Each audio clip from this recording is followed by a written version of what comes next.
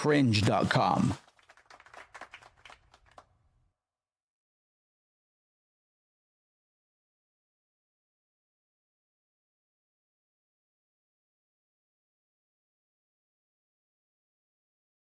Lick my ass, lick my nips, lick my shits, and lick my balls, balls, balls, balls, balls, balls, balls, balls.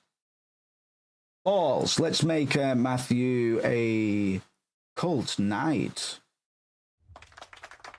Right, sorry about that little crash, and then I didn't get back quick enough to have the same link. YouTube, YouTube. Tomorrow we'll have the Twitch back as well, man. I did try and switch my multi-stream service today, but they wanted to try and charge me for it.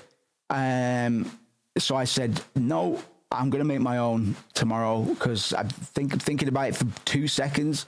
If there's not already something on GitHub, then it'll be pretty easy to fucking make something like that. So we move. Let me just get my chat back up. Because we're back. We're getting fucking serious with these fucking stream updates.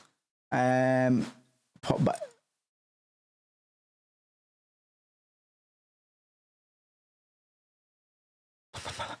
Thank you for finding your way back. Sorry about that. I was just coming to check on the ticker as well, mate. I was just coming to check on it as well. Got a bit of delay on my cam today as well. Yeah, we're doing some stream maintenance this week. I keep on getting like video memory errors, bro. When I shouldn't be. I know I'm a bit gung ho, but on processes, but I need to investigate, because every time we tried to stream Art Raiders, it's fucking really rolling with the dice, man, and it's not good. It's not professional to have your stream go up and down like that, man, especially on YouTube, because it's a different link. Pfft. Thank you very much. My mom actually got me this one. My mum Christmas gifts, man. Rolling the dice, like every other year you'll get a really fucking good piece, man. Like a really good piece you wouldn't get for yourself. Look at this.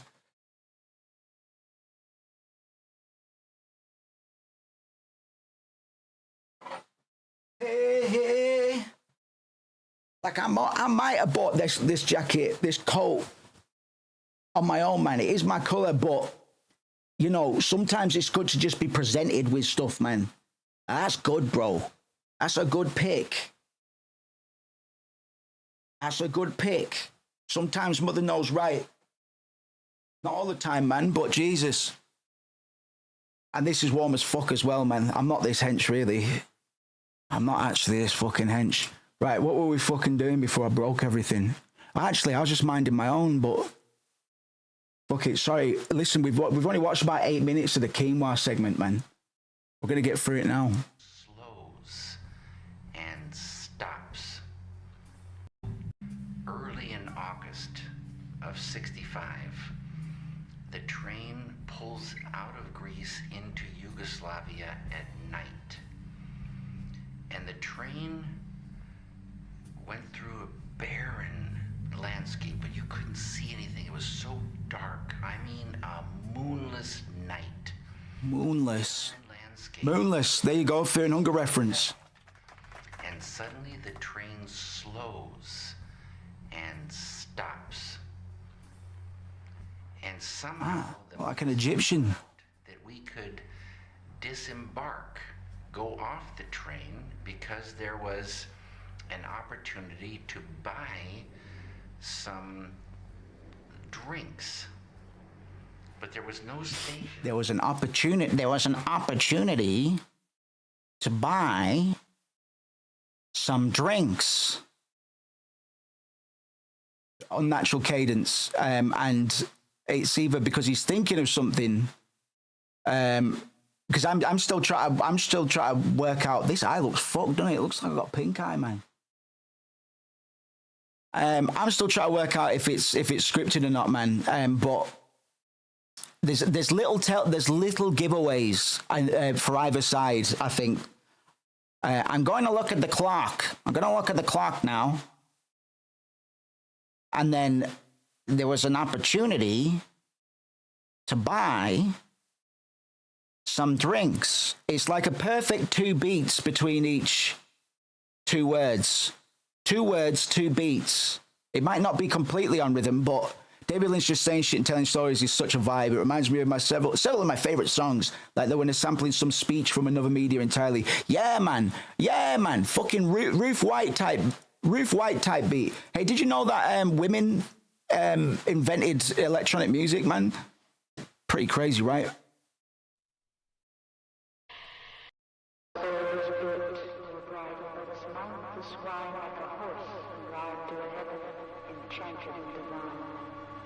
Like 2 angels goaded by some delirious fantasy, let us pursue the distant mirages of the Imagine tripping your box off to this, man. In this great plain, where the cold south wind plays, where through the long night the weathercock shrieks himself hoarse, my soul, far better than in the days of warm renewal, will spread wide its raven's wings.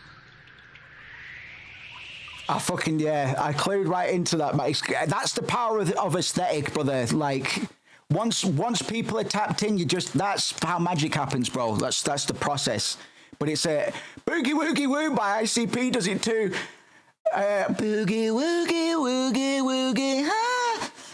Make way for the boogeyman. The beast lives out of the raging storm. Yeah, you're right. It's at the beginning, innit? The beast lives. I can't play. I'll definitely get flagged for that. Roof White might be public domain now.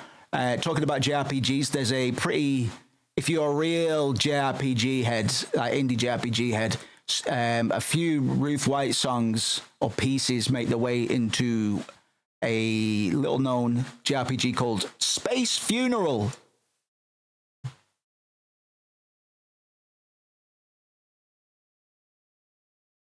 I was thinking about ICP and Dark Lotus yesterday, man, because there's not many songs that I can remember the lyrics for. I'm quite bad for it, even in my own songs sometimes, man. I have a lot of dreams about forgetting my stuff live, man. It's like losing your teeth or whatever. Yeah, man. I'm not even a guilty pleasure. I just enjoyed that shit, man. Like, I always tell the story about the day I got my hair cut, man, in high school, right after I was taught what vanity was. Got a crash course in vanity, and I had like fucking greasy long hair when I came in, man. I tell a story all the time. I'll tell it in full at another point, man. But the day after I got my hair cut, my social status fucking rocketed up to A tier. I was A tier, maybe briefly S tier for a little bit, but once I realized how much of a con social hierarchies are, because I didn't really change, but I was just my eyes were opened from that point. But literally the day after I got my hair cut and I had that epiphany at school, I was shit at sprinting, right? So I was out to athletics events all the time in the summer and that. And the girl sat behind me on the coach on the way there would turn out to be my first love. But she goes, "What are you listening to?" And I probably didn't realize she was flirting at this point, man. But I was listening to ICP. So I was like, I don't know what I said, but I was like, God, oh God. Oh God. Oh God. But it worked out for a bit anyway. Worked out for a bit. Considering she was the last I was probably the most upset about, I dislike her the least. Might have been a juggler. Yeah, maybe. Her dad was a copper, man, never liked me. So it was a maybe. It's a maybe.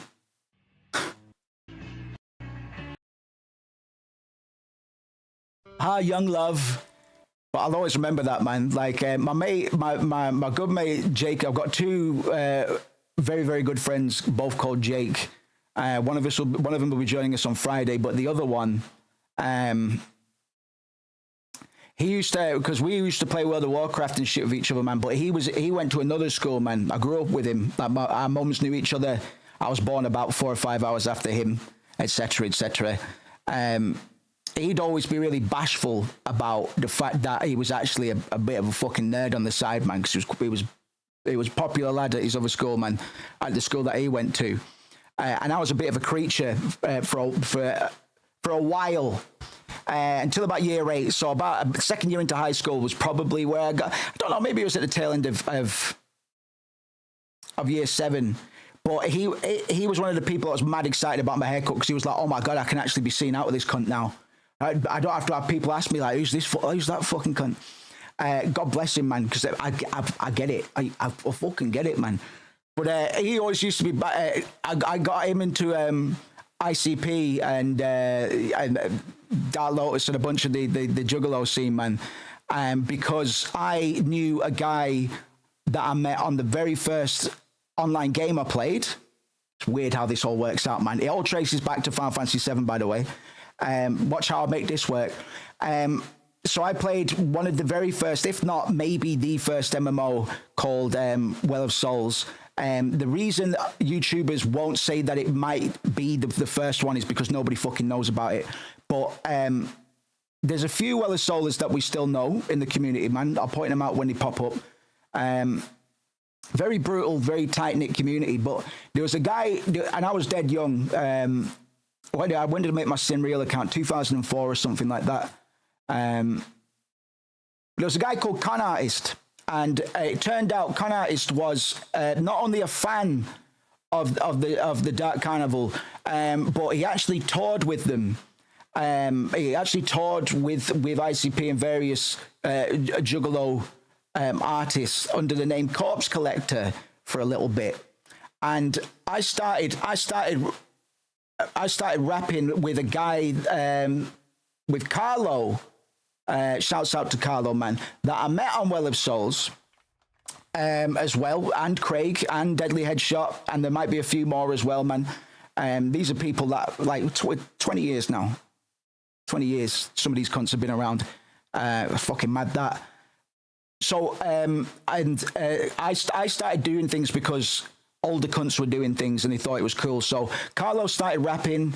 I started rapping. Neither of us were good at all. Fucking terrible. God bless DH. Deadly Headshot is my single biggest. He's our archivist. Like he knows shit about me that none of you will ever know. Probably. Until I get really drunk and we play the archives, man. But DH legitimately has more of my music than I do. Like a lot more. And I'm very fortunate for shit like that, man. But I remember one of the first kind of tracks I wrote was a fucking, I must have been like 13 peak, latest, 13, maybe 14, at the very, very, very oldest. I wrote some fucking Juggalo bars, man. And I sent them to this Con Artist, man. And I hadn't quite properly understood, I didn't understand the concept of internet sarcasm yet. So Con Artist said, oh, this is so cool. I'm going to print it out and stick it on my wall. I was like, oh, that's sick, dude. But he wasn't being serious. But not only that, for some reason I printed it and my mum found it.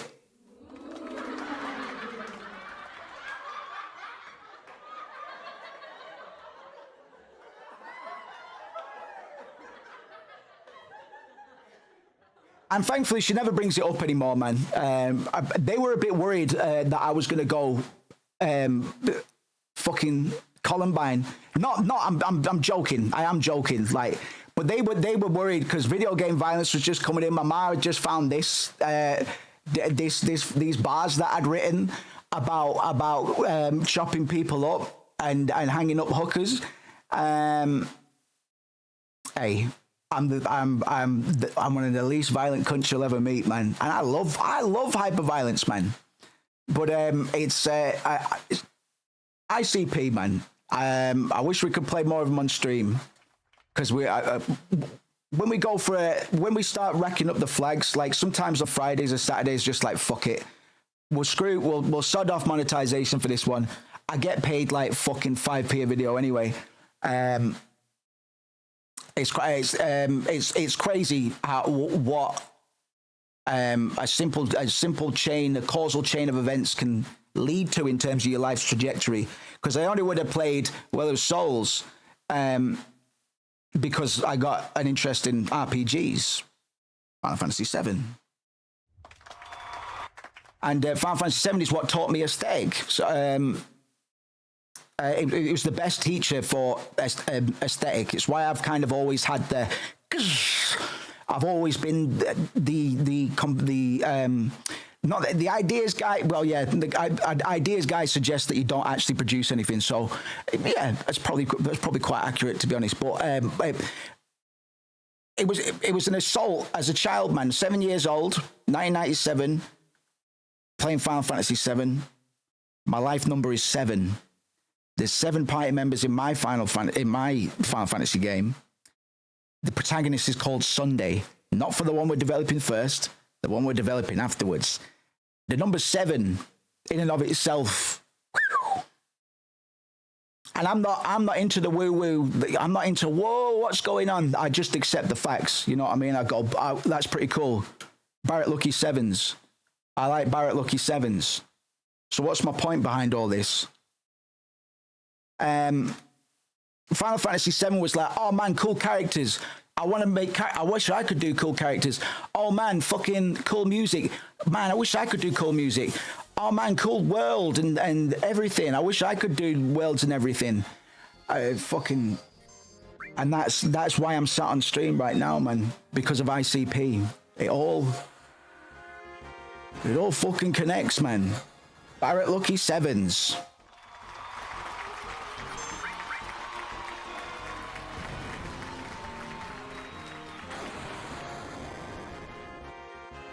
Anyway, back to the quinoa. I can't remember what that segue was. I can't remember what that tangent even began as. But I'm glad I got to tell my ICP association story, my name drop story. God, I hate name drops. God, I hate name drop stories. We could suddenly the train landscape where we were in 7 Eyes of the the number 7. Like yeah, I like it. For the first RPG, because that's my more developed one. Basically, we are beginning development, a devlog for our own JRPG over on Patreon and stuff. Doing a few exclusive streams and stuff where we just talk game and that, let people have a bit of input. Blah blah blah blah blah blah blah. But the one we're going to be working on isn't the one that I've been planning out in my head for a very long time. That's going to wait because for that I'd like to try and get a budget and actually extract what's in my brain and do it properly, because I've got very strong. Shouts out to Cusco, man. Feeling a bit better today, man. Just ranting. We've barely touched the video game in 2 hours, so it's been a good stream. I want that to look how it's going to look. I want it to play out. I want the characters to be able to express themselves the way that my head sees it, which is early PS2 era slop, JRPG slop, effectively. But I can't do that just yet because pixel art's a lot fucking easier. So the first one, we are probably going to do pixel art because I can do I can do 3D and stuff. I probably will end up doing it, but for the time being, RPG Maker, we just build a little thing, man.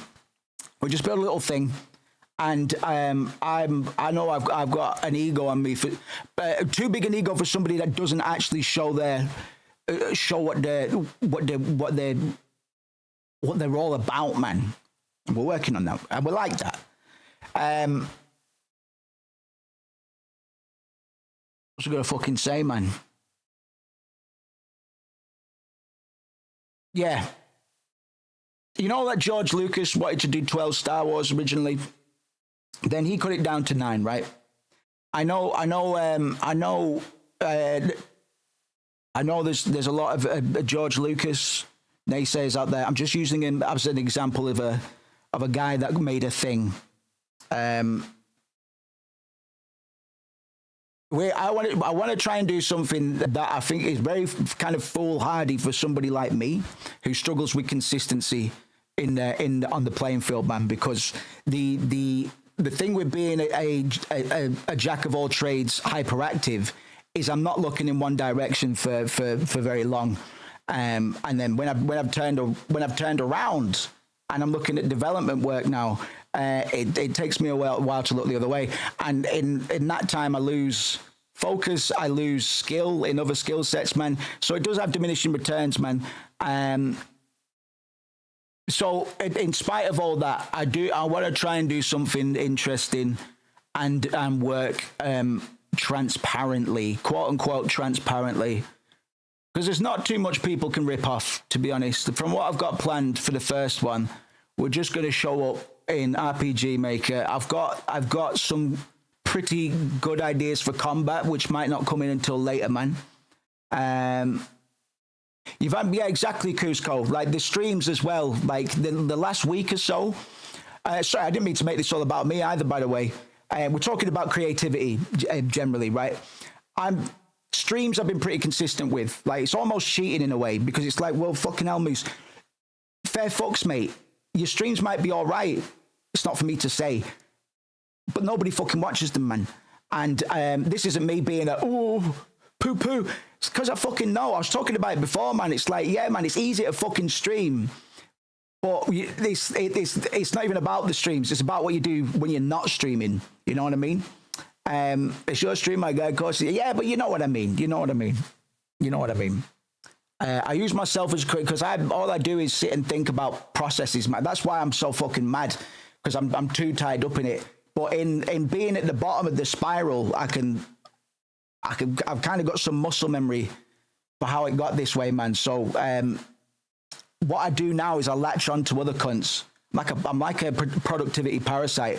So Cusco goes away for a week, and I conveniently get ill for the first time in the year. And that might not be a complete coincidence. For all I know, I'm not saying it was a conscious decision by any means. I don't know if that's completely detached, man. Could have been Final Fantasy VII. It's all aesthetic, brother. I don't know. I don't know what it is, but if it works, I finna do it. So it's the next one is I'm going to be switching up my recording space. There's some I believe I've conditioned myself to certain behaviors. So I need to switch this room up, man. To start attacking that shit, and get some rapping done. Get some rapping done. That's the direction that I've been wanting to look in for a bit, and my hyperactivity's just been like fucking Devin programming. Bye. Who scored it is my like coach, man. Most of you cunts are in some way, shape, or form. I'm fucking older than most of you, but I'm juvenile, man, and I am easily kind of influenced in some ways. Like, obviously I'm a cynical prick, but I'm if there's a common interest and a common goal, I will do my best to try and keep that, because I think it's quite rare for some of us, man. It's always been rare for me. Like, I didn't grow up around artists until I went and started going to rap battle events, for fuck's sake. But that was the only way. Like, I wasn't around artists, man. And it's tricky being an artist who doesn't, because as a result of that, I never developed great collaborative reflexes. I'm not the best guy, not the best team player. And I work around that, man. Like, I worked in teams, but it's generally, I always excel in a creative lead sort of position where I can sit down with a cunt from all different directions, and we can just have open-ended chats about game. I can talk game and shop all fucking day, man. But as much as I can recognize and analyze processes and conditioning and the reason that people behave in certain ways, and the reason that people are creative in certain ways, and why they're not, and when they are and when they're not, that becomes part of the madness, man. You need to be careful, boys. You need to be careful.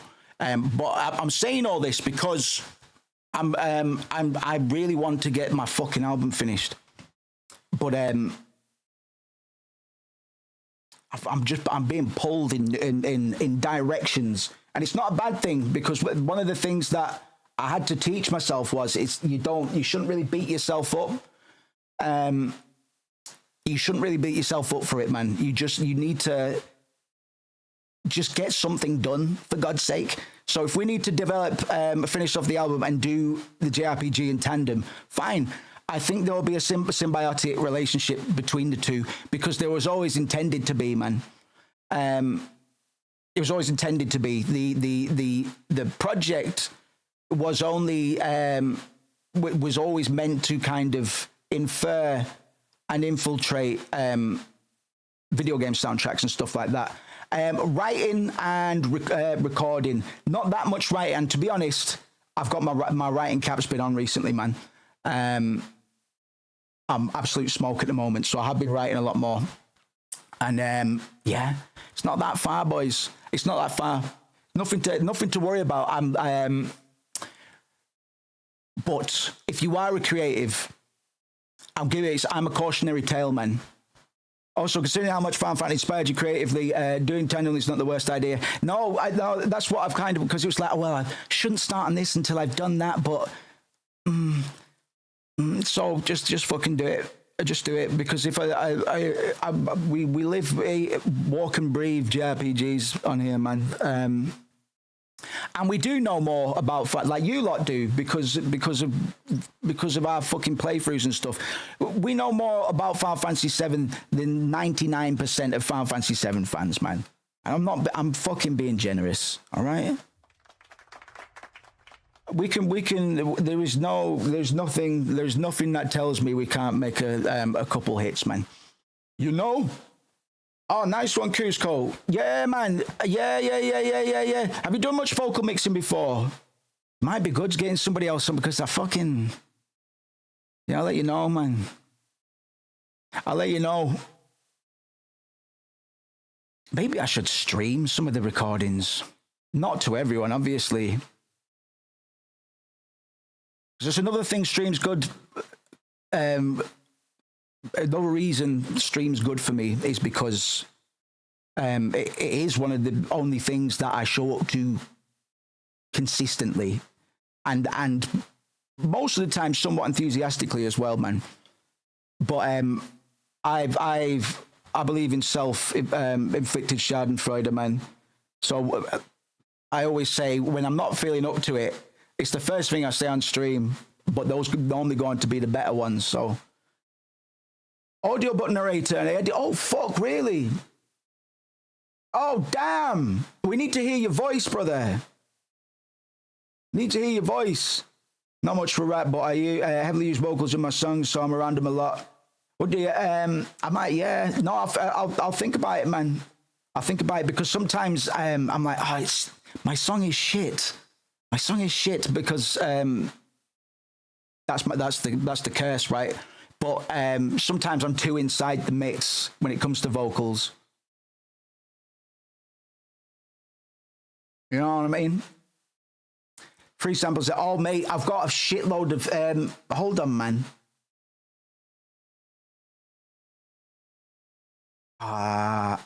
Matthew Hill, you're not technically a stakeholder, but I'm bumping you up anyway.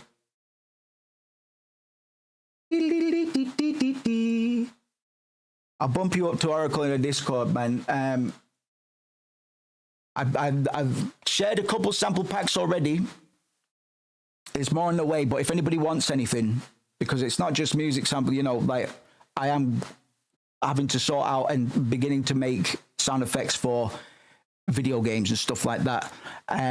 If there's any samples you need, I know you meant like your samples, man, but in general, if anybody ever needs any of that, man, let me know, because mixing's a crazy thing as well. Everybody's got a different kind of palette, and yeah, mixing's a very intimate experience for me, man, but it can become you can really get lost in it, man. Certainly. Sample for next week is an expert from Matthew. Yeah, we'll do that, man, because we were going to do bonus samples as well. This week, I just put one up at all costs. To be honest, it's a banger. Need to work on that. The train slows and stops. I will do it, bro. Post your shit in memes and media or somewhere, man, or just general. No, put it general, man. If you're not shy, anyway, man. Oh, legend, fucking yes. Yes, man. Yes, man. I'm gonna show you up right now. Oh, my Discord, you might be looking, my Discord's on the fritz.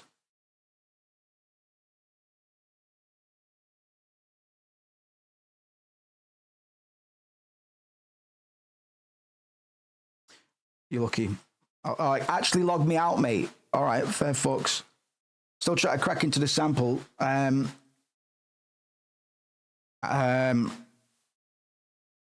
didn't even fucking really listen to it when I put it up the other day. I listened to it the day that Bance shared it when we were playing Deltarune, and that was it. But it's a new Imatsu, bro. Have we? Oh no, we've done new Imatsu before. Sorry, log me out of Discord, man. So we're gonna have to play it like I'd play my Uematsu on the bus, man.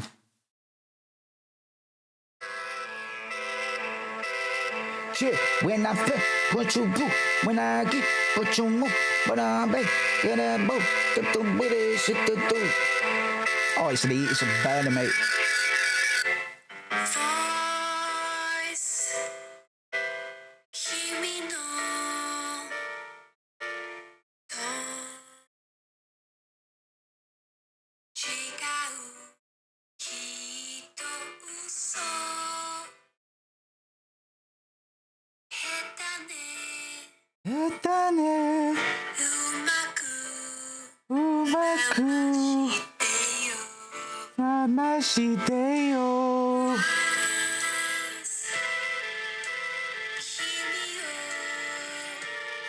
Two, three.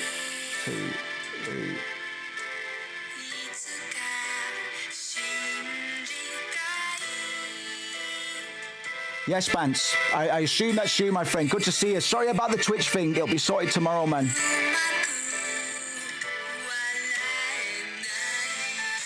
Yes, man. My Japanese, I'm pretty... listen, been learning Japanese for about a year. I'm still pretty bad at it.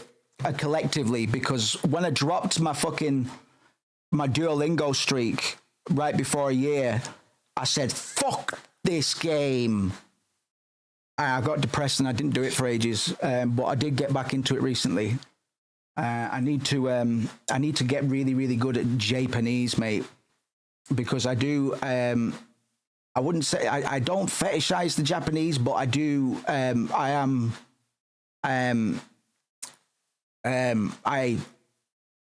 take a lot of energy from them, man. So if and when I go over, I don't want to just be a gaijin, you know. And likewise, I don't want to be an otaku weeaboo either.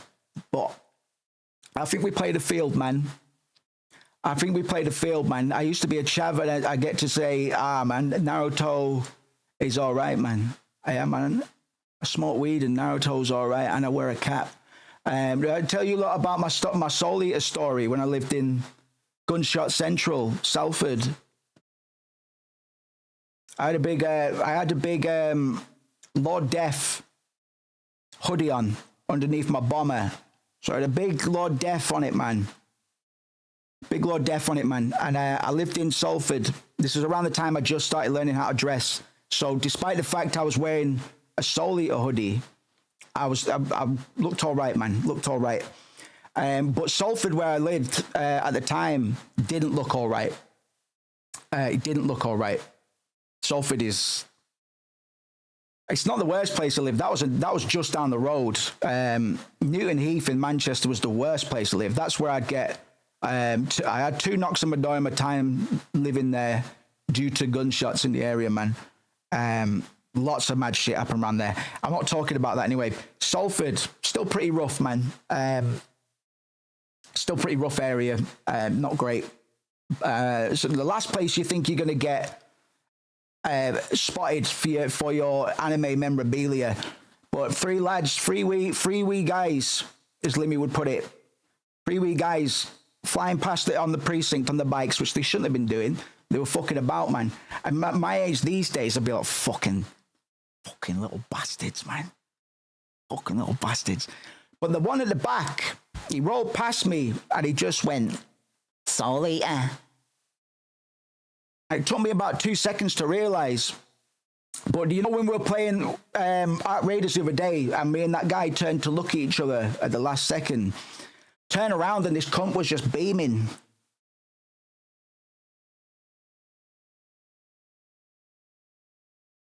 And I'll never forget that, man. I've got a terrible memory, but I'll never forget that. Anime is in the ghetto, man. I'm telling you. I've got proof. Sorry, Fucking what a guy, man. And it's good anime too. It's not an okay but shit. And it's not fucking Bleach, bro. It's a good one. Soul Eater. One of the best. The fuck were we doing? We're about 10 minutes through the we're 8.5 minutes through the quinoa. Let's get back into it, shall we?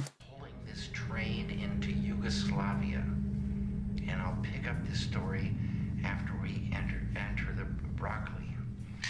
You guys are so lucky you had Adult Swim, and maybe not all of you growing up. I don't know. We could have done with that, man. Could have done with that. It would have helped the culture, I think, over here. Take a look at the nice quinoa cookie in there. Cooking away it is, and it goes better. We got Toonami, man. We didn't. Yes, to be fair, but I didn't have it when Adult Swim came out because me and my sister used to argue over.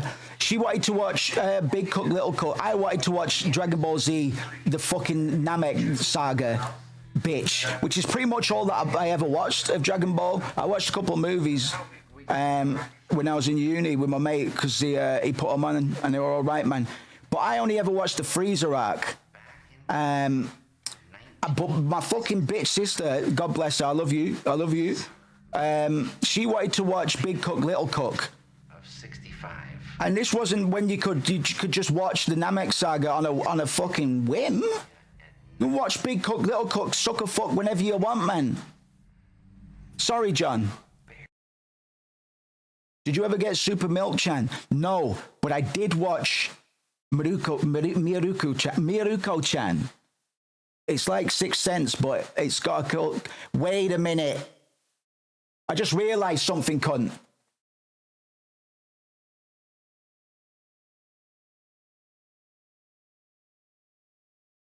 I know, I've done it again. I've done it again.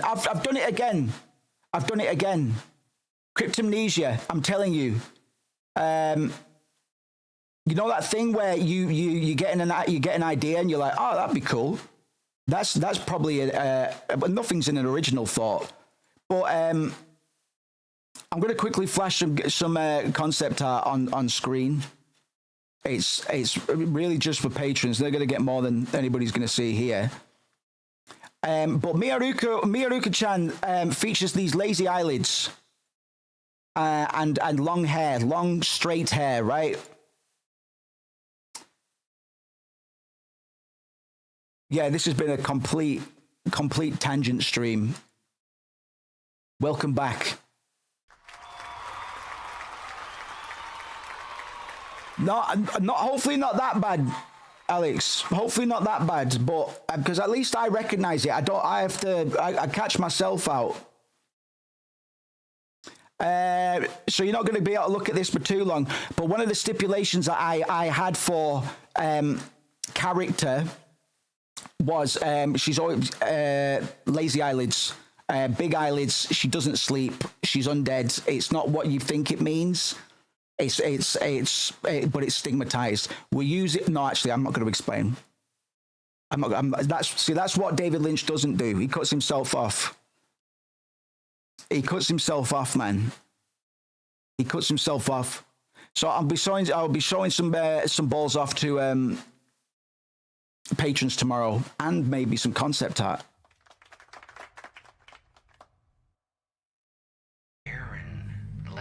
was still pretty distinct, but I'm pretty.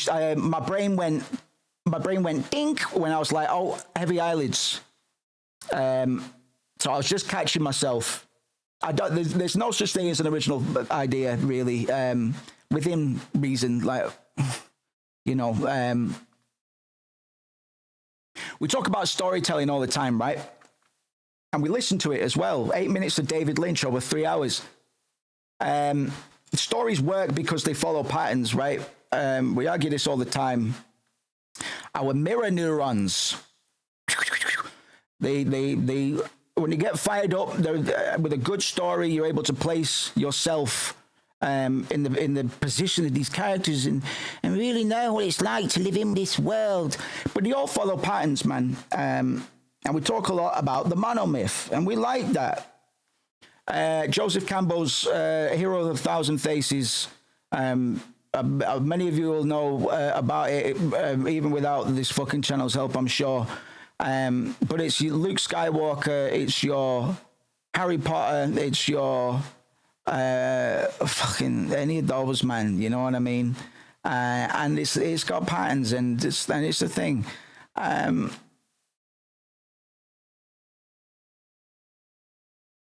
It's good to know. It's good to know where this stuff's coming from sometimes. Just so if I do rip something off and my bad memory just goes, well, we've done it, so it must be ours. It's better to know this shit, is what I'm saying. Because it might happen, and it might be good to be able to go, all right, okay. So dark. But that's also how paranoid, that's also how creatively paranoid I am, man. Barren landscape where we were in Yugoslavia at that point. And suddenly the train slows and stops. Snooze punk. We're not even cyberpunking, bro. Don't worry. Look at this one up here, man. We're doing streets. Straight ballers, mate. You see? Straight ballers. You see? Don't look at that. Don't look at that. You come off the metal stairs on the train and go across dust. Dust was blowing. Looks like Bochi. Who from? And it was somehow warmly lit from the interior lights of the train were spilling out onto this barren, dust-filled landscape. And there, through the dust, we saw a little stand, canvas and wood, some small lamps around it. And as we got closer, we saw bottles. Needs a look silhouette. Bottles. The bottles were clear, but the fluid inside was Check out these silhouettes. or yellow or red or violet. Check out these silhouettes. And it was sugar water. It wasn't, chilled. It was just absolutely the temperature of the outdoors. And for the smallest amount of money, you could get a bottle of this sugar water. So I gave... Oh, you'll see some better stuff tomorrow, man. In this small tent, moths were flipping and flying and like frogs. The bottles were clear, but the fluid inside was green or yellow or red or violet. And it was sugar water. It wasn't, chilled. It was just absolutely the temperature of the... It's been a very Lynchian stream, man.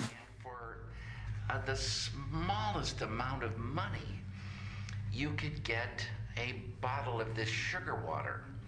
So I gave the man... Yoga and water. Moths were flipping and flying and like frogs. Frog moths were pulling themselves out of the earth and flying up in front of the stand. Dust was blowing. It was like a mysterious, strange wind sound. And out came a tiniest little copper coin that I'd gotten somewhere, and I gave it to this man. I gave the man the coin. He gave me a bottle of, I don't know if I got violet sugar water or what. I got this bottle. And in addition, I got a piece of paper money. 4 inches by 3 inches.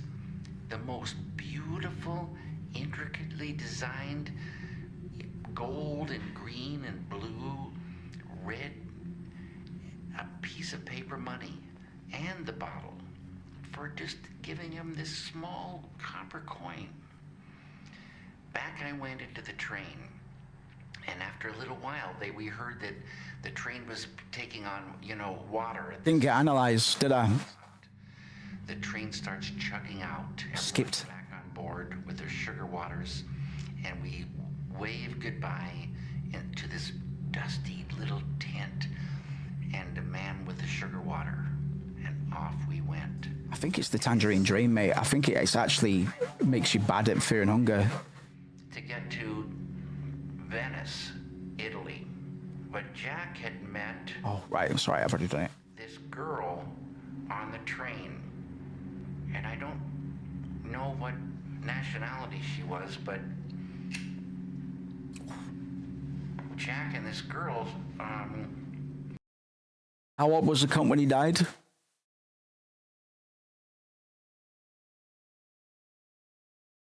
"78 years, man. My nan made it to, how many did he smoke a day?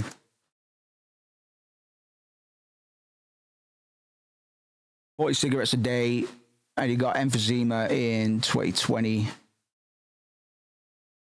So he quit. He'd been clean for 5 years, 40 a day. So that's what my granny was. My granny was smoking 40 Marlboro Red a day, and drinking cheap Lambrini, cheap champagne. And she lived to about 82, man. But she wasn't as stressed as David Lynch. Shouts out to Granny.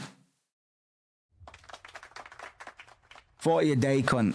There is nobody on this earth that looks better smoking a fucking cigarette than David Lynch, I don't think. I mean, no real person. Like maybe some characters, sure, but actual living person.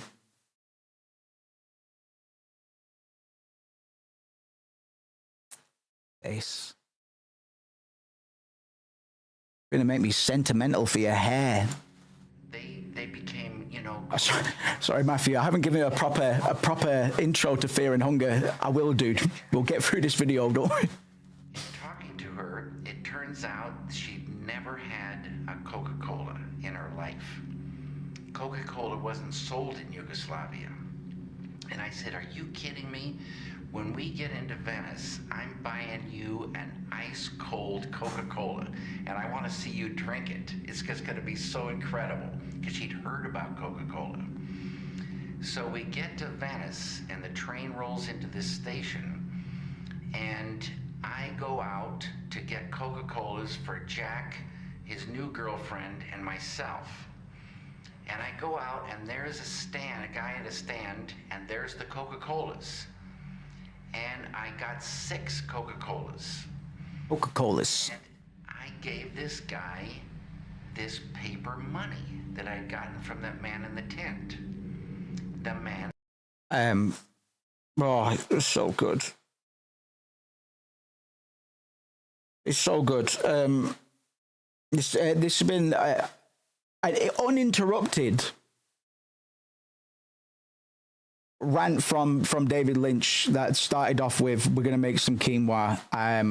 It just makes me so fucking happy to listen to. Like this is, and if you're listening to this at home, you're like, "Oh, what's she fucking on about, man?" He's just fucking sad. I can't even see the cunt.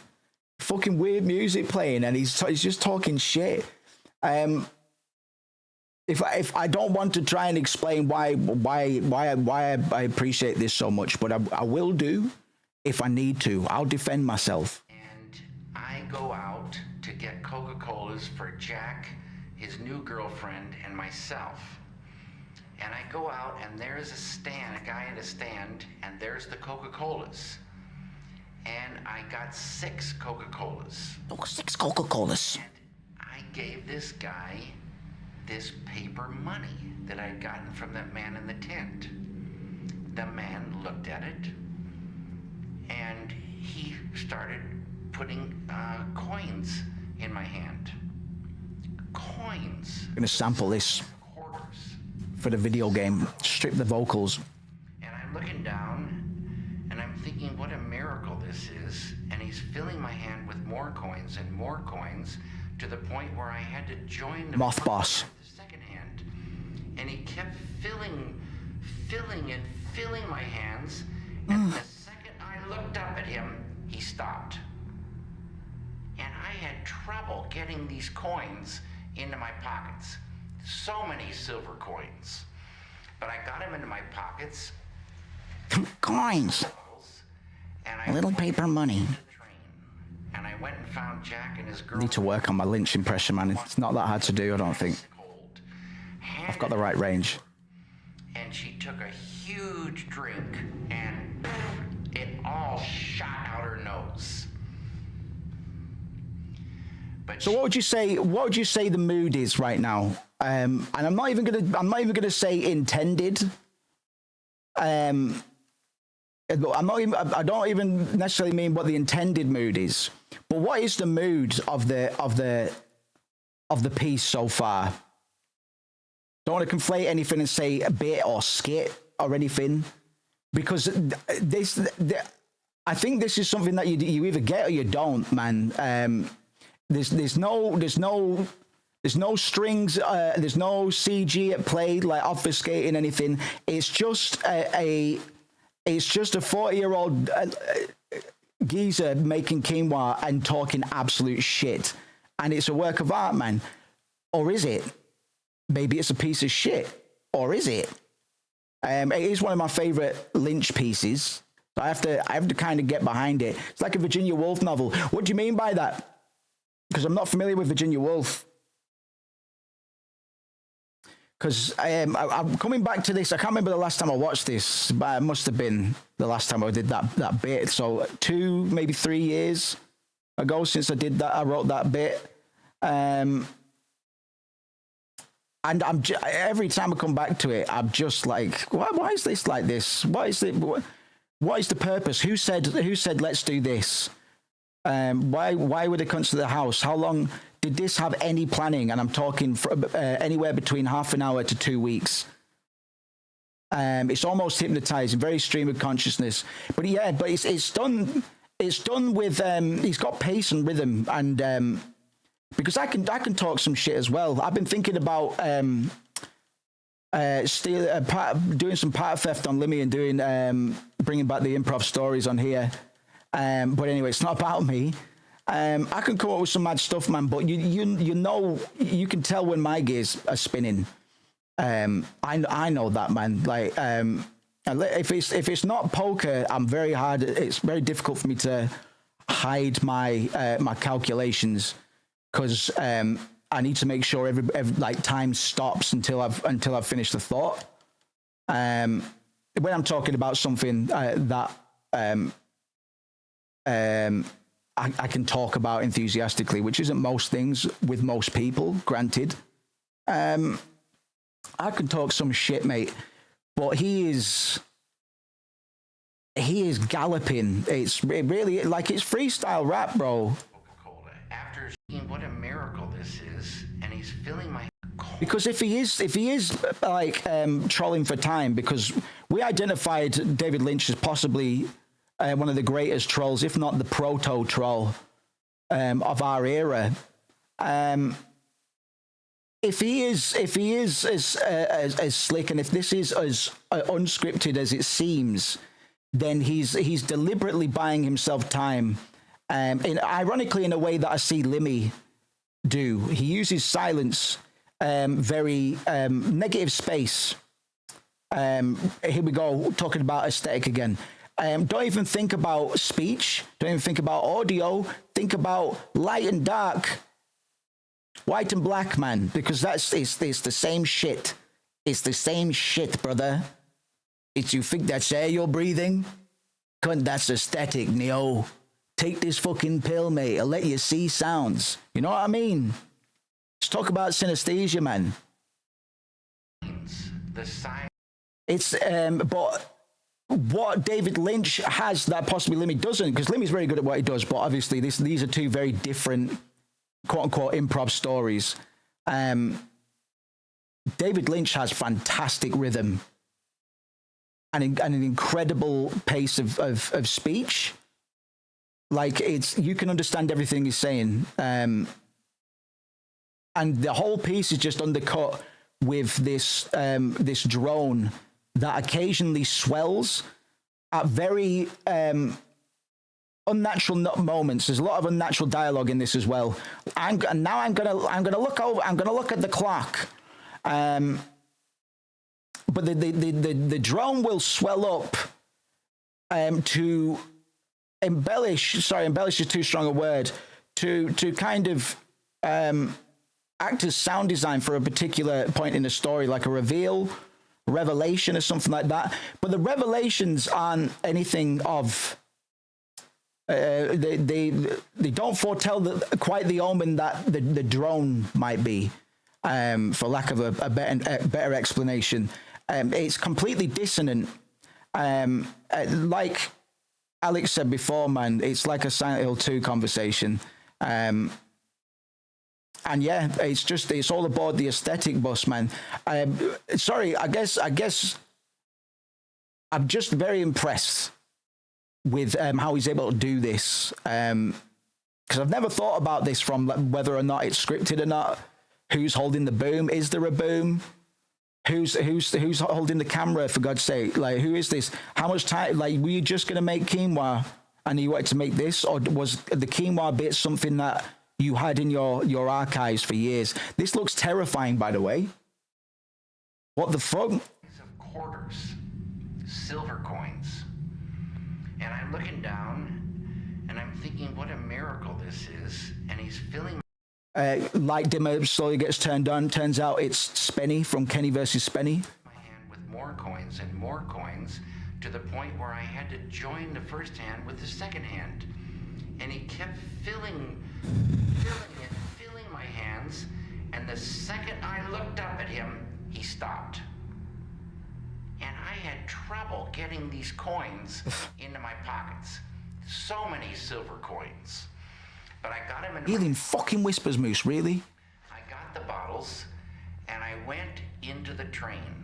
And I went and found Jack and his girlfriend. I got one nice and cold, handed it to her. And she took a huge drink, and it all shot out her nose. But she loved that Coca-Cola. After she got used to the carbonation, absolutely loved, the Coca-Cola. What? It's weird referencing Silent Hill when talking about David Lynch, but I think the reason we keep coming back to it is because it's kind of a pretty rudimentary play on a Lynchian spin on dialogue. If you think about the Angela cutscene at the very beginning of Silent Hill 2, it's the characters feel like they're talking past each other, right? That goes for most of the cutscenes in that game, but there's something very striking about the first meeting with Angela Orozco in the graveyard. Just because of the way they talk to each other, it's not really appropriate for the situation. And what's more, the music doesn't really care what's going on either. Here, in the Frogmoth story that Lynch is telling us right now, the story that he's telling is one of adventure, like backpacking in his youth, and meeting these people and exchanging culture and stuff like that. That's a cool fucking time, bro. And not only but he's expressing about it with a joy for life, man, a joie de vie, and it's palpable, right? But the music, the drone is like, no, motherfucker, this is deadly. But that doesn't change the context. Or does it? This is the thing, like, what is the mood of the piece? Because I've always said this about music as well. I prefer to do a track that's ambivalent, a happy, like a sad or a depressive song over a banger or an upbeat sort of song. A bit of a subversion, man. Like these two things are canceling each other out. Like this content is rendering itself obsolete to most people that are able to compute YouTube videos. But it's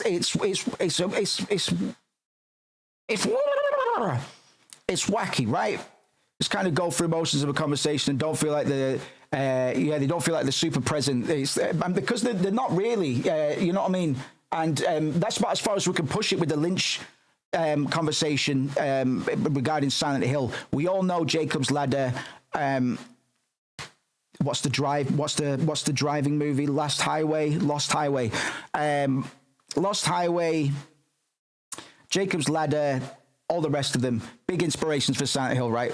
We know that, but it's the same as fan games or derivatives or Souls-likes or anything like that, man. Can you really step into it? And Silent Hill 2 doesn't have this problem because it wears its references on its sleeve. It pays homage. It doesn't try to emulate. It doesn't try to be a derivative. I know nobody necessarily tries to be a derivative. Well, that's not true. Some people just don't know that. It's a dirty word. You don't really hear the word derivative in game dev culture, but I mean, come on. So yeah, they've been able to even that one play, the Angelo Orozco. It's yes, quite. You could say it's a quote unquote Lynchian scene, but it's not complete Lynch. It's not. They've not been able to completely step into those shoes. So fuck it. Let's not bother. Pay homage to David Lynch. Pay homage to Francis Bacon. That's how you steal properly, bro. You know the old adage, and this makes complete sense to me now. Good art is copy, great art is steal. That's what that is, bro. It's if you go in with gumption and purpose and conviction, you go. What are you doing with that, man? I'm just gonna fucking make a cool costume with it, man. Ah, sick. You know, people, because the way that memetics in cinema work, especially, I've really got to recommend those Rick Worley Star Wars essays again. They're very long and dry, but honest to God. So I'm going to have to talk about George Lucas again. He does come into the conversation of auteurs. I know he's not everybody's favorite example, but he is a very good example for a lot of the things that we are rambling about. Nah, maybe not. Maybe not.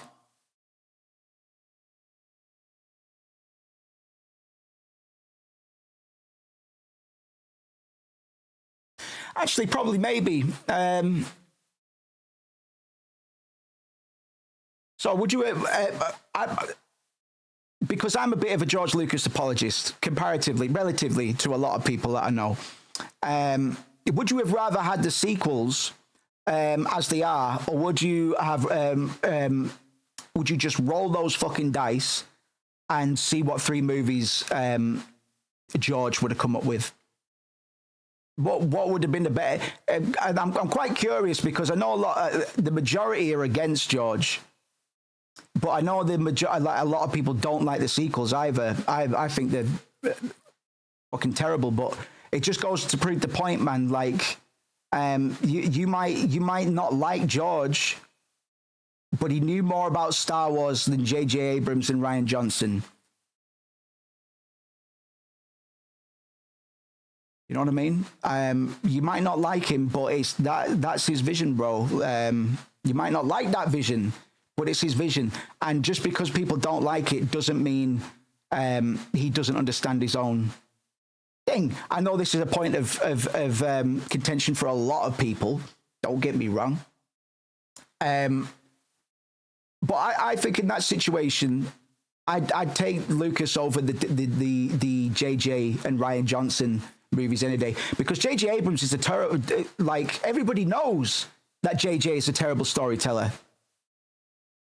I would rather have had more Lucas with Disney money. They fired in his face because he had scripts. Like, originally it was 12 for George. This was years ago. This would have been like in the 80s, maybe late 70s, that he had 12 movies lined up.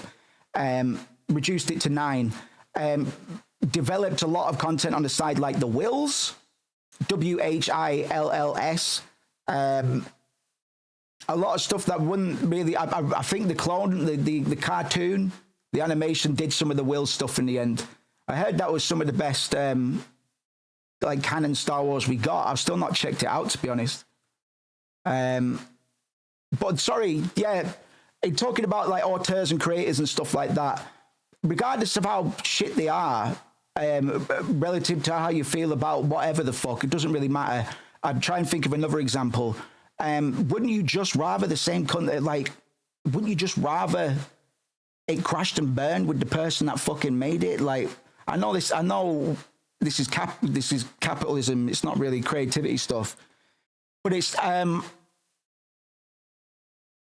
this might sound crazy as well. George got $5 billion for the Disney deal, and I still feel bad for him. Because a lot of it's not about money. And George had ideas that he put forward, man, and Disney thought they knew better because of cunts like you. Because of people that still hold up the first movie review that ever got released on the internet as some sort of sage truth. Disney didn't risk it because of the fucking meme. Respect these creators, man. Even if they fuck up, you know, I'm speaking for my own self, man, because I run the risk of burning. If I get a bunch of stories going, I run the risk of running into something as well, man. I don't know what I'm doing. Would it be better to have George, right? I can't remember how I got into the George Lucas tangent. 750. Okay. At 7:52, will you let me know? Can't remember how I got into that fucking tangent, man. Flights of thought is what my ADHD practitioner called it. That's the sound and more it made coming out of her nose. A flight of thought is when you start talking about something and then you start talking about 10 other things and then you forget what you were originally talking about on the first thing.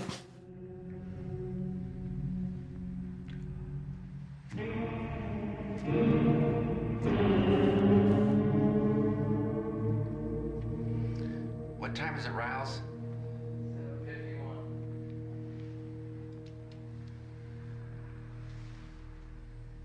7:51. Alfredo. I would highly suggest you find some time and you watch the Frogmoth Quinoa story by David Lynch. Going in. And I know we watched it on the stream with no interruptions. I'm a big all right, yeah. We were talking about using other people's ideas in art, and he pivoted and said, I'm a big George Lucas apologist, and then I had to go and rationalize that by victim blaming Star Wars fans. Fucking yes. Where else am I going to go with that? Although I guess I kind of covered it. It's like, listen, man, I don't know who told some of these cunts that Star Wars was deep. Star Wars was never intended to be quote unquote deep. So let's get that. And I know it might come off differently because a lot of people think, well, the prequels, they've got a lot of fucking patter about fucking nothing, man. But it's not really a problem in regards to the movie. The thing is with George Lucas, especially, he was quite he developed the original trilogy to be suitable as a silent movie. So other cunts from other countries could watch it and still know what was going on. So it does effectively function as a silent movie. So there's a few quotes probably from George saying, so I don't really care about dialogue. I don't really like dialogue. I kind of hate all that stuff. I just, I like the big, I like the scenes and stuff like that. So there is admittedly footage of this cunt saying, I don't really like doing dialogue and stuff. But that's his style, man. Neither does Miro. Fucking typo in every sentence, bro. I don't really like doing typos. It's all right, man. Because you still offered something, man. And listen, if you want to put clown makeup on your baby's face, it's your fucking baby, man. You do what you want with it. You do what you want with it.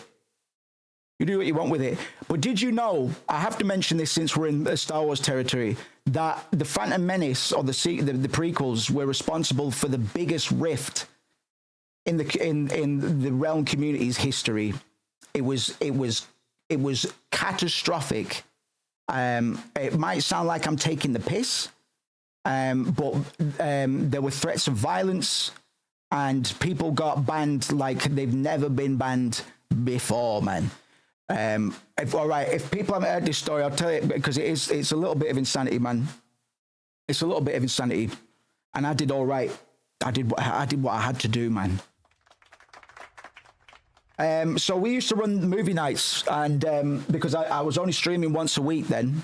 These days I hog up all the evenings. But the vote came up, and I can't remember what the other movie was, but one of the movies was The Phantom Menace. Okay, not a problem. Meme movie, right? Wrong. Because we had some friends at the time. One of them I went to college with, but there was a small clique that developed beneath the crucible of the White House. And, we were good buds. Everybody, we've always been a tight-knit community, always been and especially during the pandemic, man, very, very, very, very tight. All of us big drinkers, man, as well. But there was a clique that formed from between some members that came from outside of each other's company, had joined Realm through this, that, and whichever direction. None of those cunts are left standing now, and it's a shame, because not all of them had to go down like that. But the La La Lule Lo, yeah, exactly, man. Shalashaska shit, that was me. This story ends in me being right, and a few good lads being so embarrassed that they never showed themselves around here again. Would you care to hear more? Right, the vote came up. Phantom Menace.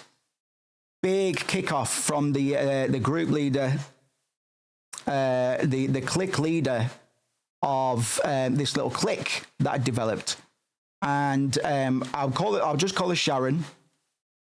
I don't play like that, man. So Sharon was a lady, and charismatic. She was a streamer as well, and a little clique formed within Realm. And obviously, we got no problem with people being like, it was good, and there was always somebody hanging out in voice chat at the time, and it was normally those lot, man, or one of those, or a couple of those, whatever, man. They got tight, man, and this includes one of the guys that I went to college with. So the vote came up, and anybody with a brain or a sense of humor. It's like, no way, man. Where did that light blue go, cunt? Did I just throw it up my ass?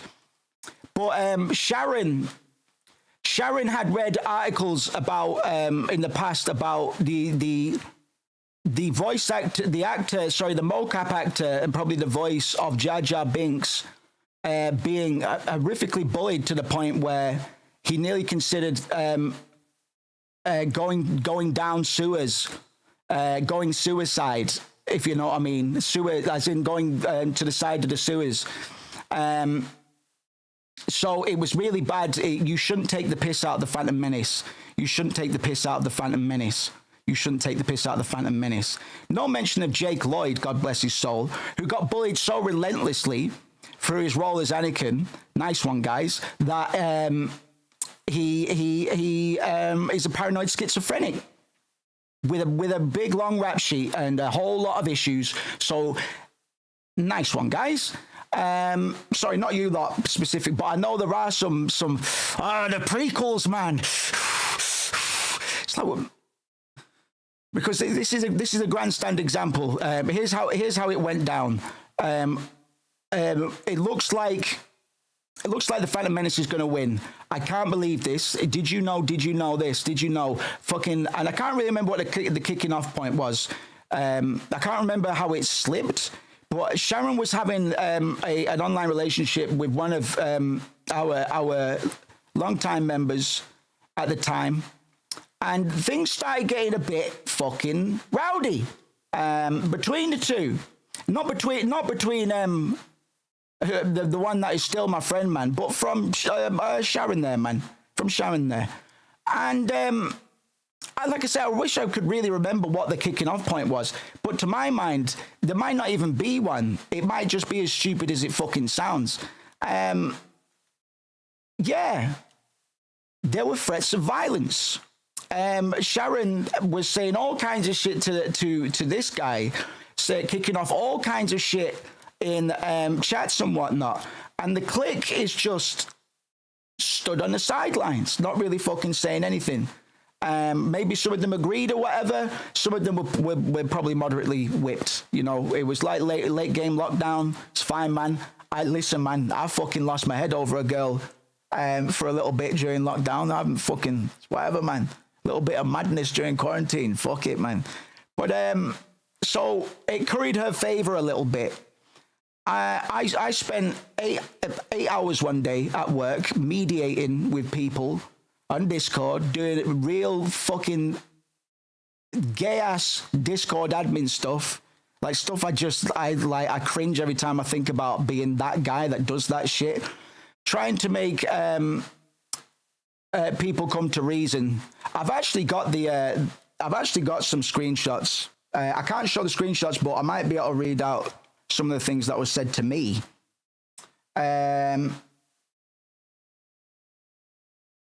Where would I have kept those then? Where would I have kept those then?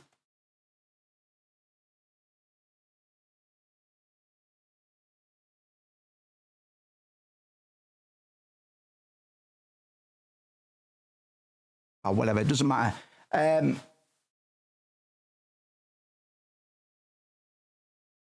I like an argument.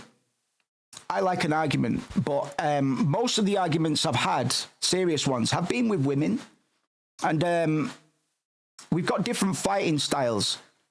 But because I'm not very good in relationships, and I know this, and I announce it going in that I'm not going to change.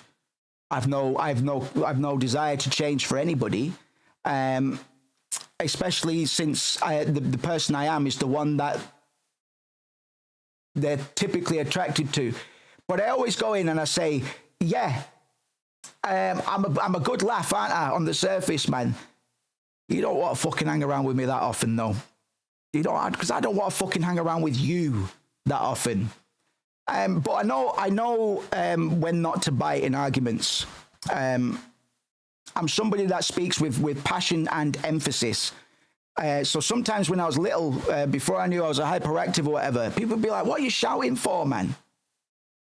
And the thing is, if you're arguing with certain people in certain situations, the moment you raise your voice accidentally for emphasis or whatever, you take a point to the head, man. You take a point to the head. So I did quite well with old Sharon there, because she was a very narcissistic, histrionic individual. You would have to be in order to create such a hubbub over the mere appearance of a Star Wars movie on the fucking movie night poll. So I tried my best. I've never banned anybody like that from the Discord before. Most of the time it's like, oh, you come in here shouting the M-word, right, well, that's an easy ban. Normally I keep them around and somebody else bans them. I did have somebody come on stream and just shout on stream one time. They came from that Minecraft community, and it was just a 14-year-old girl or something just calling me the M-word and stuff. And that was great, but somebody had to get rid of her eventually. Anyway. So I say, okay, you're banned. The rest of yous can stay, because I know yous haven't done anything really. I think I didn't say this to him. I didn't say yous are all fucking whipped. She's not even that hot. But I did say be careful. I may have tried to say don't come and say I told you so, because oh boy, one of them would silently watch my streams unannounced, because I occasionally I used to check on Twitch just out of curiosity who was actually actively watching the stream. So they'd be sat around watching the stream and not announcing themselves, man. Another one of my favorites of the bunch, he came in almost in tears one night when he was steaming. Say, I'm fucking sorry, dude. It was a really bad fucking choice. You were right. Never saw him again, man. And the other one just never even bothered, man. Pure fucking cringe, the lot of them, man. That they learned a very fucking important lesson. All right, they learned a very important lesson. I know lockdown was tough, man. Like I say, I got tied up.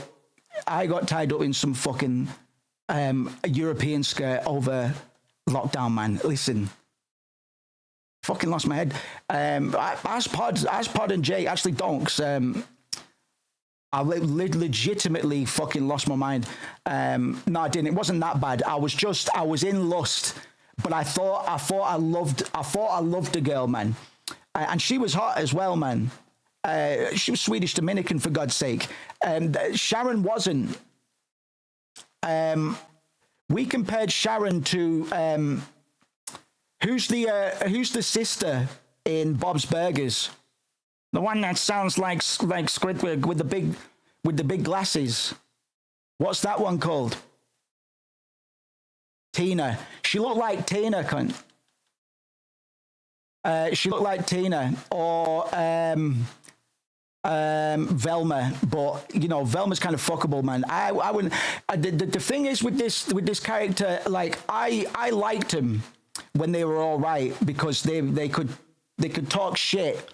But that's a problem, and they were a severe narcissist, man, like a dangerous one, in my opinion.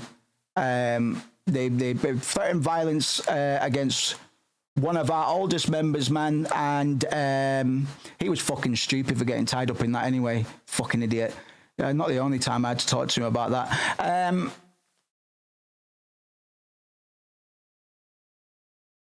Yeah. The Phantom Menace. It was devastating. It was devastating, and like I say, cunts were just too embarrassed to come back, which is a big fucking shame. Like, I actually big disrespect for that. I actually think that's probably worse than ducking out in the first place. I genuinely. The one that came in one night when he was steaming to be like, oh, I'm sorry, you're right, man. But you're the biggest fucking pussy, man. Don't you dare apologize to me. You fucking dare apologize to me. You dare apologize to me, man. After what you did, after what you let happen, some people won't speak up, man. I don't really understand what happened on their side of that. Because I've never been that fucking stupid. Plus the ratio was all off. I don't know how they thought. I don't know how many. I know one of them definitely had a thing for her. I don't know if all of them did. They were all fucking very stupid though. Like you wouldn't want to work with the cunts. Yeah, man. We got an easy dragoon helmet there, man. I know we didn't finish the frog moths, but hey, it looks like I've been trying to tell more stories than David. Put the sound back on. Yeah, man, I don't respect that stuff, man. If they came back, they went, man, she was a crazy bitch. You were right. Fair enough. I've got a good radar for these things, man, but too little, too late. I'm proudest. I'll try and find the screenshots just to see, because they were like Italian American and just a tiny woman, man. Like, it wouldn't be a problem saying the wildest shit, man. And when her physical threats weren't getting to me, she was like, your Discord community is going to fall apart. Like, no. Oh. No. Know what I mean? It hasn't, by the way. It's fucking... It's gonna leave. Discord's gonna be open forever, mate. But you need to be careful with narcissists, bro. Be careful when you're arguing with narcissists. You need to put them in front of their own fire. You need to, when they're shooting bullets, you need to be like, hold on. I'm sorry that you feel like you have to shoot bullets at me. Maybe we could talk about what's making you feel like shooting bullets at me. This isn't normally how you act. That's how you do it, man. You don't go, I'll die for my Discord, you bitch, you fucking bitch, you fucking bitch. You're a fucking bitch. How fucking dare you talk about my fucking Discord? That's what you don't do. But that's what a lot of these people will try to do. It's not just women, by the way. I just argue with more women than I do men. Take away from that what you want. I'd say my time, like, and I gave when I was truly in manager mode for that shop, man. Because I'm very territorial, man. I'm 5'8", mate. I'm not stacked by any means, but I get very fucking territorial. So there'd be times when I was working at that last job, I'd just bark at cunts, man, because I was in a fucking bad mood. I wouldn't dare do that now, but fucking hell. I was on some mad power trip, man, for a bit. Not mad, I'm taking the piss a little bit, but I was just like, nobody can fuck with me on this street, man. Nobody can fuck with me on this street. And that's what cunts think before they get fucking shot. Oh no, what did I say? What did I fucking say? I'll die for my Discord server. Yeah, that's epic, man. Yeah, I might have to go on the thing there. Home on the range. Miro, your game's, you're lucky I'm fucking chatty today, man. Your game's dead quiet at times, brother. It's amazing how little of this game and how little of that fucking Frogmoth video we managed to get through within 3 hours, bro. That's a good comeback, man. Fucking just taught Breeze about fucking Tina from Bob's Burgers, Star Wars, and David Link.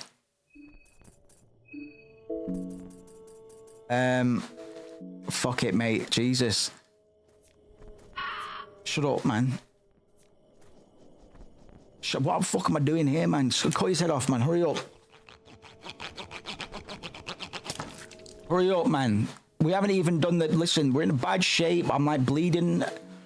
I'm hungry. I'm bleeding. Got a meat pie there, love. You got an infection there, love. I should flip my camera around. For some reason, I'm playing the game on that screen. I got OBS on this screen.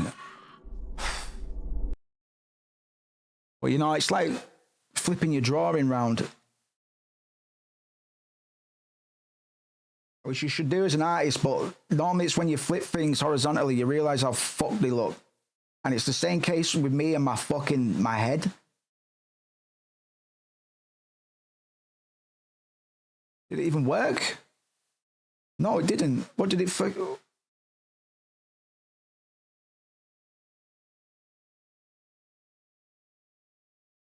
Yeah, what good games are coming out, man? Come on. We need to catch up on some trailers, actually, cunt. What am I looking for here, man? What the fuck am I doing? Flip horizontal, cunt. All right. See, it looks weird. It doesn't look right. It lets me know that my cat was actually at a tilt. It's really weird how the brain does that, man. Freaks me the fuck out. Resident Evil 9 is going to be a fucking... it's going to be a 7.5 or an 8. I've never been more sure of anything in my life. Fuck all is there. It's all right. It's not your fault. It's not your fault. Did I not just fucking heal? I'm. You know, I put this game on because I was like, I've not really shown my stuff on Fear and Hunger 2. I don't even know I fucking am anymore, man. What? Abella, I'm not being funny. If we don't find a green herb, you're cutting it off, man. Yeah, Resident Evil 9.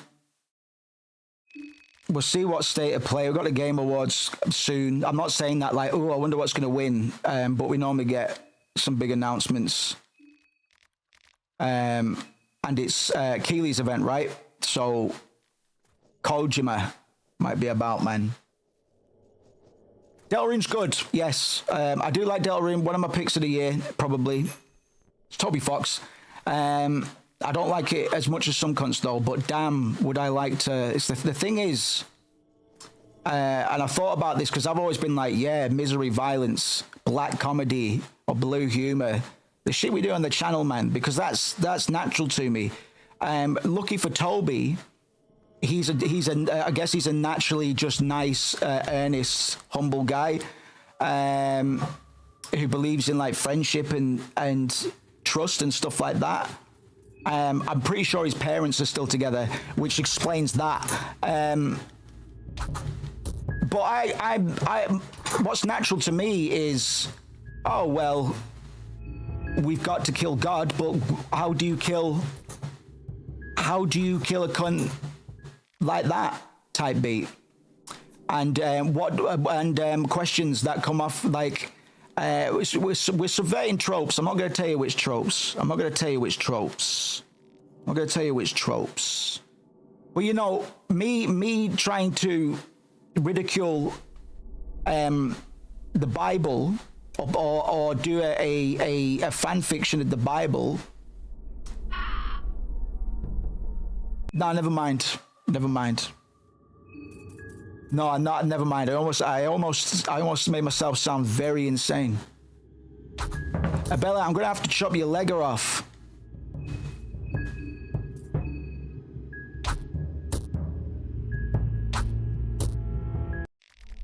Yeah, no, sorry. Toby's advantage. He's got an advantage that I don't have. That Miro doesn't have. Or, since we were playing Lisa yesterday, Dingaling. Dingaling's the sickest out of all of us, man.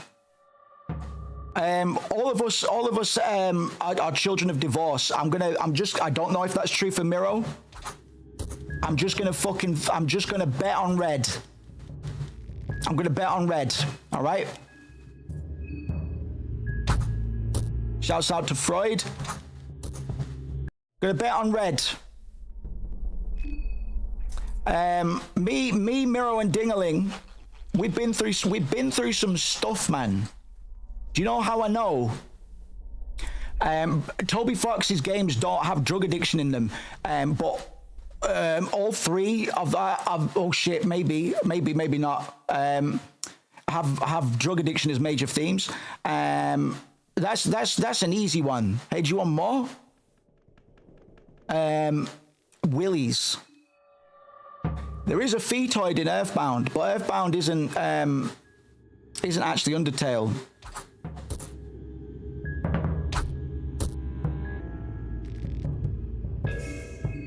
But I guess what my point is, it's a lot easier to get fans that are head over heels for your stuff if you make content that is suitable for kids to grow up with.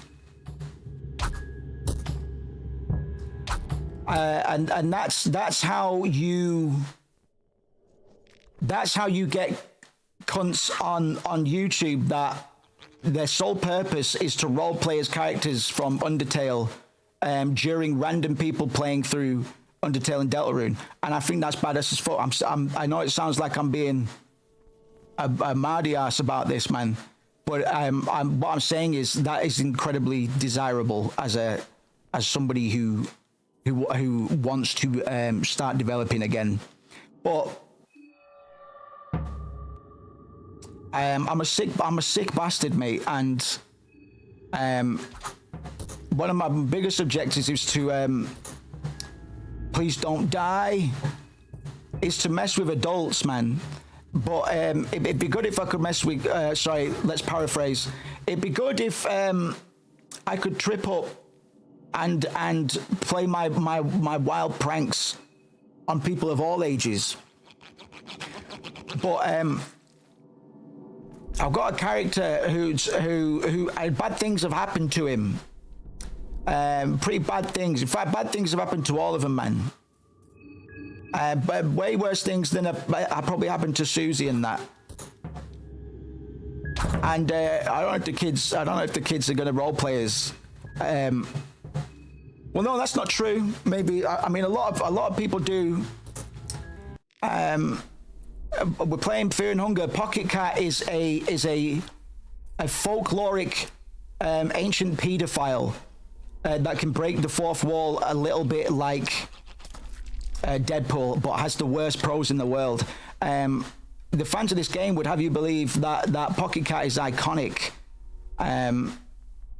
But if you stop to think about it, he probably shouldn't be as iconic as like Sans. He probably shouldn't be the Sans of Fear and Hunger. Remember Sans, the guy with the blue jacket that cracks dad jokes?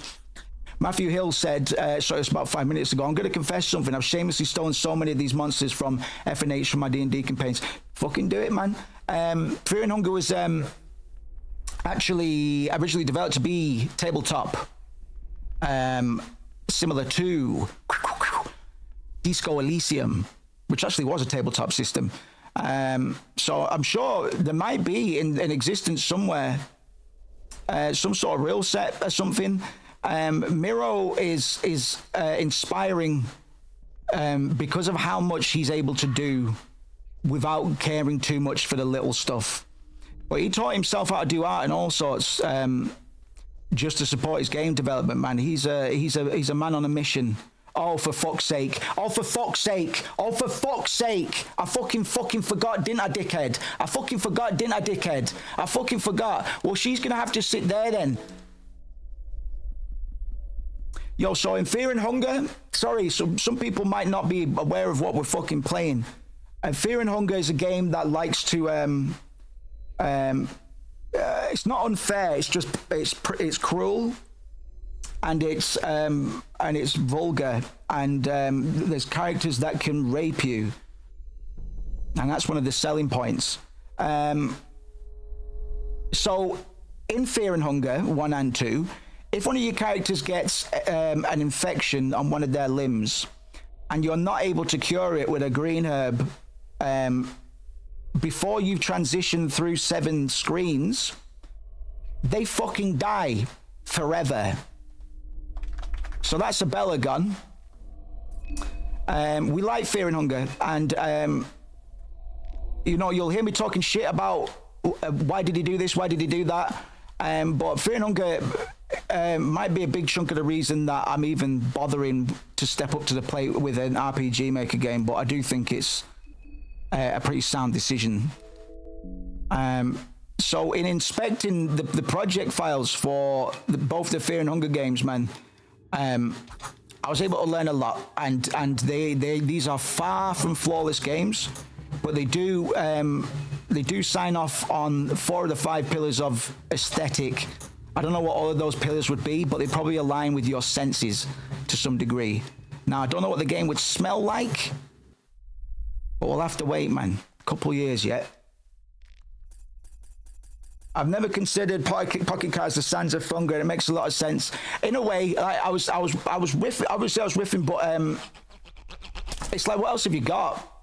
The reason I mention it is because Fear and Hunger does have iconic characters, but they're not breakout iconic. It's like, who's this cunt that I keep seeing everywhere type beat? But no, it's a phenomenon, right? If you've got a hardcore phenomenologist on it, it'll be interesting to see what they made of developing fandoms. Like, who's this fucking skeleton guy with the blue jacket I keep seeing everywhere? because that can only propagate if there's popularity going on. But what's the popularity caused by? Like, how do new people come in? I know this is what marketers do. I'm asking pretty open-ended, dumb questions, but it's interesting to consider the catalyst for a lot of people. Because I think about games that I play, I'm like, why the fuck did I get into that? Inazuma 11. Since we played it the other day, man, I fucking saw it. I said that might be all right, but that's a flyby. That's a flyby, man. But that rarely fucking happens. Normally these days, when you play something, it's because some other cunt told you to. And why did he tell people to? Because they have funny skeleton characters, man. Well, fuck you. I had a skeleton character in. It's all right. It's not the first one. It's the second one. And I'll tell you what his name is. His name is Frank. All right? His name is Frank, and he fucking sealed himself in a coffin for 2,000 years because he couldn't be asked. And then he comes back. The party finds him in an antique shop. And he goes, oh, fucking hell, how long's it been? And he goes, it's been 2,000 years, you're a skeleton cunt. He goes, oh, what? And he's called Frank, man, because... he's simple, man. Being frank. So I had a skeleton character. Can't prove that I had it before Sans. Sorry, I can't do that. I do have some art of him though. Would you like to see it? I have to change it now because well, it looks a bit too much like Sans and Papyrus, but it's from fucking years ago. This easily like 10 plus million years.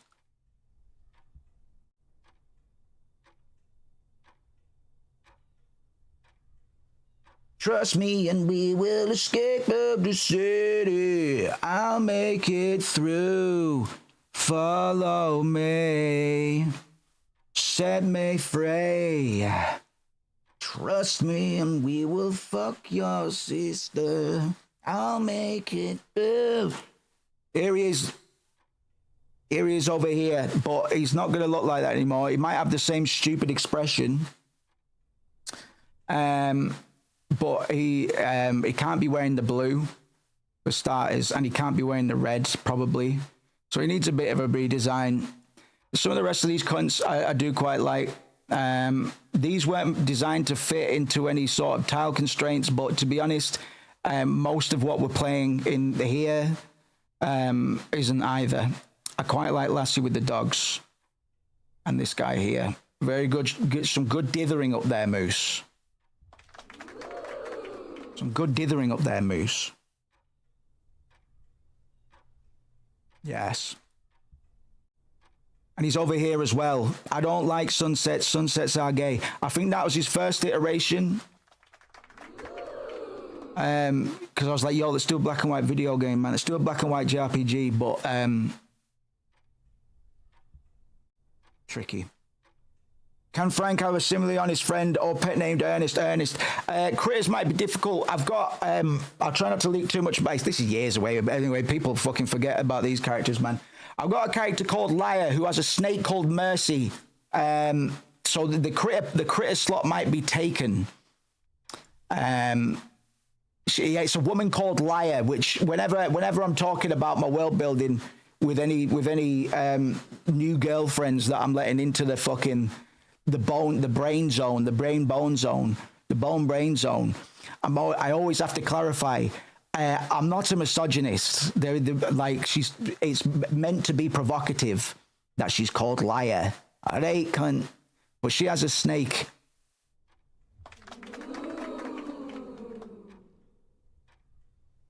But Frank's whole thing is Occam's razor. He hid himself away because he was put in charge of a bunch of shit and it got too complicated. So he said, "No, fuck this. I'm just gonna fuck off. I'm gonna fuck off and I'll come back in a bit and I'll see if anything's changed." But nothing's changed because history repeats itself, right? So everybody in the party will be overcomplicating shit, and Occam's razor is going to be He's a bonehead. Bonehead. Character name, Liar is fucking hilarious. One of my earliest characters as well, man. One of my earliest characters. But I was just stuck with the name, mate. I'll catch some flack for it. I don't care. I literally don't care. Literally don't care. Literally don't care. It's like me calling somebody a genital in friendly passing. Like, crumpet cunt, what's going on? Oh my God, you shouldn't call people genitals with this very sharp word, Moose. I'm only saying I'm strawmanning a little bit, but somebody did say Americans don't like it when you use that word. And that came from an English person.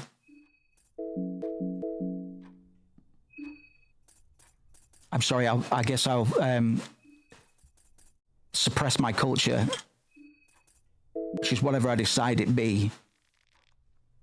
Get in a lot of trouble for your language. I swear like I fucking say that like all the time, man. I generally, when I have to be subtle and sly, like I'll use swear words when I really, really shouldn't, as like rapport building. It's like a bit shit this, innit? It's a bit fucking shit this. Just to humanize a little bit. I can stop myself if I need to. But I like swearing. I like stupid bad jokes. I like going caca, haha, shit, mead, poo poo. Tell you what we need to do. We need to do AI phone calls to celebrities and video game characters, right? We'll see. Jake's joining us on Friday, I think. So we'll do some on Friday with Jake to warm up. Cumtown will do that, man, but I still think Cumtown. I think edgy humor makes us more sensitive, not less. Not always. You know, I don't believe you should be able to say anything with impunity all the time. But if it's really funny, you know, there's some oh shit. There's some comedians that think they're fucking actual martyrs for freedom of speech, man. You know Jerry Seinfeld? I don't know if you've heard of him. He's a pretty shitty comedian. He's even got on the anti-woke bus, and Seinfeld has had the clean. That was his thing. Is that Seinfeld had the clean act for like 40 fucking years. And even Seinfeld's been on Twitter going, these anti-woke people are driving me crazy. It's like, well, you don't. They're not out for you, cunt. You're just a shitty comedian that's aged like milk. So the comedy in particular is a battlefield for this shit. And the purity of Cumtown was, it understood. It's like some of my other favorite audio experience. Like I only plays, man. They're constantly making silly, edgy jokes, man. But it's the absurdity of the suggestion that's half the joke, right? It's not even. Oh my God, are you talking about eating poo? You're talking about having sex with feces. That's actually disgusting. How could anyone ever find that funny? Because you don't find it funny. You know, I could sing to myself all day about taking shits and then licking across the shit like I'm sealing an envelope, and then wedging shit and seeing how many turds I can carry whilst tucked under armpits and leg folds. I could fucking sing songs about that all day, man. I save you cunts the fucking insanity, man, but I will literally piss myself laughing at about 3 a.m, just coming up with some mad expression that I shouldn't be saying. It's hard to come up with one on the spot, man. Woo woo, shitty on my foo-foo.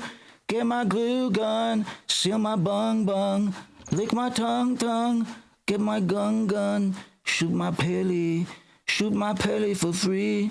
My pelly is my belly and my belly is Steve. You love the creepy horror melody. This game goes out the windows. You peppered evil. Yeah, man. Firearms, man. It's a pretty crazed addition.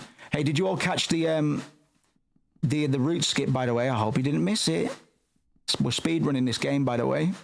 You might have noticed, by the way, we've gotten half an hour into the game after 3.5 hours of playing it. We were watching, to be fair, we were watching a 20-minute clip of David Lynch for 3 hours. Book of Enlightenment, give me my skeleton key. Yeah. What fucking, what Johnny Bibles have I got? You need to read your Johnny Bible. Well, got off. Never heard of him. Never heard of him. Is he like Jesus? No, Mum, that's all me.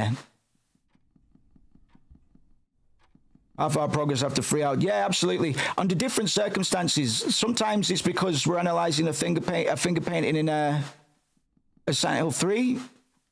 Other times it's because I need to tell you the time that the Phantom Menace tore the community apart, man. People need to know these things. Cautionary tales, all of them.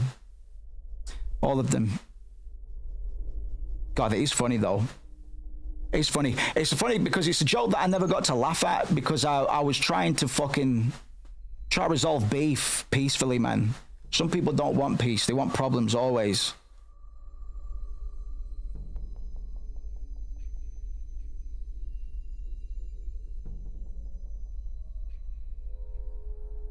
I don't want peace. I want problems always. I don't want peace. I want problems always. Was that from the can't remember where it was, man, but it's like a Mortal Kombat movie. Was it Nigerian Mortal Kombat? Yeah, man.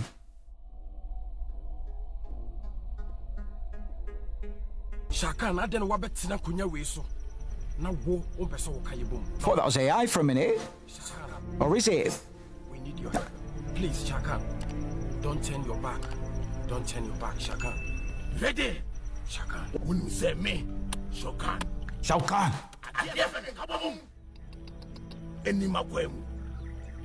Ready? I don't want peace. I want problems always. Raiden, I don't want peace. I want problems always. Sound of tin. Sound of Coke can, aluminum. Sorry, aluminum. Raiden, I don't want peace. I want problems always.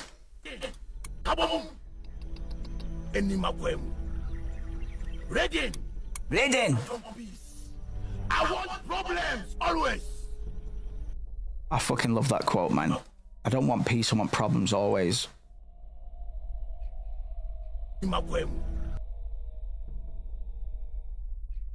It's a fucking great quote. I don't want peace. I want problems always.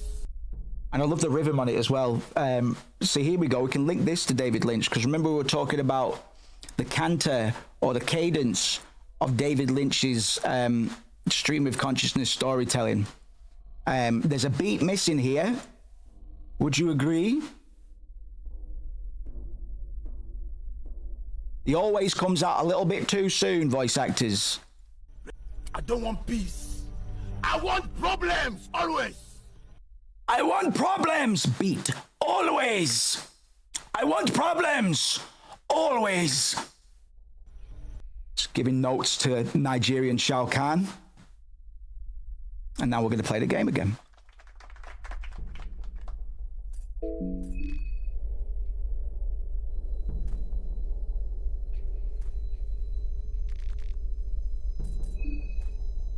Crumpet, are you there?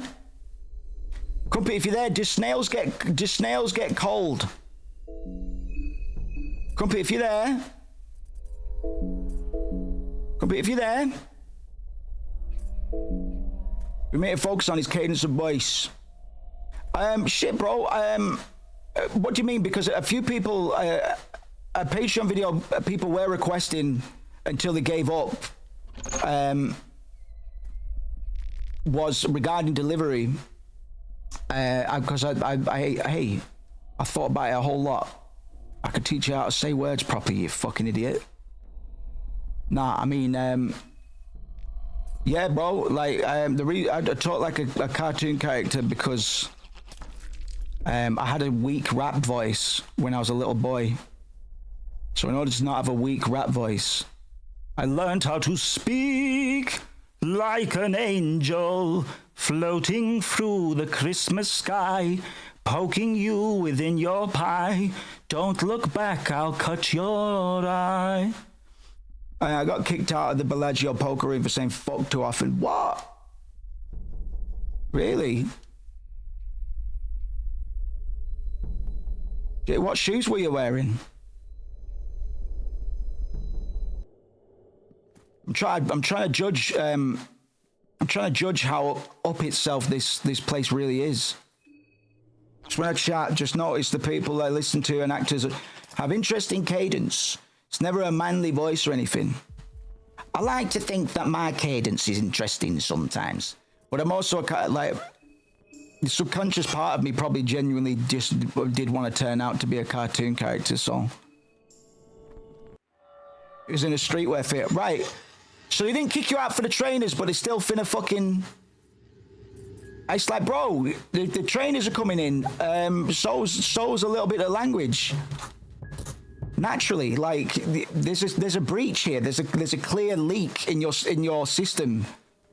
I just detected it, and I've never been anywhere near the Bellagio, man. I am looking for a job at the moment, by the way. Part-time. So we are gambling and drinking, talking shit. Yeah. But if you're talking mad shit, like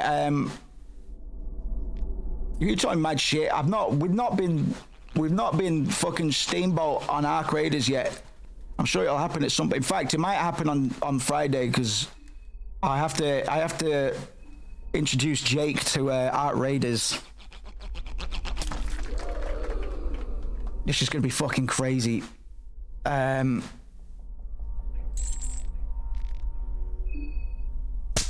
Got to see your sin thrown out for swearing. Yeah, man. Yeah. Well, I know. I'll keep on. See, this is what I just want to talk about the story that I've developed. But really, I need to cycle my brain into the story we will be developing before your very eyes. I've got a few themes. I'll talk to patrons about the themes tomorrow, but you can probably assume some of the stuff that's going to be in there. Landed it exactly. Yeah, no, that is fucking shocking. I think swearing can be quite eloquent, man. And I think I think just outright removing somebody for a simple curse word is the work of Philistines. Absolute Philistines. Like, it doesn't. Think about it, man. Think about that Stephen Fry quote.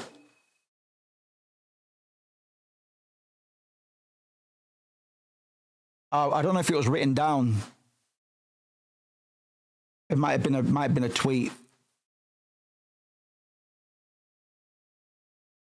If an alien was looking down on us and inspecting our language, they would see that the worst thing we do on this planet.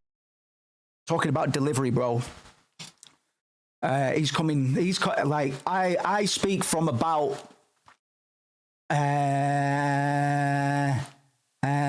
what's that? Your clavicle? What's that? At the root of my throat. But Stephen, he's coming from. He's got it down. He's got it lower, bro. I can't get that low. When I think when people say this might be a really autistic moment that I'm having, diaphragm, yeah. But it really do be lower, I feel. So sorry, I should have. Yeah, diaphragm is where I typically, because I used to be more in my head. When you listen to a lot of my early stuff, I'd be speaking more from the top of the throat or something like that. It's sick, but don't get it twisted. It's his kid, but don't take the biscuit. But obviously, my balls dropping would have helped some. Smoking a lot of weed, taking a lot of drugs, not sleeping too much.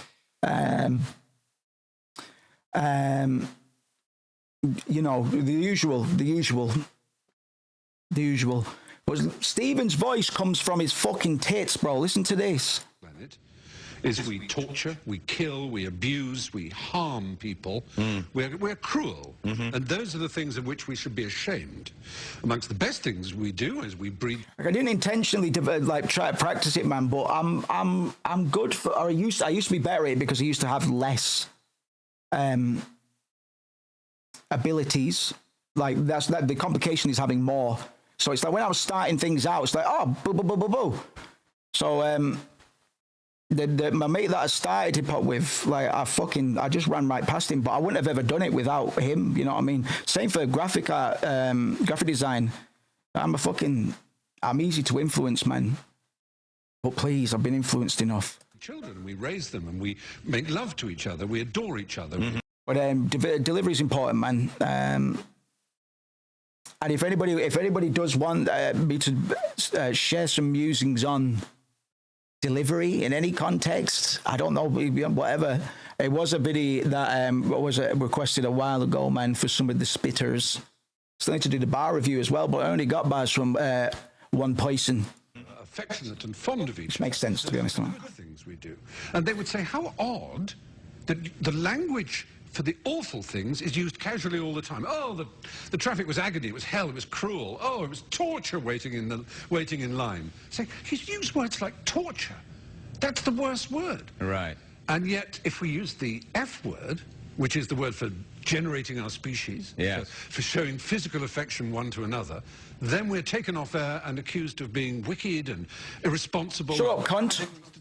Now, we're part of this culture, so we often don't question it. But if you think of someone from outside it, it is very strange. We are very weird indeed. We are so it is entirely true. It's quite eloquent. Hey, I'm going to move on from this point very quickly, but I don't know if anybody caught wind of. Well, you know, it's unarrestable. It's actually terrorism in my country, my beautiful country. If you say genocide is bad, but there's been a lot of clips where people say the opposite. They go up to the police and they say, "Hello, I really support genocide," and they don't get arrested.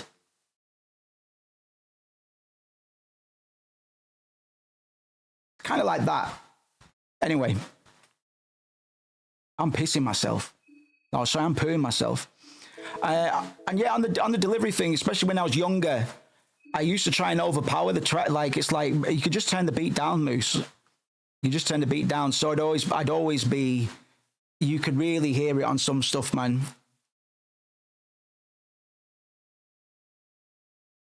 Well, Metal Cake. Moose Fingers.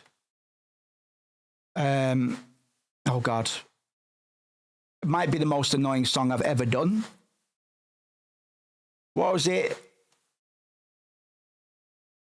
But it's particularly bad on this because it's a goddamn MF Doom track, and MF Doom, he doesn't go much higher than this because I'm breaking it down and I'm taking a whiz, huh? There they go, the clown and the two thugs. Oh, well, I've been flagged already. Around some bad bones, bro. I should have followed that up. It's not too late.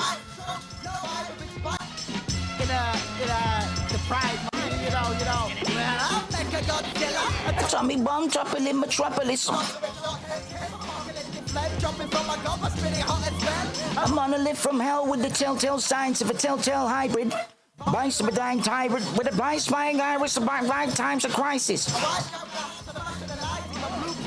why was my attire with precise timing? I'm spliced from a choir of expired scientists who remind my empire of acquired alliances through collaborations of leading designers and divine clients with a desire to switch fires to mist with a dynamic hammer cannon strapped to my shoulder. Remote control, stolen troll, pack at the chrome or no latch with most with big black boulders. Better think pretty quick to fix that commotion. Cause I'm rolling, combing oceans through my motions. Loking out of control, so broken. My atrocious notions, let's go. Do-si-do and all that, bitch. What the heck stand all that whack cabbage? Whoa, fucking see that's it. Pure honky voice. Came out like a fucking machine gun there, man. But again, this is all throat. It's like I don't know what people really thought when I came back, because Bootcamp was for the first one I did when I came back, and it's arguably one of my heavier songs, but it's also the most chill people that fucking heard me, so don't know. Do-si-do and all that.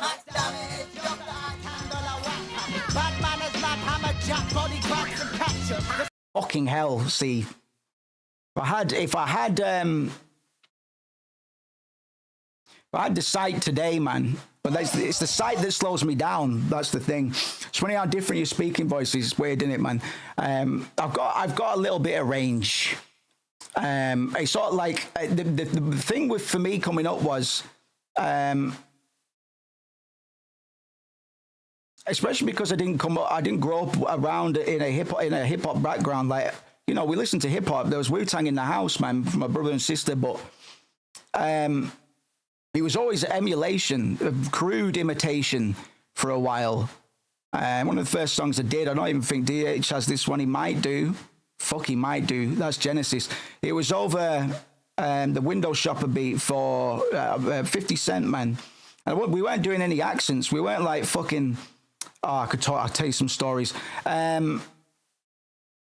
It was always cultural or identity sort of issues to begin with, man. Because I'd listened to it, I much preferred American hip hop. I did get along with UK hip hop for a bit, but it didn't stick, man. I think Americans are better at it. I think Americans are better entertainers most of the time, to be honest. So it was always a case of keeping an eye on my vernacular, which I certainly didn't do immediately. I have used the word wigger before. Not proud of it. It's in the archive. We'll get it out when I'm drunk one day. But yeah, it's fortunate that I've got some sort of voice now. And it's an amalgam, man. Like I say, it's hard to fucking place me. People think I'm Scottish. People think I'm Irish. People think I'm Australian. I'm a mad mix. I don't try to put, I don't put on a voice. I know some cunts that do. I knew some cunts that spoke like, just one cunt actually, spoke like he was from fucking Hackney, but he moved up here when he was 2. You know, it's a weird one though. It's a weird one. I'm quite grateful. I've got a little bit of something to my voice, man. It's one of my characteristics. It's one of my traits, man. I'll never forget. I was freestyling outside Pro P's birthday, man. Golden Egg, Manchester, and the Northern Structure Boys, Evil Eyes, and Disciple, Spider Jeru, fucking No Face, and Evil Eyes comes round, man. Great lads, all from some of my mentors in the scene, man. It's like, I'll always remember that voice. It's good times, man. An American thought you were an Aussie guarantee. I wonder if it is some sort of, because I don't. This is really weird. I don't identify myself as a UK artist. I tried to transcend that shit, man, and I guess that's what we should all be doing anyway. But I just fly in the face of UK hip hop, man. To be honest, I took what I needed from it and I moved on, and I don't think it really got any better myself. I always get told to listen to Central C and stuff like that, man. I don't fucking care. Same cunts that will say like Drake's got a few good songs. I don't care, and he's a pedo anyway. Don't care, man. Don't care. You need to have a few more than a couple good songs, man. I need to know that you've got it, because there's a lot of quote unquote artists that are just product. They are. I know it's oh wow, so woke moose, but they don't write the songs, they don't produce the beats, they show up, they throw up, and they get out, man. You aren't really participating. Yeah, man. Yeah. I suppose so. I was very briefly on a UK label, I've got no beef with them, but they do owe me money.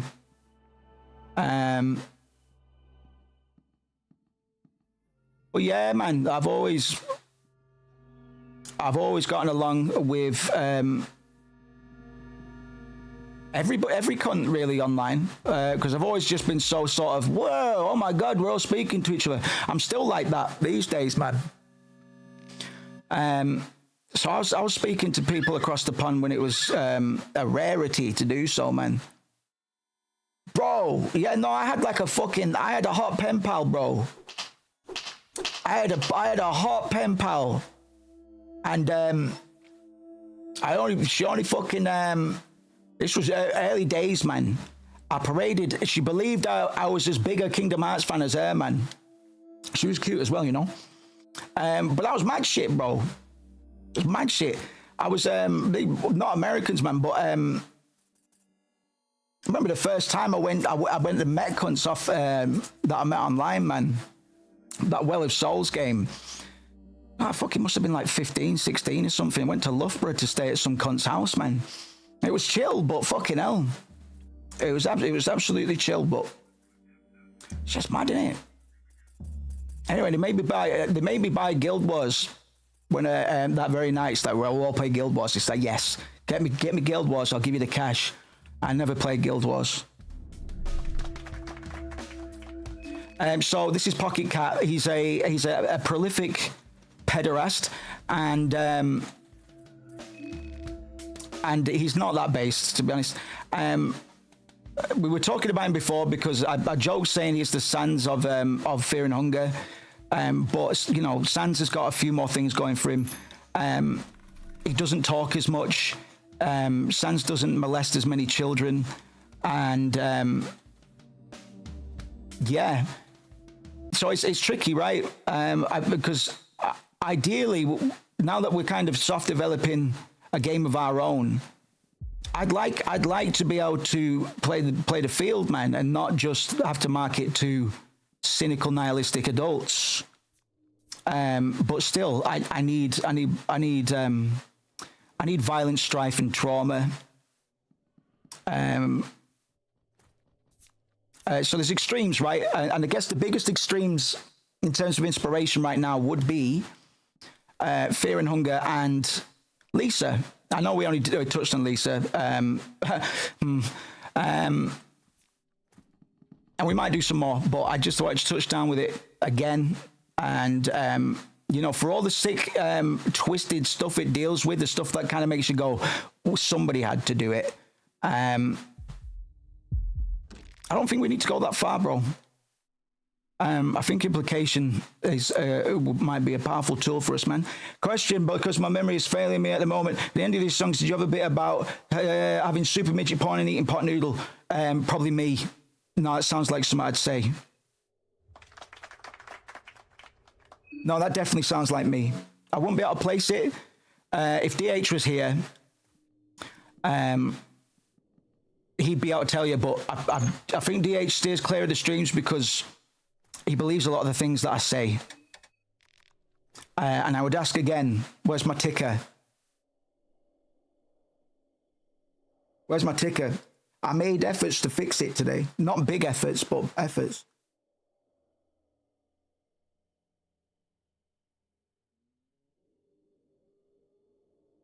We are live on both YouTube, but shh, no, we're not. Shh. Okay, the ticker's here.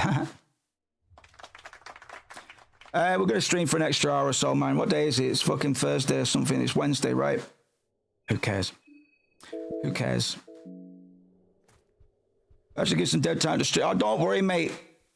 Stay busy, mate, because I'm so horribly broke at the moment. Like it almost contributed to my depression, but I try not to. Hey, if you've got good work, bro, can't complain, right? But I understand because and I'll be upfront, man. I'll always answer any questions about my situation or anything like that, man. I'm looking for part-time, not full-time at the moment, but I need something. Because I'm as silly as I might be, I believe in myself, and I believe in us. Even though I know I'm temperamental, I believe that me trying to corner this stuff isn't the stupidest idea in the world, even if it might mean I'm not getting my old wage. But I'm finding part-time work harder to get them fucking... Please run. Oh my God. I haven't saved, Daniel. Daniel, I haven't saved.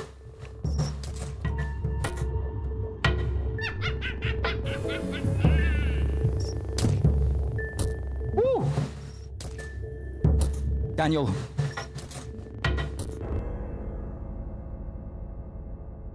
Fiverr, yeah, to be fair, because I don't have my clients are washed up, man. For a while I was just riding the coattails of old associates and whatnot. Then I just fell out of fucking rhythm. It fucking happens. It fucking happens. But that's a good shout, man. I need to do a voice reel, brother, and just stick that into the ether. I could do adverts about yogurts and that. Yorkshire yogurts, they're fucking delicious. Pick up your yogurt and give it a proper rocket. Shove your ass up to 10. Muller Light. You'll find it delicious. Go down to the shops today. Right, we got killed. I didn't save because I was ranting and raving. I'd play the fucking DD clip, man, but I get flagged by Limmy so fucking quickly.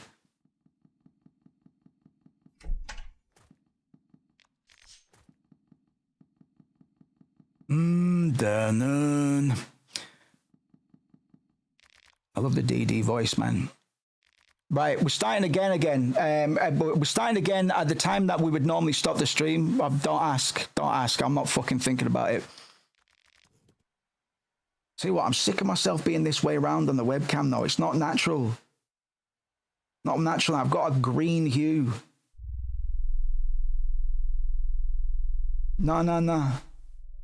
Shot to the heart because you're gay. You give love a slur name. Fucking spin the cami, you bat. Shot to the cock. And you, man, let's do something else for the last hour, man. I fucked it. I can't believe I fucked it.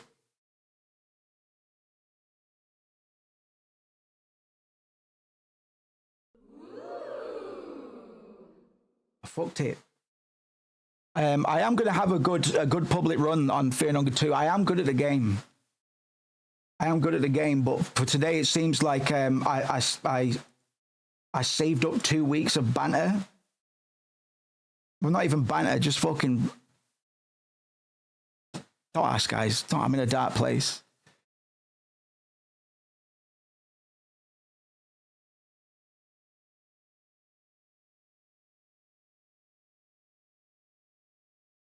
The other one. Honestly, being a bang street, thank you very much, man. Yes. We like a rant around here, man, and I haven't been fucking feeling like it last couple of weeks. How big is your fucking game, cunt?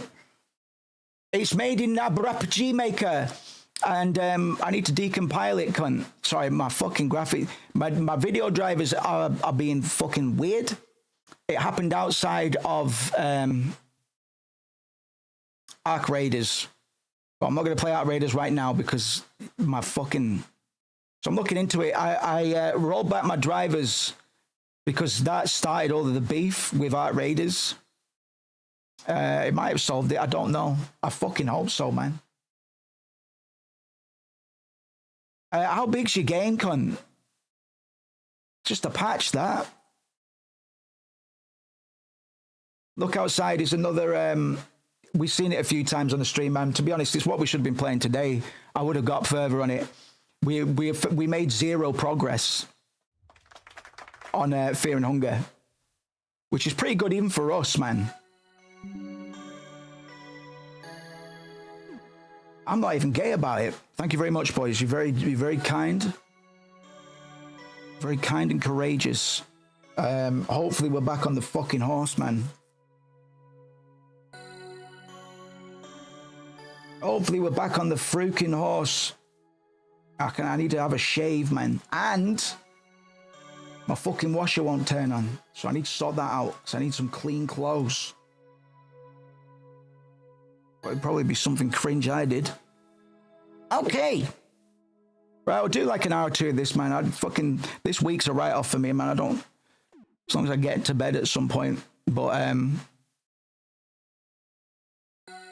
yeah, sleep's been wild this year, brother. I'm surprised I didn't get ill sooner. I'm really quite surprised. Why are you starting again, Moose? Because it's based. This is an example of yeah, we'll talk about it. RPG Maker game. A lot of stuff that we like. Survival horror. Time limits. Tons of recruitable characters. RPG Maker. There's a ton that we like about this game, man, and we've not given it enough time, so I don't know what the fuck we're playing tomorrow. Might be this, man.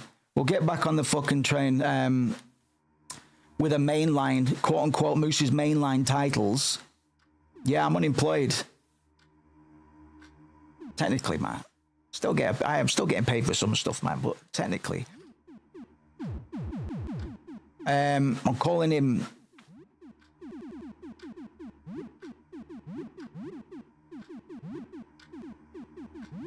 AGDQ, man. We got a fucking $10,000 donation. We changed Tifa's name to Lemsford.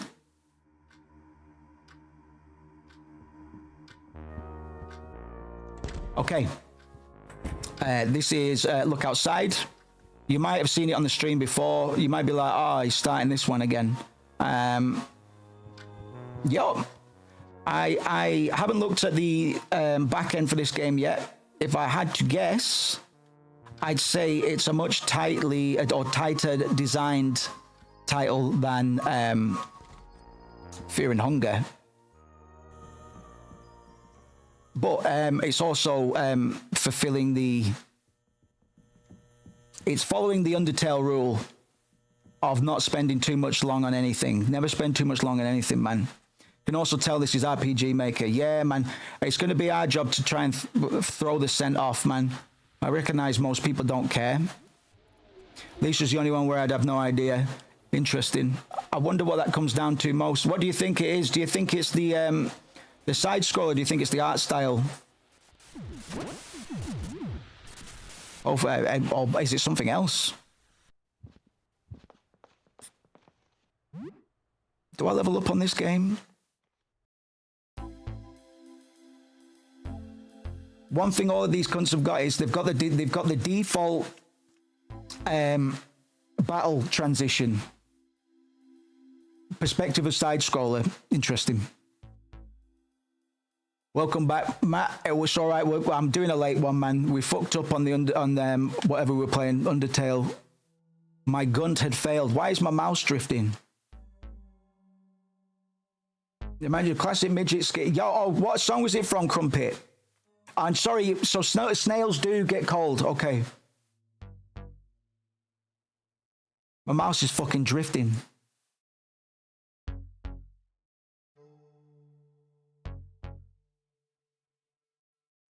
All these JRPG makers, almost without fail, use the same fucking combat transition. So this is one place we get them.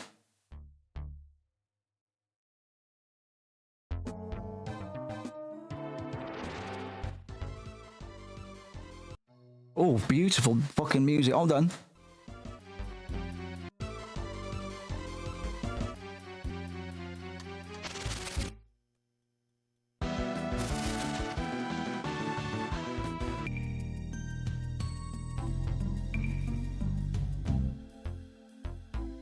Any Breath of Fire fans here, man? Capcom. It's one of the best looking sprites in the game.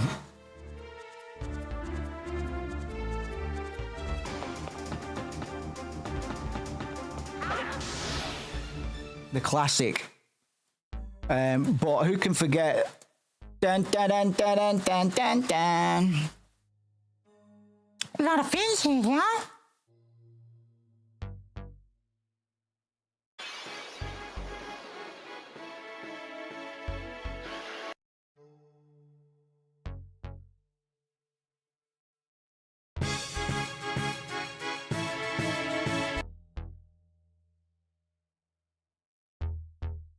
Yeah, man. We're sampling a new Imatsu song this week. Not a Final Fantasy one, though. We did do the Turks.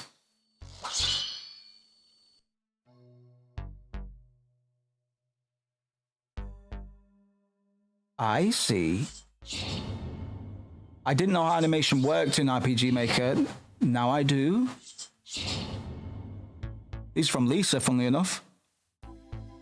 Now that's a very creative use of default and custom animations. Fascinating. No, really, I mean it.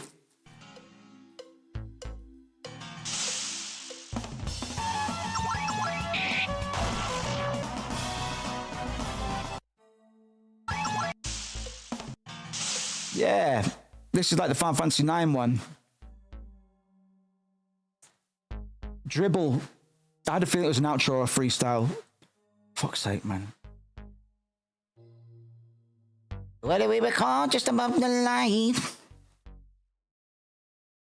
Yeah, by one of my big rules, one of Moose's rules of rapping, like number 5 is don't let the artist just talk, because rappers have nothing cool to say.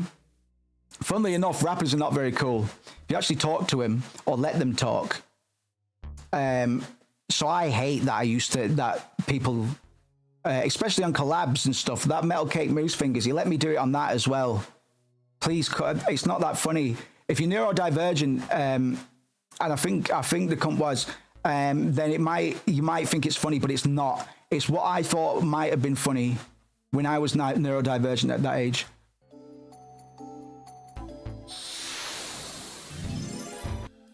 So we need to get cool transitions. Cool transitions. Write that down. Stay away.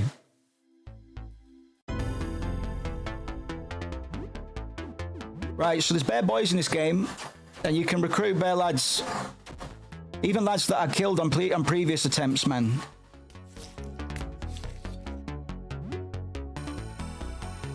Rappers really aren't that cool, honestly.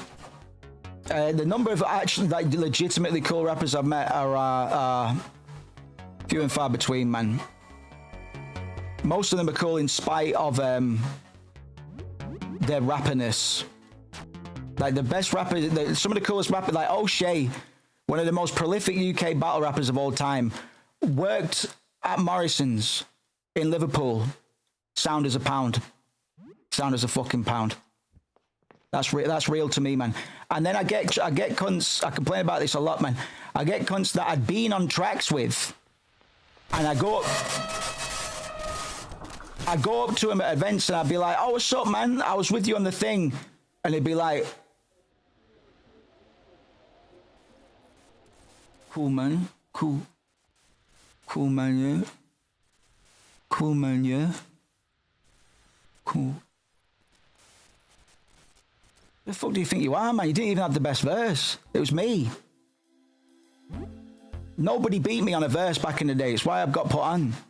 People were too scared to put me in first or second, though. Bottom of the credits, collected with a head of cess and selected medicines. No more. No more. Pushes you to the side. No more pushes you into big shopping propeller blade. Sorry, man. Yeah, I stubbed my toe when I was uploading the older stuff, and I basically just said, fuck it. Until I work out who's selling nukes to so-and-so. But I will get them back up. You like Dribble? Can't even remember it, man. Do you like the chip tune one? But boss. But you Mickey Mouse, make it the boss. Something like that. No, that was 8-Bit Freestyle, man. On SoundCloud. And that's a very fucking annoying song. Very fucking annoying. SoundCloud. Very fucking annoying. I used to be peak annoying, man. Like, I'm still annoying, but honestly, don't ever think I'm not grateful for you being here. Dipping a picket fence to the dripping in gold. 8-bit, fucking coursework, hiatus. Who cares? Swag, swag, swag, YOLO.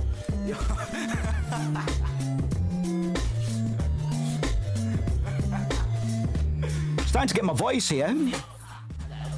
Yeah, my life be like my high guy. Why try standing in the mirror, tripping in oblivious pause? Think I'll deliver miracles. I just give you the force. They're still oblivious. Hey, the mix is all right.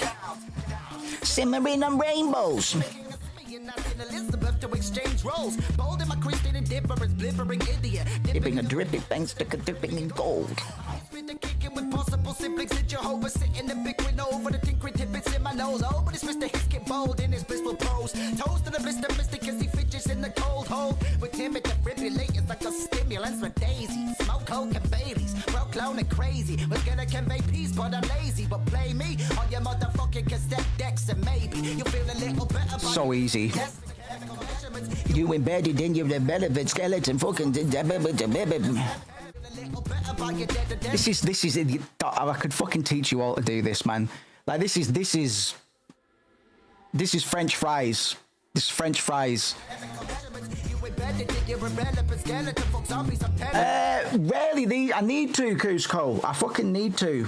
I disassociate from myself, you know. It's a very good question because no, not enough. I generally get most romantic about myself when I'm drunk and on stream, and I can grandstand a bit. So we're drinking on Friday, I believe. It'd be good for me. It's good for me to revel and connect with that part of myself. The older part, man, because you know. With a fucking bourbon biscuit, I don't know. That's random. That's random AF, bro. Hey, that's random AF, bro. Very funny, man. Very, very funny. Hey, I don't know if you lot have heard this.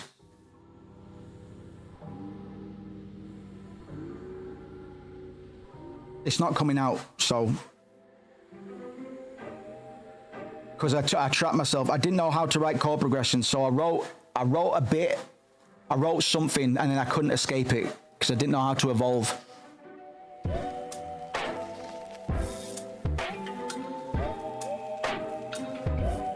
If you want the chords, I'll put it in I'll get my next MIDI pack going soon. Look, they say the world is ending, I don't really mind. Made it vague with my intentions, I ain't got a spine. Stay and pray, you just pretended it's not feeding right.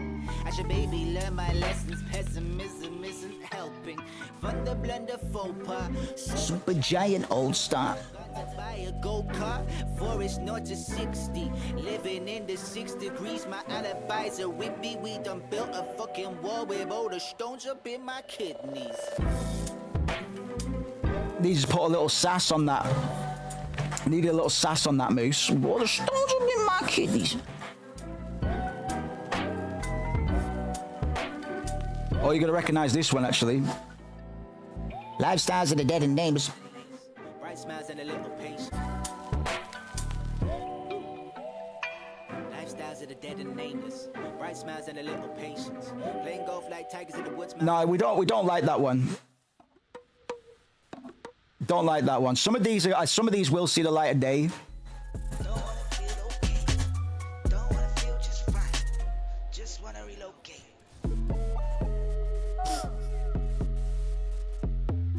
Sorry, I forgot half the shit I put on here, man. Only 5 years ago. That was probably Bouquet. That was probably around Bouquet. Fucking hell, Moose.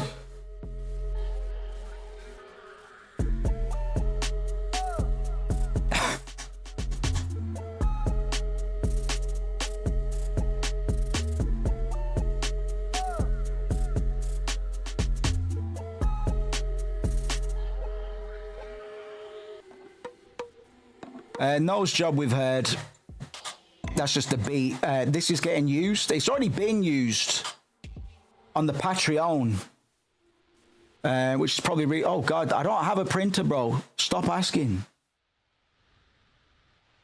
Nose job is a good one. And I shit you not, it's made two girls go, what? I've had two girls think I've been talking about their nose with the name of that beat. They've just seen it in passing. Why is it called Nose Job? I don't fucking know. I don't fucking know. Hey, if you wanted to email me, by the way, it's fine. I know all your names, man.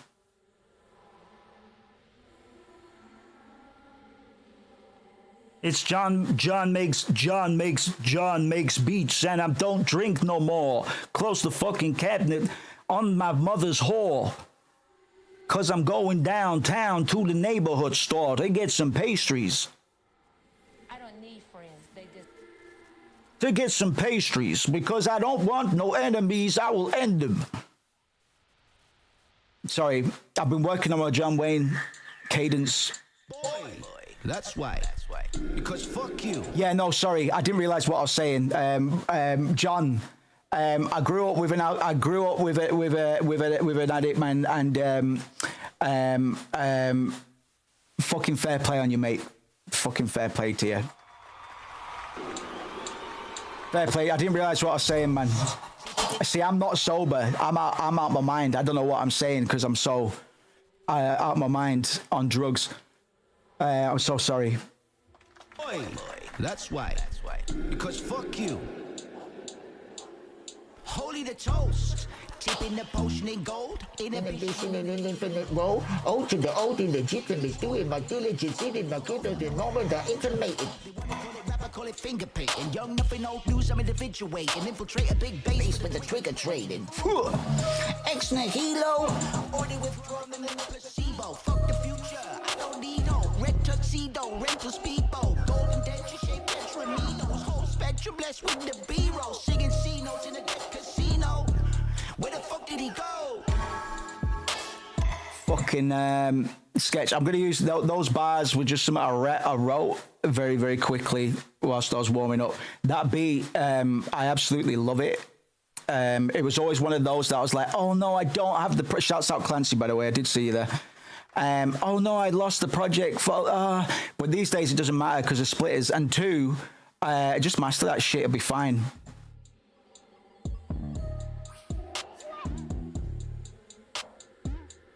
I think this is a good meme beat. Like a real Gucci gang, you know.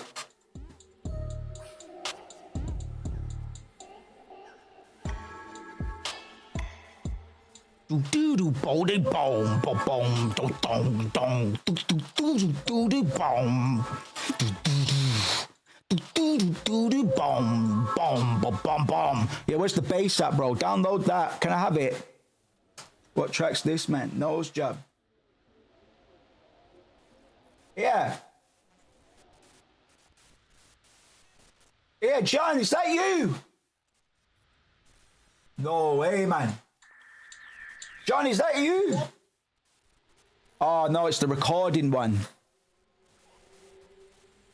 What do you want, man? Fuck my cock. You don't get to fuck me, you must fuck my cock. My mouse is drifting because of that silly computer game. Ex nihilo. Or they withdraw from the next perceived. Oh, if anybody missed our reading of my David Lynch and Ellen DeGeneres bit that I wrote a couple of years ago, too bad. I'm sure we'll do it again at some point. Sorry, I do have something planned. It's called Open That and Close the Game. Bringing it back to dribble, you are like yelling the whole song, and there's some rasp to it, and the lyrics are a bit nonsensical, but it feels very genuine. Well, if nothing else, what my heart and my sleeve, man. homie cultist Miles. His favorite song is of mine is "Monster in the Middle" because he's a miserable cunt. Fucking like. It's difficult. It's difficult, man. Because I used to be very reactive, which I'm trying to relearn. Trust me.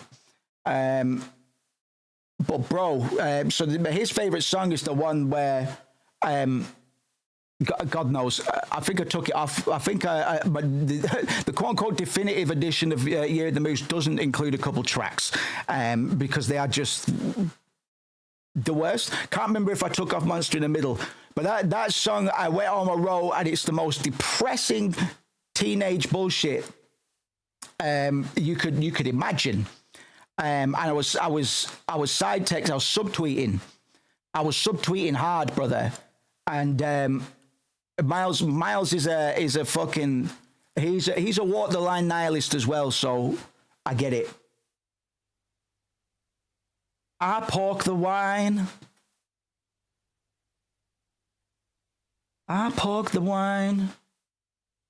Dribble, yeah. Actually, that's what I was gonna do. Sorry, I'm fucking stupid, boy. Cake Tater, his kit.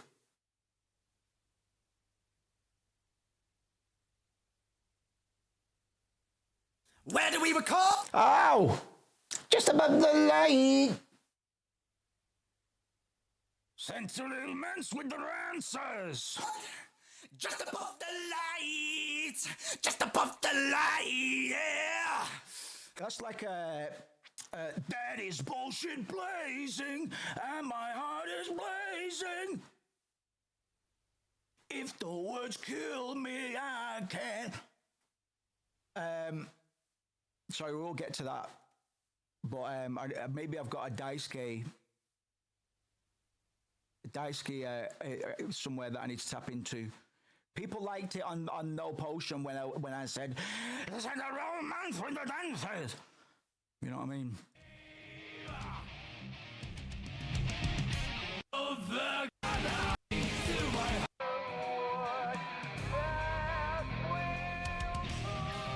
That is bullshit blazing. My heart is blazing. If the word kill me, I don't need a new world order. You. We already know the smell of the game.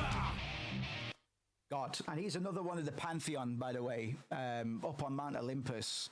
Kojima, Toby Fox, Miro, Daisuke, issue with that. And I've still not released a song with my Daisuke bar. Keep the gear guilty like Daisuke.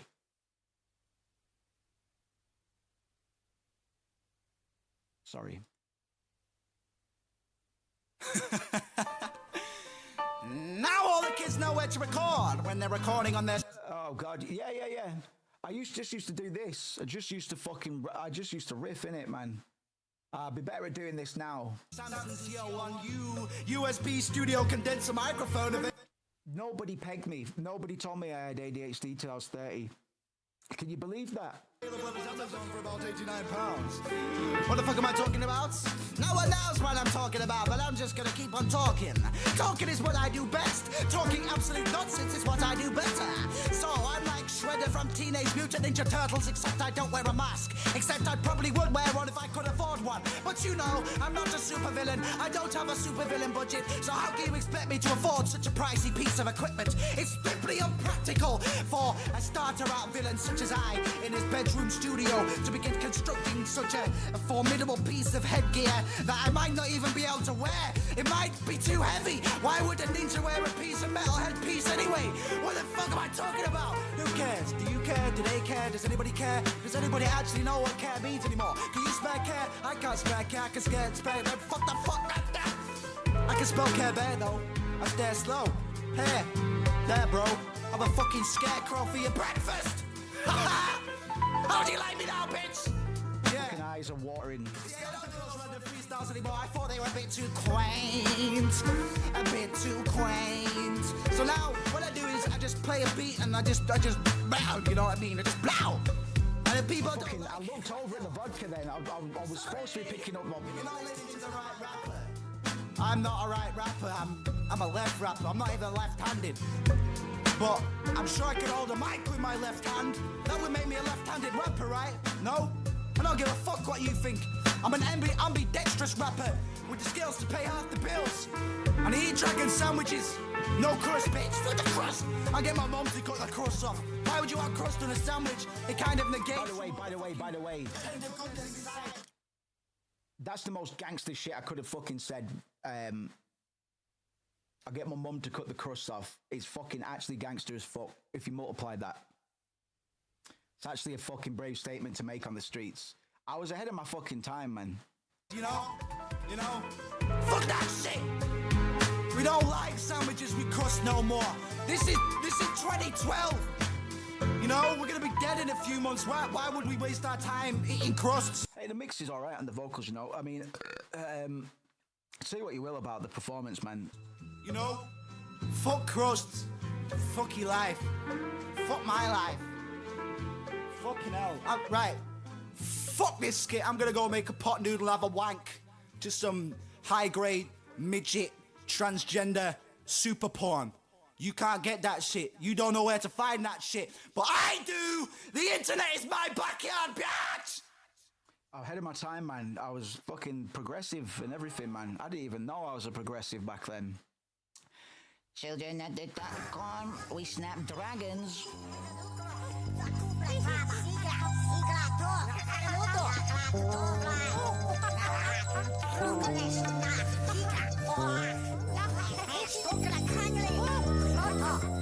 Sarah from the north, we snap dragons.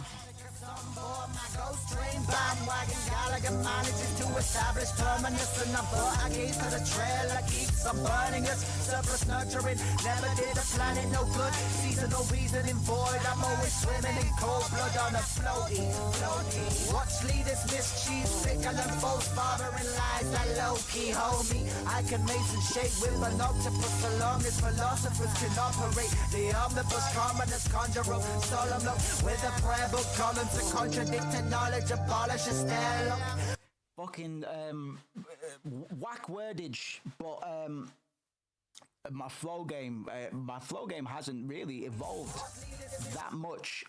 Just my word choice. I put more time and focus into word choice than anything else these days, man. The fucking rhyming bit's easy. I could teach anybody how to do it. I don't know how. Knowing a lot of words helps, but yeah, man, I'm happy with a lot of my flow back on this stuff, man. It's been a long time since I've listened to any of this shit. I'm happy with some of this. The flow's all right, tone's all right for the beat. You know, we got this. Yeah, man, present for this one. Swimming in cold blood on a floaty. Watch leaders mischief, and some loose footwork here, man, which I do a lot of on my new shit. To be fair, man, watch leaders mischiefs. Fucking, it's like if I didn't mention that it didn't really have anything, it might sound somewhat intelligent, man. But this is where David Lynch gets one up over me, because if fuck knows what, who knows. Yeah, one of my good friends just said years ago, man, you make fucking hip hop for artists, man, and I've never heard anything so true in my life. I needed that. With a prayer book column to contradicting knowledge abolishes the grass is always. I really had it out for the well, I didn't really. I remember getting told by one of my mates, like I said, when I say my mates, I mean my homies, the ones that I just smoked weed with. We came from a clash of different social groups and united under the banner of cannabis when we were 16 years old, man. And we're good boys. But not like I say, I didn't grow up in a creative environment. It was just me, and you know, my mates would be like, oh yeah, but it wasn't necessarily their shit. You know what I mean? Some of them might have bumped it more than others, but I also never expected him to be. I also even before it was confirmed that we were just making rap for artists. Congratulations, you got a son. Yeah, well, I guess I kind of always felt it. And then flash forward 2025, and I'm listening to like fucking Metal Cake Moose Fingers, man. It's like, dude, you fucking definitely somewhere on the spectrum, mate. And I love you to death, man. I love you to death.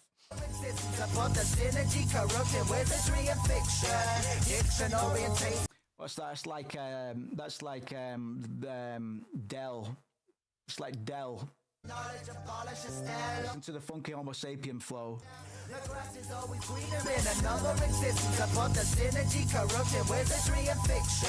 Diction orientates the brainwaves of our job, but I find that I can breathe even without a mouth. Sleep, motherfucker, sleep. I'm wild, venomous, vicious, so don't you dare approach me. It's envious, I'm aware it broke me. Past the astronomical pocket full, thinking I'm in with different subjective motives, quota effect, I've lost it. Some say I've tossed it aside and picked up something safe. My time lapses a line, my mind's in the greater. Treading misled in the multiple transitions. Why don't you open your eyes, your ears, give it a listen. I bust visit, cause I'm gripping a mic, a lightweight slipping. It takes one hit and I'm high, some say I drift when I drive. Into a state of relief, falling asleep, waking up to the hot sun in the street, where most of the meat creep. Man, right, okay. Collaborations back in the day just used to be, right, we'll both do a verse. Collaboration's very different to me now. So Skits is another winner of the Songs of the Summon. So there's actually 3 Songs of the Summon winners on this project.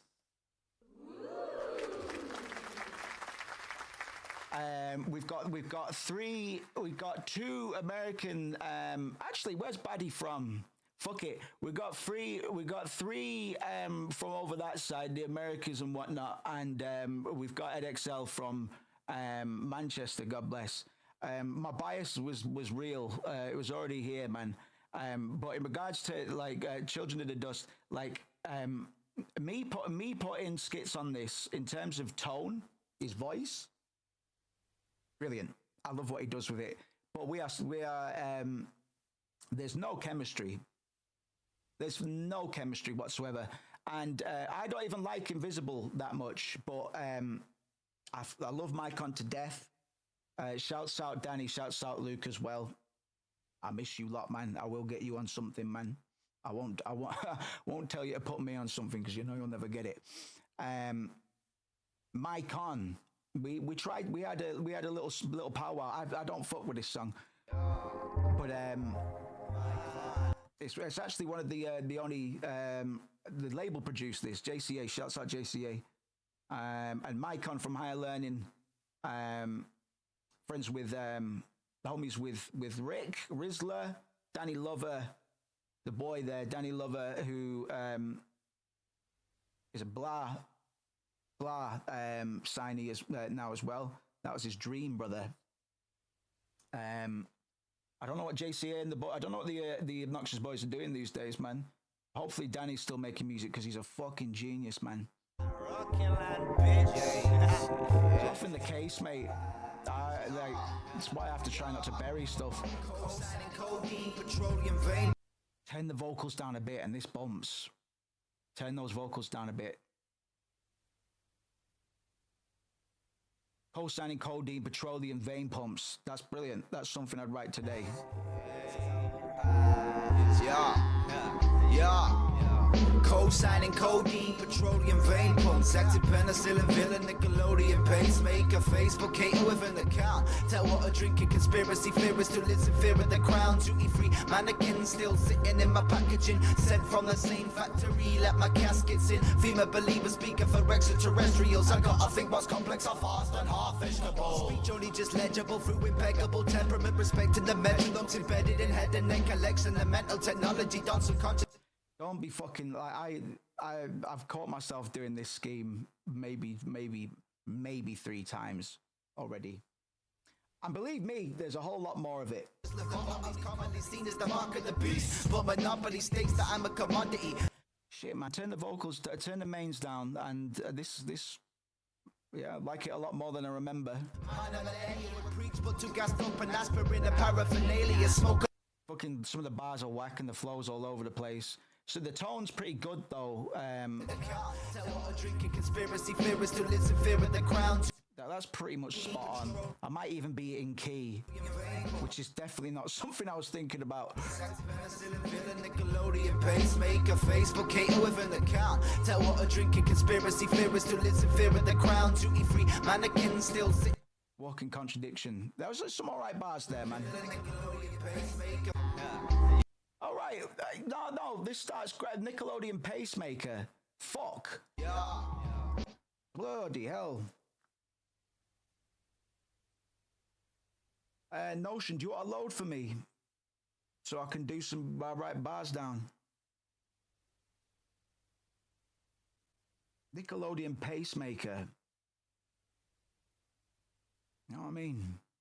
Co-signing codeine, petroleum vein pumps, active penicillin, villain, Nickelodeon pacemaker, Facebook hater with an account.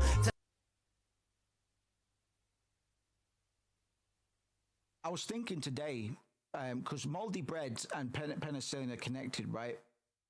On Fear and Hunger 2, and we will run this up properly at some point, I swear that the last time we were running it, and I was really, really good at it, we discovered an exploit with the moldy bread.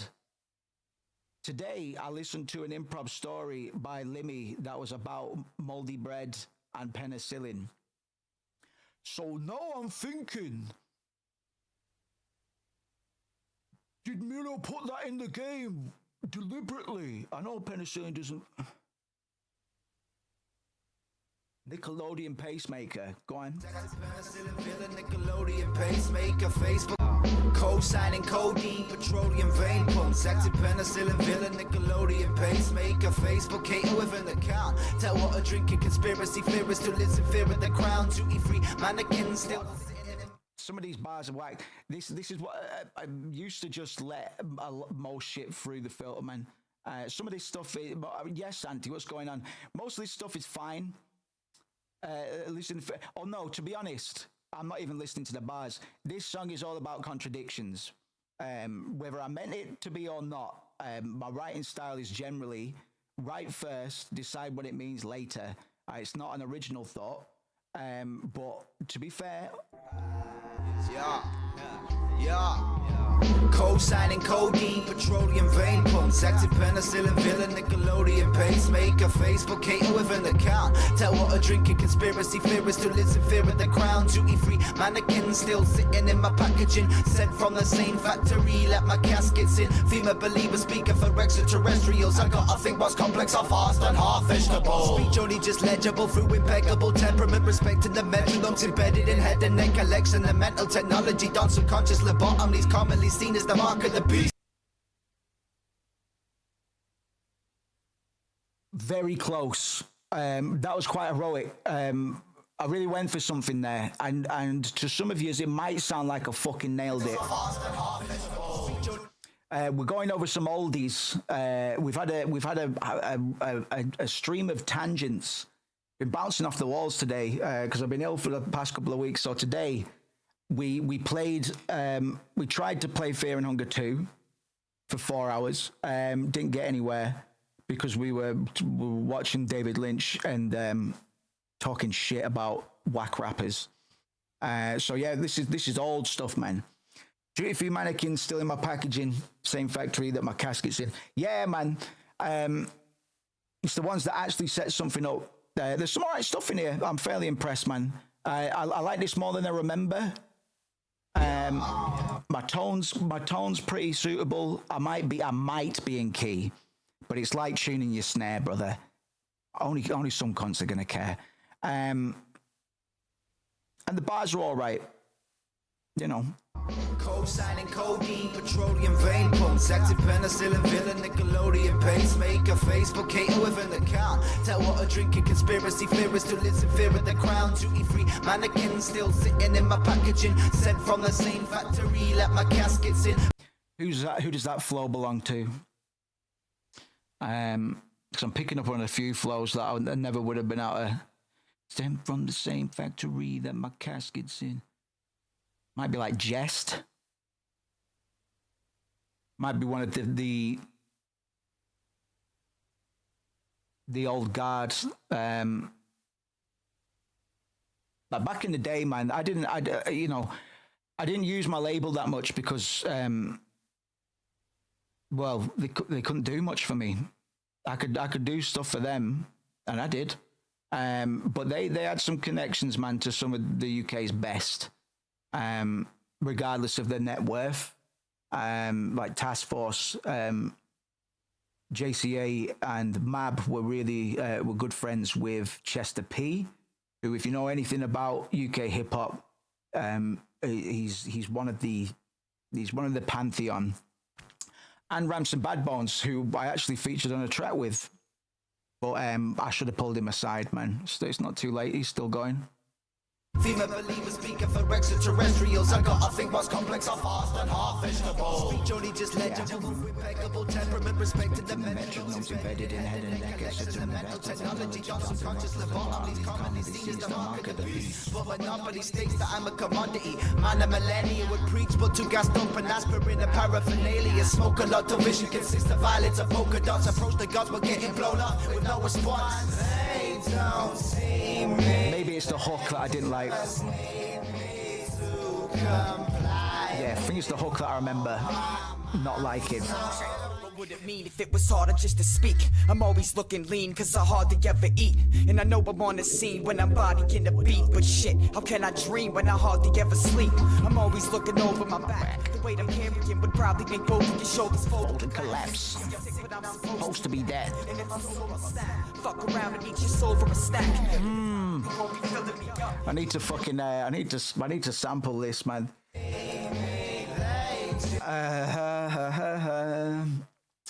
Yeah, the hook sucks, bro. That's what I remember. That's why I remember not liking it. Fucking sucks. I've never been good at hooks. Never been good at hooks. So I just didn't do them for the most part. Did Facelift have one? Yeah, everybody. Just need me to comply with all my mind stuff. Check. What would it mean if it was harder just to speak? I'm always looking lean cause I hardly ever eat. And I know I'm on the scene when I'm bodying the beat. But shit, how can I dream when I hardly ever sleep? I'm always looking over my back. The weight I'm carrying probably make both of your shoulders fold and collapse. I'm supposed to be that. And then I'm solo, I'll snap. Fuck around and eat your soul for a snack. But it probably won't be filling me up. Yeah, I was obsessed with the omnibus, bro. And still in the fight. It's like I'm only working hard when I'm drilling a slut. If I'm abusing alcohol, it's cause I'm spilling my cup. I chill in the cut, waiting like my life going. Oh, my con. Whoa, it's steady show like fight off. But if you fight con, yo, we'll let the right bomb go. You'll learn the ways of hand and feet, no taekwondo. They don't see. Fucking hell. Oh my god. Oh my god. Someone in the game? Well, I don't like my mind. All the pawns in the game? Well, I don't like that. Take more than a queen to try and fight. Classic summer school. I'm on the right track. The dog fed by my hand, but still fight back. Until I hit him with a spike back. Like try to bite that, you little motherfucker. Yeah, you like that? These people wanna fight stats. No. I don't think Mycon's rapping anymore, and it's actually making me really sad because do you know who this sounds like? I've already been flagged, bro. I have to make my point. I have to make my point now.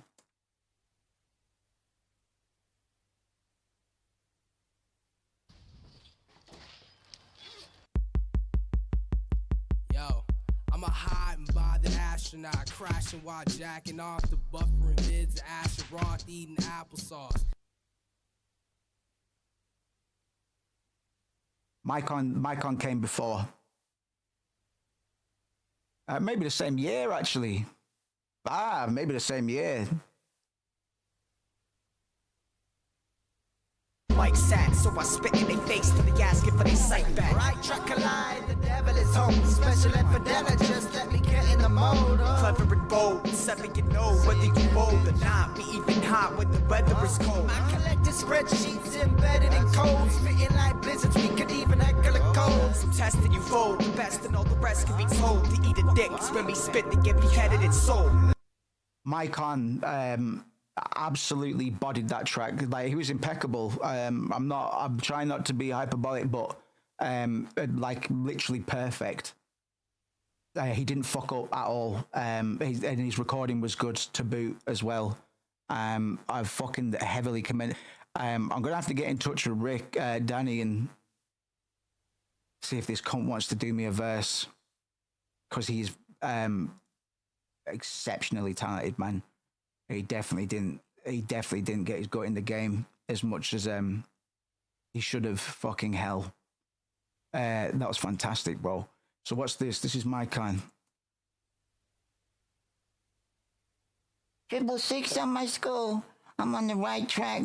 I'm a hot and bothered astronaut, jacking off whilst watching buffering vids of Asherothi and applesauce. Fucking hell, mate. Listen, he was 16. I'm a hot and bothered astronaut, crashing whilst jacking off to buffering vids of Asherothi in applesauce. Or eating applesauce.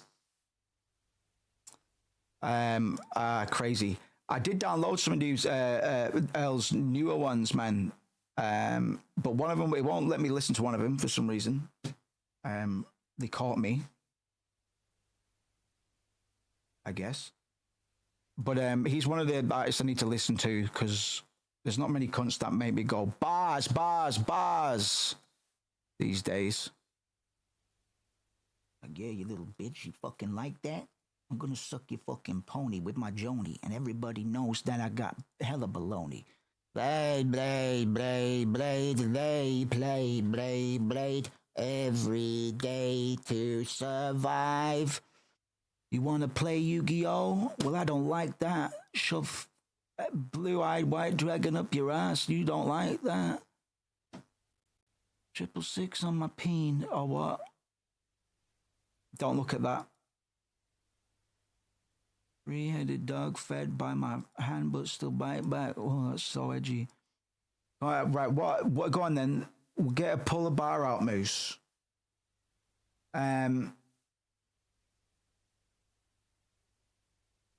Hit him with a cool line, man. Hit him with a cool line. Where my line's at? The bread line of do re mi, so far as we go.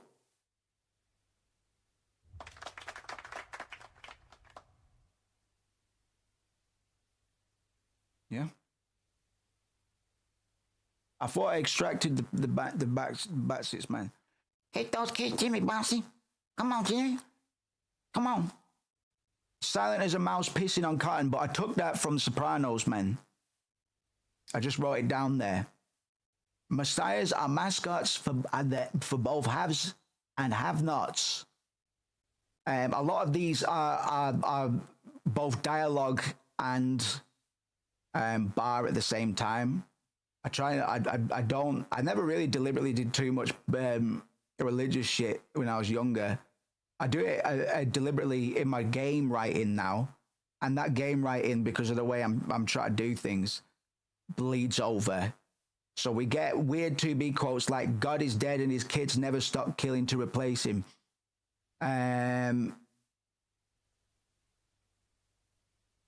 What else we got, man? I saw the word pellies. Yeah. With a telly eating lobster, twin pellies, lems, my helicopters. Right? Fucking yes. Give him one more, Moose. See what pity produces in the recipient. That's a setup. The half the challenge is coming up with a cool something. Just say something that could establish a cool scheme. A statement like that, man. See what pity produces in the recipient. You know, just it's all about texture, brother. Yeah, keep the words whispering, go your teeth grin and wish the wind would whittle them. Modality is minimal amid the middle of the missiles. Mad shit like that. And then you say something like missions of the Pistols official sponsor, Konami, Code, and I'm Contra. Yeah. Something like that, man. Doesn't have to make sense. You just have to say it. Doesn't have to make sense. You just have to say it. 666 on my peen. I make it glean. Three-headed frog still on my bog, but I shit dog. Until I bite him with the big cream. Like you like Dream? Why don't you play Minecraft, you little fleam? I shouldn't listen. I thought about Genius. In fact, my bars should be on Genius, unless my distributor took them off. But I cannot be the one to make annotations. I can point you guys in the right direction if you really want, but I've seen some artists do that, man. It's fucking rough. I don't know. What's the fucking BPM on the last one? Doesn't matter. We'll work it out in real time. What would it mean if it was harder?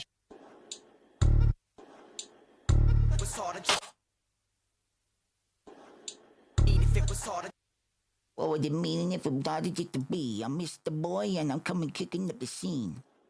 What would it mean if it was harder just to speak? I'm always skin lean cause I hardly ever eat. And I'm always really lean cause I hardly ever eat. Eating all my shit. And I'm sorry, Micon. It's not you that I'm taking the piss out of. I actively take the fucking piss out of myself. If you really wanted to know.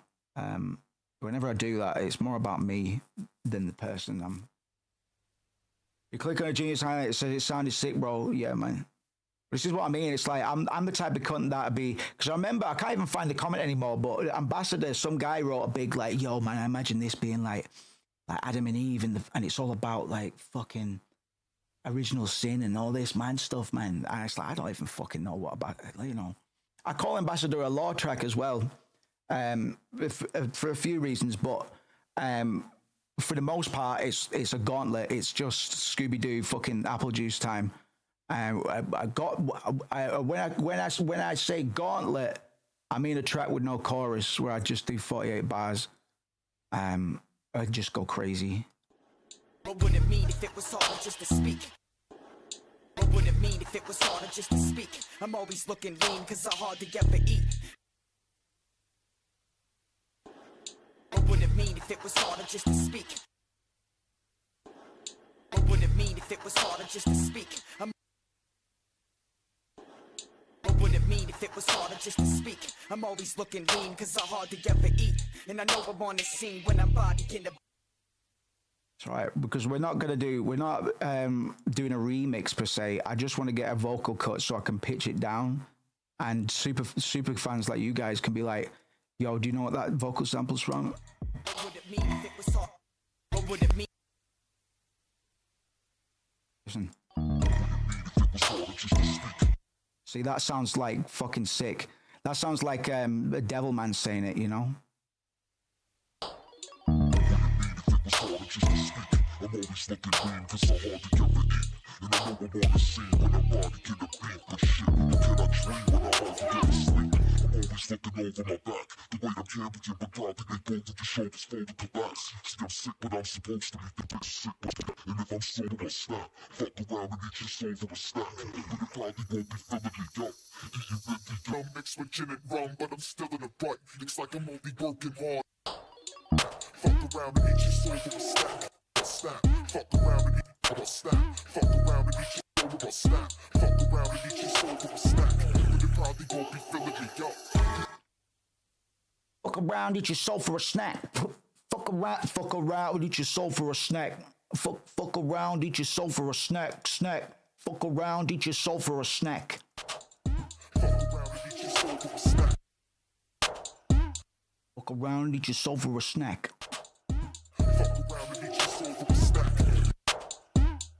Fuck around. No, that's what I want to do. I want to be the Deltarune of rappers, man. I want people to do weird sort of like relationship flow charts. Plotting out like, oh my God. That's why I made the decision to tie music and game together, but have them serve as their own thing, you know. It's to make people with a little bit of focus go, or you know, why? It's aesthetic, bro. It depends how far you want to throw that ball. You know what I mean? We just bleed little bits in, and then all of a sudden it's like, oh fuck, has he been actually deliberately feeding this for 20 years? And I can say yeah. Technically, I can say yeah, and nobody can say otherwise.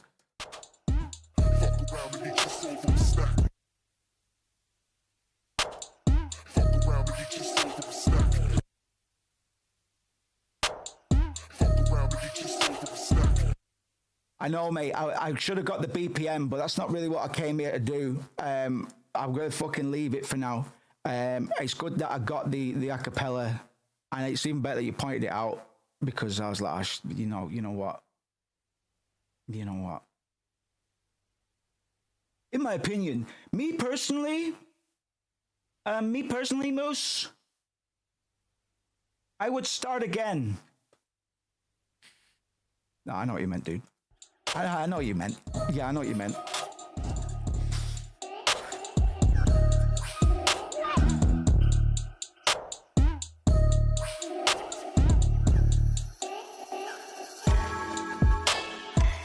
Please, Crumpet. I'm a little bit rusty, to be fair. So that's my excuse. I'm sorry, I'm nervous. Is this beat actually 120, though? Do you like the Dolphins, by the way? Do you like the Dolphins, by the way? I think it's actually Wales. But that's what I mean when I say aesthetic, man. It's who's not seen the birthday intro that I did for I think it was my 29th. I think it was my 29th birthday where we let people pay us to drink shots, and I ended up fucking slapping Jake so many times on stream. It's a good time. Do you think you resent Messiah just because it was one? No, because I resent 99. I resent 99 probably. No, probably not. What was I going to say? Bad mix. Bad mix. It's my fault. Does tiny burps. My fault. But funnily enough, I was walking up the street yesterday. Or was it today? No, it was today. And I was like, I should sample that shit. Same for Ambassador and stuff. You actually like the bad mix. Oh, fair fucks, man. Well, sometimes it works in its favor, man. But because it wasn't intentionally bad, and because you just confirmed that it actually was bad, like, thanks. Right, watch this.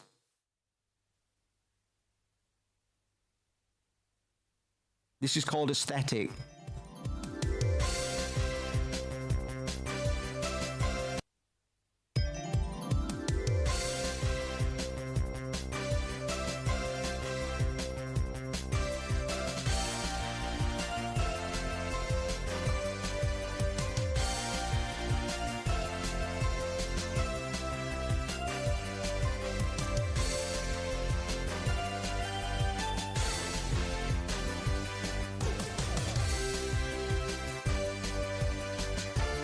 So listen, you've got to remember that. Good times, Cusco, man. It was good times, man. Yeah, well, you survived that night, man. It was just deliberately fucking trying to heckle heads, man. I was trying to think of a new bit. I was coming up with a new bit for the Yap strategy when I was having a shit or walking up the stairs. Can't fucking remember what it is. I can't remember what it is. It's just a complete fabrication about a celebrity, but it sounds like it could be real. Oh, damn, it was so good. Oh, it was so good. Gonna have to retrace my shits. Your girlfriend Nina should have sat down and be like, hell yeah, man, what the fuck? It's that confetti right there, man. Like, listen, you could learn a lot from this video, is what I'm gonna say. I spent way too much time making it, by the way. Confetti, bang! Bang! Got got to listen to it all, man. See, symbol, that could be confetti, cunt. That could be confetti. How many green screen effects could we put on this thing? See, bring the lights in, man. It's not complicated. And the best thing about this is a learning lesson. There's nothing complicated about any of it. You just need to listen to the music. This all started with a royalty-free song, and the rest does itself, man. For instance, do you notice this little bit of cabaret here? Fair enough, Cusco, mate.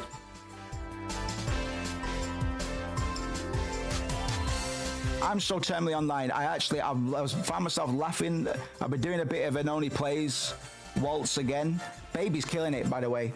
And I've been laughing at it. Like, Corey's been dropping some alright jokes, and I've been actually laughing at him instead of going, fucking...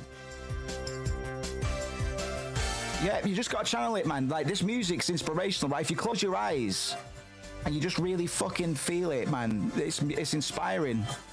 Did you feel that? Okay, here's one for you. Did anybody see that? Did anybody feel that, more importantly?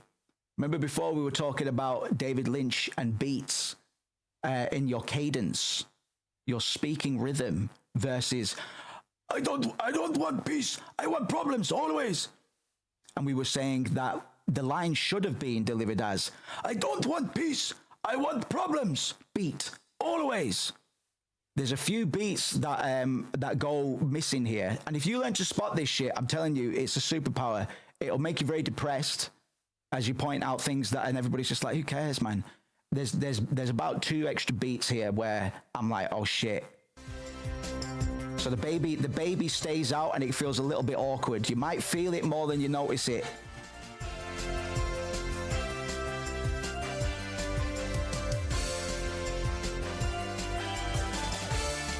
It's sneaky, mate.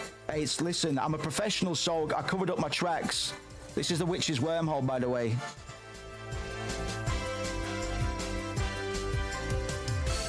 Hey, that's not the final cut. That's not the final cut. A bunch of shit's supposed to fly down there like a dog and beer and stuff. And then 2 little portraits pop up there. Should have done a sneaky flash frame. If I didn't do that, I certainly should have. What the fuck? Why is that not the most recent version? Because I paid fucking Ash. No, not Ash, sorry. I paid Vic to do a chibi version of me. And we had great difficulty with it because it turns out you can't put beards on chibi characters, man. It just doesn't fucking work. I mean, yeah, a snail, a weeknight, beer, wooden Yeezys. We used to have a bunch of memes, man. Wooden Yeezys. I got shouted at when I removed the wooden Yeezys emoji that everybody always uses. Ha ha ha. Oh God, splitting is my fucking chicken. You know what I'm saying, boys? Happy Fun Day. I've got the fucking poi down in my balls, down in my balls, down in my balls. Oh my God, this is ace. Right, okay, sorry, we're gonna work on the nose job beat for a minute. Sit right there. Get yourself a big cup of OJ and fuck off.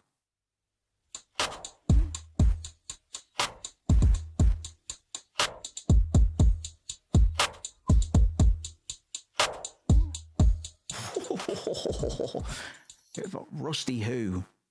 Rusty Sprinkler. I like Rusty Sprinkler.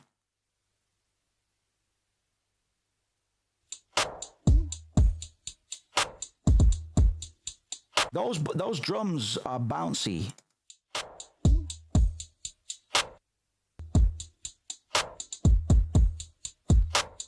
Yo, those drums are fucking great. Licking on my shit, licking on my balls, then I'm licking on your pits like a monkey boy, like a monkey ball, like a monkey child, like a monkey oi. I'm a big old monkey and my name is Frankie. I'm a whoa.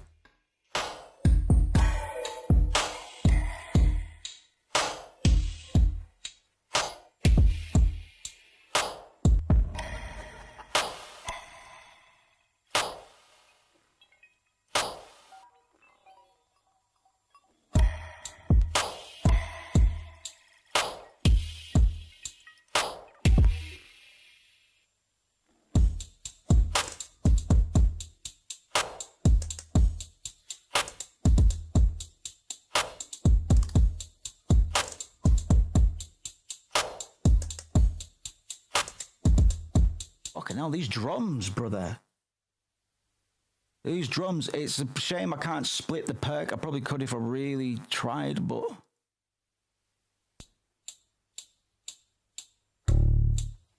Boom. Hey. Pussy little baby with a big old bitch. Fuck a free kid, I hit him in the head. Fuck a free kid, I hit him in the head. Fuck a free kid, I hit him in the ball sack. Fuck a free kid, I hit him in the ball sack. Fuck a free kid, I hit him in the head. Yeah, man, this splitting business. I tell you what, mate. If I knew when I had that panic attack that I hadn't lost everything. Yeah, these drums are pretty solid. Like, I just want to run a cleanup on this, really, and maybe amp up the chorus a little bit. But I love this. Like, it was one of those serendipitous compositions where you're just like, fucking yes. There's barely anything to it, man. Just like that, fucking yes. The Crash Bandicoot sample, bro. That's for the kids.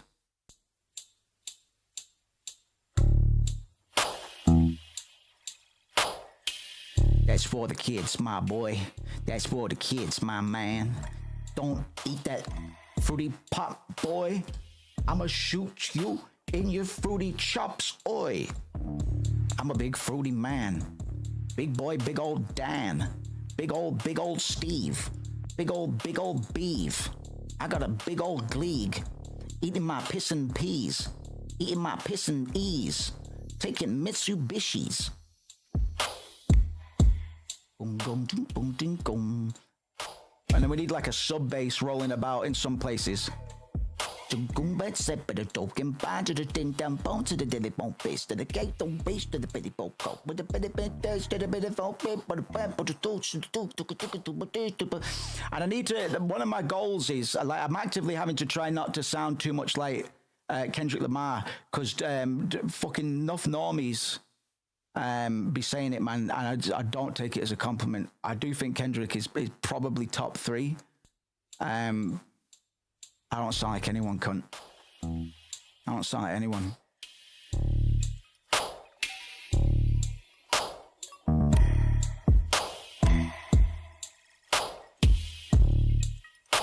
I don't sound like any cunt.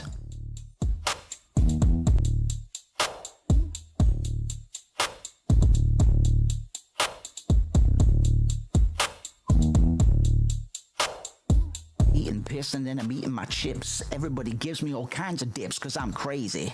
Don't come close. Cuff, cuff, cuff. Spit on the post. Don't use that handrail. That be a band fail. Get the fuck out of my woodland shack or I'll strike you.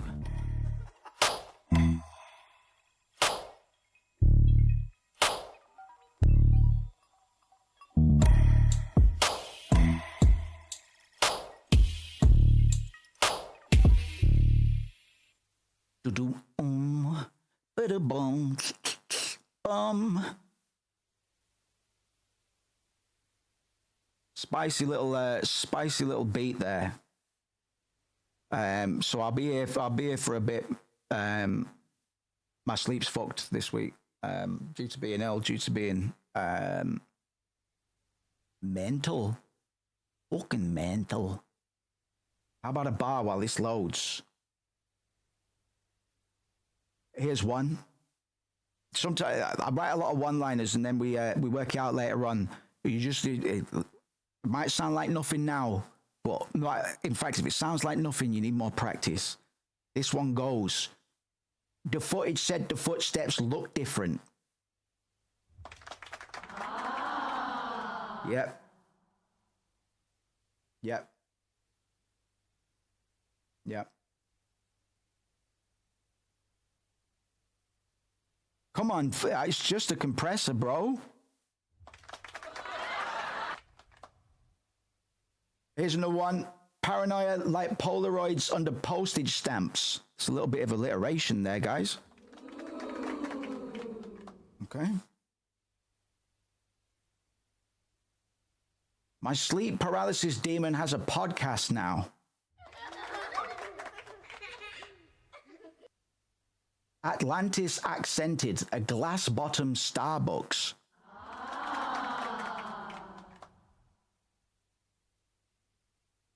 I like that one. I like that one. I'm not even going to start to think about it.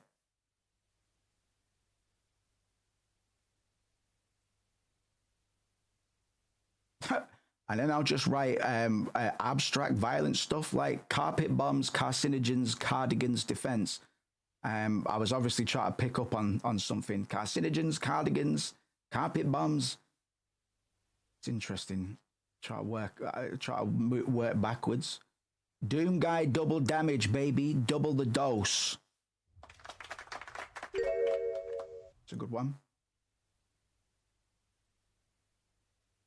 May have complimented the cufflinks. And here's another thing I'm conscious of doing these days, man. Mentioning he, she, they, or it as well, I guess.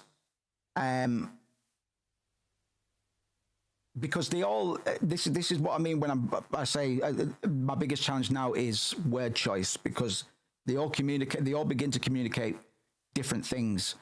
And it depends how you want to play it, man. If you're doing a heteronormative R&B love song, then you know which bases you're playing in, right? But I like to ride on the edge of mystique and enigma rap, where two people could come to completely different conclusions and both be valid at the same time. Without just doing a J.J. Abrams mystery box.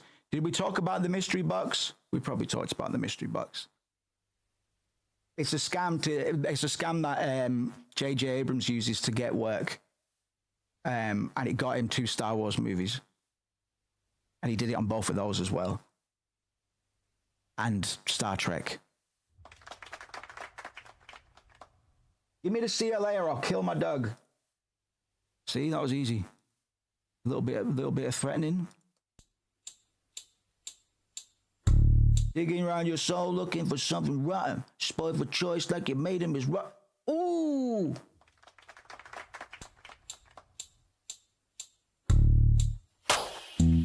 My belly, my butter, my beans. That's the best shit I seen. That's the best shit, my ice cream. Running around town, McDonald's. McDonald's. Running uptown McDonald's. Everybody gon' give me big puddle. Huh. Big ball. Don't give a fuck when I kick my ball. Eat my shit, my pal. Give me number 1 towel.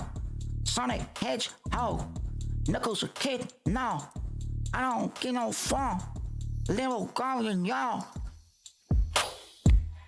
So we need to get the real music out so I can do Little Goblin as well, where I just ad-lib absolutely everything. Oh, Mario got no ring. Give me my shit, make it sing. Going up backwards, going up front. Everybody knows that I'm a little grunt. Little goblin with a tin can hat. Everybody know with a baseball bat. Kick him in the front, then kick him in the ass. Everybody give me my cash, give me my money, give me my juice, give me my gold. Little goblin, yeah. Little goblin, oh. Little goblin, yeah. Little goblin, oh. Oh. Give me my butter, my beans. Them the best shits to me ever seen. My butter, my beans. Little goblin, y'all gotta make another scene. See? Probably have more success doing that. Probably have more success doing that, boys. What do you think?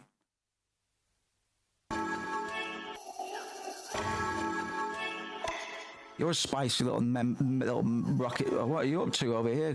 Settle down, cunt. First of all, you're too loud, mate. You might even be peaking. He's on the fucking Mitsubishis, man. Show me.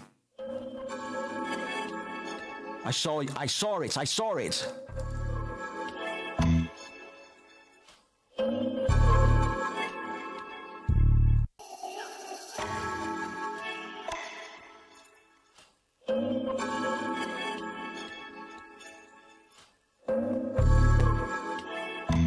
Where is it, man?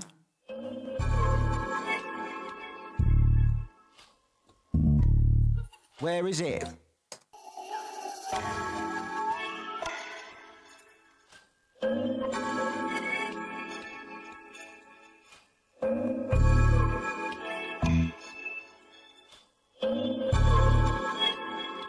Got him. Sorry. Sorry.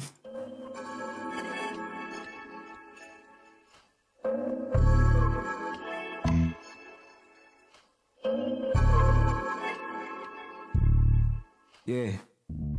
Eat my butter, my beans. Them the best shits that I ever seen. Little goblin running up the gate.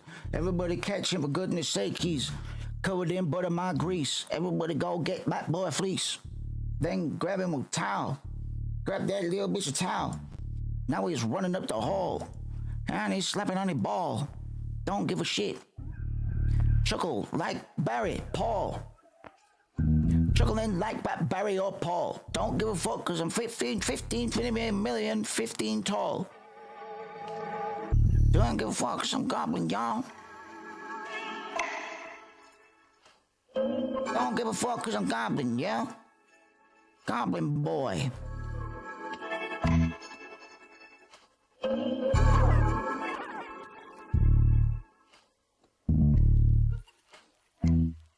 Fuck it, I'm a little goblin boy in your town.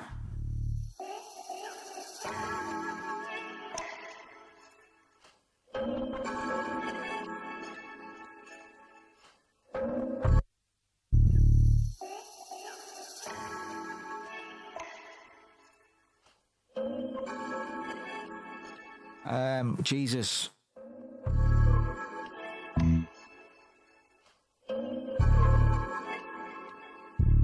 Oh my God, it's so squeezed into the middle, man.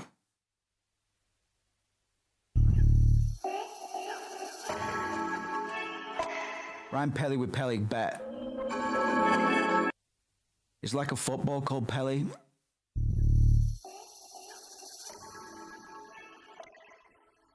The way we want to introduce Pelly, it's like, you give them, you just set it up. You don't say, oh, the propeller's on my Pelly. They should just know. We need to get people saying Pelly, guys. That's one of the goals we've got.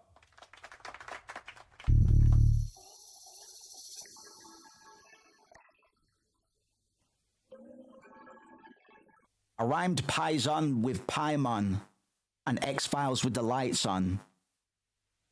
Paimon is the bird demon from Hereditary. Pelly with Nelly the Ellie. Fergie from fucking Black Eyed Peas. Little Goblin's got a fucking venereal disease. Yeast infection of my ass, I got no detection. Standards or proclimities.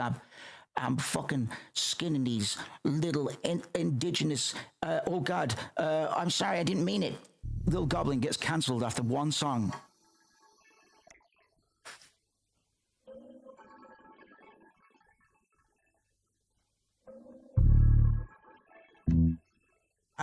Might have to redo that bass.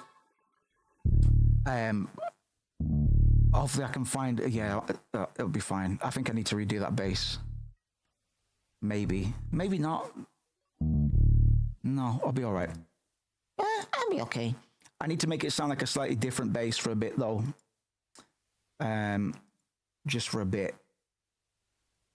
I need to refresh my brain on it.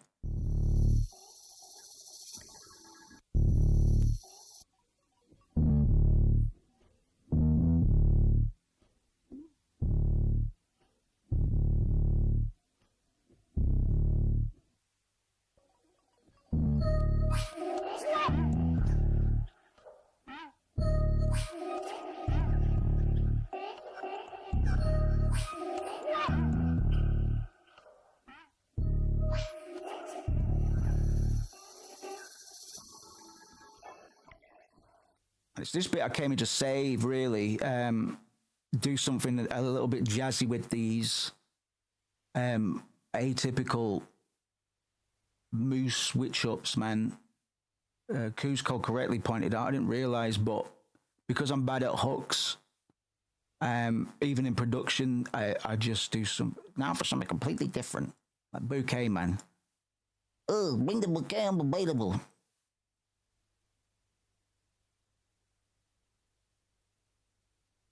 Some fucking brilliant lyrics on this track, man. None of these colorful fables are bring the bouquet. lost to my eyes. Wondering when I might die. I'ma depart from a chemical high. Just cause I hate you, I'll wave you goodbye. Like, ooh, bring the bouquet, I'm available. Look at the state of you, huh? Phoebe Buffet said you make it move, but look at the state of you, huh? None of these colorful fables are shook in the sink. I'm ducking the pavement, fucking around, I forgot what my name was. Fucking around, I forgot what my name was. Bring the bouquet, I'm available. Look at the state of you, huh? None of these duds that I cater to. Cause look at the state of you, huh?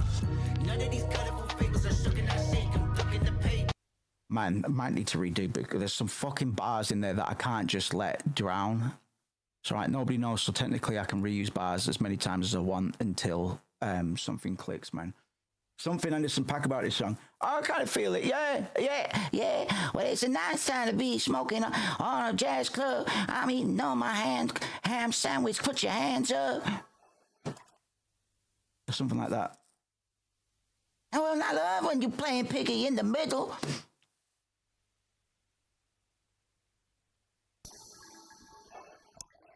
Your husband's all fat and he plays the fiddle. My husband's what? A little click there, man.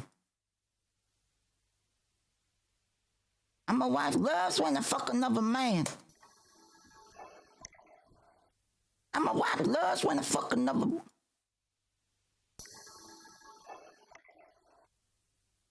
Good, thank you. Good, because I get insecure about them. Not that much. Enough to joke about it. What was I going to do over here? Fucking EQ. In this case, it's not that bad because it's already pretty ethereal as it is. Well, not even ethereal. It's just it's Y2K Crash Team Racing. Where's that click? It's way too loud. The mind state sine wave. Yes, man. That's what we need. Like fucking Inazuma 11 Victory Road style secret. That's one of the things I'm looking forward to with this JRPG is naming special moves, man. And fucking trying to... Yeah, like exactly. Like ambivalence, and I'm being a little bit silly when I say I want to be a rap enigma. But yeah, man, smoke and mirrors. Emergent listening. Why not, man? Fuck it. Don't need to just set people up.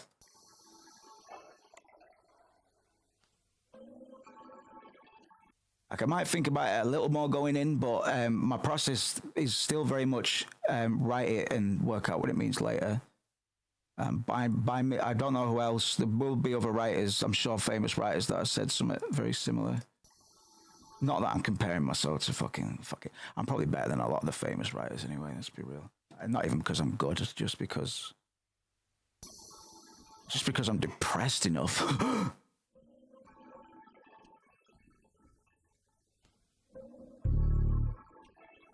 All right.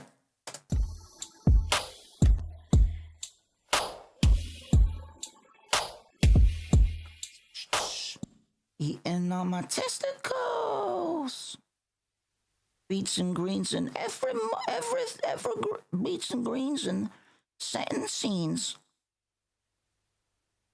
Watching AVGN and Nostalgia Critic getting my Hollywood pickle licked.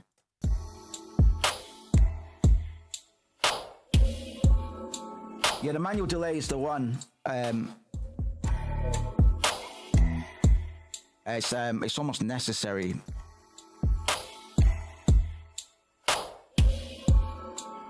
So a game you would recommend playing to get us in the headspace to pitch in with ideas? Oh, that's an interesting question, man. I'd say I'll talk about it a bit more tomorrow, and we'll start doing some dev streams soon, and they'll be locked off, man. It'll probably just be subbies and members only. Both as incentive for cunts to cough up some cash if they so care. But yeah, man, I'll give cunts credits, and you know, fucking, we're not talking about money yet, man. But if we finish a JRPG product, it will do okay. It'll do okay. I'm pretty sure it'll do okay. That's the goal. I'd say if we do that, Well, good. Bance told me to read this book, so I'm going to.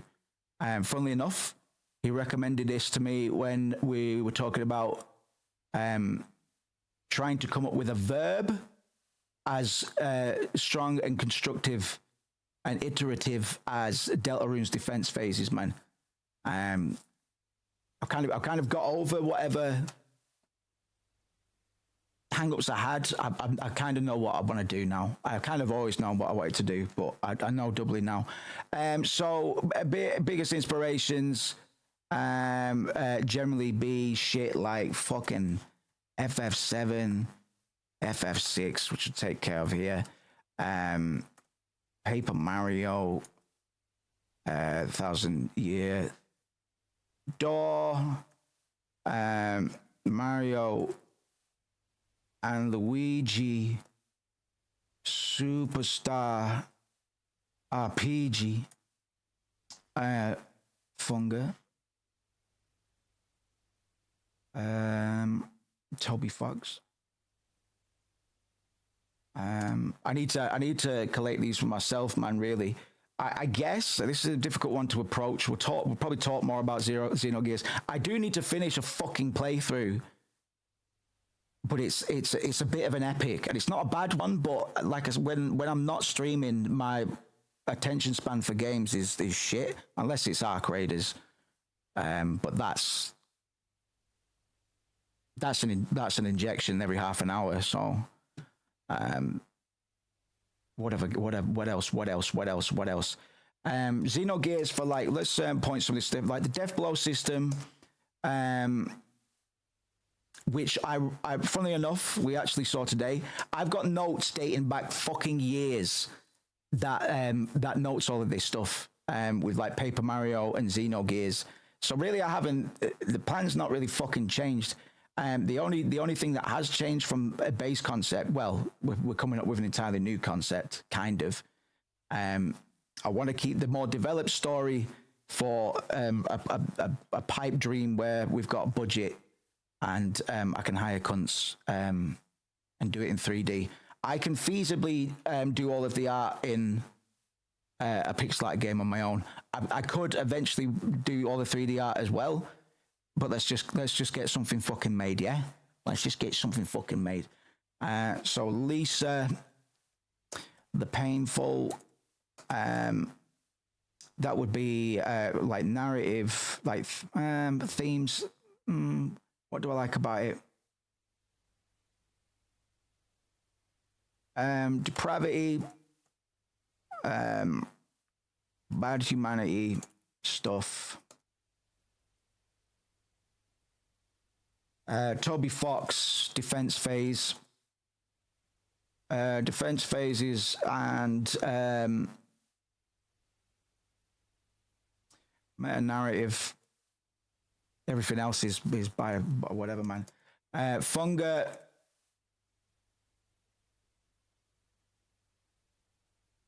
World building.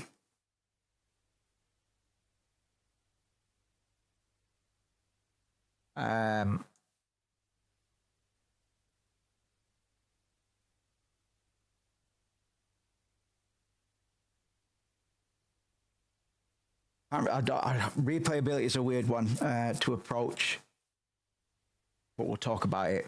I'll just put in world building for now. Mario, Superstar RPG, battle system, same for you. Everything on Final Fantasy 6, everything on Final Fantasy 7. I am considering doing 6 soon. Kokiki format shit, and oh my god, this really is God's year of 25. Can actually fucking, oh my god. Please. World building, you dare take the peacock feathered wings under your shoulders?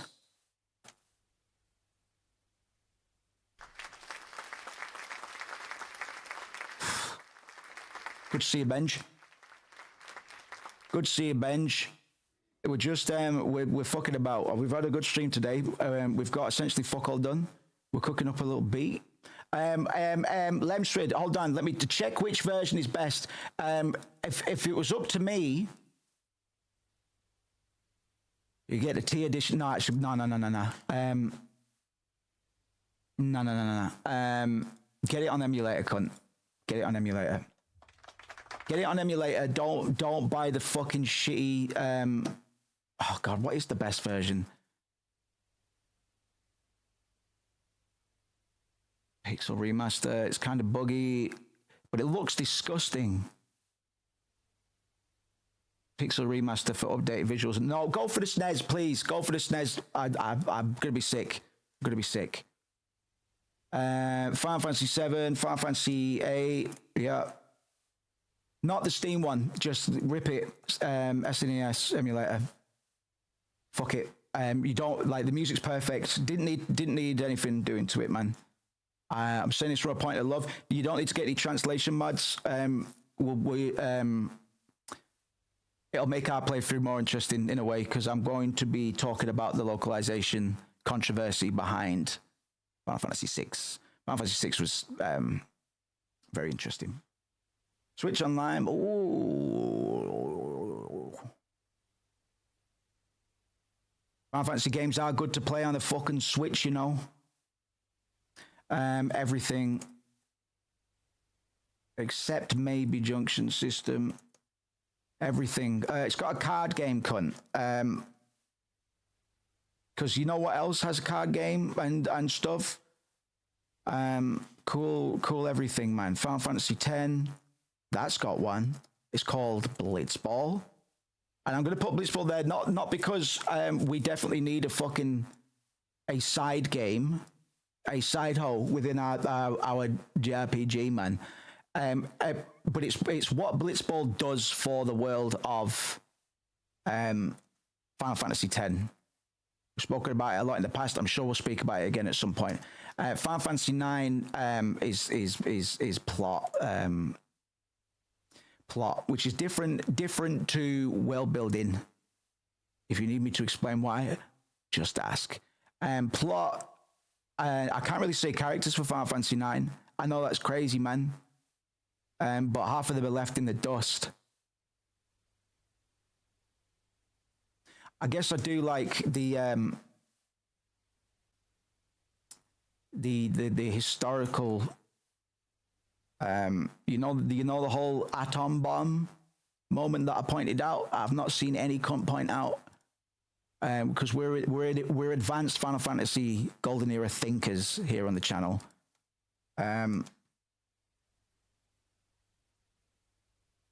Historical contexts, I guess. Like we some of the things that I find most interesting about these games is how they act as an allegorical mirror for a lot of the scars that the Japanese society has had to embrace. Final Fantasy X, daddy issues in general. Got some daddy issues in there somewhere, man. So we're building a new character up at the moment. I'll be posting and talking about it with patrons tomorrow. And we'll be voting on a name and maybe some design stuff as well. But she is more or less a blank slate. And I know I said I was going to tangentially connect it to the second, more developed story that I will eventually get to. But yeah, we're not going to worry too much about that. I've got a few loose ideas. I'm going to spit them out, man, and we can talk game, man. We can talk game, or it'll at least give me an opportunity to expunge any more games that have been kind of taken aback by ones that I've been playing deliberately or was going to play deliberately in order to quote unquote research this shit. Please don't laugh at my Steam collection. I'm showing you out of a sign of trust.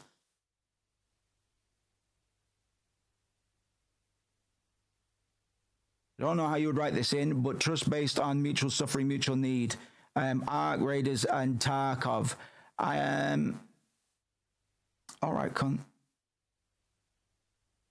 Well, this was something that I wanted to explore. Not direct. I'm not saying, oh yeah, I had that exact idea. But the older I get, the less I'm entertained by a genocide for 35 hours, which is most of my favorite games are kill everything for 35 hours and don't even really question it, which is cool. Like, that's what I grew up with. That's always what I wanted to make. Then we get some Toby Fox action going, and I'm like, fuck, man, yeah, morality is cool, right? And a meta awareness of the player's morality is interesting to me. In a way, the player, for me, the player being a participant means they should be implicated. Not necessarily essentially, but I'm definitely going to opt to implicate them, and we're going to do it quietly, like Undertale does. God bless. But none of this, this so and so will remember that, or you did a bad choice.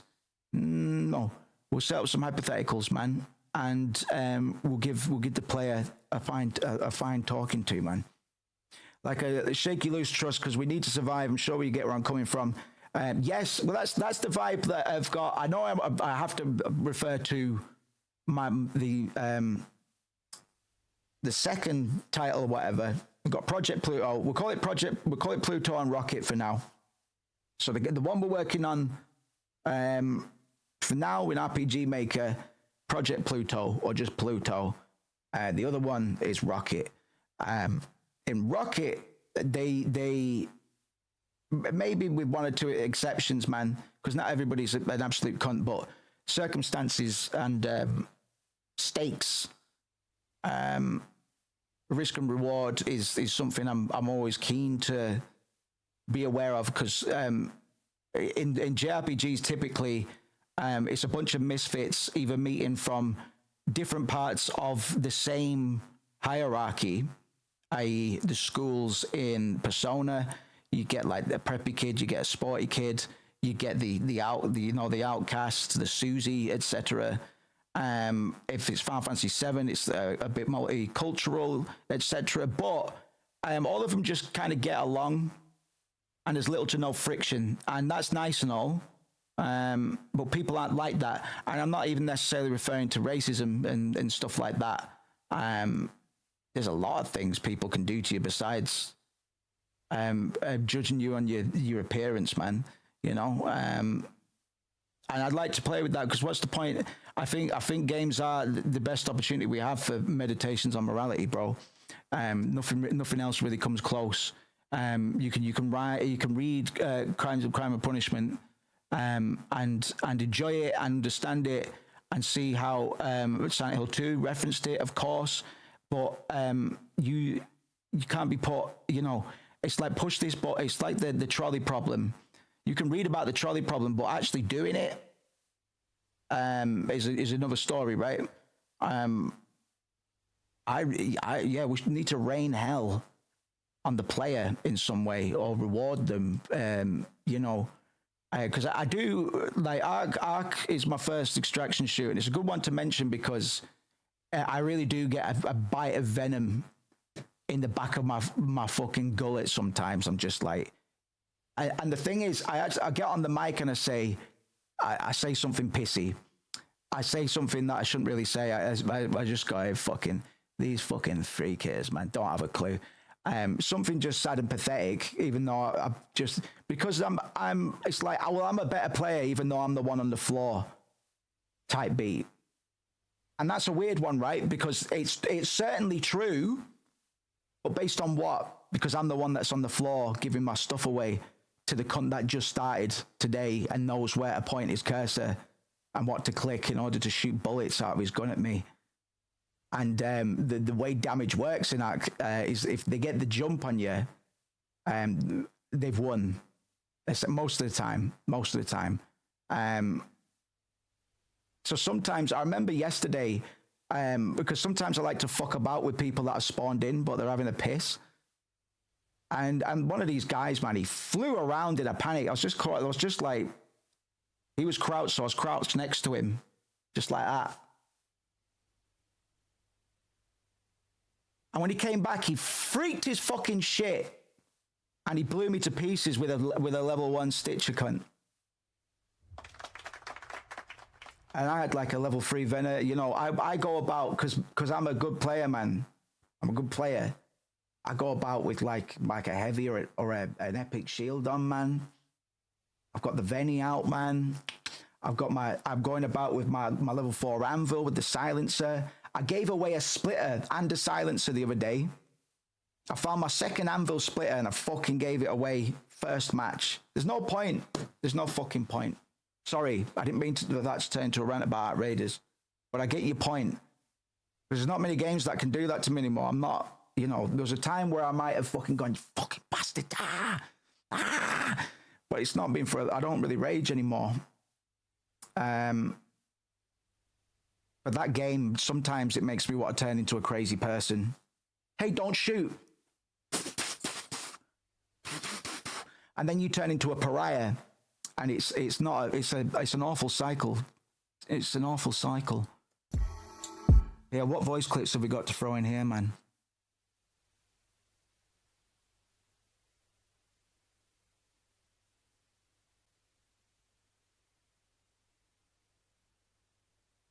Where you going? Where you going, Moose? Where you going, pussy boy? Go back in there. Not many games that can generate the situation where you can build a trust with someone and have it break without needing to commit a lie to it. Yes, yeah. That's a good point. And that's what you have to do. Like the biggest challenge in that game, and I don't know anything about Tarkov, man. I just read the reviews when it came out on Steam the other day, right?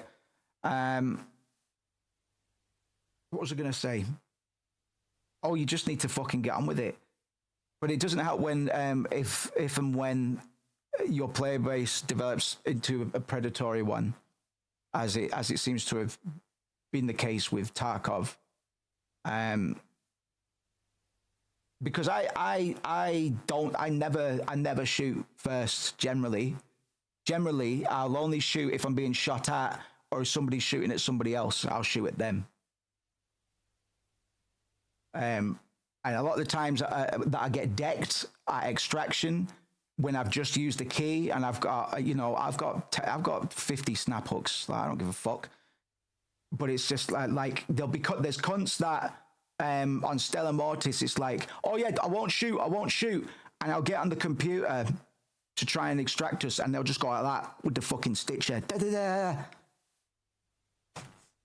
And I'm just there, and I'm dead on the floor, and I'm reading the shit proverb on the screen. I'm just thinking, I'm so much better than you. I'm actually so much better than you. Single bullet from the cheapest gun can insta you. Brutal. Yeah, that's a bit much. Like the way it goes on Ark is if you take out a heavier power shield, epic shield, if you're carrying anything of worth, but you're gonna lose it anyway. Ultimately, you can put as much fucking armor on as you want.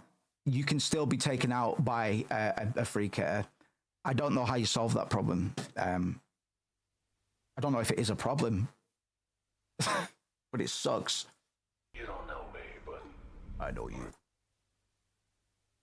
Yeah, shame about Tarkov. I hear it's got some good stuff to it, but where's the dev from? Are they like Eastern European? I get the impression that it's the kind of developer, yeah, Slavjank developer that bought sports cars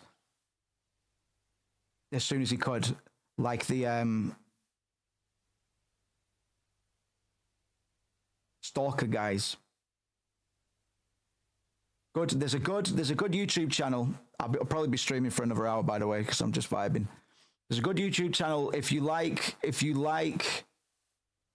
boomer RPGs and a little bit of political humor from a Russian guy, a Russian activist.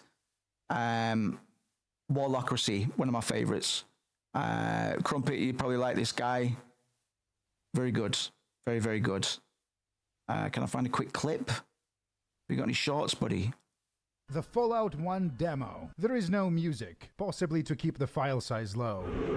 But there are weather sound effects. The only other game on this engine to feature something like this is Fallout Nevada. Welcome to the town of Scrap. I was thinking of you yesterday when I was thinking about this guy. The town is a battleground. He's quite funny. These guys are the crypts, and the people in metal armor are the fools. Unintuitively, in the demo, leather armor has superior stats. There is a little mini quest where we can aggravate one of the fools.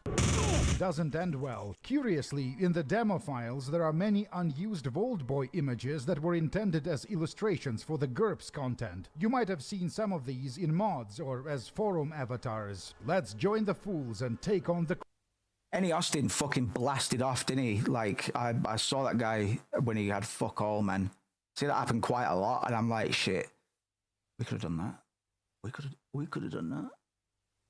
Yeah, man, he's good. I like those. It's like our top 10 doors in video games type beat. Yeah. You'll like Warlock. That wasn't the best elevator pitch. But you'll like him. What if Doom was an RPG in Soviet? There you go. He's got an advantage because he's look at my guy. He's in or near Moscow on his little laptop. And he's a fucking hero, mate. I was with this guy around 50k subs, I think, as well. Giraffes. But he can play like all the Slav jank that we can't, you know. I can nearly play Jap jank, but that sounds wrong. They sent us here to die.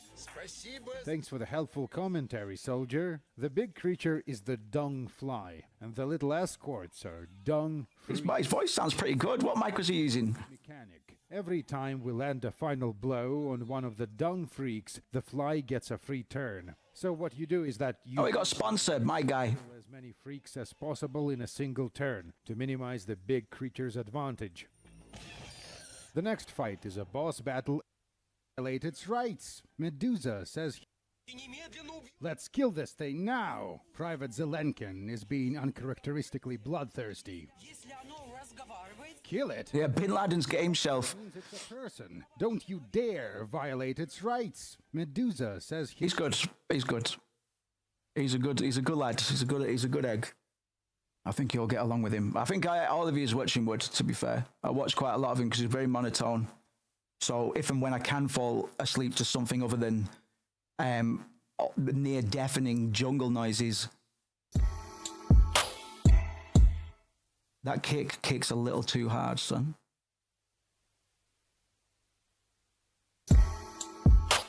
Wait, where are my drums?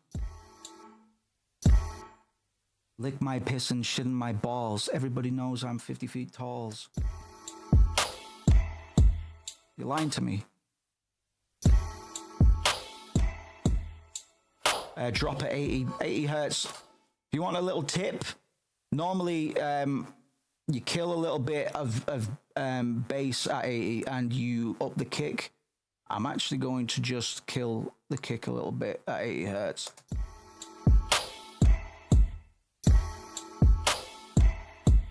Tightens it up a little bit. 80 hertz. Obviously, you should adjust the hertz for every kick, really, but I just go 80, bro. I just keep it simple, bro.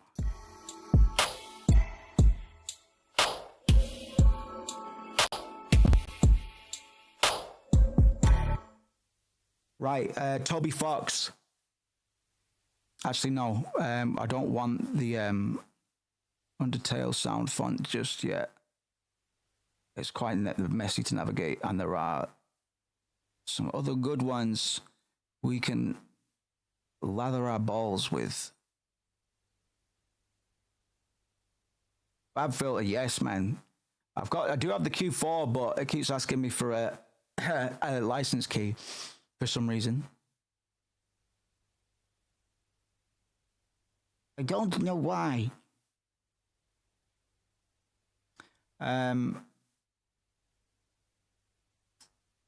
Oh, yes, that one. Right, what we're doing here, Moose, so you don't know, that's probably the best way to be.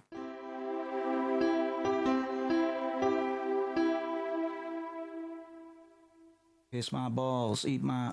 I might open that sample I've got to make a beat with in a minute. Just cleaning this up a little bit.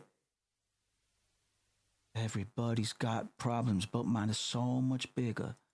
Mine so big, they get bigger. Big problems, finna fucking cry till I die. Finna fucking cry, baby me oh my. Finna fucking cry like I die.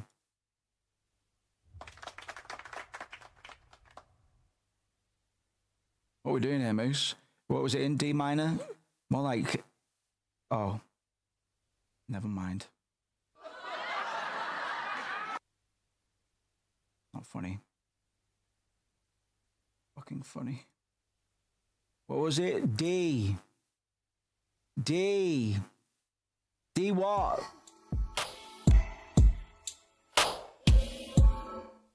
D what, you funny flap? Sorry, I'm being very vulgar. Being bashful.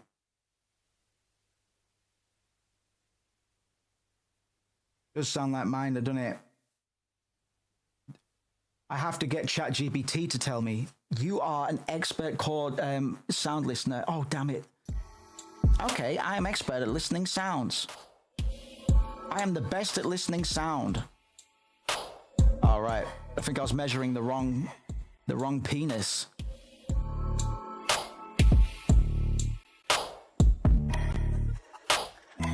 That bass has got a little too much tail, man. It's good for a nice little gooey effect, to be fair, but...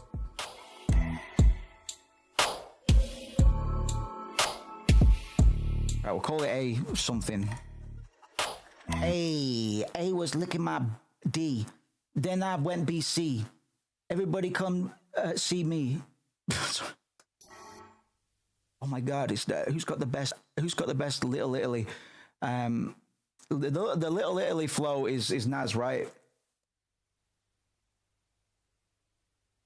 Was that Nas?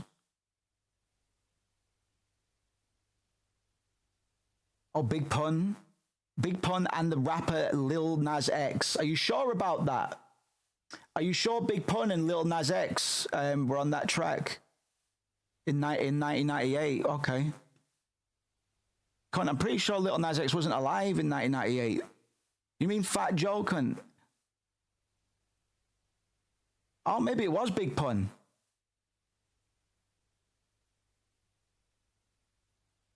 Fucking Andre. Yeah, Andre's last verse on Aquemini, man.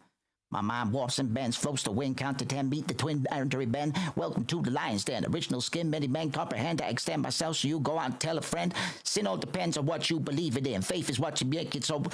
Faith is what you make it. That's the hardest shit since MC Ren.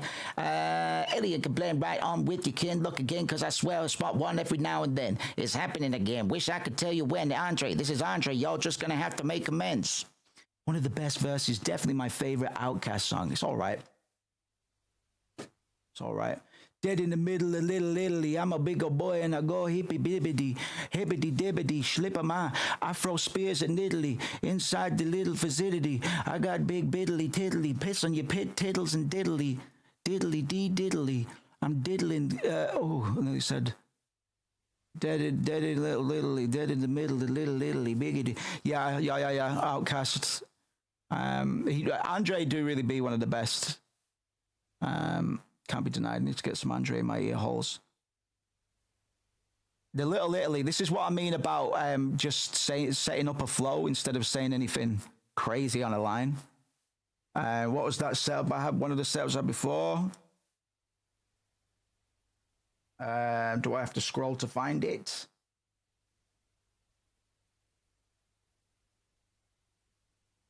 All right, this is a different one, but it could do the same thing. Cryogenics can't preserve a cancelled man. Doopadabadooshadabadambabam. Big Pun used to have 2 cereal boxes taped together aside as a snack. Taped together? Fucking hell.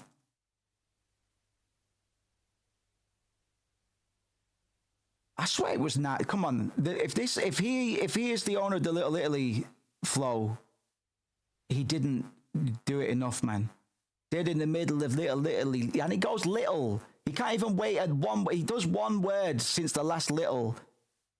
Dead in the middle of Little Italy. Little did we know that we riddled some middlemen who didn't do diddly. Are you not going to do fucking Ned Flanders flow? Like, I also believe he used to say the Little Italy line as a warm-up. Diddly fiddly biddy diddly kiddly diddly diddly. Yeah, that's fair enough, man. Like red leather, yellow leather, red leather, yellow leather, yeah, red leather, yellow leather, yeah, red leather, left leather, yellow leather. I did that. I made myself laugh the other day because I was doing that, but I was just going gobbling, gobbling, gobbling, gobbling, gobbling, gobbling, gobbling, gobbling, gobbling, gobbling, gobbling, gobbling, gobbling, gobbling, gobbling, gobbling, gobbling. You try it and see if you can not say, you can keep on saying gobbling, goblin. So it wasn't Naz. If it was Big Pun, it's not been done fully. I'm sorry.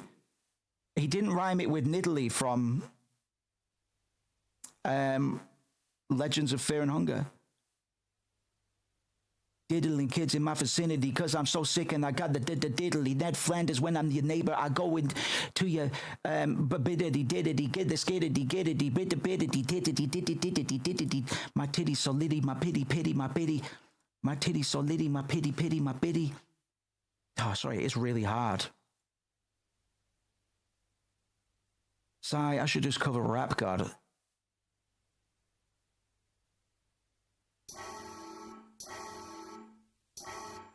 It doesn't hit on the beat. Maybe it does, but I'm too gay to know. Too gay to notice. So Big Pun likes cereal, huh? What kind of cereal? So Big Pun likes funny cereal boxes, huh? What kind of cereal?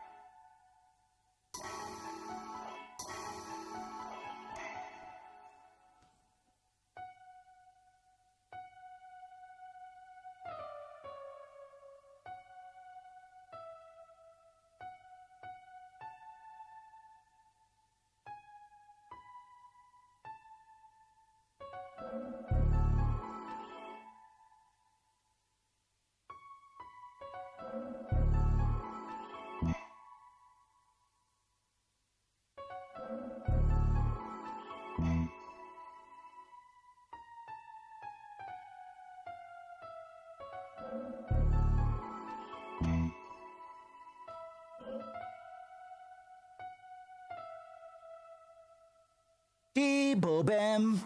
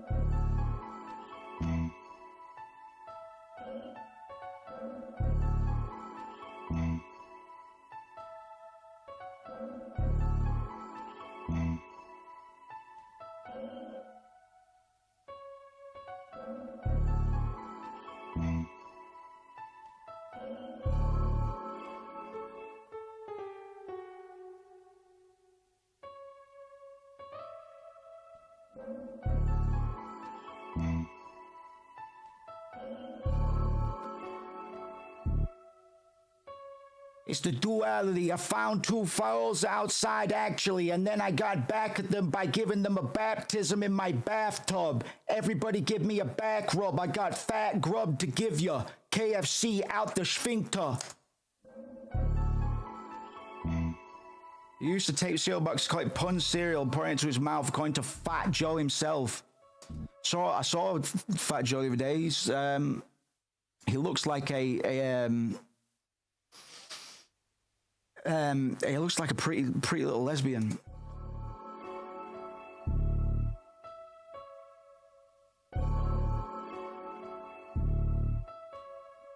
Right, hold on. Let me look into this. I'm just going walkabout. My brain's not doing any work, but that's normally when I do my best.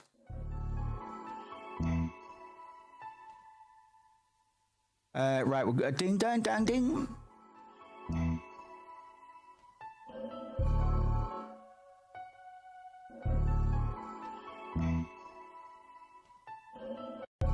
Oh. Oh, oh, still here? Video driver went walkies. Let's see if OBS survived. Did OBS survive? Christmas crackers. It wants me to reboot me, but it's just gonna have to fucking suffer through. Suffer through.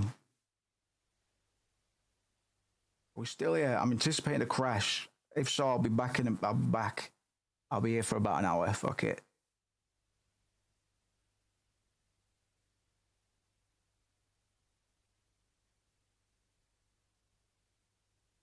Sharp but no F. Yeah, so something's going on with my video memory, man. I'm gonna chop at it every day until I work out what's going on. I rolled back my drivers, but it's just been a bit fishy, bro. Don't know if I should be worried or not.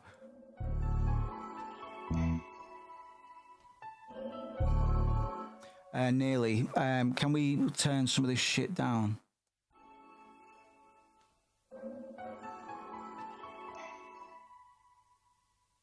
Right, let's fucking feel the beat. Feel the beat. I got a weird delay on my camera as well, man. It will all be diagnosed in good time. Take care, Crumpet.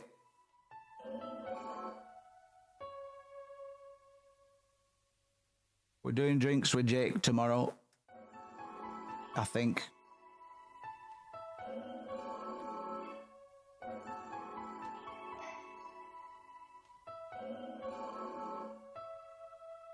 I need some rice. I need some attack on some of these notes, but we'll worry about that in a minute.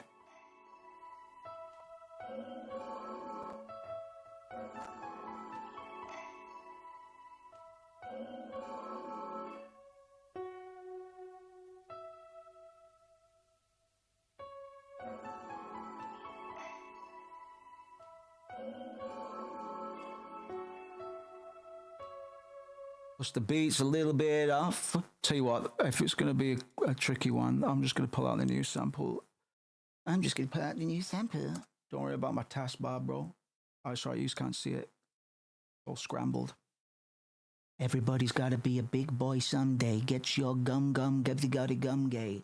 Everybody's gotta get a goddamn gum gay. Little goblin on the track, I'm gonna go hum hey, hum hey, hum hey, hum hey, hum hey. Everybody come and give me a hum day. Big pizza, little pizza, I'm a good gay.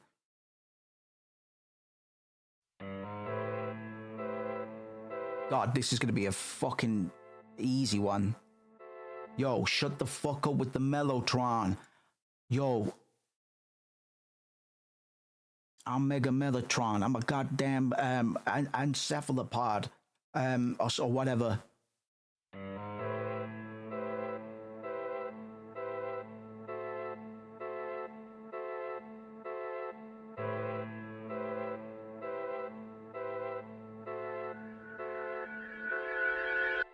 Eating pizza, macaroni, all the cheese in my cabinet. I can't stop it. I got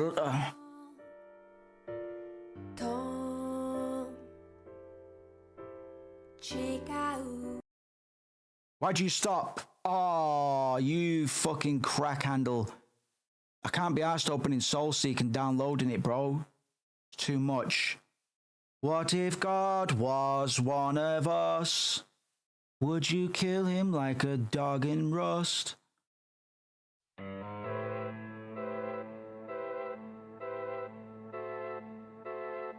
Picking my ape, so picking the best. The widget did the best, ribbon the best. The widget the bow, the rhythm of best. The widget is shut up, the wicked the best. Voice 君のトーン違うきっと嘘下手ねうまく騙してよ騙してよ Oh. Oh. いつか信じたいでもねうまく笑えない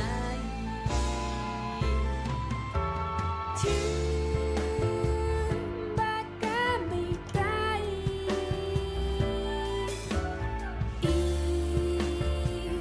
騙し合い Nope. 続ける Oh. もう許さない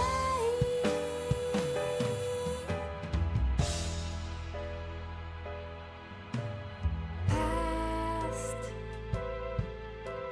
君をそうそばに感じてた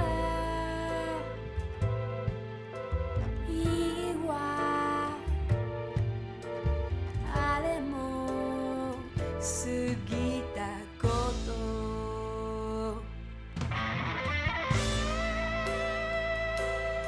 Oh yeah. Nobu Ematsu in the motherfucking house. God damn. Pussy King. He's the goddamn king of pussy.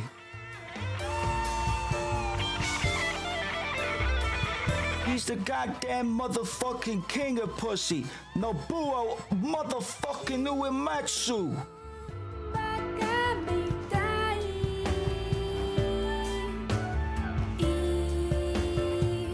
騙し合い Live 続けるの These announcements make me want to fucking end myself. Is that it? Oh my god. Eating my balls, sucking the leg and the dick and the balls, eating the balls, eating the balls, eating the shit and eating the balls. I can't believe how bad video games are. されたふりは Uri wa とても totemo. 疲れるの Is it? 消してしまいた Racer! I do want to play the Sonic game, but it's not new, so it doesn't count. Tokyo Extreme Racer. Apparently, this Sonic shit trumps Mario Kart, man. I know Mario Kart's pretty lame now, but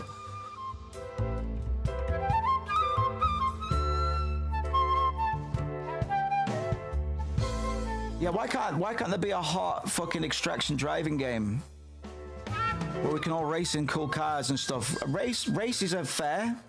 You can't steal a race necessarily. Please don't play trailer music. I'll kill you.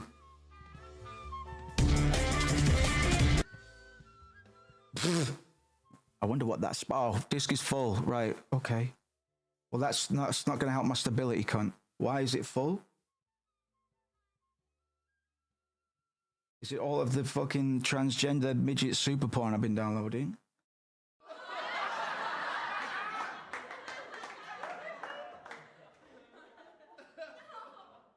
F-Zero is a racing game. You know, it's funny you say that because I did buy an outfit on Raiders there, but I didn't get the Captain Falcon helmet because the jacket was too big.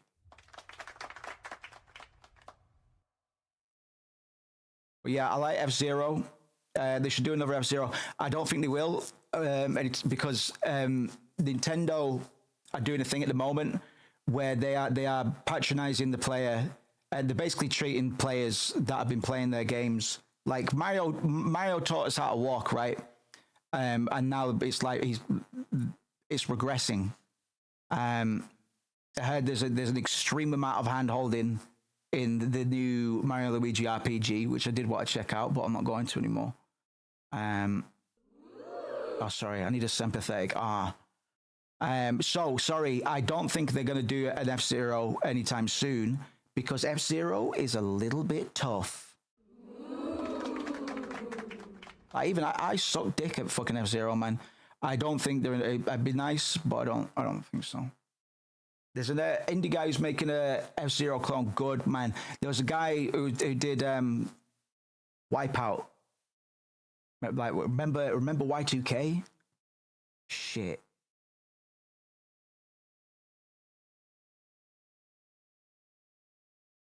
Nichiro, dandano, mabata barea, bing bing bong. 3, 4, 1, 2, 3, 4, 1, 2, 3, 4, 1, 2, 3, 4. Did you make this in Fruity Loops?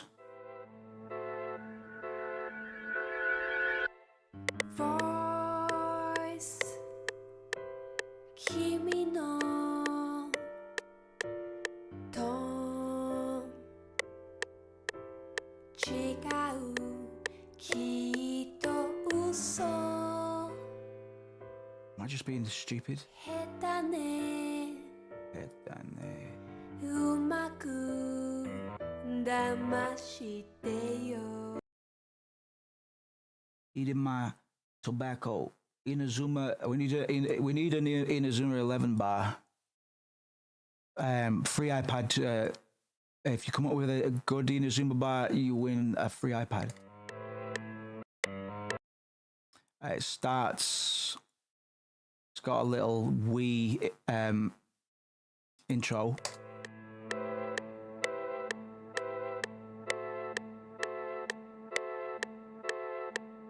That's drifting. Oh, she's drifting, all right. Was it really 130? All right. Aero GPX.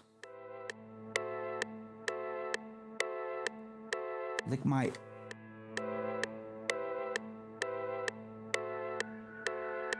it's a shame when this happens, man.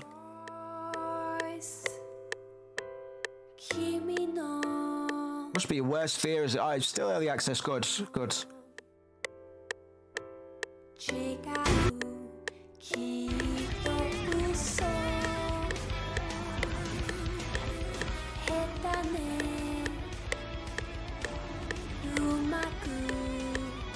I don't know why, but my heart screamed at me and said AI music. But I know that I could be done for slander, so I don't necessarily mean that. It looks pretty cool, though. It looks pretty fun, rather. My balls. Sorry, I have to get all the balls, piss and poo lyrics out of the way, so when I sit down to write, I just write pure fire. I've gotten all of it out of my system. Yeah, so Jake should be tagging in tomorrow. Tourette's type B, exactly, man. When we went to Berlin on a school holiday, I pretended I had Tourette's the entire time because there was a guy in Big Brother, and it was like the first time society had ever encountered Tourette's. So I thought it'd be really funny to pretend to the teachers that I had Tourette's, and they didn't actually do anything to stop me. It's great. Yeah, we got a Woo stream tomorrow. I'll check in with him in the morning. It should be legit. We're both pretty flaky, but We'll look it in. We'll. I want to know the thing that only uses to do phone calls with AI characters, mate. You know, probably won't take me long to find out.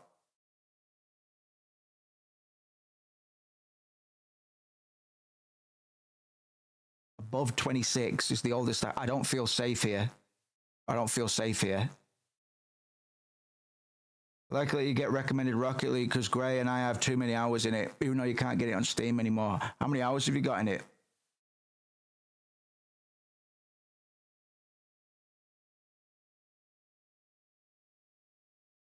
I'll find out in the comments or something.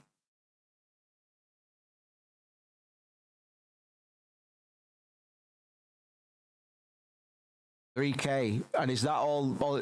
Is it an idly kind of game? I bloated my Ark Raiders stuff a little bit, thankfully, because I've just gone over 100 hours in like what, in 2 or 3 weeks. So yeah, that's all playtime. Fucking fair fucks to you, mate.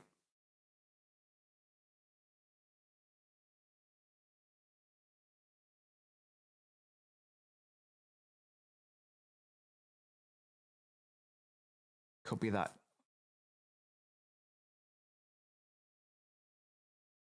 I think it might be this.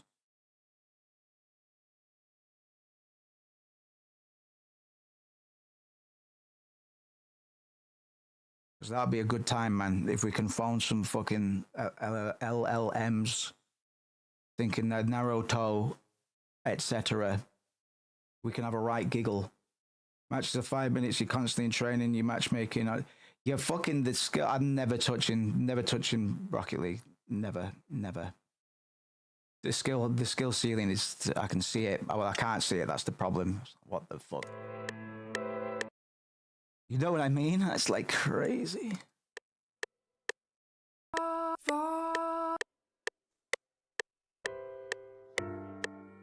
God, that went down easy. I tell you what, this splitting tech these days, man, it really is it really is yummy time. And I know you guys hate when I say it, but if this isn't yummy time, I don't know what the fuck is, brother. You need to get the fuck out of here. You can also see the sky exactly. Yeah, the ceiling isn't even on Earth, man. It's just like, and I like fighting games and stuff like that, but I like a challenge I can reasonably keep up with. But a game like, and kudos, man, to anybody that plays it successfully, because it looks fucking crazy. That skill ceiling, barely scraping the bottom tier. Is it like got like ELO, gold, silver, punk tier, wood tier, cock tier? What wank are you? What wank are you two?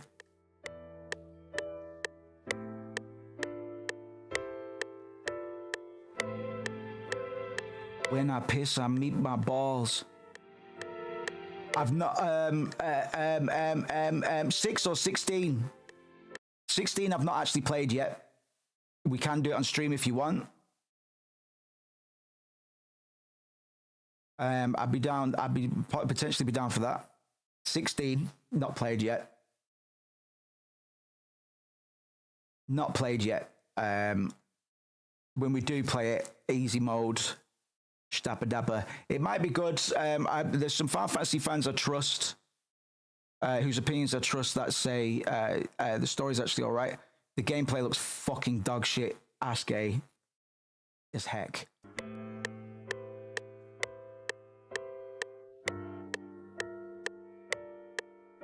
When I gots to go, I gots to go. I gots to blow. My penis is on monster mode. And then I give you a monster quote for my monster boat. Sponsored by Monster and Nicki Minaj. She's a big bitch with a big gobster. I got a hit put on her by a mobster. And now I'm in my pelly eating lobster. Now I'm in my Pelly in Lobster, Ben and Jerry's. I got very full. My belly. Ready, I gulp. Chocolate syrup sauce up until my fucking... Oh, the bass didn't come out. Shit. Brother, the bass. Where? Oh, it's there, thank fuck. A whole nother round of Elo once they're in GC, damn. Big boy school. I'm still, I'm hoping I'm not done with Inazuma 11 because, one, I want to give them my money. But two, we need to get really good at a game that nobody cares about. You dig?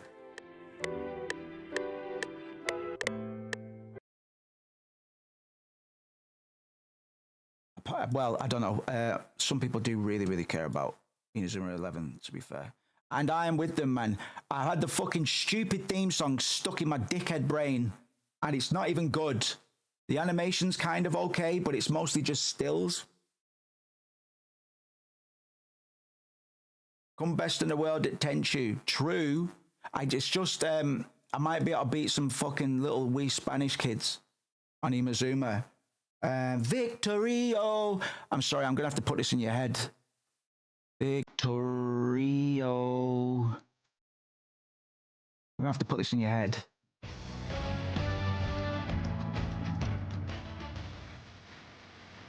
I hate soccer-inspired music, man. Soccer.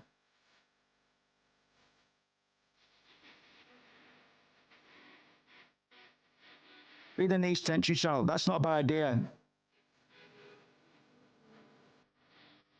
Yeah, man. If boys got gifted, we need some more banner boys and do some fucking let's plays, man.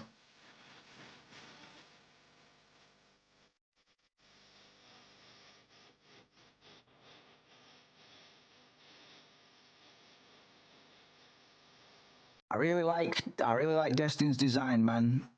I just like it. I don't know why. He's got a little brown nose because he's a fucking brown noser. Gotta say, the Blitzkrieg Zuma is a good ass time. I'm glad. Lots of spectacle, man. I'm worried I might be burnt out. It's a pretty, once you know what you're doing, but that's why I need to add the, because I'm just roasting all the PC matches, man. Sorry, I just call it a PC. Jesus. So the only way that game's going to get interesting is through playing sweats. And listen, a lot of them will be kids. I've got a strategy brain on me, man. So I'll try and pick up a cheap key. They deserve my money somehow. She says, cheap key. I'm not paying 60 quid for it, man. Sorry.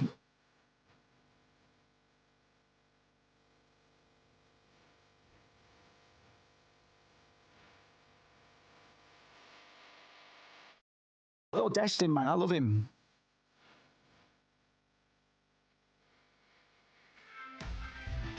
They weren't even evil.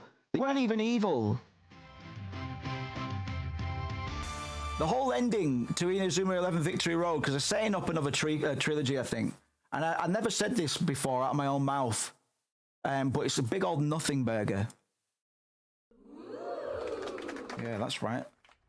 I fed it. No, I don't want to stretch the whole things there, but I guess I have to, right? Hold on, no, I don't, because I go like this. Ping, pow. Make unique as a snample. Victorio. I was chatting and ratting and pissing my patting and going up and down the stairs. Kevin was a fucking, yeah, man. That's what I like about, I need more games like that where I can express myself. I don't even really want to play the soccer. Like, I just want to manage it. And there is like a commander mode in the game, but you can only use it once you've beaten the team on that level. So effectively, you never get to use it unless you're replaying matches. I don't know why the fuck you do that, because you're beating the shit matches to do the harder matches. But by the time you got to the harder matches, you fucking leveled up. Eat my pizza. It's so delicious. I made it for you. I eat the Mona Lisa. It's a delicious treat, sir, for me. Mama Mario, 1, 2, 3. Check a microphone and hit you with my Wii. My Wii U is coming to see you. P-U. What's that smell? L-O-L. I ruffle.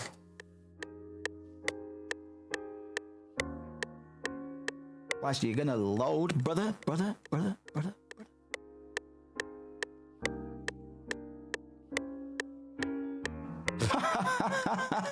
All right.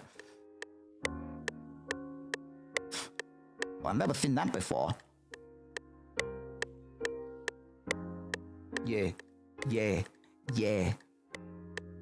I got yogurt on my pants. Gotta take 'em off, do a shitty thunder dance. Pull out my spectral blade, sword the thunder. I'm gonna go on Sea of Thieves, be a pirate plunder. I got to get to wonder. I got to wander across the 7 seas and pee and all of my enemies' throats and eyes and mouth. Because I'm going south. And that means, bitch, you knows what I'm all about. Mario, Balaluigi. I got a guy who wants to see me. Cause he's a crazy guy. I do not really know why. Eat your shitty chips. I hope that you die. La Luigi. He's got a big house. Me, Mario. Me, not even a mouse. But when I piss my pants again, I'm going so wah.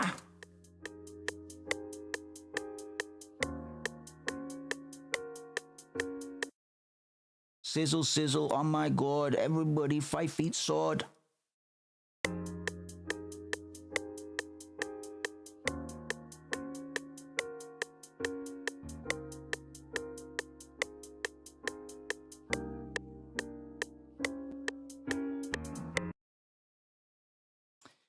Everyone was pulling and ripping and at my pubes.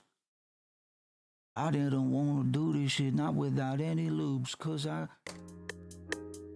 I'm so fucking sensitive. I'm going with my bedroom too much. What shit to miss? I'm going where my bedroom is.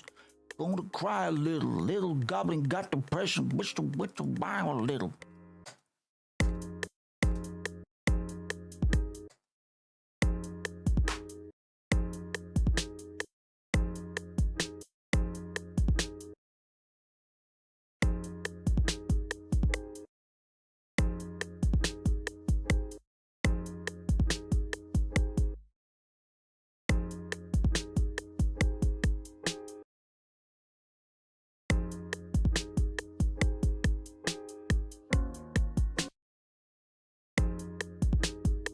On me, oh my. I don't really want to die. I just want to fly. Coming downstairs when I bam, oh my. Little old daddy, little old grand.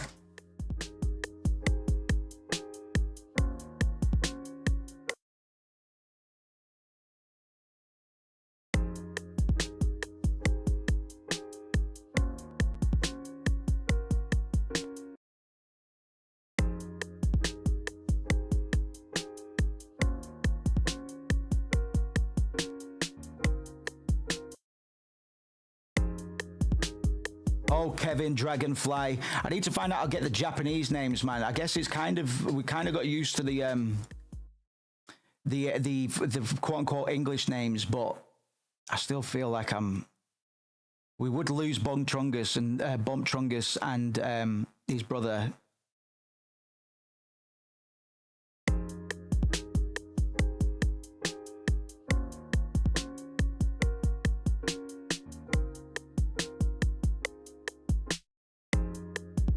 Go ooh ooh.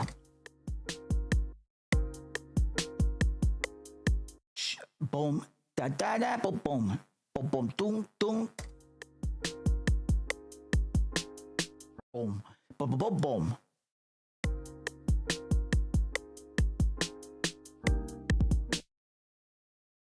Boom boom boom ching boom boom boom ching ching. Yeah, boom boom boom boom.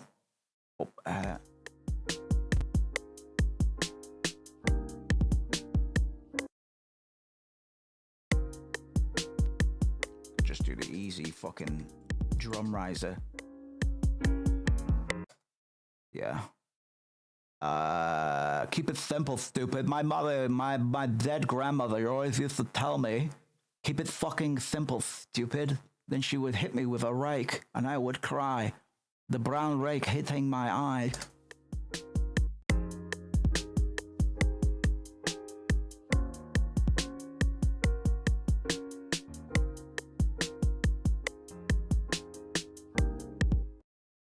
And everybody outside, inside, right now.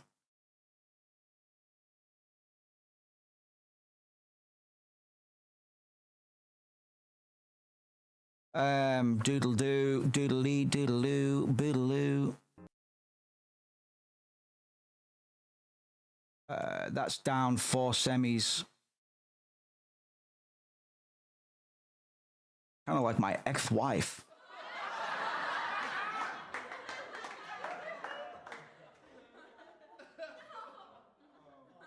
You think I'm fucking joking? She was a shitty fucking pig always playing my shitty video game. Fucking jackass lady.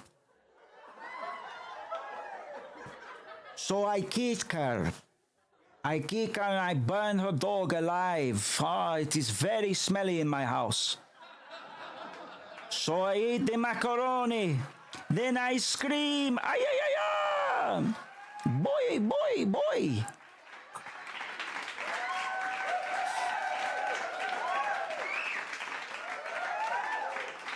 Hoi, hoi, hoi.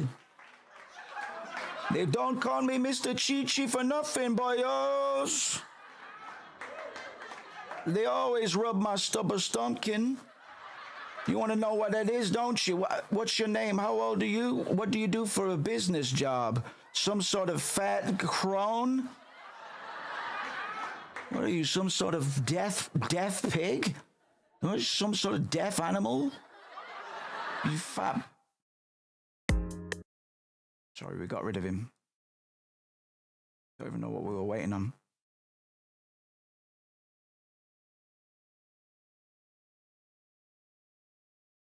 And once I sniff that vinegar, I really want to go to the fish shop so I can get some chips on the roll.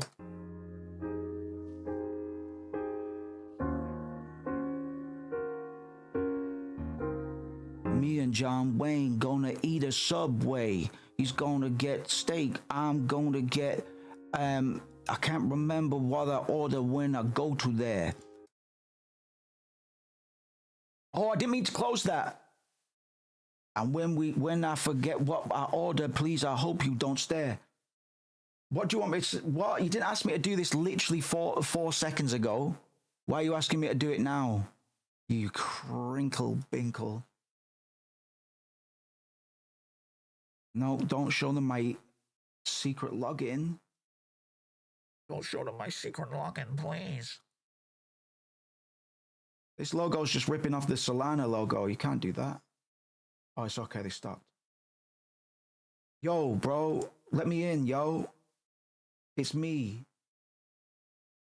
It's me. I want to rip middies, bro. Are you fucking serious? Maybe we should sample the Blitzball theme. Maybe that's why I'm fucking dying right now. Cancel, motherfucker. Come here. I want to steal chords. Why won't you cooperate? I literally opened this thing and did most of my business. I closed it semi-accidentally. And now it's asking me to log in? Since when? Are you fucking dumb or something?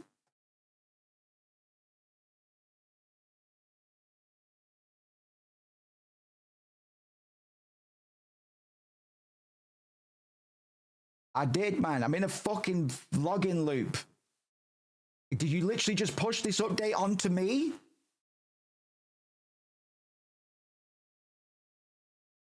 Oh my goodness. When I was eating lots of pasta casserole, my name is John Wayne. What do you think? I love pasta casserole and eating pastries, smelling all the cabinets when I get so hasty. Yes, boy, I'm white, but I'm California, I ain't pasty. When I slap you on your ass, I hope you do not chase me.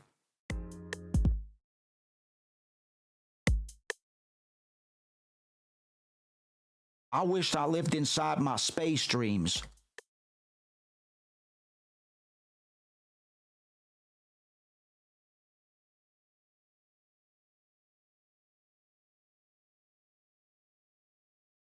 I wish I lived inside my space dreams.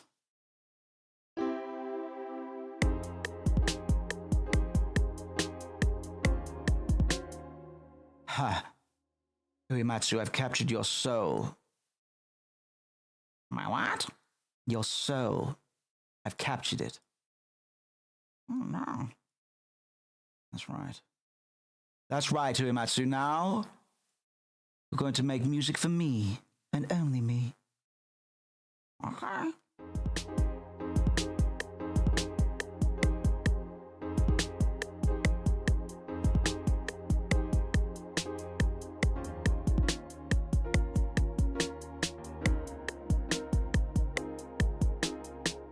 Oh, baby.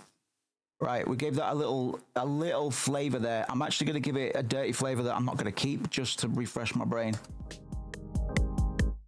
It's a little trick we call in the biz, called put something shit on for now. Right, I can't be bothered. Listen, I'm not very good at quantizing, said the most pathetic music producer. What's quantizing? And also, it's bad to quantize everything. You want your shit to sound like it was made by you and not GPT, which it really was. It's okay, we all know.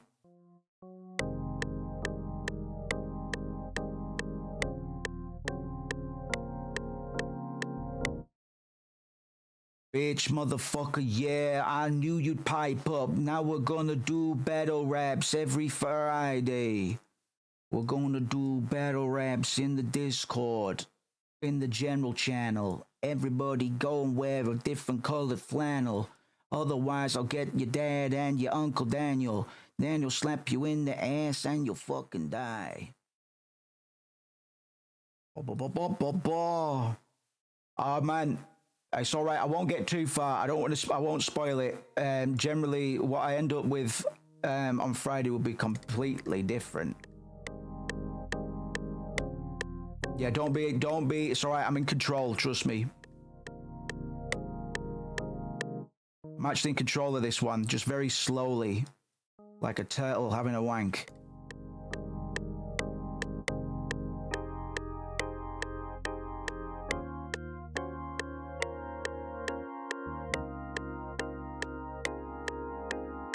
That's your autism speaking. You need to silence it. You must quench its hunger.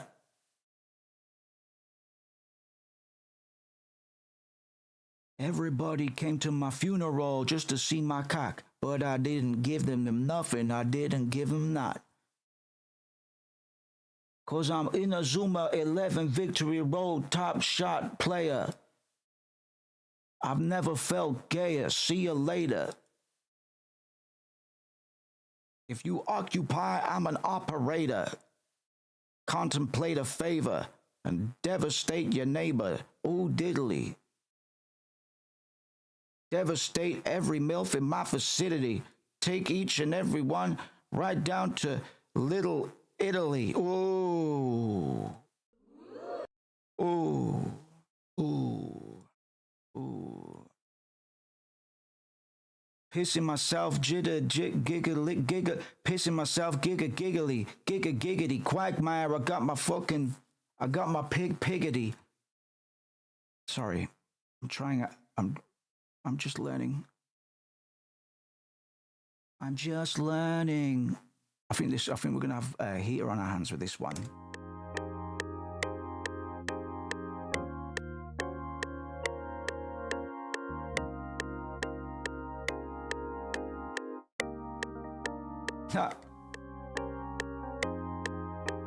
He fell over. Tripped over the last hurdle there.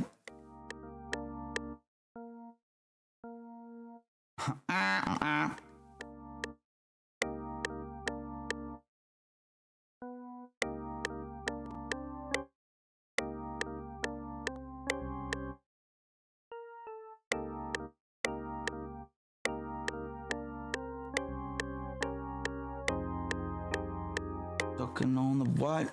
Eating on my what? Eating on my who?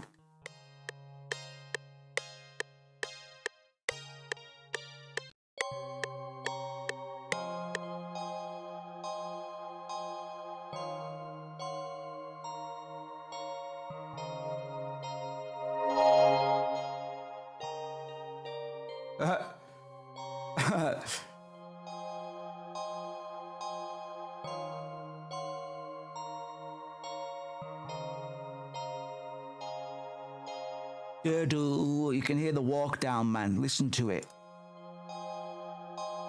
It's very subtle. See?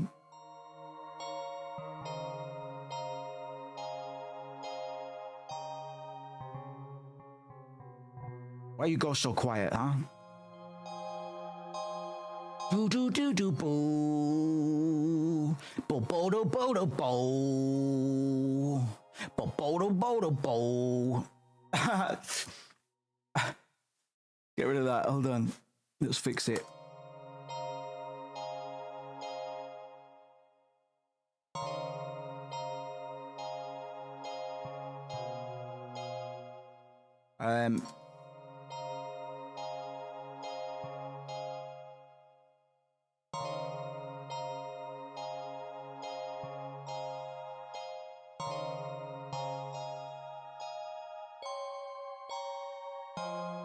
Nearly. Fuck it.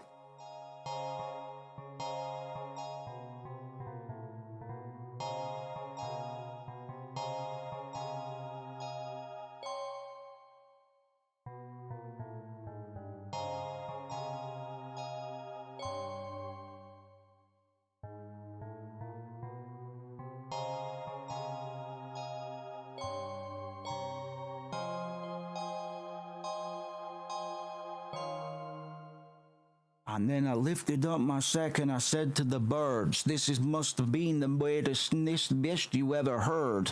Said I started speaking backwards, while spoken backwards, in the backwoods, whilst eating woods backwards.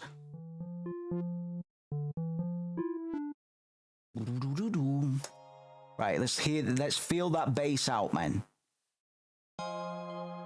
Boo boo boo boo boo boo. Boop boop. Boo boo boo boo boo boo. Yeah? Oh god, I switched.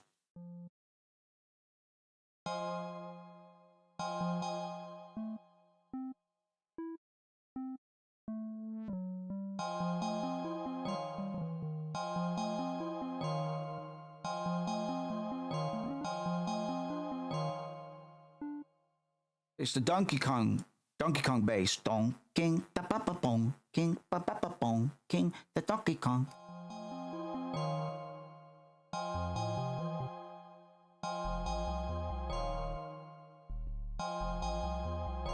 Oh, we're not in key here. As in, I'm not tracking what key we're in anymore.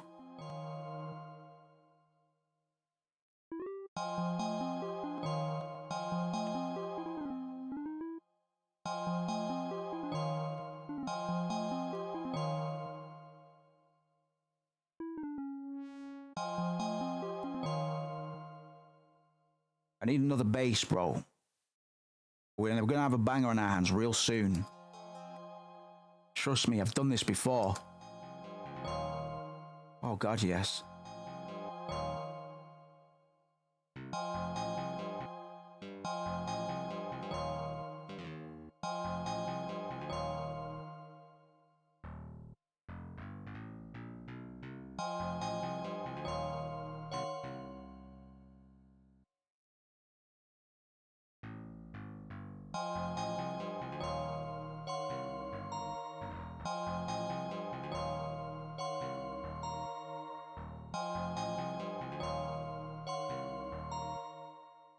I forgot I've got some kicks already. Hold on. I'm gonna have to obey the kicks a bit more. Hold on.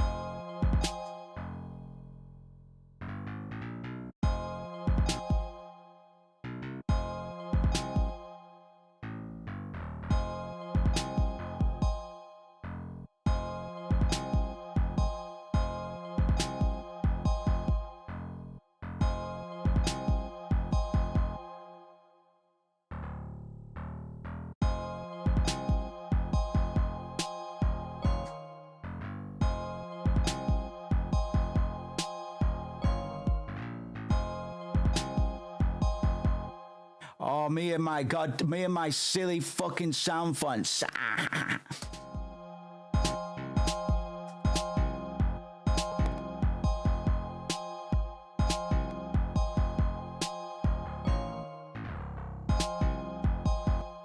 Me and my silly sound fonts. Up to no good once more.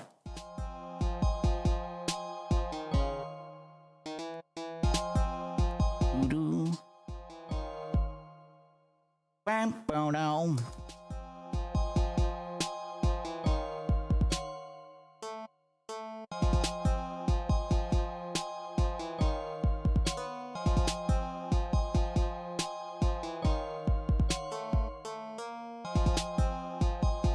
I should tune my guides.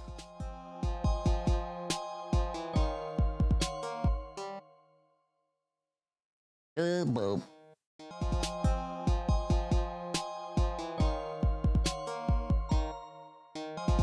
Sorry, fucking hell. What's rhythm? What's rhythm? And why do I need it? All these years and you never told me, master.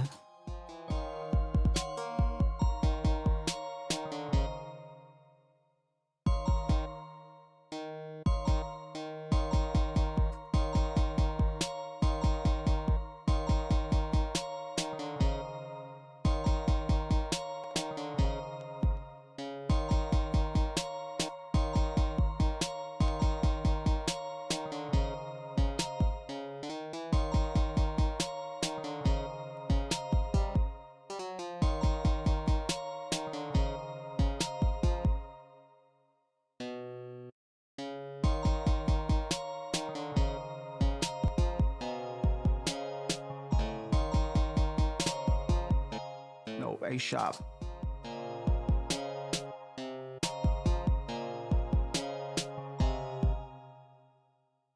We should create some harmonies. Harmony? I hardly hear ha ha ha.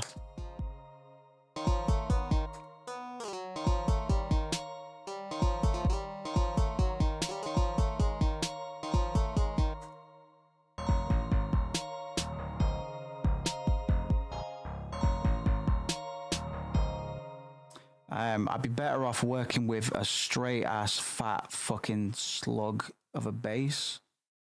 Just whilst I get my bearings. Get over here.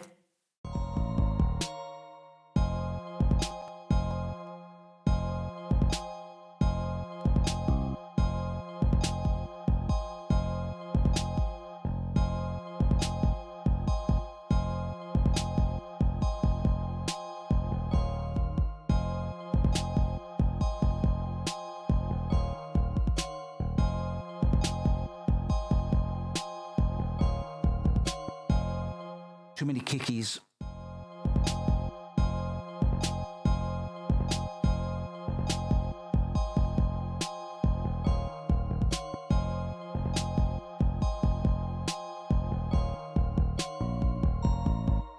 Well, relax. Yeah, that whole shit needs to die in a big old frickety fire.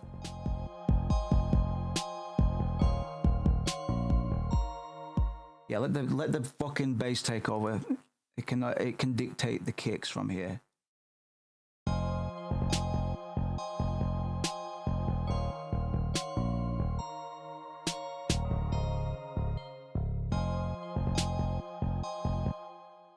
Let's get some harmonies.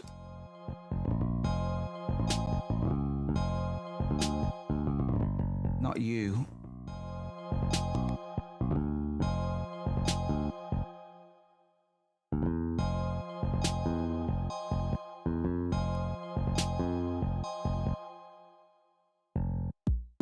I could bend this bass like Beckham's bent penis. Can I make this? No, look at it, man. Look at it. Just look at it.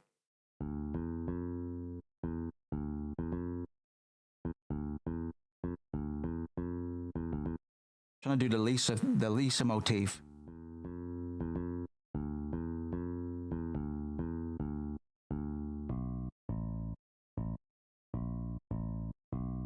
Did it? Shouts out Grayson. Yeah, we'll do some bends and stuff.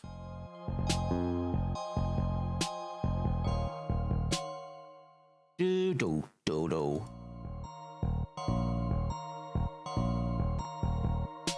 Do do do.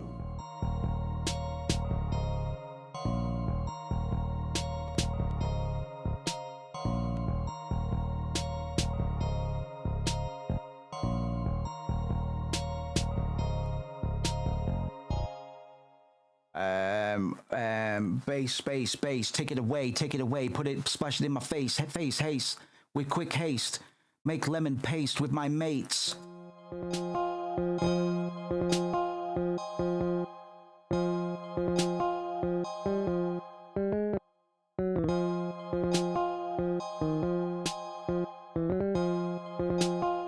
Bless you, Gray.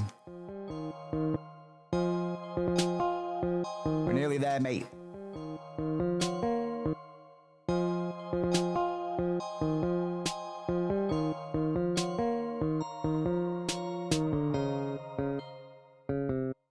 Not too bad, my man. Feeling much better than I have been. Hence the extended stream, man. I'm just gonna keep going. Fuck it. Feel well enough to have a fucking shave tomorrow. I look like a bit of a shitbag.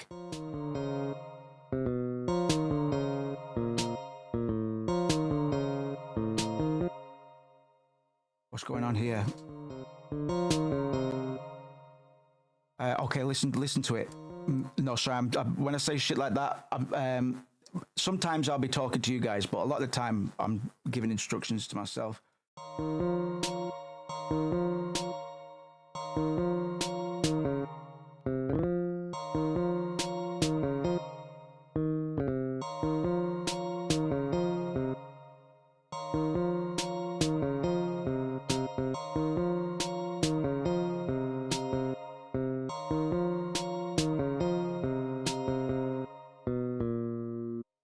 When I come inside, pissing on the walls, everybody set on fire, set it 10 feet tall, 'cause I'm big man, little goblin, eating all the shit out of your trash can. I'm stealing your identity by eating your letters.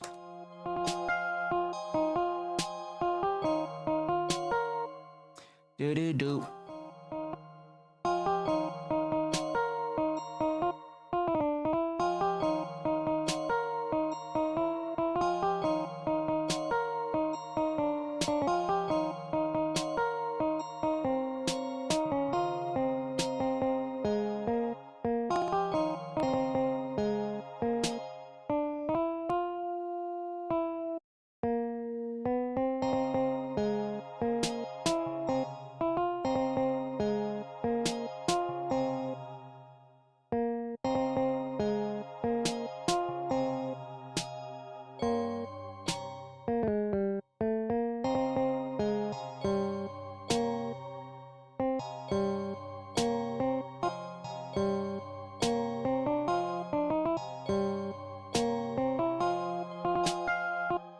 Haha.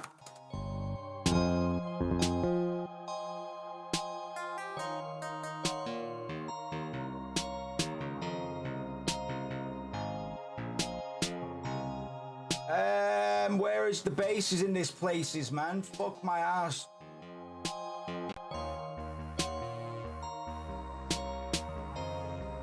Ugh. Fucking switch over for now. Yeah. Pump that out. I know what'll cheer you up. I know exactly what'll cheer you up, Moose. Fucking. Nah.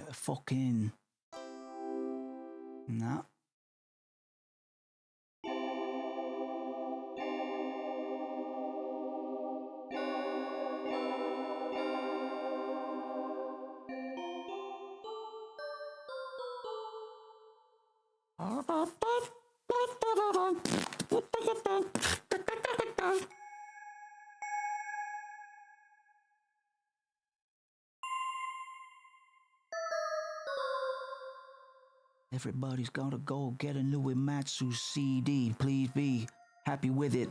Happy with your purchase in the first place. Don't get the wicked refund. No one likes a cunt who gets a refund. If you do that shit at my HMV, you will be defunct. Like HMV, at my HMV, because it's defunct, went out of business for the second time in my city.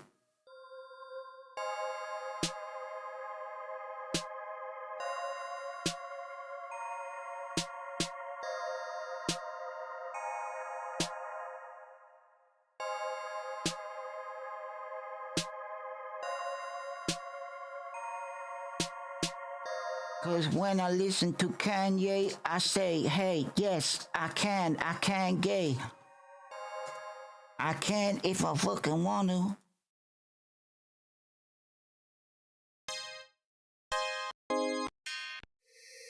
Spaceship.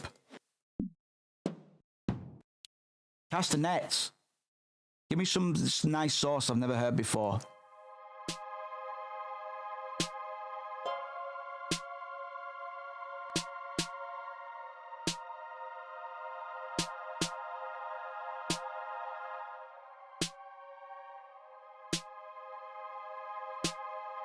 I swear to God upon my mama, I said I was dead.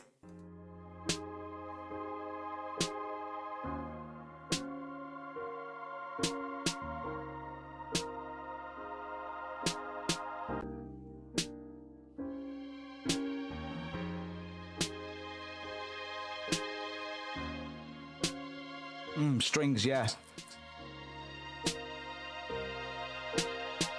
Not these ones, but strings might do the job.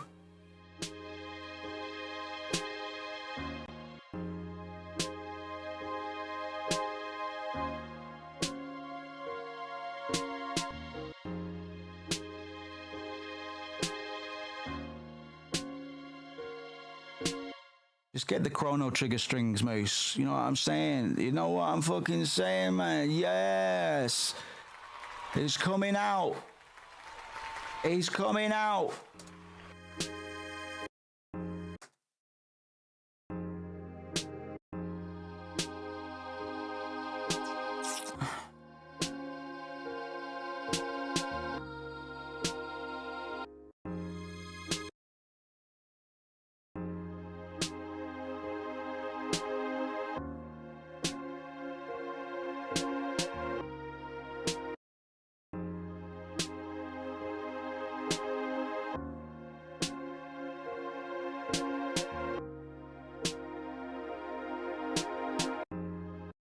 We need another one right there, Batman. Batman, there's been a home invasion. We need to get there immediately. Batman, there's been a home invasion.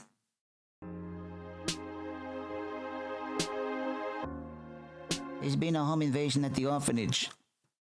How could you have a home invasion at an orphanage? The whole point is orphans don't have a home to invade. Robin. If that is your real name. My name is Gizmo569. You have broken my secret pact with my god, Galorlock. Now I must put you to the test.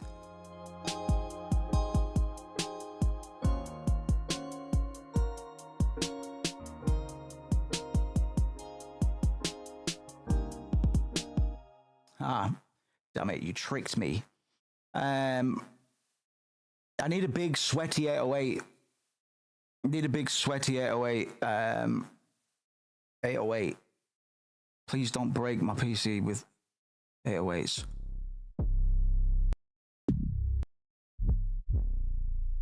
Giving up.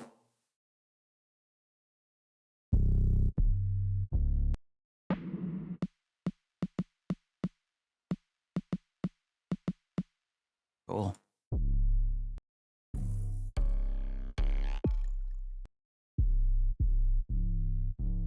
These are a little too sweaty.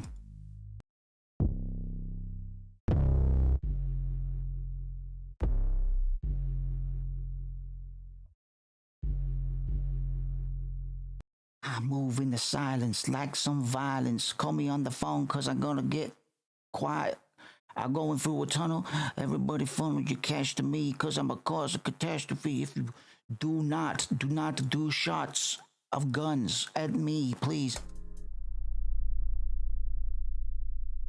Out to no melody?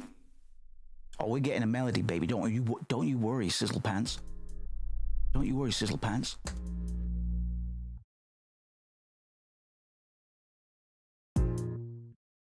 Oh, we'll get you your own bass line, Mr. 808.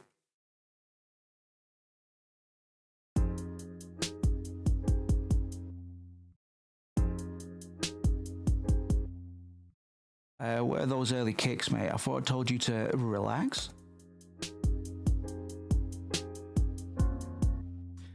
Ding dong.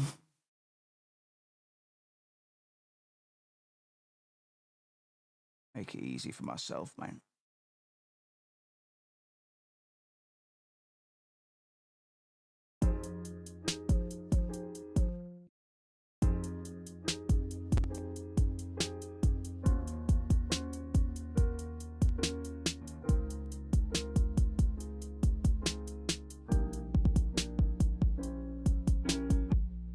Whoa.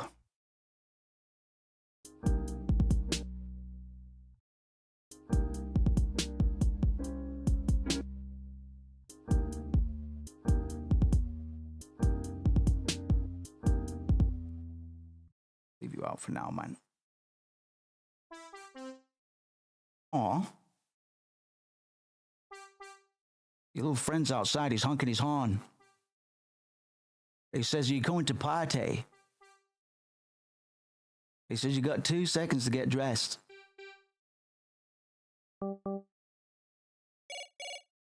Now he's calling you. On all your phones. And he's in the chopper. And the birds are telling you too as well.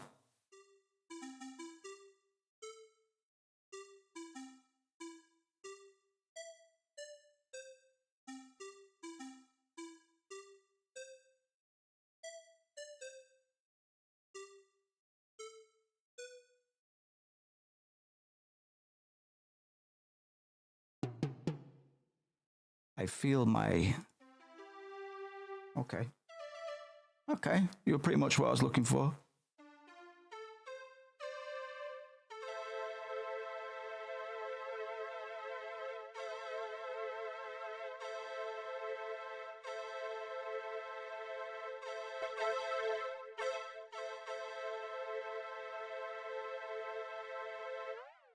Whoop.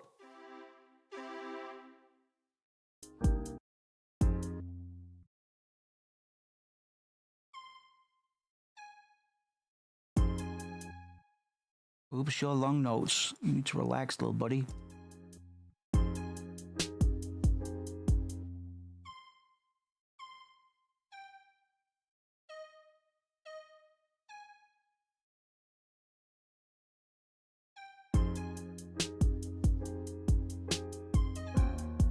Whoops, that sounded like Wind Waker, bro.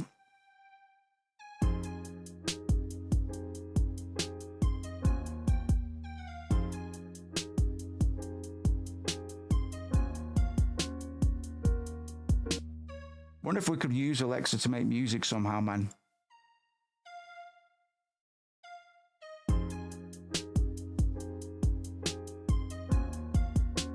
Alexa. Alexa, beatbox for me. Alexa. Oh, Alexa, stop. Started beatboxing in the kitchen.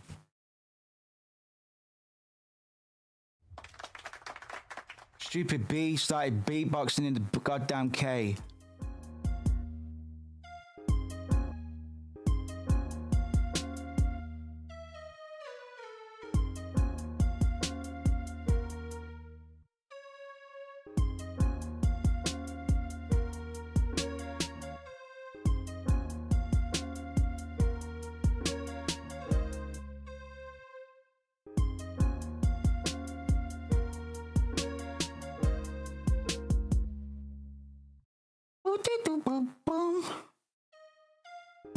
So I'm going with a very simple call and response melody, man. My brain is turning over, but I'm having fun.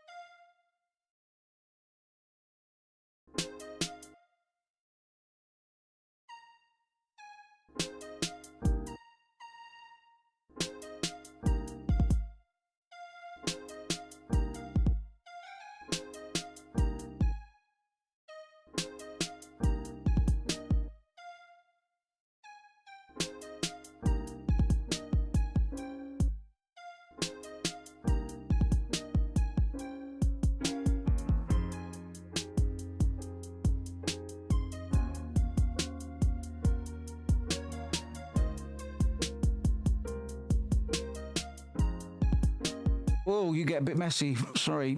It's all telling a story. It's got to, it's all got to be working together in one happy fucking family.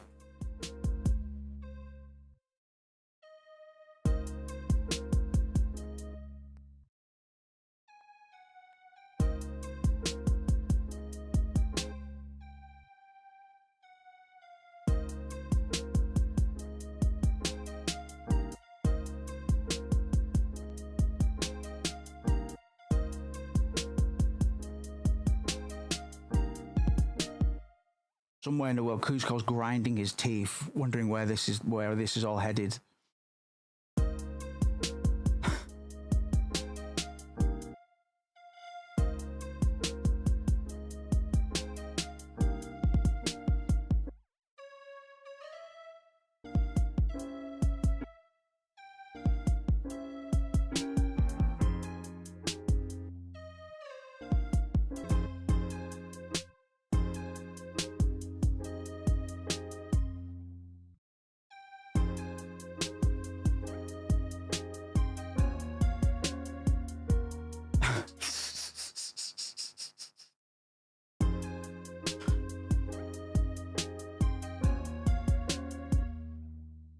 Right here, right now, right.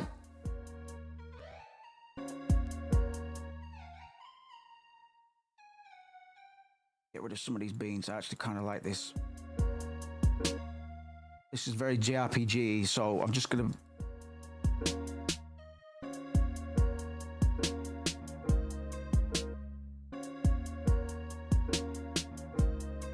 Fat Boy Slim, more like Gat Boy Glim. Welcome back to the flannel. I hope you're wearing your flannel. Hope you're wearing your channel flannel.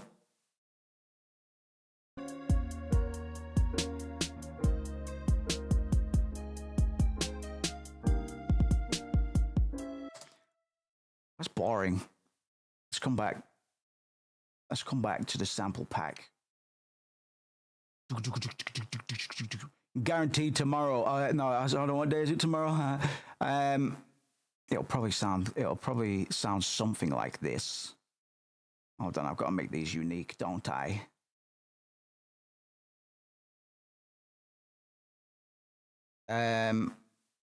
No, don't extract. Make it a unique one.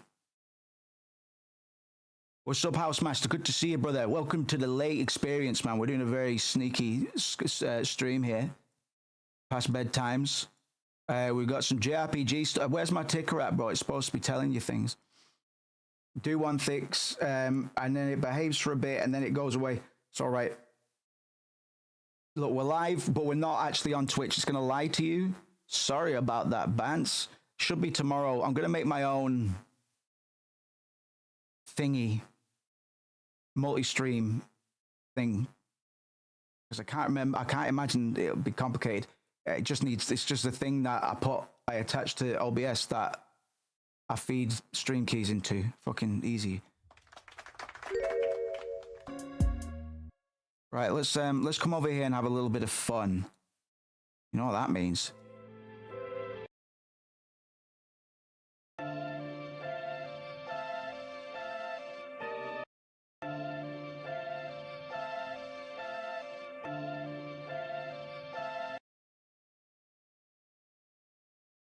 I was eating my shit, sucking on my ass.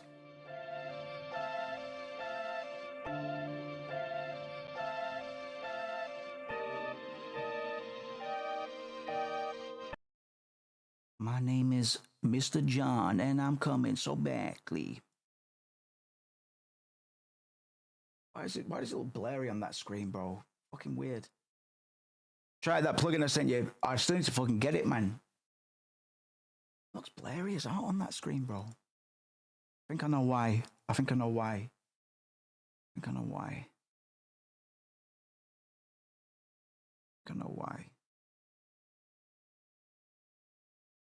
I'll get it now, cunt. Stop shouting. Being rambunctious.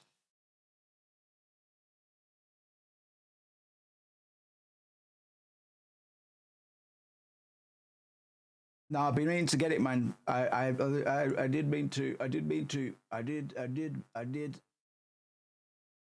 Maybe that's not what's causing the blur. Oh, who cares, man? They don't care. Go get that plugin. Go get that plugin and break the audio in half. It's only a little boy as well, right?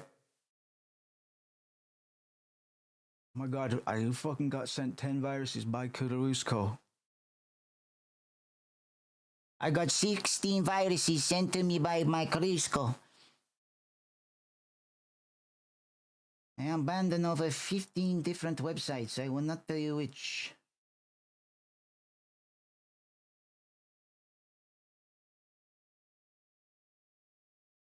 Windows protected your PC. Well, unprotect it. Well, sorry, all those window noises, it's on my list. It's on my list this week, so you don't have to go, huh? Huh? Is that me?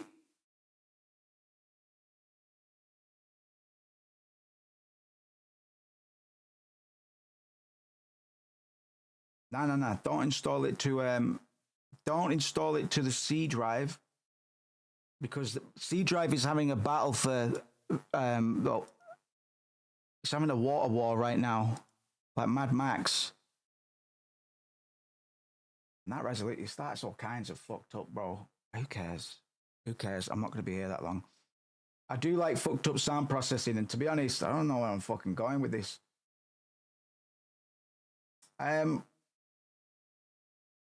Motherfucker.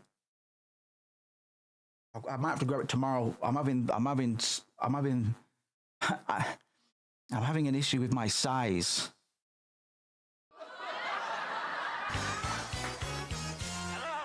I'm having a fucking issue with my size right now, so I'll find another way to fuck up this audio. Did you put a fucking SSD on your throne? No, I'm going to. And I'm gonna, which one is the one that gives me the API? Whichever one's giving me the API, they're going into the alert system. They're going into the alert system. I put a monitor on the fucking throne there. I put a new HDD in there as well, because this PC can take like 50 million. Put 16 delays on it. That's not a bad idea. Not bad. Scratches little ginger chin. Not a bad idea. The multiband compress and just crank everything.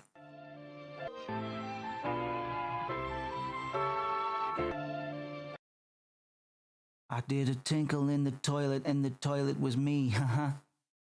I said a ha, said a ha, said a ha and a he. Fucking hell, where are my fingers?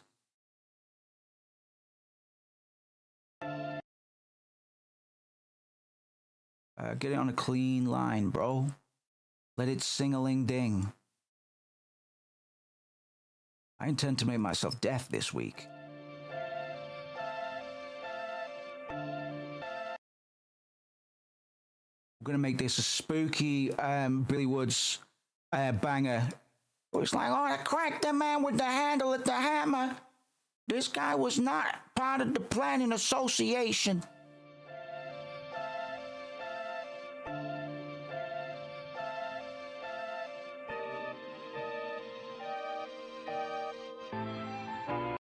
Too abrupt to mundo, dude. Too abrupt to mundo. Borrow one of the little kids from over here. I'm a little baby and I'm going to say, brum, brum, brum, brum, every day, every goddamn day, brum, brum, brum, brum.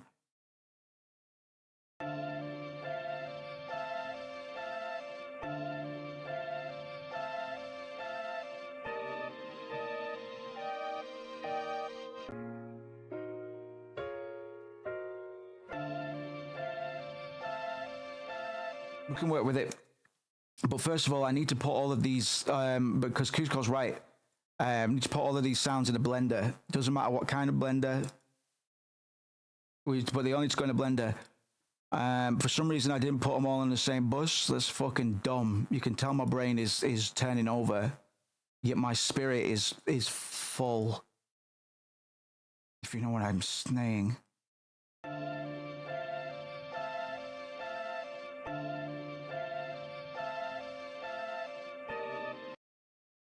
God, I love to eat cheese. Every day, it's such a breeze. Put a thermal on it, man. Put a nice big fucking thermos on it.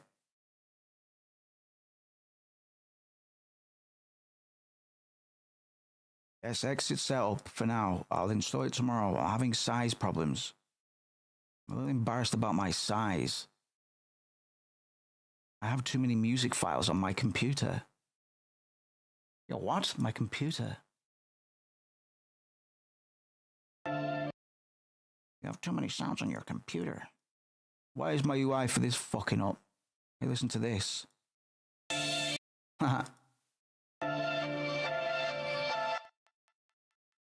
Shh.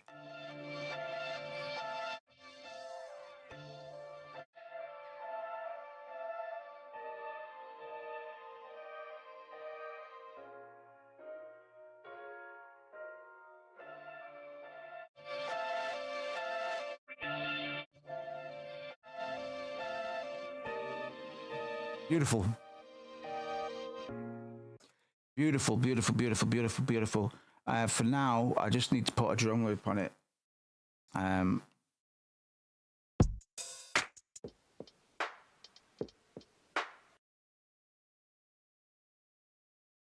want to get a drum loop, please. And then we'll call it, then, yeah, that's the beat done. Obviously.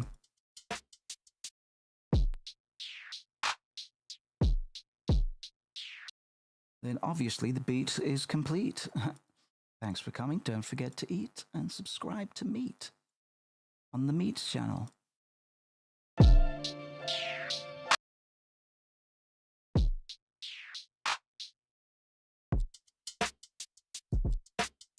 Oh yeah, we're in quite a fast one. Or we could do it in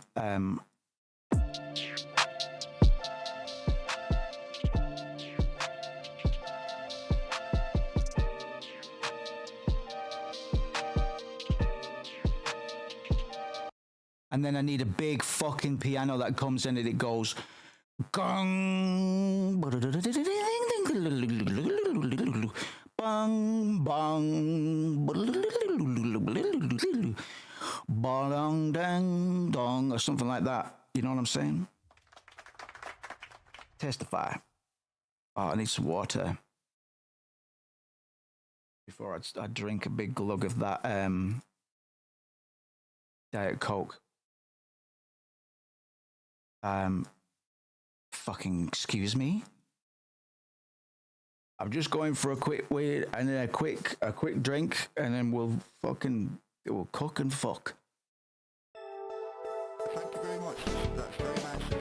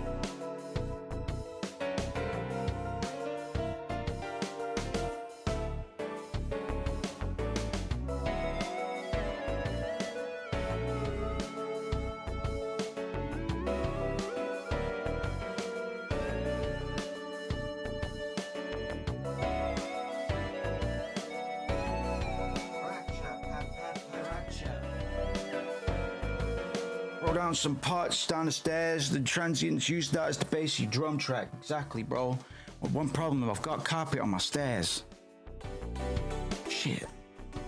Gonna need to rip up the carpets first, guys. Don't forget to subscribe to me on Patreon. You can see the before and after of me tearing up my fucking floor. Hey, listen, I'm just gonna get my big keyboard out. And that's gonna solve most, if not all, of my worldly woes.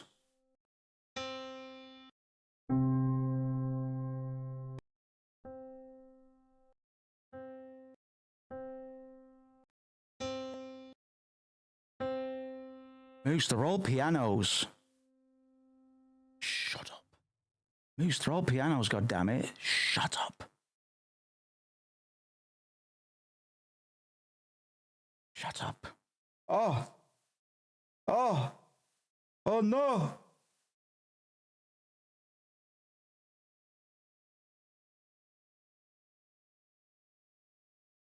Oh no.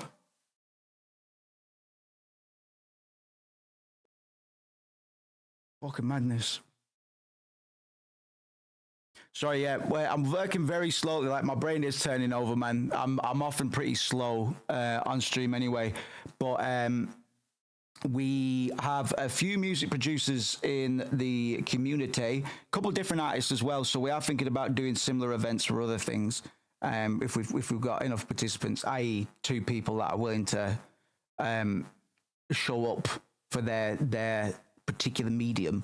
But yes, the one we've got going at the moment, we assign our producers a sample from which they can use directly, or they can feed inspiration from, and then we go away for a week and work on a song, and then on the Friday of each week we present to each other like a little show and tell.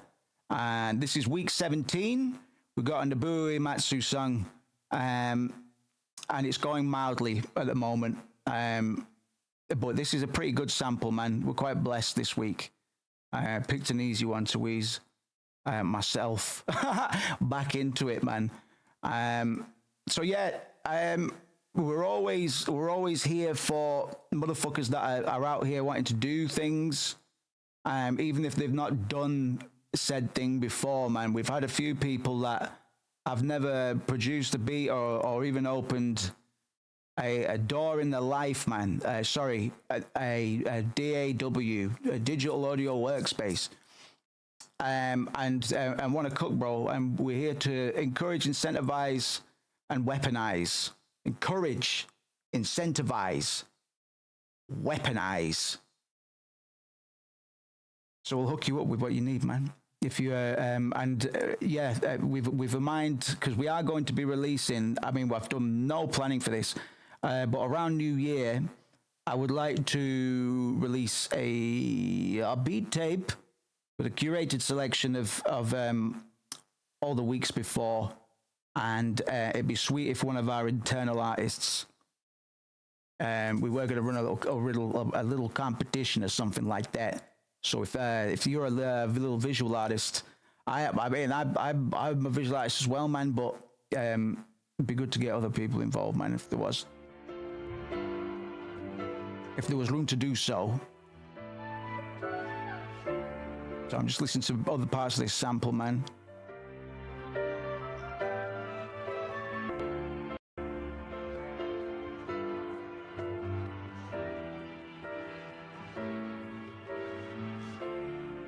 Yes, I probably won't be too long tonight, man. I'm mostly just nosing around the sample. I'm glad we did some cleanup on the nose job beat, though, because he's coming in fast. Oh, fuck's sake, me, you should do that every time.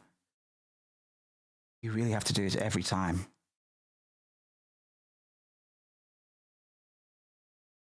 And, yes, we've begun development, soft development, calling it soft development, basic planning and stuff at the moment, just getting the GDD started, of our own JRPG title as well. So we are going to be doing music for that at some point. Although the way that I handle a lot of my self-composed beats and stuff like that, they were always meant to kind of double up as little bitty boppers.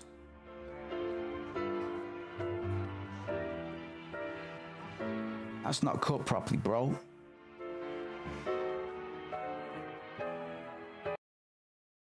So you're working and rolling up, bro. Yes, Benjamin. What do you do, brother? You don't have to share. Are you big, or unless you're a big weed man? If so, hey, do you post? I need to get a drop myself, man. I've let this run away from me. Although this tangerine dream's been twatting me for like over a week now. This stuff knocks my fucking head off. I'm blaming this stuff for me being bad at Fear and Hunger 2, because I'm actually really good at that game.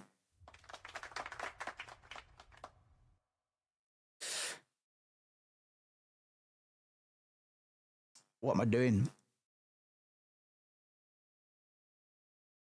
Cusco, you'll be fine, man. If you want, fuck it. Yeah, man. I'll give you full credits, man. I'll even give you something if and when I can.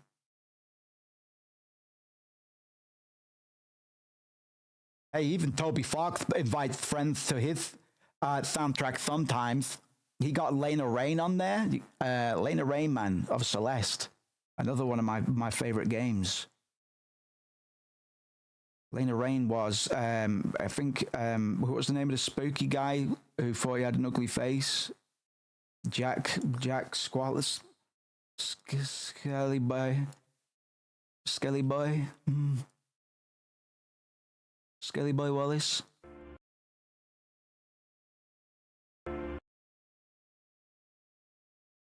Every time I pick my nose.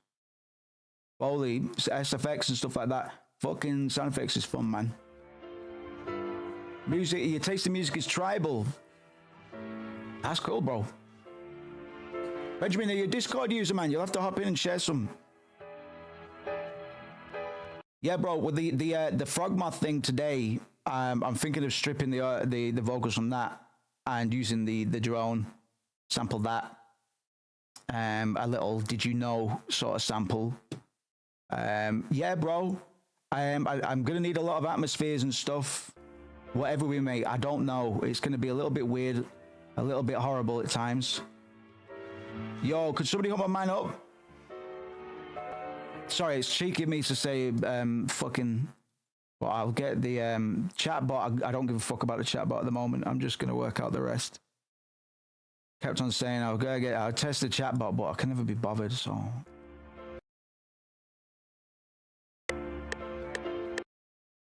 Go back to the source, mate. Go back to the source. Fuck that. Fuck that.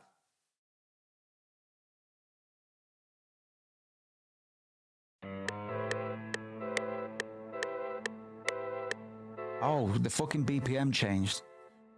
No wonder.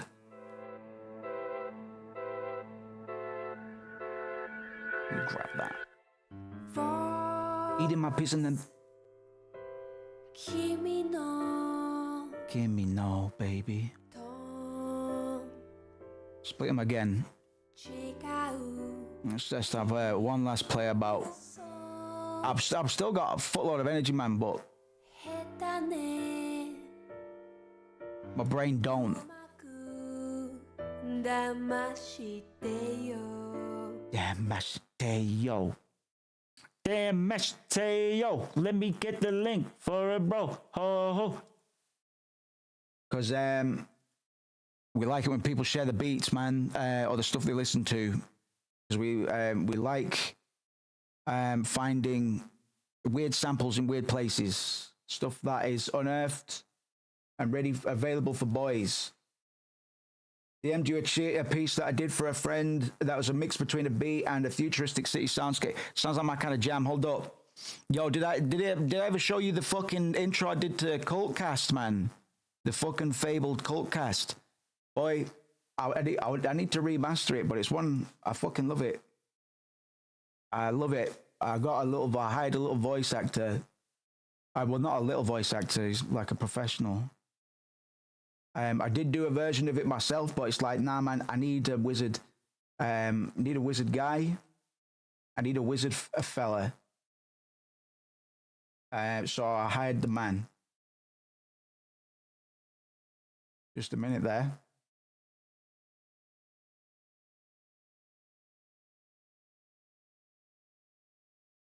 with toes that tippy and a nose that drips.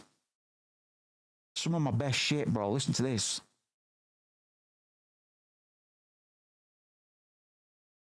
Across the meadow, you see the woods. You waltz inside because you could. Between eyes that glow, a house creaking and crooked. Not to be approached, but you say fuck it. With toes that tippy and a nose that drips, you shimmy towards without a pause. And once you reach that wretched place, you reach for the door and accept your fate. I still really like that.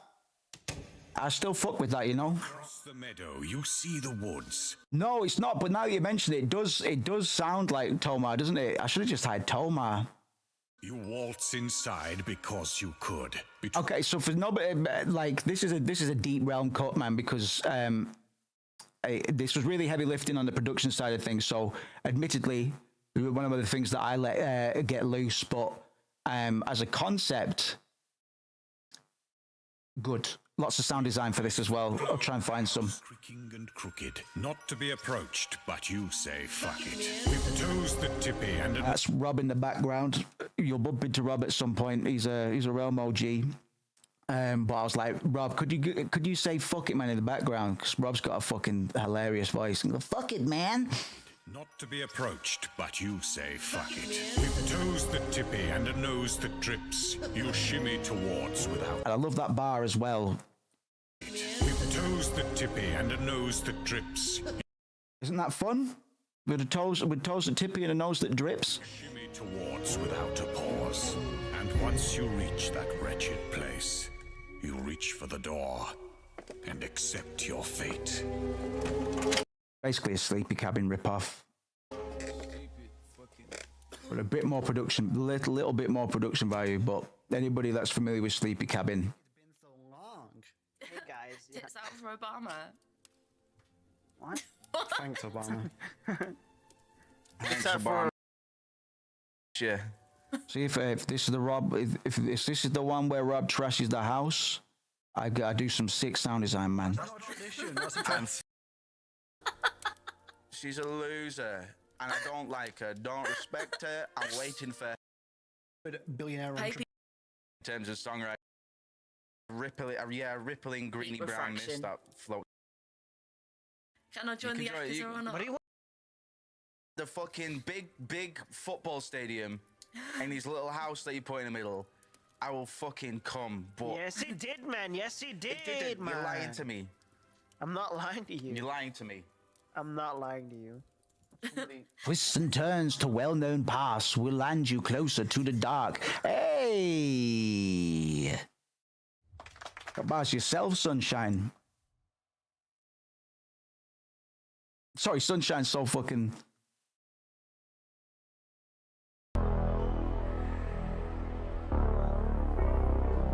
Motherfucker, I only got paid 16 goddamn credits for 54 cyber hours down at the cyber docks. Now I gotta suck some dick to find a Happy Meal. This is sick.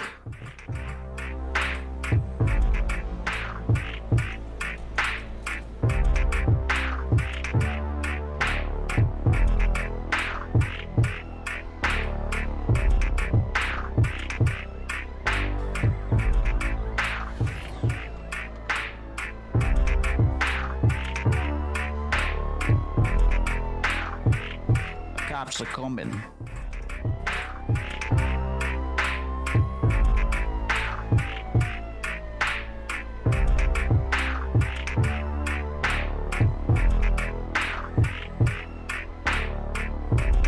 Hypnotic. It's for the stream starting screen, says Kuzco. Yeah. High vibes, man. When did you make this?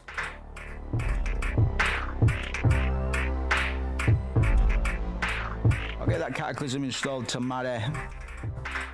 Fucking having a size crisis. All units be advised, suspect's name is Isaiah. Whoa! Armed and dangerous. Proceed with caution. Considered a major fucking cunt. Let's go. Cut his head off, kill his balls. Balls. Cut his head off, kill his balls.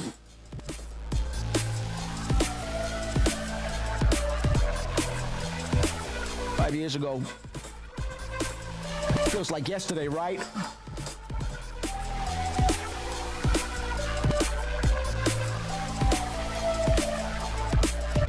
It was like just yesterday I was walking down to the cyber docks. I fucked my aunt too hard and I had to leave the fucking country for 7 weeks and 7 days and nights.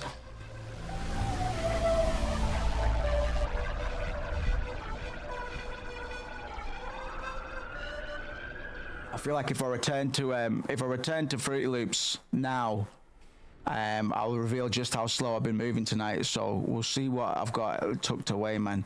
Hey, I did an Aesop Rock. This is probably the only a cappella remix I ever did. I skunk the blood of us to numb the public interface. Before the anime corrodes, I'm trying to fork the figure eights. Hogwash etiquette, drunk a long haul leverage picket. Outbuilt auto bricklayers with 10 gorilla digits. 8 at Don Darko. Because to be honest, there's a whole pile of beats that we'll listen to some of them now. We'll go to the top of the hour, fuck it. That could do with a solid reviving. This is an Aesop Rock one, quite an experimental mix, man. To numb the public interface. Before the anime corrodes, I'm trying to fork Yeah, super flute. I think, yeah. long haul leverage picket. Outbuilt auto bricklayers with 10 gorilla digits. 8 at Don Darko, Barco beautiful, piranha gossip, cobwebs on a Costco. Choke up on watcher line, whether that's center field indicator, gesture gently. Smash when I went on one octane, hemlock tea, pump chest to extremities and phenom. Limit to wicked recon. Prowler fist up with a Bowser twist. First America's kooky coward clip. Pump breaks, come. I made with a father formula. Goofus Mert Gallant, the missing mate was a parrot. Drugstore cowboy, hope, floors and grudges. Fuck the Judy piece while Elroy burgle space kids from the cover. I could kill a cock. You're a very experimental mix, man. This is borderline Undertale ambience. Mash jackals, hack slash bedazzlers, capture flags and crash test happy campers. But a typecast ponies grazing through the weekend, ring alarms with Basie kicks that flip whips on a major digging. At a Dodge North, I don't feel good. L, the keys to the DeLorean. Utterly unreleasable, but I like my weird experiments sometimes, man. There's no rhyme or reason to what got loaded to SoundCloud. We'll go dumpster dive in a bit. I'm in the mood. Why not?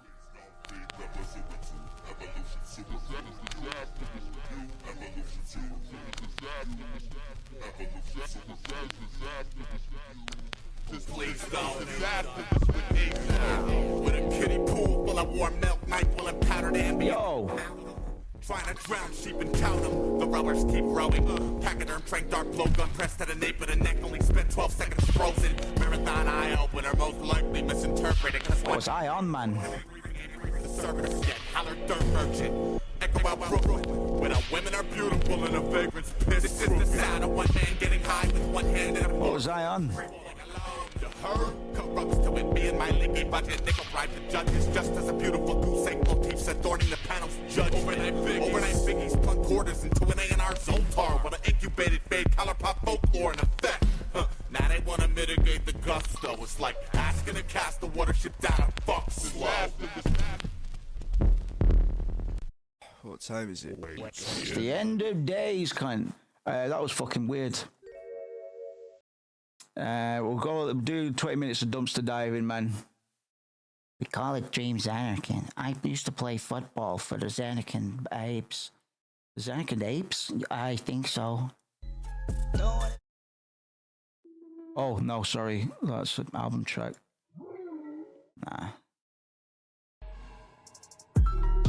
Oh, this is just crazy choirs. This is a 3-minute outro to the original Pluto, man. But fucking, there's been a lot of songs that have been fighting for the title of Pluto. It's quite an important word to me.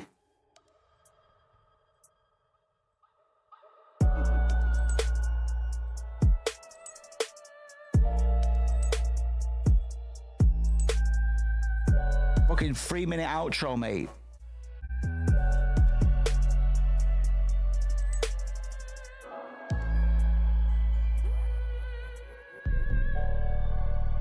Kefka laugh is snuck in.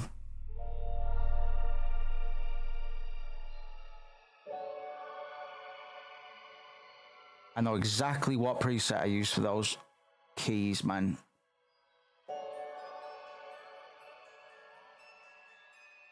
I was definitely a lot more on my freak shit.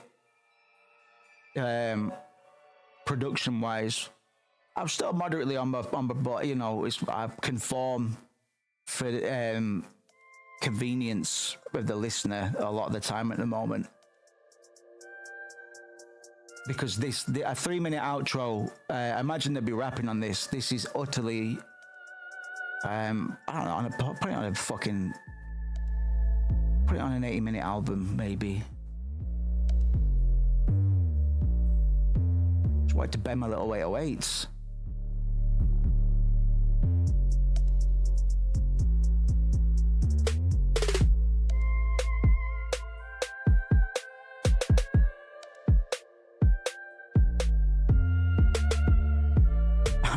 Cute drums, man. Just use a loop.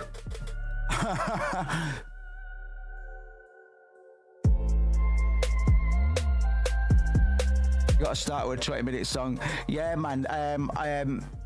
The end of which clipping album is it? Where the last track is like 24 minutes of a piano burning. That's pretty epic, right? You should open with that, though. Benjamin's got a good point. And it's also a bit, it's like, you know, I'm not in that much of a crisis to be able to rap over that with like, and it doesn't have to be as urgent as the Fifth Element ass beat there. But yeah, that's good. Like, that's pretty much unusable, really. Maybe the melody will come back. This is why I keep this shit, because it's like, well, if the melody didn't work there, we turn it into a video game song, and then maybe we turn it into a hip hop song once we've stabilized the essence. You know what I mean? Alibi. This was going to be on the project, man, but I can't find some of the sounds. The project. It's one of the. Actually, I might be able to do it now. The moon shines, a blue vibe too. Everybody that's heard this demo says the fucking mic audio sounds shit. And yeah, because this was recorded on my headset, or my HyperX headset. But I'd actually rather the vocals were like this. The moon shines, a blue vibe doom climbs. As a loop-de-loop time, me and you, that's a new vibe. You're an alibi. You're an alibi. I can hear the moisture in my mouth. It's disgusting. Lay by the pool, the veil trail through. Didn't take your shoes off. You may try and find a way, but you're too lost in gods. Got 'em with a coupon. Don't you let these bitches that swallow your purse. Too good to be true, cause they come with the curse. A sinister smile, a lipless scream. So hollow inside, and reeling you in. I've never been Donkey Kong.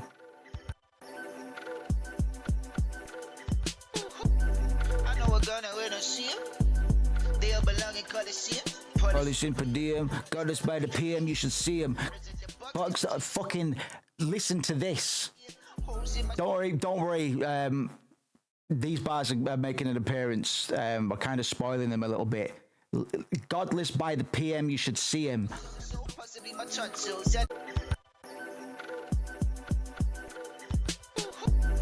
know we're gonna win a see him. They'll belong in Coliseum. Polish per diem. Got us by the PM, you should see him. Represent the Bucks that you be in. Holes in my sock, so I know we're gonna win, I see him. They all belong in Coliseums. Godless by the PM. Godless by the PM. Represent, oh fucking hell. I know we're gonna win a see him. They all belong in Coliseum. Polishing per diem.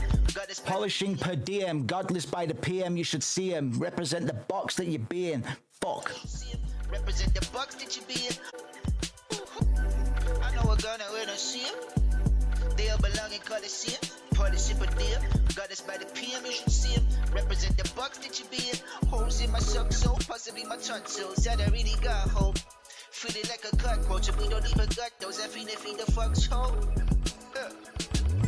These are just draft-a-roonies, mate. These are just draft-a-roonies, mate. Believe me, I'm not sitting on the I'm not Ghost Train bandwagon. I used to navigate, but now I don't know what to do. I used to give a fuck, but now I couldn't give a clue. I used to sniff coke, but now I'm sifting down the loo. I used to curse the Pope, but now I question past the moon. Allegedly. I used to navigate, but now I don't know what to do. I used to give a fuck, but now I couldn't give a clue. I used to sniff coke, but now I'm sifting down the loo. I used to curse the Pope, but now I question past the moon. I'ma rewrite the Bible in crayons. Read it backwards, upside down, and have a fucking seance. Wake on, rustle up the rescuers. A bit yonkers. It's by Edison. White guy producer. Done some stuff for Aesop, funnily enough. This might predate Tyler. Do the math. Hold on. 14 years ago. I think this predates Tyler. Tyler was 2012. Yonkers, right? I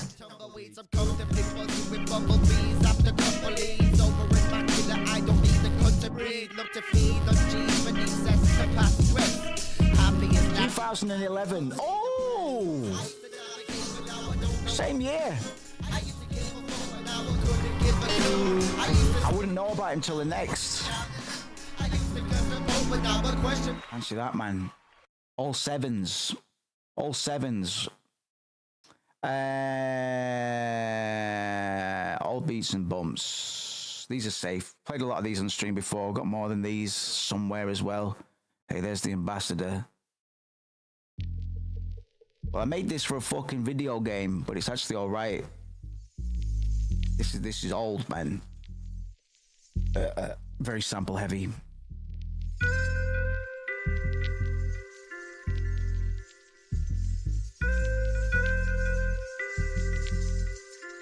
It's probably one of my earliest, probably.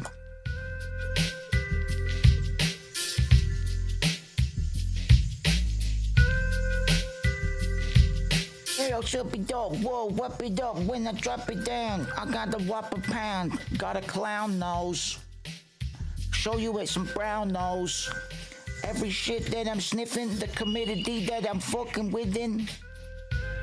Yeah, we were doing, this was for like a suburban, like 50s, 60s zombie outbreak thing that I was never really completely behind. It was one of the concepts that wasn't my idea, you see. I did a lot of pixel art for that as well. I don't know if I still got that. A bit of a bully vibe. A freaky shit like this. Tons of it in my early days.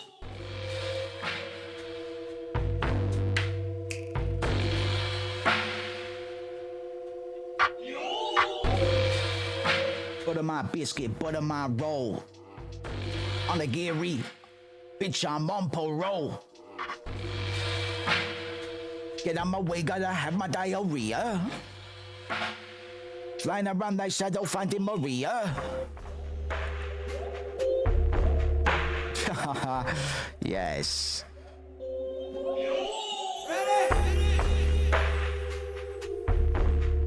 Fuck yes. Fuck yes.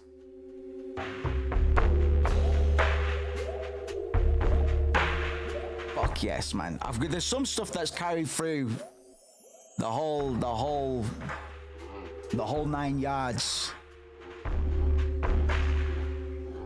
I don't know when I stopped worrying about styles. When you're a young artist, man, you're always worried about, oh, I need to develop my own style. You don't need to worry about it. And by that I mean it comes naturally, man, but you've got to emulate. You've got to emulate for a while. You've got to pretend to be something you're not, and then you'll find your natural footing. This works for all skills. Whistle and smoke, double the dose, likely to die in the sofa, dial tones and siren emojis, Bible beside the remote. I beat him, and I try to say, shake his hand and stuff. Church of Aesthetic, man. I'm glad we're turning a few more people onto the church. More action. More excitement. Today we taught negative space in speaking cadences. It's all possible, man. breaths you take is just the shading on the elbow. The fuck does that mean? Think about it. Think about it. Every breath you take is but shading on the elbow. It's like jazz. Gotta take heroin to understand it. Speaking of jazz, it's all about the notes you don't play. Yes, man, negative space. It's a beautiful thing. Nothingness controls it's the foundation of everything.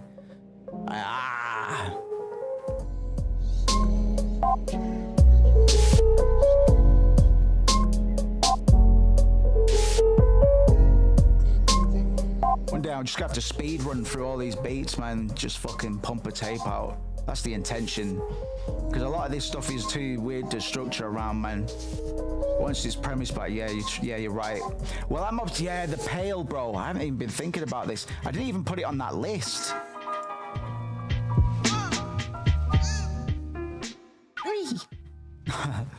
Didn't even put it on that list.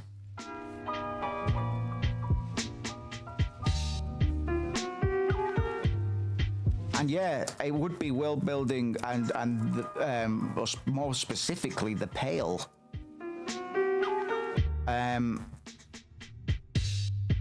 kind of love it. I kind of love it. I've been dabbling in the concept of non-existence already, man. But a different vehicle certainly. I love the Pale though. I think it might be the crux of I don't know. I've got a character that is I don't want to spoil it too much, but he's he tries to make a big mess of everything in order to get out, so to speak. And it's a very visceral, in my take, it's a big metaphor for just wanton human self-destruction, so to speak, without spoiling too much, man. Trust in metaphors are beautiful, right? Like the Pale could just be a big fucking metaphor, man. It's like Jekyll and Hyde, man. But I don't know why I'm mentioning Jekyll and Hyde. Oh, it's because of that Inazuma character. It may not necessarily. The potion in Jekyll and Hyde could just be booze. Does that make sense? I've got an obsession with like counter meanings or layered meanings, man.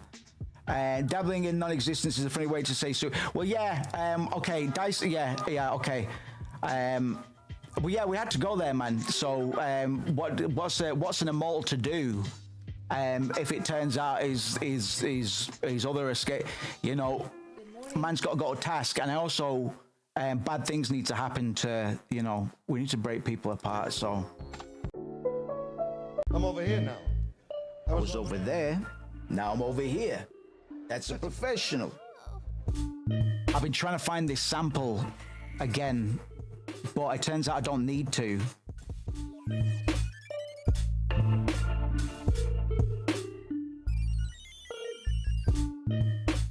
I cast it aside. Please give me the chocolate trifle. I got to eye to eye with God, Gemini. I find the jewel. Fucking 2 a.m, Moose. You really in soon, sunshine. Too much fucking energy, man.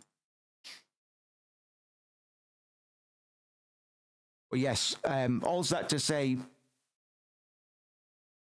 non-existence. What could be more interesting than something that people just cannot, just physically can't cope with? Been reading lots of articles on terror management. Have a Google. It's a lot of fun. We're doing some terror management right now. I'm over here now. I was over there. Now I'm over here. That's a professional. Oh. That's Dice Clay, followed by Peach. I main Peach on the Smash Brothers there. I'm over here now. Oh, God. Just like that, man. And we're back in the room.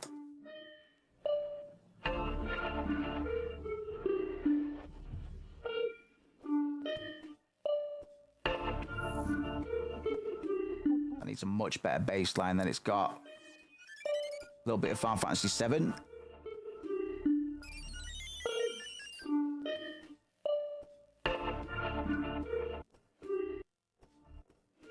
That's Dice Clay, Princess Peach, Final Fantasy VII. Have we got anybody else in there?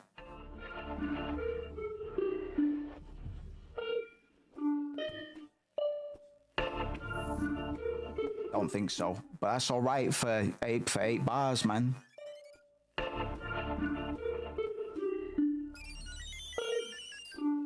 Don't like you can just say they're uneducated and you don't understand it's time. Exactly, mate.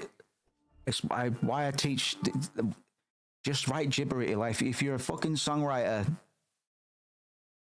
if you just write, if you just know smart words and know how to, and you just say things that sound good, people think it's like well clever. I'm over here now. I'm over here now. I'm so happy I was able to do that so painlessly.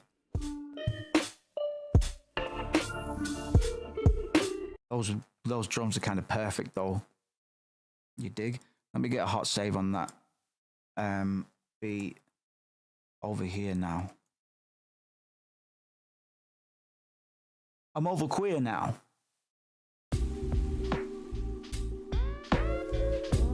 This is a cheeky little beat. Again, could just be a video like a game bullshit.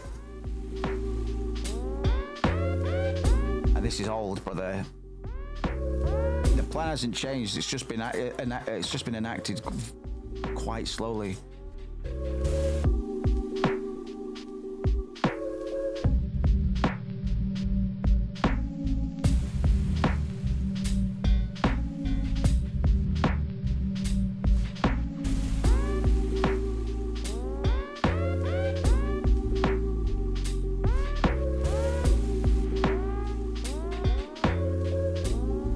What's that? Shop music, fuck yeah. Let's tag it. Oh yeah, you're right, man. And it's annoying because when I think about the game, man, well, when I think about the pipe dream, I always go straight to the 3D stuff. And just how animated I want everything to be. A lot of head bobbing all around, man, because then the player starts bobbing their head, and next thing you know, you're fucking engaging with the video game. I think that's a good idea. Let's tag that.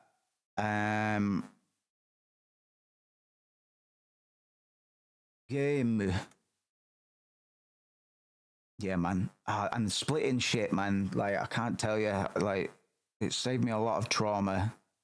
I already had to live through the trauma, man, but room-based battle system, you're not the first. Kind of. Have you played any of the Mario JRPGs? If not, we'll do that Splatter Day, maybe. Oh, 6th day. Because I made this the night after I watched Mother by Darren Aronofsky.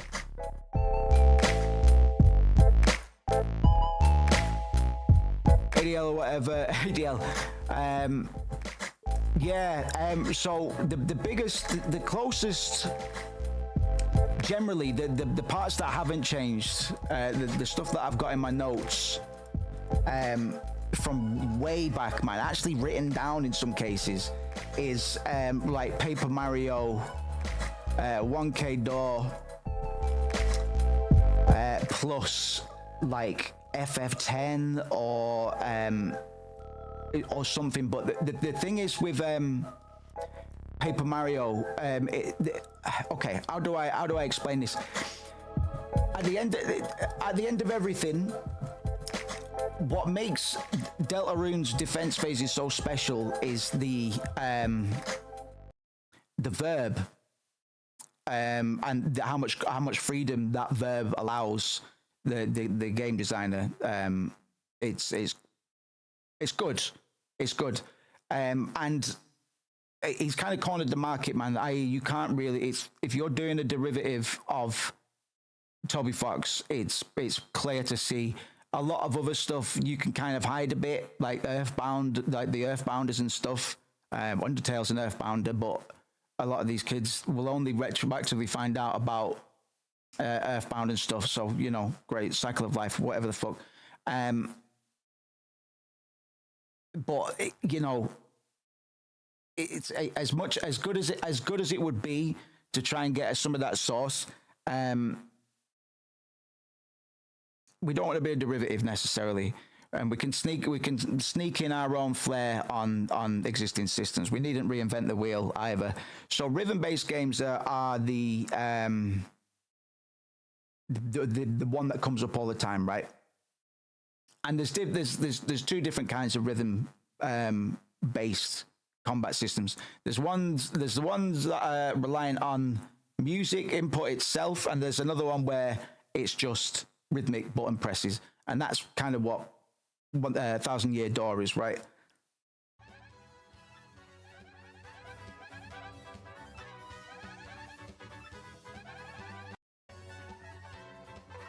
So what Mario also has a pretty simple verb. In Undertale's case, it's the verb is just move, like, more or less, and then but then comes extensions from that.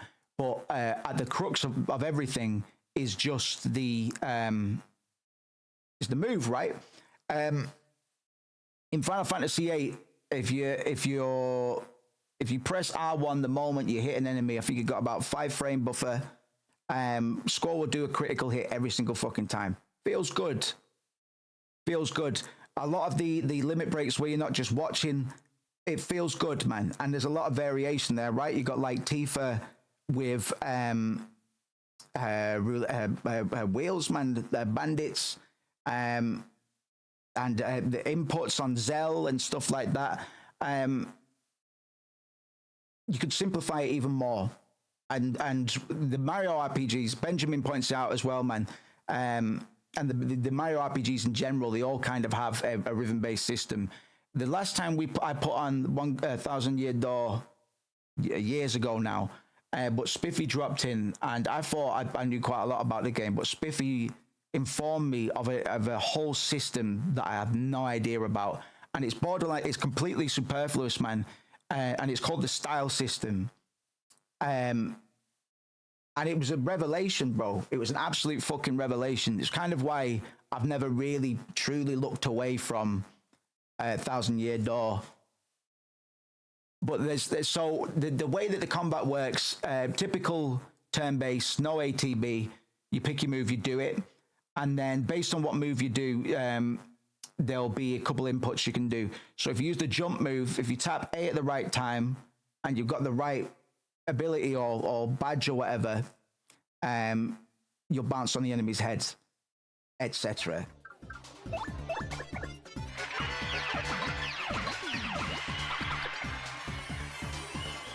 But after they bonk the enemy, it might only be Mario that does it. After he's bonked the enemy, it doesn't just stop at getting perfect inputs for damaging the enemy. You can then carry it on. I don't know if it ever teaches you this. So that eye looks fucked, but it's not actually that bad, man. It's just the lighting, I think. It does. I didn't know about it. If we're talking about Toby Fox, we also have to talk about player expression and ways in which the player can change or modify their experience based on their skill level, right? In a way that isn't destructive for new players as well. You don't have to fight the Roaring Knight, but you can. You know what I mean? If you're up to it, you can do. But I'm sure a lot of people didn't. Hey, what can we say? I guess we're just fucking hard, yeah? So if we can't do a morality system similar to Toby Fox, I'm not saying we can't, but it's these additional ways that allow the player to have a little bit more mastery over the game that I think is going to push us over the edge versus a lot of conventional JRPG, especially RPG Maker JRPGs. Because a lot of them, the ones that we played today, that like Look Outside pretty much uses the stock combat system, and that's fine. You know, do your shit. It's fine, but we've got some ideas.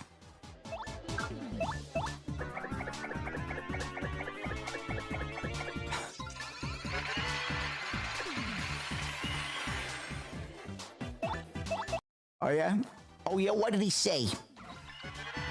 Giving something special to the player. Absolutely, man. Yeah. Absolutely. Player mastery and player expression. Like, that's the whole point, right?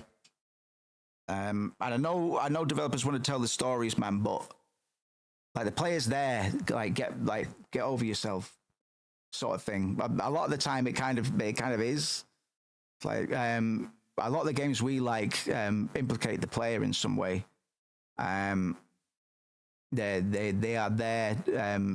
They acknowledge the presence of the player, and it's a very unique experience. That it's an experience you can't get anywhere else, and it's a very simple thing to activate.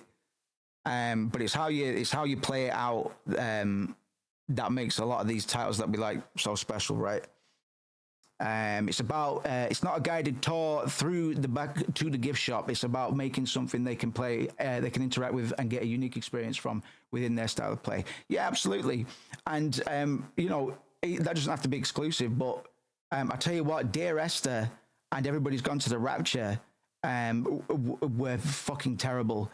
I'm sure like some people found the writing for those games good, but if your pedantic story isn't working and you have no gameplay, I fucking hate you, man. Like, you don't have to fight Clunto, the stick-wielding blue ogre at level 1. You get a cool item if you do it with a stick. Yeah, man. Yeah, it's like the killing rats trope, right? And I always say, man, I'm getting the older I get, the tireder I get of being a genocider and everything. Even in like Final Fantasy 7, 8, 9, 10, 20, 40, 50, you just wish you could fucking do something else, man. And I don't really know where we're gonna go with it, because we'll need some violence, man. But by Hotline Miami, brother, very violent game. It's a game about video game violence. It's a game that implicates the player in their sick delights, man, because in them buying the game or knowing what the game is and playing it, they are signing a contract with the game itself, man. It's like, well, if you're really here to play Hotline Miami, you must like video game violence, which makes you does that make you problematic? Do you like violence? Oh shit, do I don't know. I don't think so. But I'm having fun smashing this, so I guess I do like violence, but also no.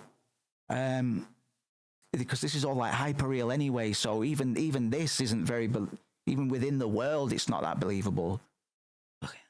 Games that make you just go, what the fuck? So yeah, man, Patreon. We're going. I'm psyched because I really don't have much of a battle plan, man. Cognitive dissonance or ludonarrative dissonance. What's the example? Ludonarrative would be the example that everybody uses for ludonarrative dissonance is Lara Croft guns down loads of guys in a combat scene, and then in a cutscene afterwards, she's on all fours crying because she can't believe she's killed somebody when she's just effortlessly like slayed a whole gang of dudes, right? I got zero idea what the theme of your game is at the moment, but I think if you look at how Smiling Friends type content is, that yeah, man, I agree. I fucking agree 100%. Is a new season out? We don't know, man. I've got a fully developed, well, not a fully. I've got a story that I've been developing for years and years and years. But that's to the side. We're putting that away for now. Putting that away for now. And we might make some references. I'm going to try and tie the two up, but I've also decided I'm not going to be too. I'm not going to force anything, man. I got some ideas, and I'm going to pitch it at these lot and see if everybody bites and has any ideas. guide the process. It'll be like having my own free team again. My own free team.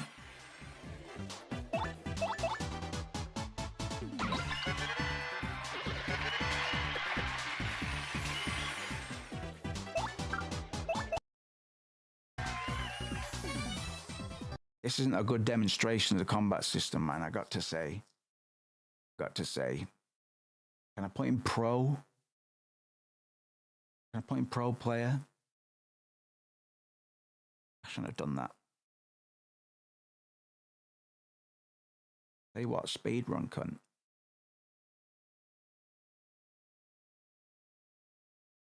Task. A very broad. I can lie. I can lie to the viewers. Fair enough. Since we're just kind of bopping back and forth down here, you want a donation or two? Yeah, sure. Sweet. Okay. Times and then our. You can just hit it with coops from the block. Inside her head, there's not really like a very clear visual cue of where you're supposed to. Japanese text is faster. For the 10 bounce on this one. Yes. Always go for the 10. 10 bounces, 2 frame perfect inputs, and you have a chance to get capped at 9. It's a 1 in 3 chance. A 1 in 3 chance. Come on, man. Okay. To get That's 1 in 3 chance to get passed. Yeah. Okay. 2 and 3 to get capped.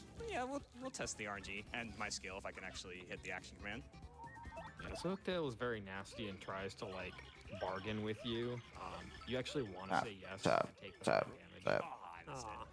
You need a certain level or badge, a certain piece of equipment to be able to bounce loads of times, man. But that's just one of the verbs, man. The hammer, you've got to pull back on the analog stick till the meter fills up, type beat, and then you let it go. But I'm interested in the jumping one alone because you do a lot with just jumping on things. You know what I mean? Like quiz games, and I'm just thinking of like really hanging fruit style ideas, like a quiz thing, for example, or avoid this, avoid that. You could do a lot with just a jump. You know what I mean? In combat, So many questions. we got a jump in Expedition 33. Fantastic. Stuff like that, man. I think Expedition 33 and Chapter 1. There we go. Paper Mario have a lot in common, to be honest. So Coops has now saved his father. We have gotten our first. Fun fact: Yoko Shinomura did music for some of these. Not battle music. Danganronpa 2, Snowboard. I need to fucking do Dangan 2. I need to fucking do Dangan 2. Bamba.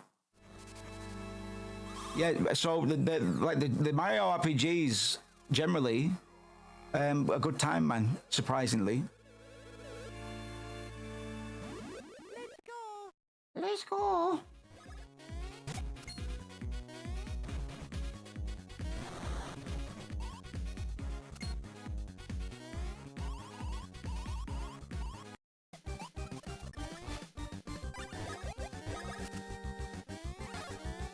Huh? I've been saying, man, I'm obsessed with team attacks. I'm obsessed. I think they're so important.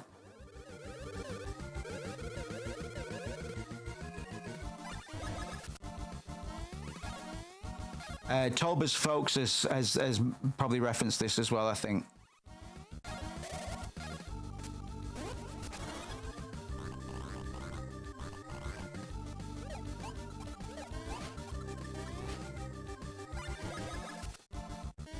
I know he didn't make it, you cunt. He's made a reference to the game. Cool, right?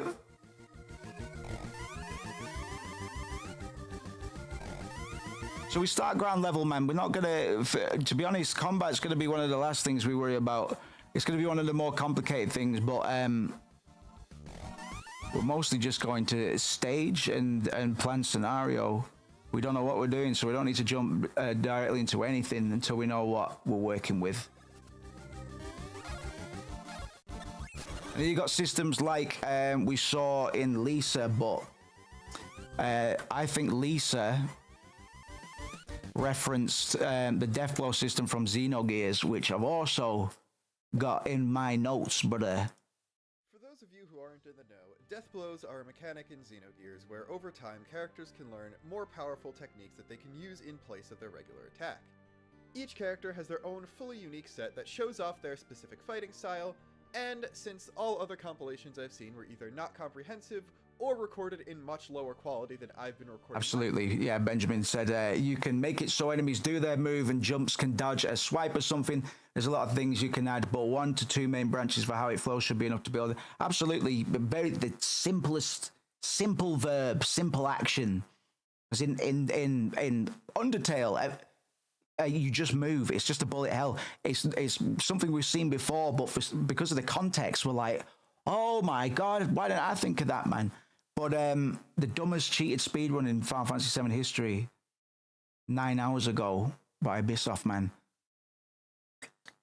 Sounds interesting. Yeah, it has to be a very simple foundation, right? And funnily enough, Mario, that's hey, a lot of the level design theory that I use comes from Mario back in the olden days, man. So it's only right that we sample some of the good stuff, man. But yeah, because we don't need to reinvent the wheel. Like, it's threatening seeing Toby Fox do his thing, but we like games like Look Outside and Fear and Hunger. We really like Fear and Hunger, man, and I know for a fact it's bungled together, man. Like, it's not a clean project. It's one of the bigger motivators that I've had recently. Just like, well, shit, man. Shit, I can do this. I can do this, man. And then we'll worry about fancier engines later on, man. We'll do the next one in Unity or Unreal, whatever. Usually the player will find or make the ways to win. Fear and Hunger is a good, yeah, man. Player mastery is a really, like, if you're a shit player, if you've been playing first night you've been playing Fear and Hunger 1 like blind, and you just keep dying to fucking rusted nails and stuff.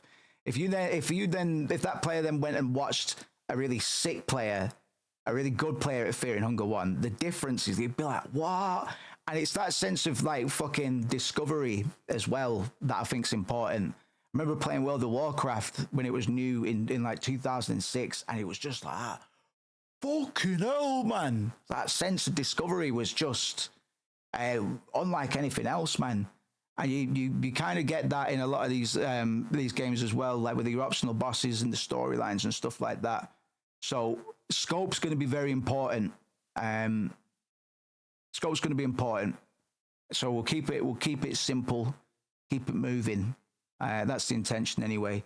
Doing the easy stuff for now, man. Character designs. I'm aiming for 3 characters in this part. I've got 7 for the next. I think 3 might be enough for this one. We'll see. We'll see. I think 3 is a good starting point. It's a nice round team. And then we can use the power of 3, the rule of 3s across the game, man, and create some real symbolism. So the death blow system, like I say, similar to the karate system in Lisa. You come in and you've got a certain amount of AP. You got a light, a medium, and a heavy attack. If you use those in a particular combo, you do a death blow.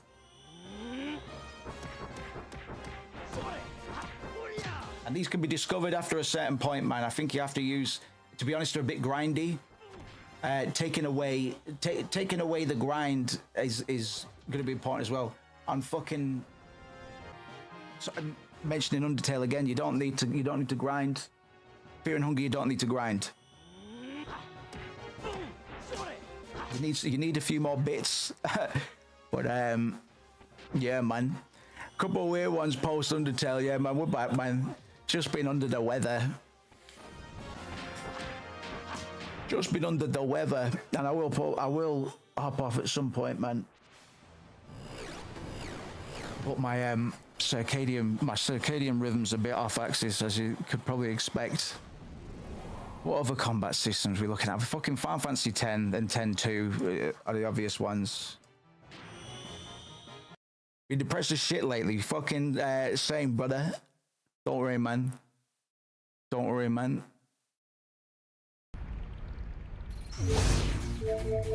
Don't worry, man. We got you. Yeah, back in the seat, man. Fucking hell. Yeah, good to have you as late auntie as well. I'm in the same boat as you at the moment. Little deviants, us. Little deviants. Latest I've streamed in a bit, man, but taking advantage.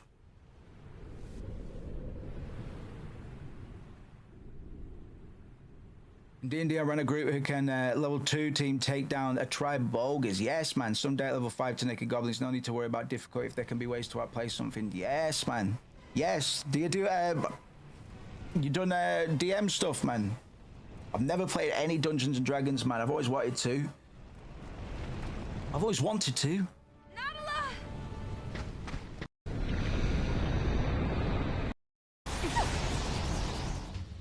So Final Fantasy X-2 has it's a weird ATB style system, and we can do ATB, but we're not allowed to call it ATB.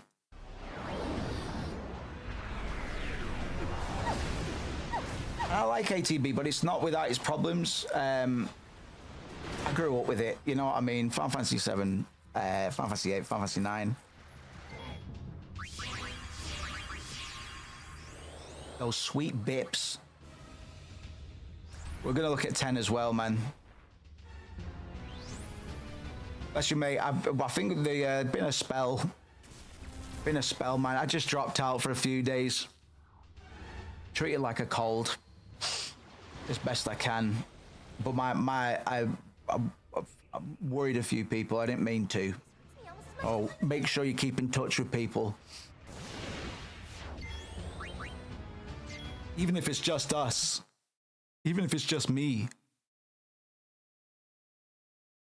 Even if it's just me.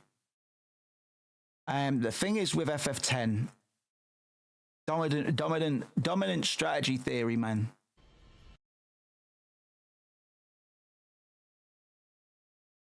Is very much a thing. Look at my loadout.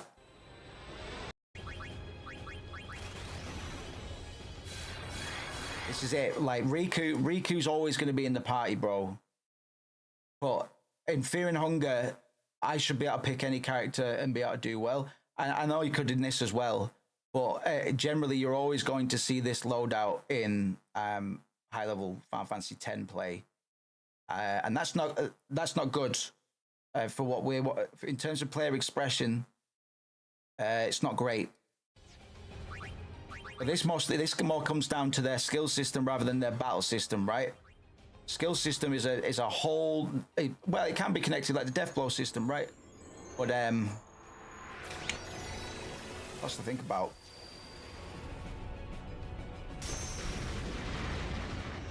And then, of course, there's Disco Elysium's combat system.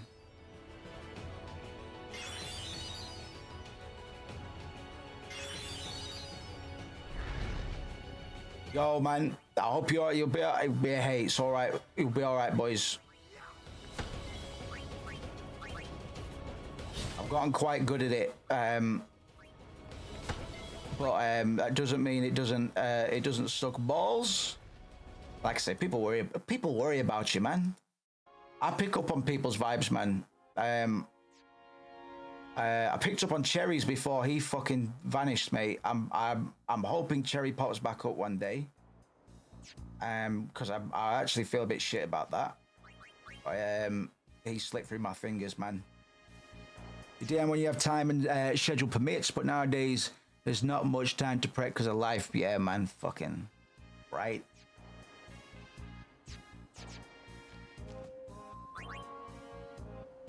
Hey, we're here. This is it's always been known to me that fucking the realm's a bit of a refuge. I'm just looking at it's the depressed demographic that we've got. Generally, it's the like the talented kind and not the vampire kind. Because there are some vampire depressos, man. I try. I keep a fucking smile on my face when I can, man.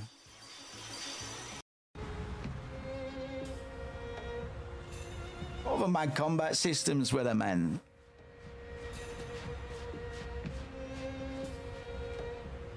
Streaming's good for that, man. I'm gonna fucking say clown. Streaming's good for it. I have to put a face on, man. I know. You don't know who could be watching, man. Got to fan the flames of motivation, my friend. Yes, brother. I feel like I'm pretty much back in the driver's seat, man. Need to sleep. Need to sleep a bit more, man. This year, honestly. We'll do something. We just don't know enough yet. Until we do. Bless you, Auntie. Try and shut it out a little bit if you can, bro. I know, bro. Something there. I know. All come together. I know. It drives me up the fucking wall, mate. Hey.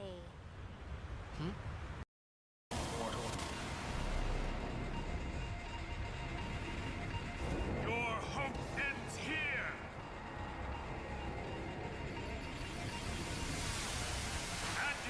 Mate, if you're in America, it should be all right as long as you're not too close to a capital.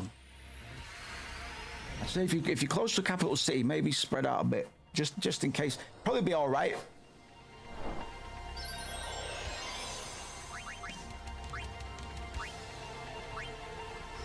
Seymour Fox.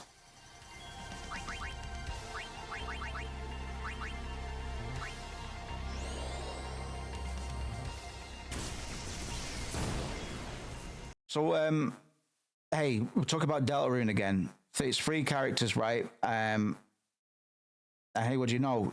Archetypes. You look at Final Fantasy X, you look at Joshua Toma. It's 3 characters on a party, and they've got roles.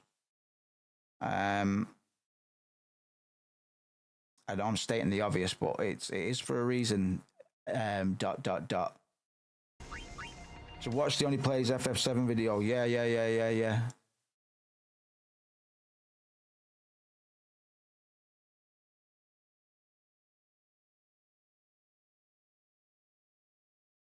Oh, I didn't notice that. Kind of like the kind of like the same, but the opposite. He's happy, sad. Barrett's on the left, Barrett's on the right. Be a schizo foothead, but I've been right about a lot of things these past 3 years. Yeah, man. Yeah. Go snowboarding, buddy. Yeah, man. We just gotta do our little spirit bomb in the corner over here, man. I'm still kind of upset about that thing that happened. I can't really think about anything else right now. Bro, I wish I was on the Newgrounds hype back in the day, man. I'm probably quite close. On your foot here. This on this foot here. God, your boots are pointy. And there you go. Whoa, meet you at the bottom, buddy. Chris is another aesthetician, man. Aesthetician.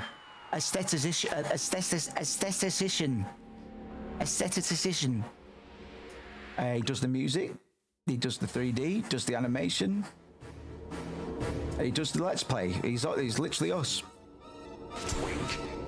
So is it any wonder that we like him, man? We like these guys. We like these motherfuckers. To face me. Kind of rude. Sorry. I just lost someone really important to me. Bruiser, agile specialist wear. I've actually, that's generally the loadout in it. That's generally the loadout, or like Nightcaster Rogue. It's like so let's think about it. To you. Say. Think about it.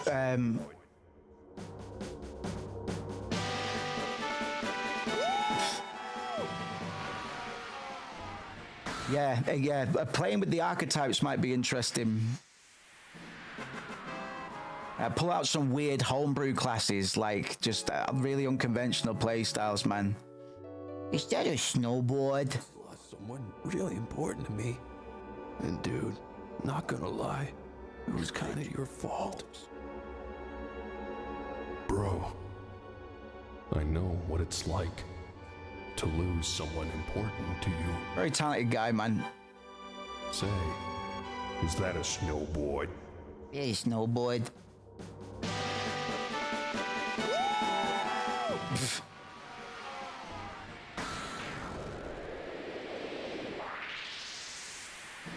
Yeah, man.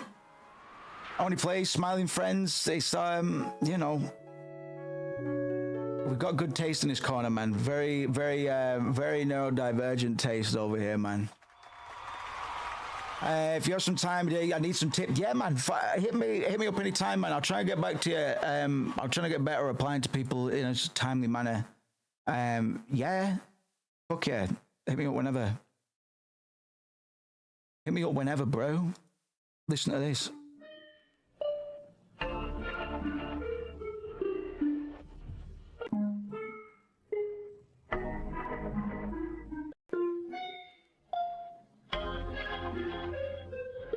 Pretty cool, right? Battle systems, best JRPG battle systems. Let's see how wrong people are, man. Legend of the Gaia, yeah, if you want a diet Xenogears, prick. Of shapes and forms these days, ranging from real-time action, tactical strategy, and of course my Doesn't favorite. matter what the classes are, they need to be different enough that some would pick one over the other. Reasons can be given as character. Yeah, like I like the push and pull gameplay, like risk reward or momentum. Think like Bloodborne or something. One of the characters that I for the second one, for Project Rocket, Project B. He's kind of just built around. He's a glass cannon, but he keeps himself alive by dealing as much damage as he can. You know what I mean? But the trade-off for that is he dies a lot. But that's kind of his thing. And when he comes back, he gets different effects because of how death works for this particular character. The concept is you roll a big dice, and based on how this character's died in previous fights, or in some cases in story encounters, so you get like kind of emergent storytelling beats just out of nowhere. This character, when he comes back, because he's immortal, when he comes back, there's a chance that he might cognitively think that the death he just died was a different one that he'd suffered before, so he gets it all confused or whatever. So the game would basically roll a random death that he'd had in a fight or a cutscene or something, and this character would react to it, not based on how he died in that fight, but how he died on the selected fight, and get a random effect from it. I don't really know. Little things like that, man. And with that, you know, you could do all that with standard turn-based stuff. You know what I mean? But it's good, like kind of character expression. Not character expression, like character development, I guess, in a way. Or no, not even that. Personality traits. You know, if your characters are special, they need to be for certain reasons. Those reasons need to be front and center. It needs to be the core of everything, right? Yeah, every cunt can pick up a sword and throw a firebolt, man. But why? How? You know, if every cunt can pick up a sword and throw a fireball, it's not that interesting. Take care, right? Anti, good to hear, man. Let me know. DMs are open, mate. Especially if it'll cheer you up, you miserable fucker. Turn-based RPGs are the ones I grew up playing, and the ones I'm always going to have a soft spot for. And over the years, however, they've evolved quite a bit. I mean, they've evolved quite a bit. From the original Dragon Quest to, let's say, Persona 5. Persona 5. Not just Persona 5, you guys. Well, Persona 5, because of sex appeal. All right, Persona 5, sexy game. Sexy appeal. Okay. Pretty snappy combat as well, but a pretty... I think the Shin Megami Tensei element system is dumb and boring after a point. which is a shame. Same foundation is still there, but needless to say, the mechanics are a little more in depth. With that said, Yeah, man, I don't know. I don't really go to bat for the Persona 5 combat system.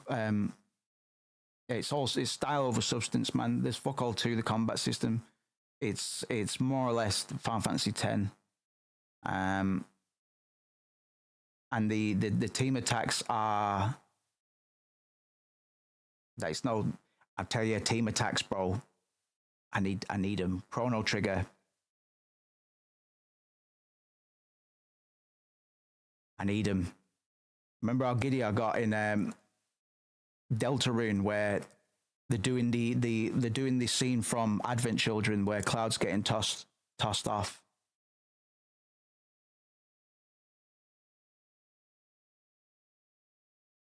They do this scene in Deltarune, right? And this is one of my favorite scenes in Advent Children for the same reason it's one of my favorite scenes in Deltarune. And it's very simple, man. It's just a team that's worked together before, coordinating. That's it. That's it. That's it. It's a simple ask. We don't really get it in the Final Fantasy VII game.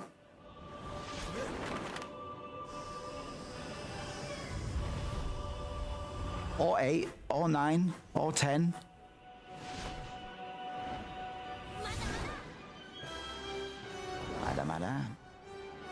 See, epic. It's a metaphor. Like the friendship has beaten the King of Dragons, right? Dr. Jekyll was an alky, etc. Look what coordination and experience can do against even the biggest of threats.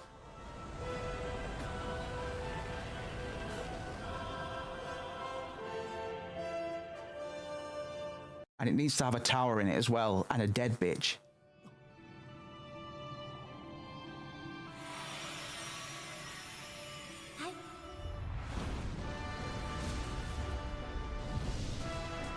Final Fantasy VII, Aerith's death is something I've thought long and hard about, and as of now, we're not gonna pull an Aerith. We're gonna do something else. It'd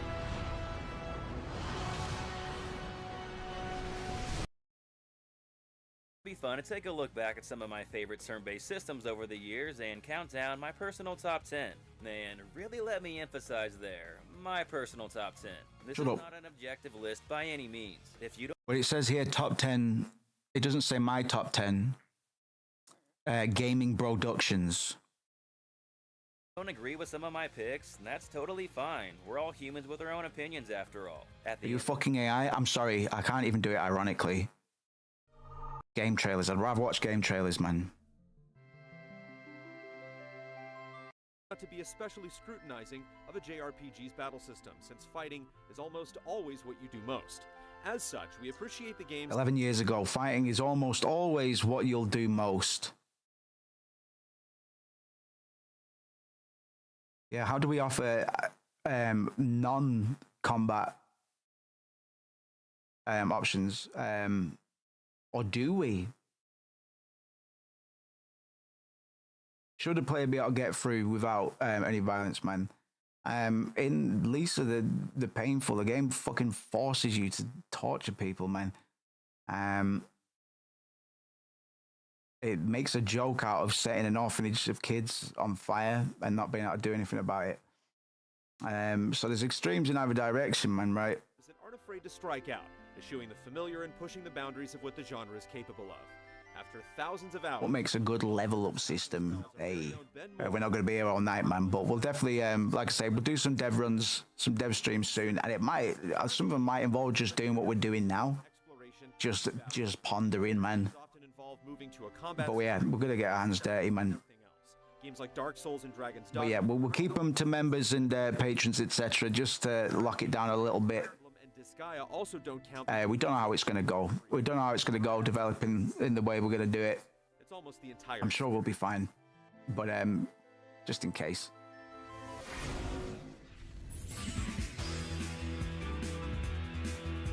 Grandia 3, I didn't play it, so I don't know anything about it. Your characters do almost the exact same things in every fight. In Grandia, every action matters, and no attack comes without consequence. You can choose to interrupt. All right. This is professional. I've always liked game trailers, man. To be honest, this is probably around the time I was into him, man. I liked him during college. I still think this is all right, you know. The action by using your critical strike, or go for more damage with a combo attack. Having to constantly trade off between offense and defense promises that you're only minimizing losses instead of simply brute forcing your way through fights. Though the entire series is worth noting, we're giving the edge to Grandia 3 since it's the fullest realistic. Come on, man. I've got to say, bro, you explained nothing about that combat system, and like you were bull posting it. I don't know anything about it.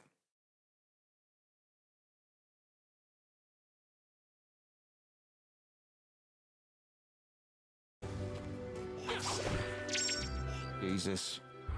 Like, what? This is beautiful, man.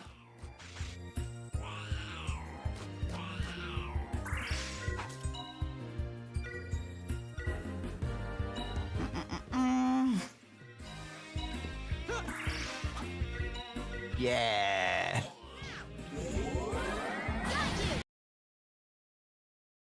The first thing they do, man, is a team attack. Wow. I love Final Fantasy, but it's not fucking flawless. Launcher combos are fun. Did you know that Devil May Cry only exists because of a juggling bug that came about during one of was it the Resident Evil 4 prototypes? It's not a bug, it's a feature, Rooney. It's its own franchise. It's got 5 mainline titles now. People like juggling.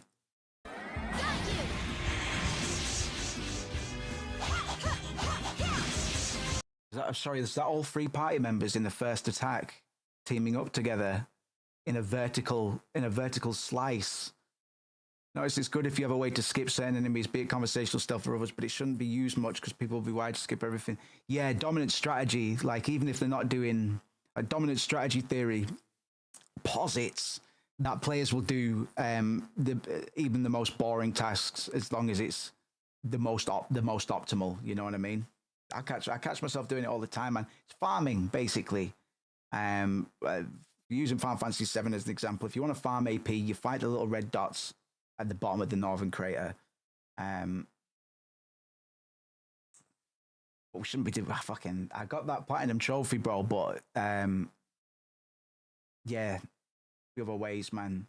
They do it quite well with the social system, the talking system in Undertale, but that basically comes down to just using a spell, quote unquote spell, on the enemy and defending until it works. So it's effectively another health bar, right? But then there's narrative implications. That increases scope. Desirable, like it's always good to have variable experiences, but I'll have to have a think. It's exciting. Little launch combo there. Let me see a little bit more of this. Desert Lord at 24.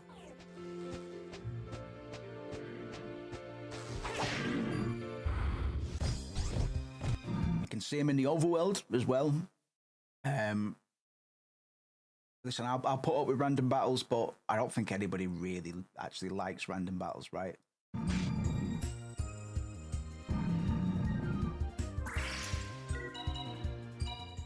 Divine Comet, bringer of light.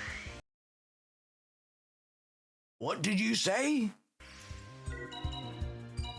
Oh, Divine Comet,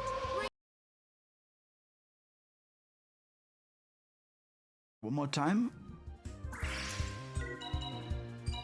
Oh, Divine Comet, bringer of light. Sorry, that's too good. Oh, Divine Comet, bringer of light. Illuminate the darkness! Decently quick feeling battle intro and cutback is a good way to not cause people to button mash the fight. Yes, man. Chrono Trigger, they just set up they just set up. I'm surprised we've not really seen. There was that one game, can't remember what it's called, indie game that came out last year before, that did the Chrono Trigger thing.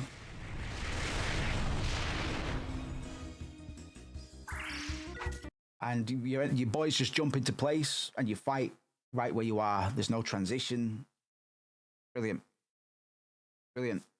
All of these JRPG Maker games, all of them have the same transition as well. So we were looking at some transitions before. Now I want to see him initiate a fight.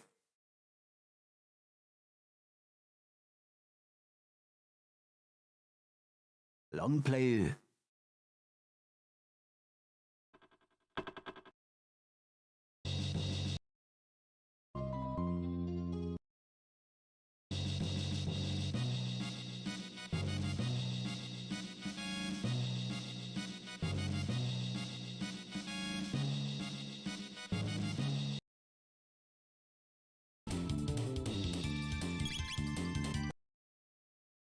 Look at this fucking thing, terrifying. I want to see them initiate the fight, man.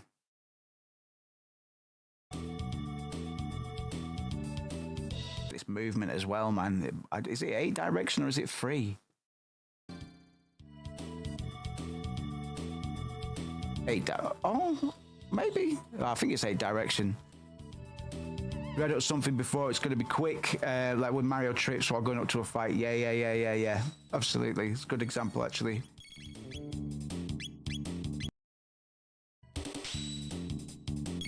No transition. We're straight in there, man. And immediately we go to the fucking team attacks. And it's all spatial orientated. So whoever's done the flame line attack, it's only going to work because they're stood here. This is probably one of the cons of the system because you can't actually dictate. I don't think you can. I can't remember you being able to. You can't actually dictate where your characters are going to be. So, you know, and I guess this would come down to encounter design for the game designers. But some moves would be rendered less impactful in some fights than others, which actually could be a good thing, I guess, if it's planned around properly. Well, might have to study Chrono Trigger, man. See how they handle that, because it's interesting that there's positional based mechanics, but you can't alter your positioning, right?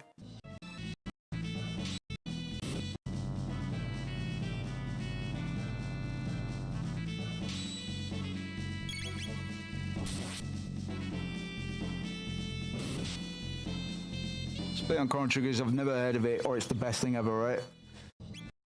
Yeah. Yes. It's hard not to like, if you're a JRPG fan, you don't like Chrono Trigger. Don't know. Yeah, no, you're right. I don't think I've ever met anybody that knows about Chrono Trigger and dislikes it. So here's, okay, count the frames. Right, battle's initiated here. That's about 25 frames between initiating the fight and the fight starting. The way we would aim to do this, hey, is they all fucking jump into position immediately, man, from wherever they are. Let's get this fucking menu going. Like literally just as soon as you tap an enemy, we're right into it, man. So God forbid if I do have to do any farming, it's not like Final Fantasy 9. Like check out Final Fantasy 9's intro animation.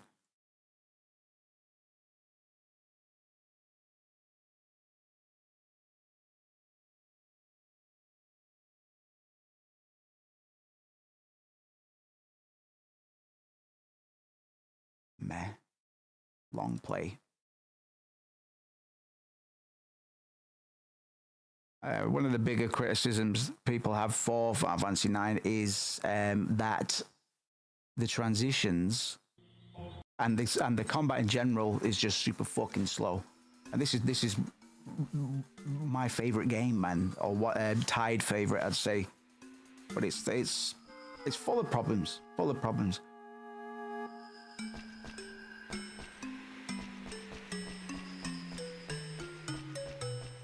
Even you're right to mention Pokemon, because even they're doing what we're talking about.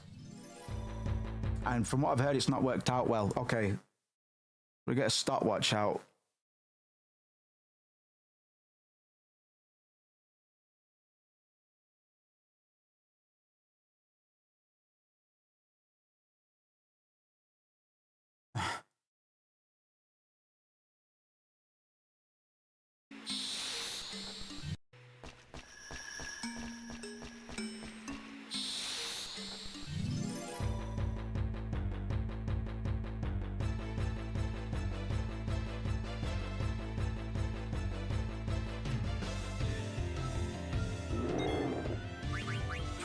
Pretty much 13 seconds, man. How many battles do you think you'd have over the course of a 30 to 40 hour playthrough average on Final Fantasy 9? At least 100, right? There's an achievement for it on the Steam release, so there has to be at least 100 battles.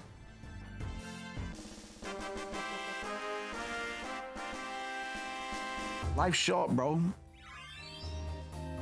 You know? Of the battle system with aerial attacks and a de-emphasis on grinding. Emphasis.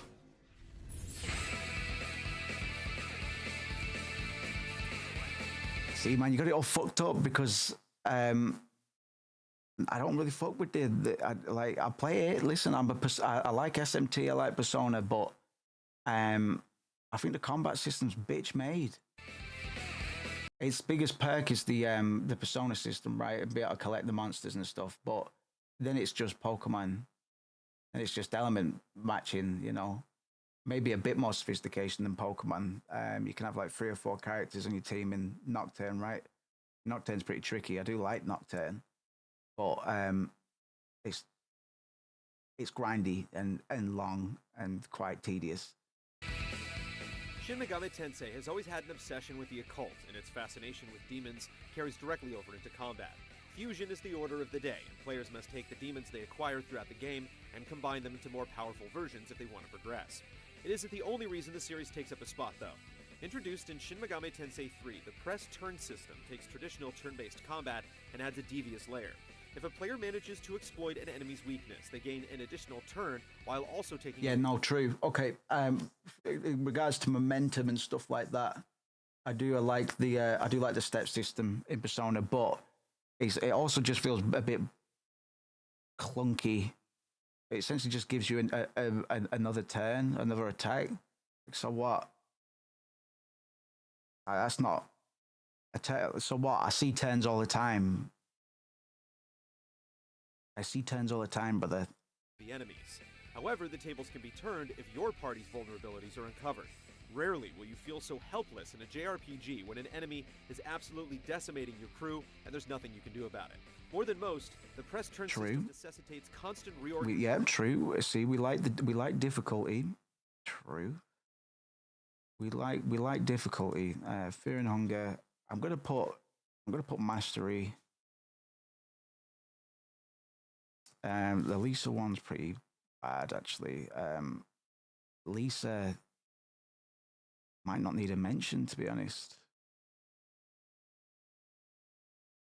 No, actually, morality or like addiction, how it handles that shit. Ensuring fights remain varied until the end. Shin Megami Tensei 4 pushed things even further with smirks, which reward those able to strike weaknesses. Yeah, I'd rather something be slightly too hard than slightly too easy. Ever since its debut in 1995, the combat in the Tales has made other JRPGs. Yeah, no, we're not interested in it. We're going turn-based. We know that much. Best JRPG that no one talks about. So many JRPGs submit to tired. What's it, Kudelka? Covenant stood out by Shadow Covenant. Crafty and horror and toying with history. Its quirky characters only made things better, like Joaquin Valentine, a vampire with a penchant for wrestling. Of course, Covenant wouldn't be on here if it wasn't for its battle system, which ranks among the best of any RPG. Everything revolves around the Judgment Ring, a funny name for a simple concept. In order to successfully attack... Yeah, okay. This is the kind of shit we could be using. revolves around the Judgment Ring, a funny name. But it's also, we've also seen it in Y2K, a postmodern JRPG, and we don't want to risk being compared to that necessarily. In order to successfully attack, players have to time button presses in order to hit colored areas of their respective rings. Similar timing mechanisms have been Yeah, used in but RPGs, but no that's just a game verb, bro. Like, allows for things like combos. A basic combo lets one character knock an enemy into the air. you're gonna tell me this is one of the best JRPG combat systems? The trick is, if you mess up the timing with any character, the combo is broken, and all remaining characters lose their actions until the next turn. All right, risk reward, and you've got the turn order at the top as well. And all remaining characters lose their actions until the next turn. The game. I got rid of my drawing plugin. I need to get another one for OBS. You turn priority up here. Very Final Fantasy X. Got 3 meters, bro. I think there's only ever a need for 2, bro. Some characters you could even do 1. What, 3? It's like special points. Just have, you know, like the limit break system works okay. Take enough shit, motherfucker get hit. It can't be like Final Fantasy VIII. It's too easy to exploit. It's a level of risk that makes even the most basic attack. And it's fucking shit in Final Fantasy IX.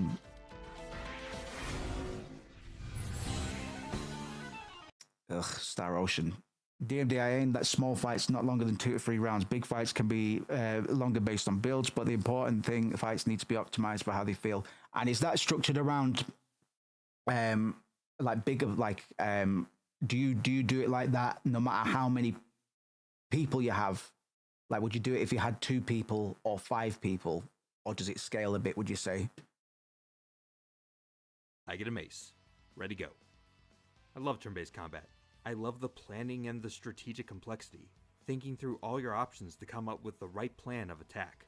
At its best, it's gameplay where every Octopath feels pretty good, man. I think they really shot themselves in the foot with this story, though. It's at its best, though, and it can have a hard time winning over new fans. At its worst, it can be a slow, meaningless slog towards a conclusion that you saw coming a mile away. So how do you make turn-based combat that accentuates the positives and eliminates as many negatives as possible? Today, let's talk about the pain points that lots of these games keep running into and how you can polish These whippersnappers. Let's see if this young buck can teach us anything, man. If you're looking to make the next great turn-based combat system, you're gonna have a lot of moving parts to keep track of. You're gonna need to stay organized with today's episode sponsor, Milanote. Turn-based combat is an ancient cornerstone of gaming, born from the tabletop scene and made famous with games like Final Fantasy, Dragon Quest. Yeah, we know, bro. The biggest and most common turn-based turnoff is just the amount of time spent waiting for something to happen. Waiting for a battle intro to play out, waiting for the enemy to make a move, waiting for your turn to move, waiting for attack animations, waiting for text. If you do it wrong, there are just a lot of moments of dead air that add up to make combat encounters last way longer than they need to. It's one of the bigger complaints about Pokemon. Pokemon battles across generations have felt very slow and stilted. Every action has little pauses between animations and multiple text boxes with redundant information. The 4th generation is especially bad. Every step of every battle has noticeable delays. You notice them on the transition into the fight, intro text, watching attack animations, status effects, text confirmations of everything that just happened. Every little thing happens one piece at a time. Yeah, we know all this. Scales a bit, but since they have to get their turns, it has a soft cap. Very wise, mate. Okay, we're lucky to have you, Benjamin. You can turn off. It's good to rap about fucking scenario design with you, man. Pretty severe blow to the game's charm. It doesn't really even solve the problem all the way either. A battle where you KO your opponent in a single attack still takes nearly half a minute to play out.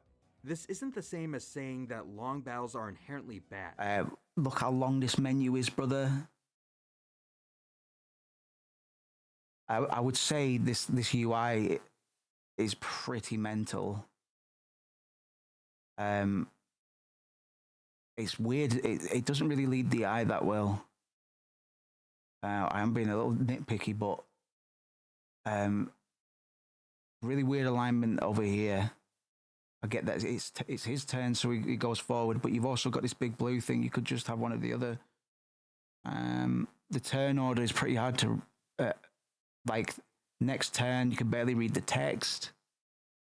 They can be great, but We weren't cultists yet. something taking a long In time. our own way, we've got our own little cult of aesthetic and cool games. The core of the problem involves there being the lots fuck? of stretches of time where the player is waiting around for something to do. Yes, tell me about it, man. You've just been fucking telling me this same point. Think about which elements can happen together. Actions don't have to play out one at a time. ATB systems in Final Fantasy were a step forward partially because of how they spread out the waiting. Shows non-ATB system Final Fantasy. All commands at once, then watching them all play out in a row, you could be entering commands while another command was happening. This sped up battles a bit without changing much of the underlying mechanics. Reducing the time each action takes is helpful, but you can also try to make the actions more interactive. Action commands help solve this problem by mixing in a minigame or a QTE that a player can... Oh boy, yes, we know. What if we think about this even more basically? What do you do the most when playing a turn-based game? Navigating menus. The core of turn-based combat centers around... Use those face buttons, bro. One of the concepts I was working with is you have 3 characters, so you've got 3 face buttons. So instead of having to track through all the menus with each character, and possibly in Deltarune's case, there was a lot of the time where we'd have to defend with all the characters. But that you'd have to do, so you'd get control of a character, you'd have to go right, X, and then maybe confirm, maybe, and then you get the next character. But you could just do it so each of the face buttons confirms for a different character, right? Or even just have the R1 confirm for them all. So that's something I'm still working with in terms of accessibility. Selecting options from a list. A lot of stuff, man, we can do. Like, if it's not broken, don't fix it. But even tiny time savings will pay off big. Persona 5's menu. Pokemon Stadium style controls. I'd have to refresh myself, man. Command, removing a lot of the raw number of button presses per action. The time between thinking of your move and entering it in is kept to a minimum, and so are each menu move's visual cues. The UI is full of flourishes in animation and character movement as you navigate. They don't take up a lot of time. They're just there to accentuate your actions as you're performing them, and they go a long way towards making a uniquely satisfying menu system. Okay, now your combat is... Yeah, Persona is totally style over substance, but I still really like Persona 5. For what I think it lacks in combat, the story, the social context for the story is really fucking good. Time to start messing around with. Really fucking good. Deals with a lot of stuff we kind of like on the channel. A lot of Jungian psychology. And how to limit your opponent's moves. More moves mean more damage dealt and less taken. What was this that they're playing? Is it Valkyrie? What do they call it? Valkyrie. When they get the move, how moves can affect future moves, and how to limit your opponent's moves. More moves mean more damage dealt and less taken, or more time to prep or heal. It gives players another layer to think strategically about how they can turn the tide of battle. Sometimes it's really simple, like using buffs and debuffs to slow down, stop, or speed up character turns. Yes, we know. Games let you force opponents to skip their turn entirely. Shin Megami Tensei takes turn skipping to the extreme, where if you continuously attack with the right elements on the right opponent, you can double the number of turns you get and potentially... Look at this fucking UI, brother. It's better than Inazuma. I think that guy needs to be sacked. I'm fucking sick of seeing this guy's fucking face, man. The same stupid picture in every thumbnail. Sweep your enemies before they even get a chance to do anything. Careful though, play your cards wrong and they could do the same to you. Maybe casting spells to affect the turn economy is too subtle for you. What if Bravely Default has an interesting one. It's not one that we're interested in. You can like store up points. You basically just fucking sandbag. Basically, your character doesn't do anything. You gain these points, and then you get to spend all the points in a big flurry. Just grab the turn economy by the horns and lived with the consequences. Turn economy. We like turn economy. Turns themselves like a resource. The game's main battle gimmick is the creatively titled Brave and Default system. You can default to defend yourself and save up turns to use them all at once. Or be brave and borrow up to 4 rounds of your future turns to try to get out of a battle faster. Make sure you're right though. It's weird. It's too systemy though. It's too. Where's the fun in that? You know what I mean? Of a battle faster. Make sure you're right though. Or be brave and borrow up to 4 rounds of your future turns to try. Who cares? Like turns of who cares? Why these systems that deal with like extra turns or gambling turns? Like I get it because it's a tug of war, man, risk versus reward, but there's no character expression, there's no player expression, there's no personality. Make sure you're right. Skip. If you can't get the job done and have and they've got a job system. I only played Bravely Default 1, but it's basically that plus job system. Way to play around with how to use his future turns, like saving them for your healer. Action economy is for the metal gamers, yeah. Meta gamers, sorry, metal gamers.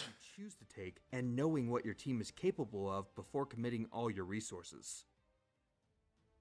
Grandia does a great job at making a unique way to play around with how turns work. However, I haven't... Honestly, I promise you, we're going to have a nice UI. We're going to have a nice UI. What is this? That's like a big ATB bar, but why here? Why like that? Theme library. Luckily, I have played Child of Light. I do like that. I do kind of like something about that. A big ATB bar. And then if you can like cast haste on your character or something, you'd fucking see him like, fucking hop ahead or overtake an enemy or something.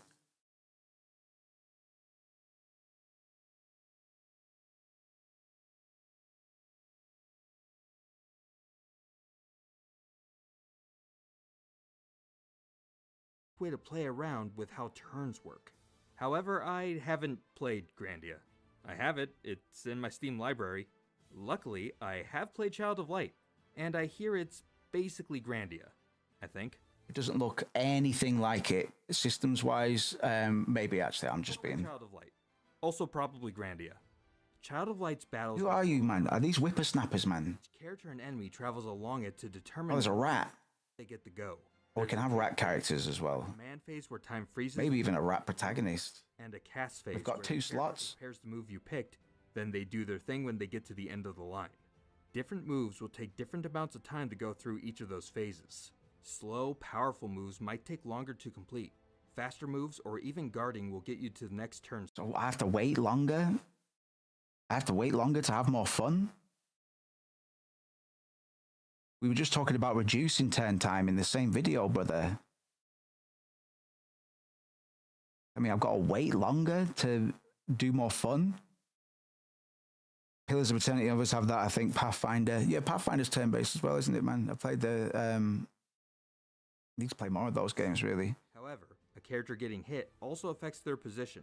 The PC version, man, not the tabletop, I will say. Wasting time.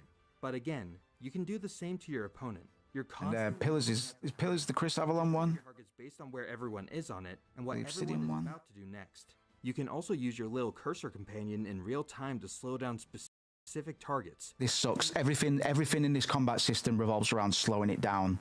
In a video, the first point he made on this video was, you could speed up turns.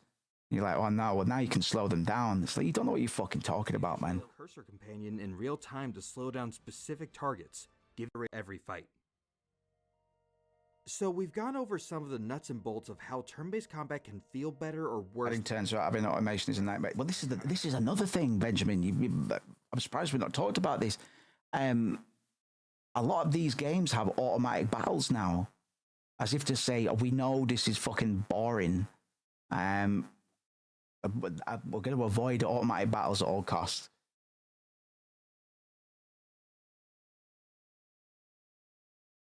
That means we'll just have to make it engaging. You know what I mean? You submit your actions, but turn-based combat might depend even more on how a game rewards you fight to fight. I think we're onto something with the basic sort of Paper Mario verb. But you could do a lot with just an attack and a jump and a parry. I know that's basically what fucking Expedition 33 did, but as I say, Expedition 33 is not really doing anything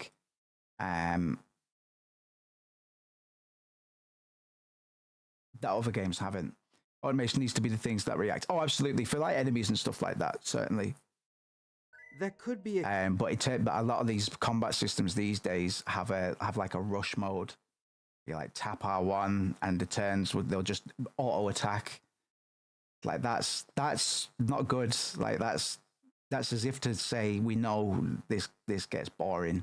Experience, items, and equipment, sure, but that's not all the rewards can be. It could be novel fight types or tactics that make for compelling strategic encounters, story progress, or story progress. Shut the fuck up. unlocking new moves. Isn't that the whole point, man? All of that plays a complex role with what people usually call the grind. Yeah, listen, the grind could be there for people that want something. I don't really know what. We should avoid grinds. Yeah, I'll tap one button to skip the game. Yeah, fucking. Yeah. And I'm normally grateful for it as well in a lot of these games, man. Avoid auto battles. Avoid what? Avoid grind. Yeah, avoid grind. I was going to put if possible, but let's just... Most every game with turn-based combat has dozens or hundreds of encounters to go through, but not every game feels grindy. When people complain about the grind, they're often actually complaining about an imbalance in the reward you get for completing the fights the game puts you in. Ooh, that's a spicy thing to say. Can you say that again? But not every game feels grindy. When people complain about the grind, they're often actually complaining about an imbalance in the reward you get for completing the fights the game puts you in. It's too late for me to poke into that, man. I can't be asked. Story. Fights that keep playing out in the same way and just take up time. Yes. Long stretches between unlocking anything new. Action games tend to be a little more immune to... Well, this is the thing. If we take the Deltarune approach, you don't need to learn anything new. You just get given new scenarios to deal with. There's no fucking abilities being learned in Undertale. And you could argue the ones in Deltarune barely matter. Like, they're quite... So you've got the standard JRPG stuff, man, like fucking heal, hit, defend. But, yeah, you don't really need to, quote-unquote, learn anything, new abilities. Because the abilities that you know, i.e. pressing buttons, is the ability. That's the most transferable skill in Undertale and arguably Deltarune. Is your foundational defense bullet hell control system, man. Only grind should be able to be completed in like 2 minutes doing something. Yeah, man. Or in like Chrono Trigger's case, or hopefully our case, getting transition to the battle as quick as possible. Do it here, do it now. Stop fucking about. Let's just do it. And then we've got like Final Fantasy 9, which takes at least 12 or 13 seconds every fight. To the problem than adds up. Games, because their fights are more about the action in the moment rather than deriving their fun more heavily from strategic planning. Different players will have different tolerance levels for this kind of thing, but eventually, too many fights that feel meaningless wind up being poisonous to the design of turn-based combat. A way out of the problem is to make sure players get a small but meaningful reward as often as possible. Well, does it through its job system. Each fight completed gives out experience points that go towards leveling up your character. Yeah, but that's whatever, innit? Leveling up is cool, but that's not the only tool in the toolbox. Hey, why leveling up's not? Listen, this guy he's not as advanced as us. Why are we talking about leveling up? Why don't we talk about not leveling up? Why, fancy that. If you're going to say we need to speed battles up, then say we need to slow them down, you might as well say, levels are good, and then, well, what if we try without levels? This video is flimsy as fuck, brother. Trying to hide the grind. Treating encounters like this guy's out here, he's on his way to 400k subscribers. And he's teaching people about game design. He doesn't fucking know. Scavenger hunt is another option. Pokemon's Pokedex is the most straightforward example of a scavenger hunt built into the game's encounter system, but other games use it differently. We're going to talk about codexes? Add to your team of demons only by finding them in the world and like negotiations. Like Pokemon! You have a fucking negotiation with a Pokemon, man. You fucking hit it and you say, if you don't get in the ball, I'll kill you. It's the same thing. He doesn't know. Risk-free either. They might demand items or ask questions about your opinions to see if they gel with you. Yeah, it slows everything down, and you have to have the same conversation with a bunch of these things, which goes up against some of the other shit you said in this video. You're all over the road, mate. If negotiations go poorly, you have power level instead of XP levels. Final Fantasy IX did it, where only random battles gave XP, but boss fights didn't. So you could do that's quite a good way of doing it, right? If you want to do a level 1 run, why bother bothering with all this stuff? I know you still get the random battles, but it's only the bosses you really have to worry about, right? If you're not leveling up, you don't need to be in those encounters. Or quite like that.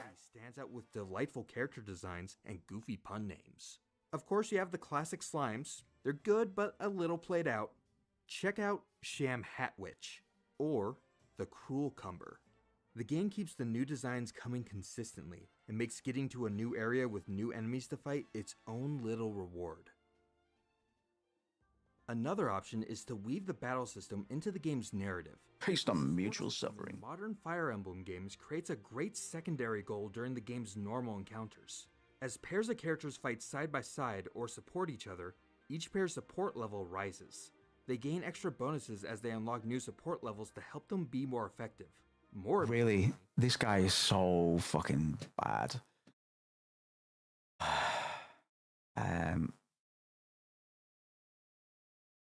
In this video, I'll be sharing 10 Wow, what's this? It looks gorgeous. JRPGs with amazing turn-based combat. Now, I'm not necessarily saying the game Suikoden.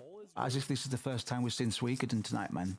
just that the combat is. And because I couldn't fit these into any kind of coherent order, these aren't going to be ranked in any specific order. What JRPGs do you think have the best turn-based combat? Let me know in the comments. And if you enjoy they really updated fucking Notepad, bro.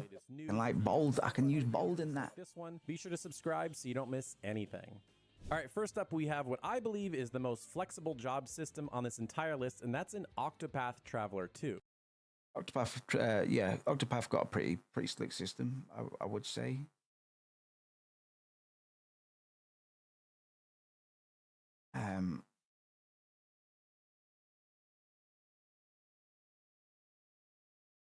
Those basics well. That's kind of flimsy, bro.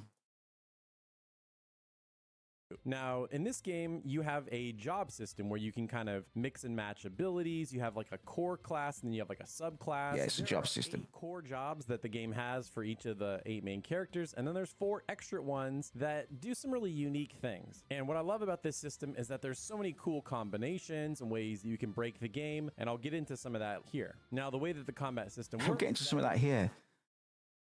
They'll just get on with it. They'll just tell me then. I need to confirm that you're about to tell me something. Is random encounters. You can't see the enemies on the field, but it's a pretty seamless battle transition in and out of battles. Yeah, but it's still a transition, brother.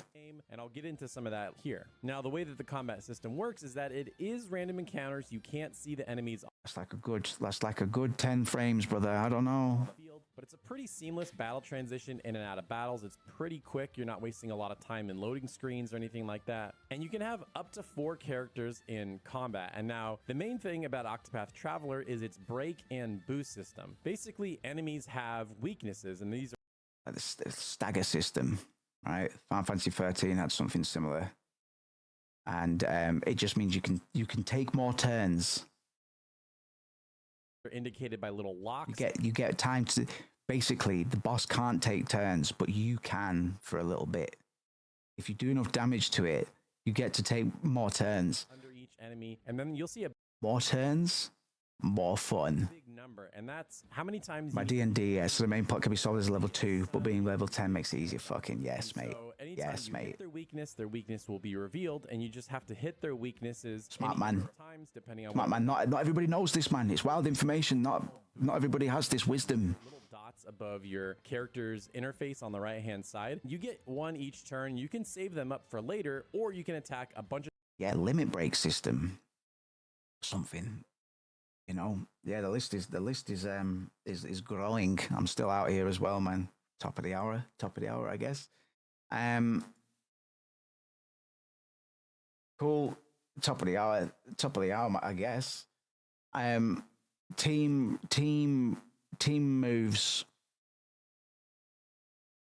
Team moves and cool limit break system. We like those desperation attacks, man. Or I'm thinking about a resource called pressure. You always get these weird meters, man. Pushing P, to break beating Sun Tzu. Horses got to eat tight wisdom. Yes, man. Or maybe they're already broken and you can attack. I love my out of order type beats, man. Huge damage to them once they're broken. Now this is 3D pretty some bits for you. Are you doing it, man? You're making doing a card type beat. And these side missing out. These honestly, what are we doing? Why aren't we making videos and teaching these cunts right? Because these lot are fucking stupid. Now we couldn't have this list without Persona 5 Royal, right? Now, well, are you going to try and tell me why this is a good combat system? I'll tell you I'll tell you why you're wrong. What's interesting about this system is that you can actually sneak up on enemies to get an advantage, and it's very cool thematically because you're like these thieves. You pull out. Doesn't count. It's not specific to Persona 5. The enemy's mask, and then there's this really cool transition to battle. And in battle, it's a 4-character party system. Now, what Persona and I will say, if you're going to do transitions, to be honest, it will be a challenge whatever we plan, I'm sure. Especially if we want to do these weird scenario. But anyway, we'll worry about it. We'll cross the bridge when we come to it.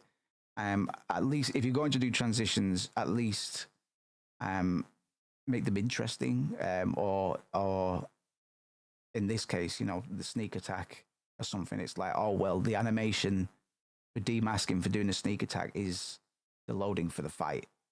That makes sense, but still, downtime, unnecessary downtime, surely. The Shin Megami Tensei series on a whole is known for is what they call the press turn system. Basically, if you hit an enemy weakness, you get to go one more time. And if you weaken all the enemies, you can activate something called an all-out attack, where it's the only team attack, and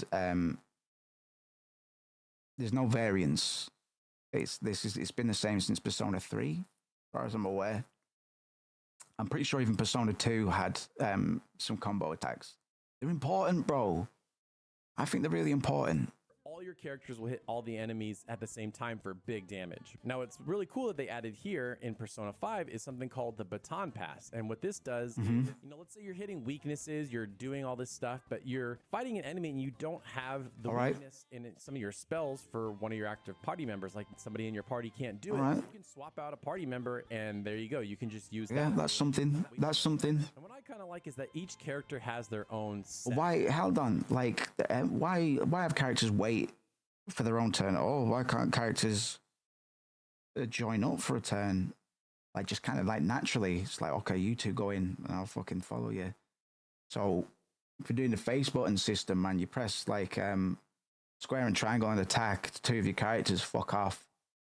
And meanwhile, you tap down, you do your ability with the circle character. I don't know. The face button ideas, it might have legs. It might have legs, man. Well, I think there's like, it wouldn't work for an ATB system. I can't remember the reasons why, but Paradox wanted the quickest battle system while keeping team tactics. Yeah, well, this is it, man. Cause, like special attacks and stuff like that. We were playing Inazuma 11, right?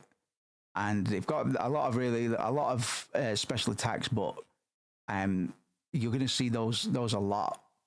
And in games like, oops, that's the wrong one. In games like, I think Fire Emblem's got it. You can go on the options. You can put skip the battle animations. That's a start, but it's like, okay, now we're skipping stuff. Now we're just putting the auto battle back in. You know what I mean? All special attacks all have to be quick time event flavor. I think so to some degree. Yeah, I think so. Some kind of gimmick, right? Like we've got like I say, Tifa has got the slots in Final Fantasy VII. Irvine in Final Fantasy VIII. You can put different kinds of ammo into his gun, and then you and it feels good, right? Squall Final Fantasy VIII with his limit break, you've got to. He's got his basic R1. So every time you attack, if you press R1 within like 5 frames of hitting the enemy, it'll be a crit. His Renzuken, his limit break, it's like a rhythm game. So a little bar pops up and these white stripes come down. Got to press R1 at the right time. And if you hit enough of them and you're lucky enough, he'll finish with a special variant of Renzuken or something. Then Zell, Final Fantasy VIII, he's got like a recipe. So like fighting game combos almost, you know. Little things like that, man. We can take all of these, man. There's nothing stopping us either. I clicked on the fucking same one. Inazuma 11. Because we want, you know, half the fun will be coming up with ideas for move names and stuff like that. Special move names. You're not getting past me. So we're going into the first match with 11. God, the dub is so bad. Girls' school. Whoa, a girls' school. Like I kind of burnt out on this after a couple of days, just because it's fun, but you are watching a lot of the same shit. Unbeatable.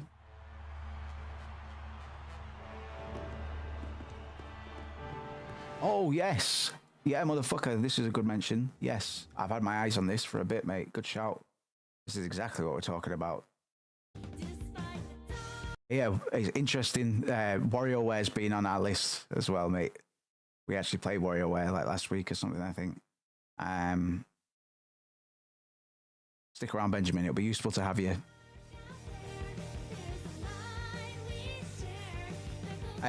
This might not even necessarily be for me, man. You should look up the gameplay trailer on YT. Yeah, I do remember one of them being bopping.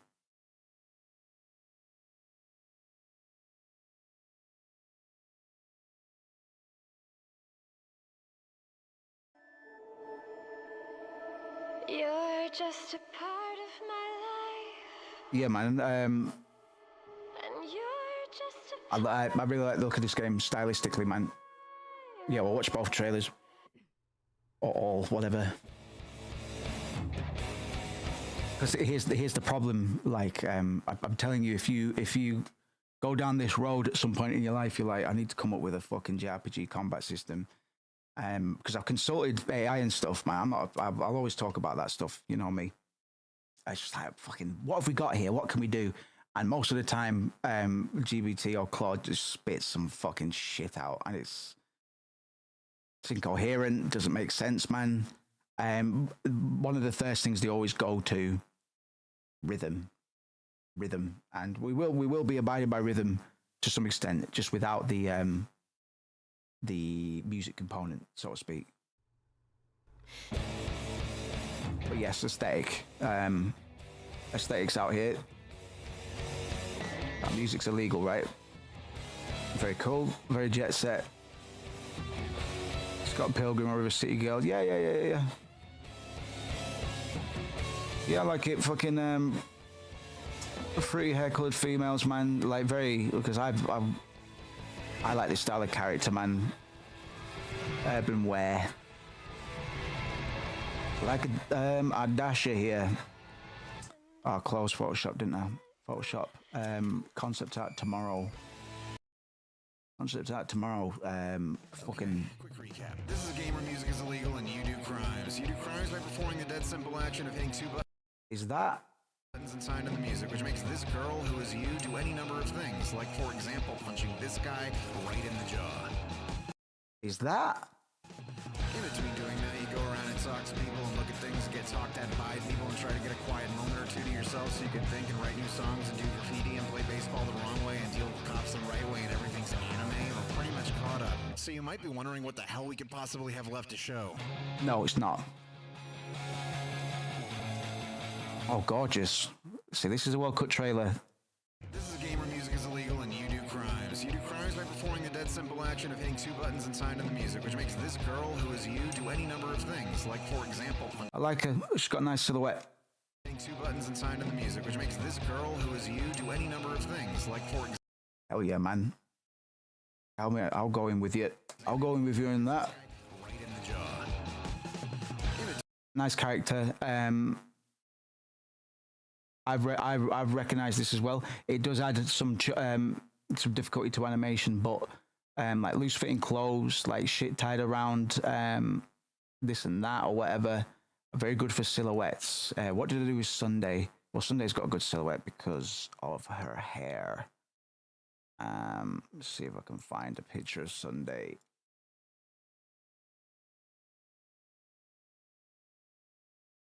Silhouettes, bro. You'll hear me talking about silhouettes a lot whenever it comes to characters. Characters. Can I find an old body shot of Sunday?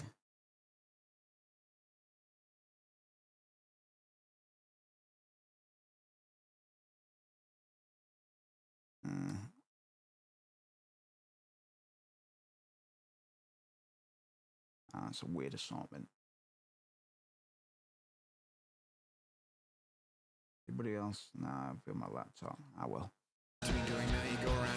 Yeah, silhouettes, loose fitting clothes, a lot of urban wear stuff. Does very well. So you might be wondering what the hell we Actually made for it, but just the aesthetic for it. Yes, go for, yeah, fucking, that'd be sick actually. I'd wear it, man. I'd wear that. I love this little cut. Wondering what the hell we could possibly have left to show.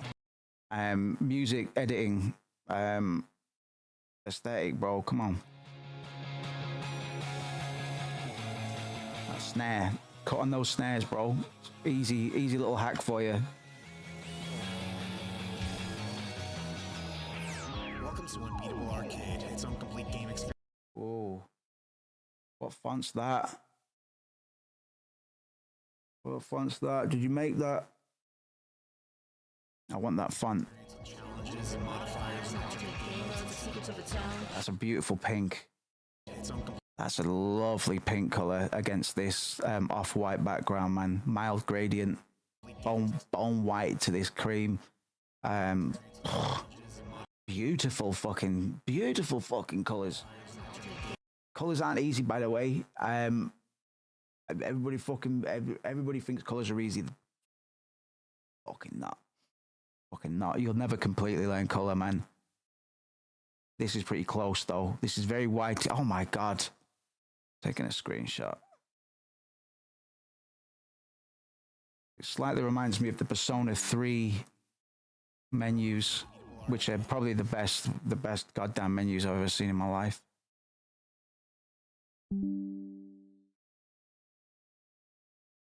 I tried to replicate it in After Effects for my stream overlays. I might have to see if somebody else has done it. Look at this shit.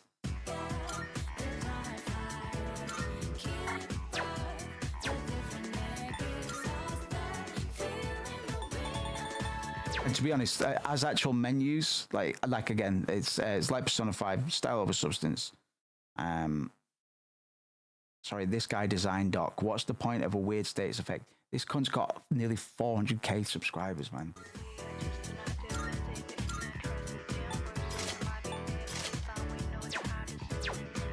Yeah, these all this shit here with the masks.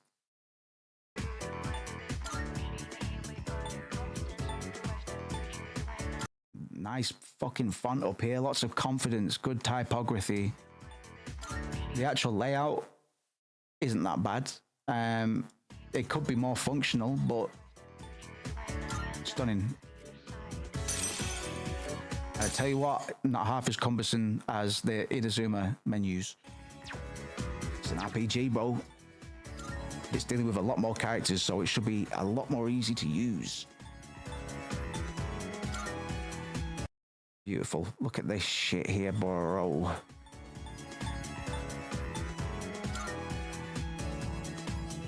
Beautiful fucking portraits as well, man.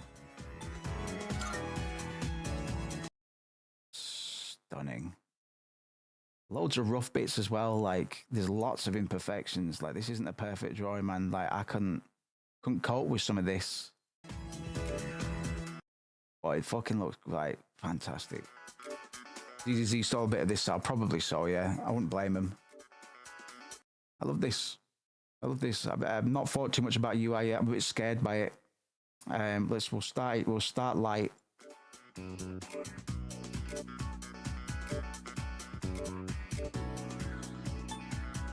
Yeah, if you want to have a conversation with aesthetic, you play Persona 3.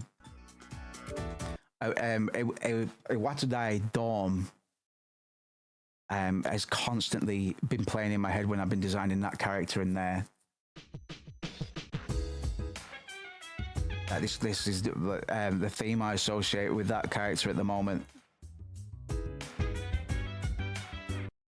We got a couple. I think she's going to be called Dasha, or as in Dasha. It was going to be Sasha, but Dasha, or Pon. I'll see if I've got a third name about as well. Yeah, beautiful, absolutely stunning. God damn. And then these are the most, see, ultimately this is still, don't get it twisted, this is still 2007 Japanese game design.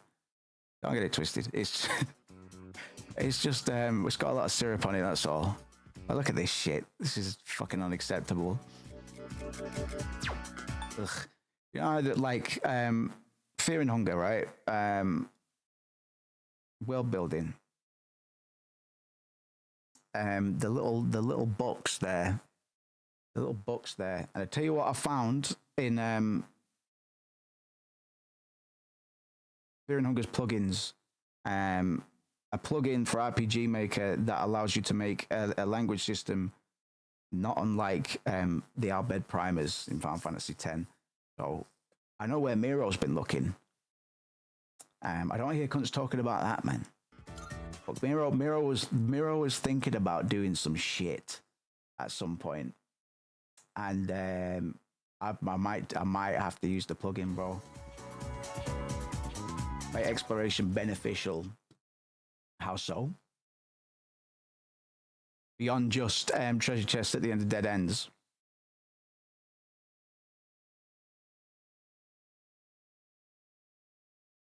Actually reward the player well, for example. Yeah, little plot nuggies or little weird guys. Yeah. I'll put rewarding. Paper Mario City 4.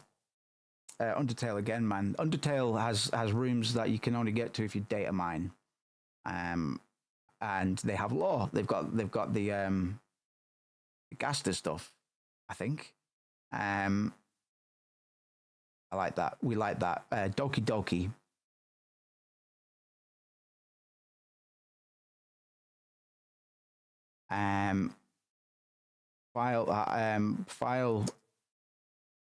File mischief. How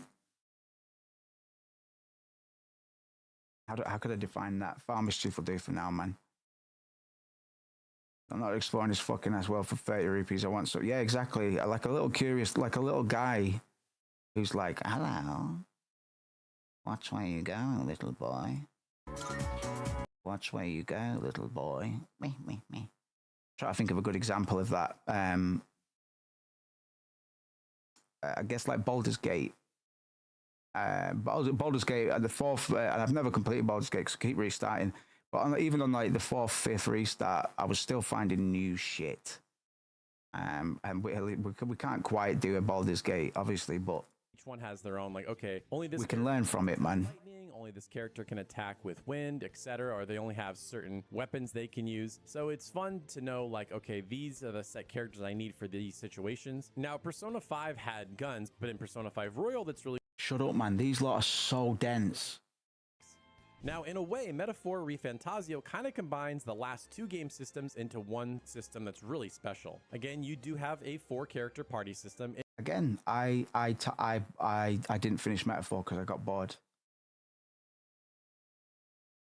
It kind of takes a lot of cues from the press turn system. When the bullshit's scattered and most is unimportant, but the essentials can be found at a specific location. Yeah, that little lore dumps and stuff like that. Sorry, what I was going to say about Miro is versus Persona 3. It's like, oh, here's all the information about the school and everything. in Fear and Hunger, you find a skin Bible, you pop that puppy open, you read a few pages, and then you dwell on it. And it's not a while, it's a bit before you find something else to read.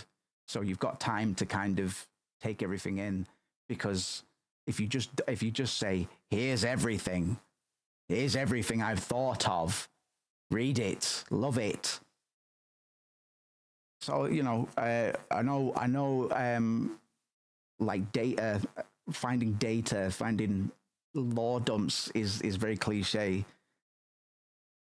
If done right, like, I think Fear and Hunger does that really well. That's one of the things I think he does quite well. And it's randomized as well.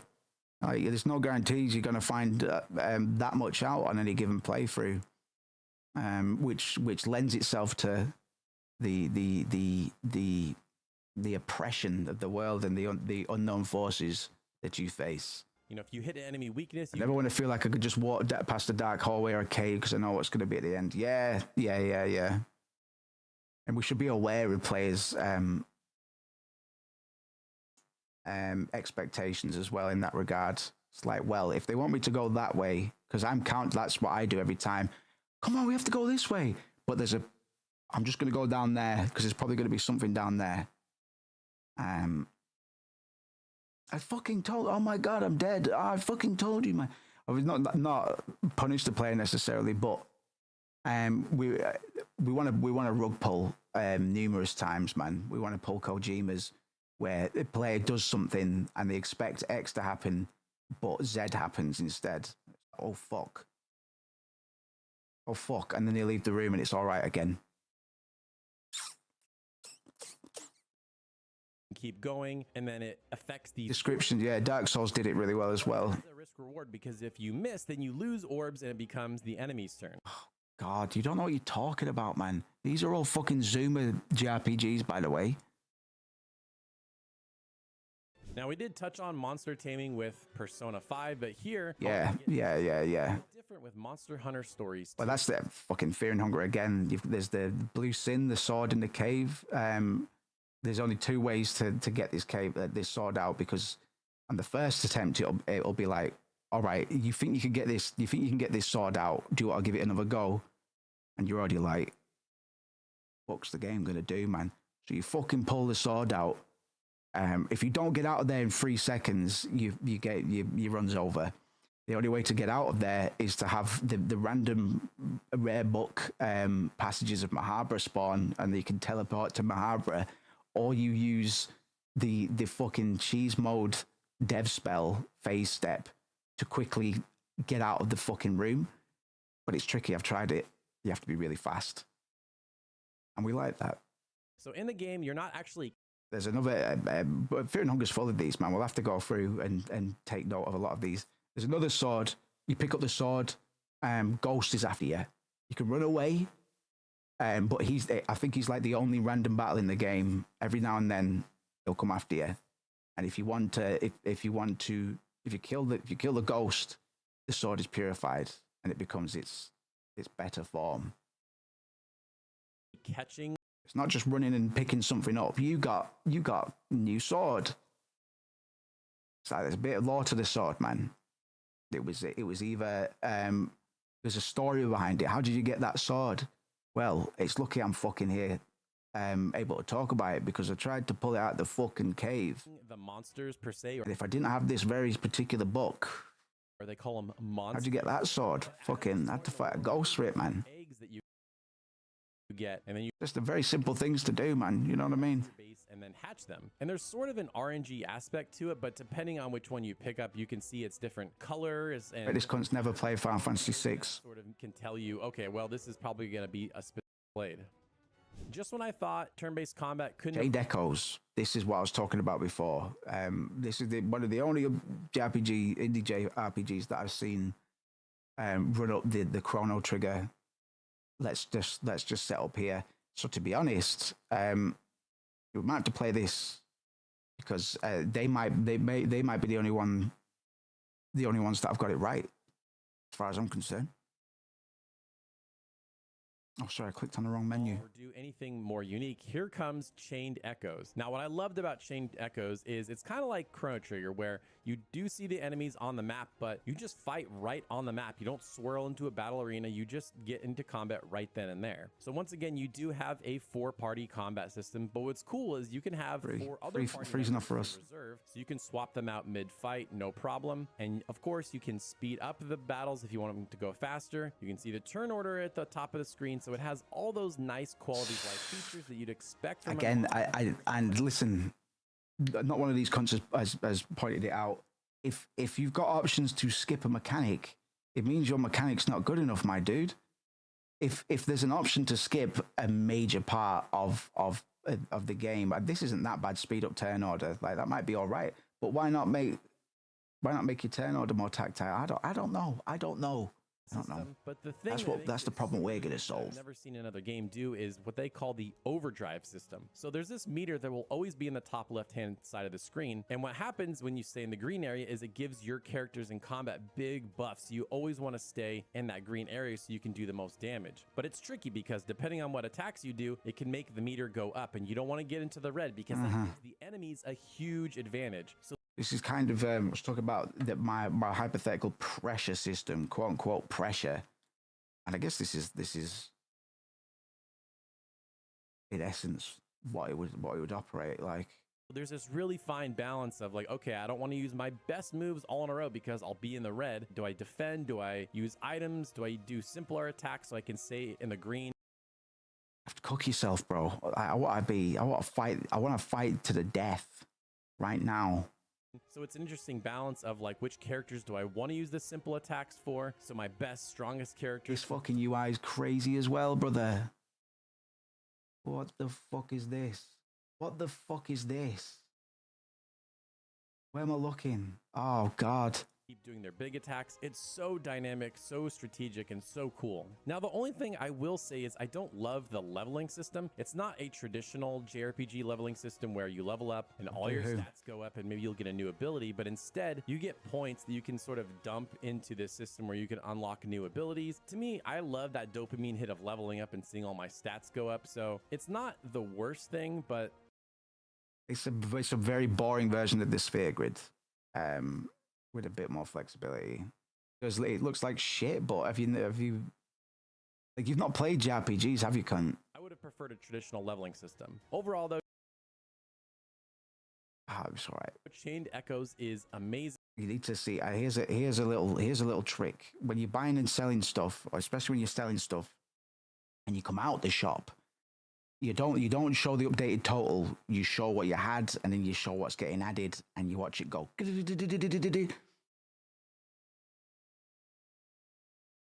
Stats the same, man. You want to see those puppies rolling up, right? And a really cool way to innovate on turn-based combat. It's like stats. Like, how do we bother? Like, there's a lot of questions we can ask. Get to Bravely Default, and obviously, yes, we probably do deal with stats because we've got different characters, man. They need to be defined by original Bravely Default is what their playstyle. But combat forever. There's a lot of questions that aren't asked, man. Like, what was that one we had before? Why is leveling up necessary at all? Why is that compulsory? It's not. It introduced something called the Brave and Default system. More often than not, like I say, the Final Fantasy 9, Delta Ring, Final Fantasy 9, only only random enemies give XP. Bosses don't give any. You can run that game level 1, clean as a whistle, sharp as a thistle. It's cool. It's an option, but you're still playing Final Fantasy 9. It's still got Final Fantasy 9's issues. So basically, if you default or you defend for a turn, we're going to try and work around it. I don't know what the fuck, but you can add a point, and then if you brave, you can use up these points and attack or just take multiple actions. Mr. Prompt task, you're about to unsheath the solid sword. Proceed? Yes, no. You get so sucked. Game over. Yeah. Or offering fear and hunger. Do you want to get molested? No? Well. How do I want to use this? Do I want to save tough it up? Tits. It's also really good for grinding because you can just brave 4 times in a row, especially if the enemies are weak. Ugh, let's not talk about, honestly, these. Ugh. Oh, you could talk about Xenogears, a real man's game. This is a real man's game. Oh, games on this list It's one that I personally Googled before. are modern games, I've played this. but I wanted to go old school for this one with Xenogears. Now, I'm not gonna lie, it does not have any of the modern day niceties that Oh, watch yourself. Shut up, man. Shut the fuck up. and unique that I had to talk about it. So in Xenogears, you have a 3-party combat system, and the really unique thing here is what they call the death blow combat system. Basically, you can input your own combination of button presses. Like, you have a certain amount of energy for each character, and so depending on what button presses you do, they'll do different attacks and certain input Looks good, right? abilities, and you can learn new ones as you go throughout the game. It's really, really cool. But dominant strategy theory rears its ugly head once again, because once you know what your current best death blow is, you just mash that out in every fight until you get the next one. Cool. Now, there is a limit. Obviously, you can't just attack infinitely, and each character has their own unique attack, so it's really fun to kind of remember what their attacks are and learn them. And if you wanted to, you could even... That's another thing. You're reliant on memory, not just your reaction time or whatever. You don't need to remember much of shit apart from attack patterns in deltas. Save ability points for the next round if you want to build up a big, stronger attack. Now, again, this was very unique for the time, and the only other game I can remember that did anything like this was Legend of Legaia, which basically did the same thing, but I kind of enjoyed it here more with Xenogears. Now, the really cool thing about Xenogears is that it takes that system, not just with the... You're fighting robots, and it's slower. Xenogears. Turn-based combat systems. It's so unique and innovative, and what else would you... Oh, Fantasia, the Sakaguchi joint. Let's talk about this, man, because we've still not played Fantasian. Now, coming back to the modern day, we've got Fantasian Neo Dimension, and it's one of my favorite modern turn-based combat systems. It's so unique and innovative, and what else would you expect from the father of Final Fantasy, Hironobu Sakaguchi? It flips everything you know about turn-based combat on its head. Whoa. So there's no random encounters, nor do you see the enemies on the screen. They do something really interesting called the dimension. Basically, as you're exploring areas where you can fight enemies, you'll see this little number tick up. And basically, what that is that's enemies getting sent to the dimension. And this item can only contain so many enemies. At first, I think it's like 30 or 40, but you can increase that. But basically, when it gets all the way full, or when you decide to engage with the fights, then that's when you can actually get into combat. Now, the way the system works is that you'll have 3 characters in your party, and usually there's a lot of enemies on the screen because you've been saving them all up. But what's cool is most of your attacks can hit multiple enemies at once, whether it's sort of in a straight line, a curved line, area of effect like a circle or something like that. And the system lets you know when enemies are dominates weak this to attack disrupts because dominant it says strategy, but it weak, needs to be or 99. you go Yeah. because I believe they're Yeah, because it could be a positive. It could be like, oh, we don't want to do that because you got a team attack or something instead. But you don't necessarily want to reward repetitive strategies with better strategies, you know. So you're right. It's a balance. There needs to be something that stops you from just mashing out the same shit, and that's normally like resources and stuff, right? Resource management. temporary buffs around the battlefield. So if you're attacking a line, in case you didn't know about the development of Fantasian, all these backgrounds and stuff, the pre-rendered backgrounds, but they actually handmade all of the dioramas, and it's fucking crazy. Of enemies and your attack hits the buff, then you'll get equipped with certain buffs like stronger attack for your character or for your entire party. And of course, you can also see. Gooch, I'll play it, bro. I don't know about this. Characters have specializations. So some kind of buff characters, some are more about healing. Not for me. This not so depending not for my not for our project anyway. Switch out different characters, and the system really keeps you on your toes, especially in the second half of the game, because some of the bosses get really tricky. Now, the thing I really liked about the Neo Dimension version, on top of just adding voice acting, is they added a normal difficulty because the iOS release was infamously hard. So if that one's... Here's another thing. Here's another thing.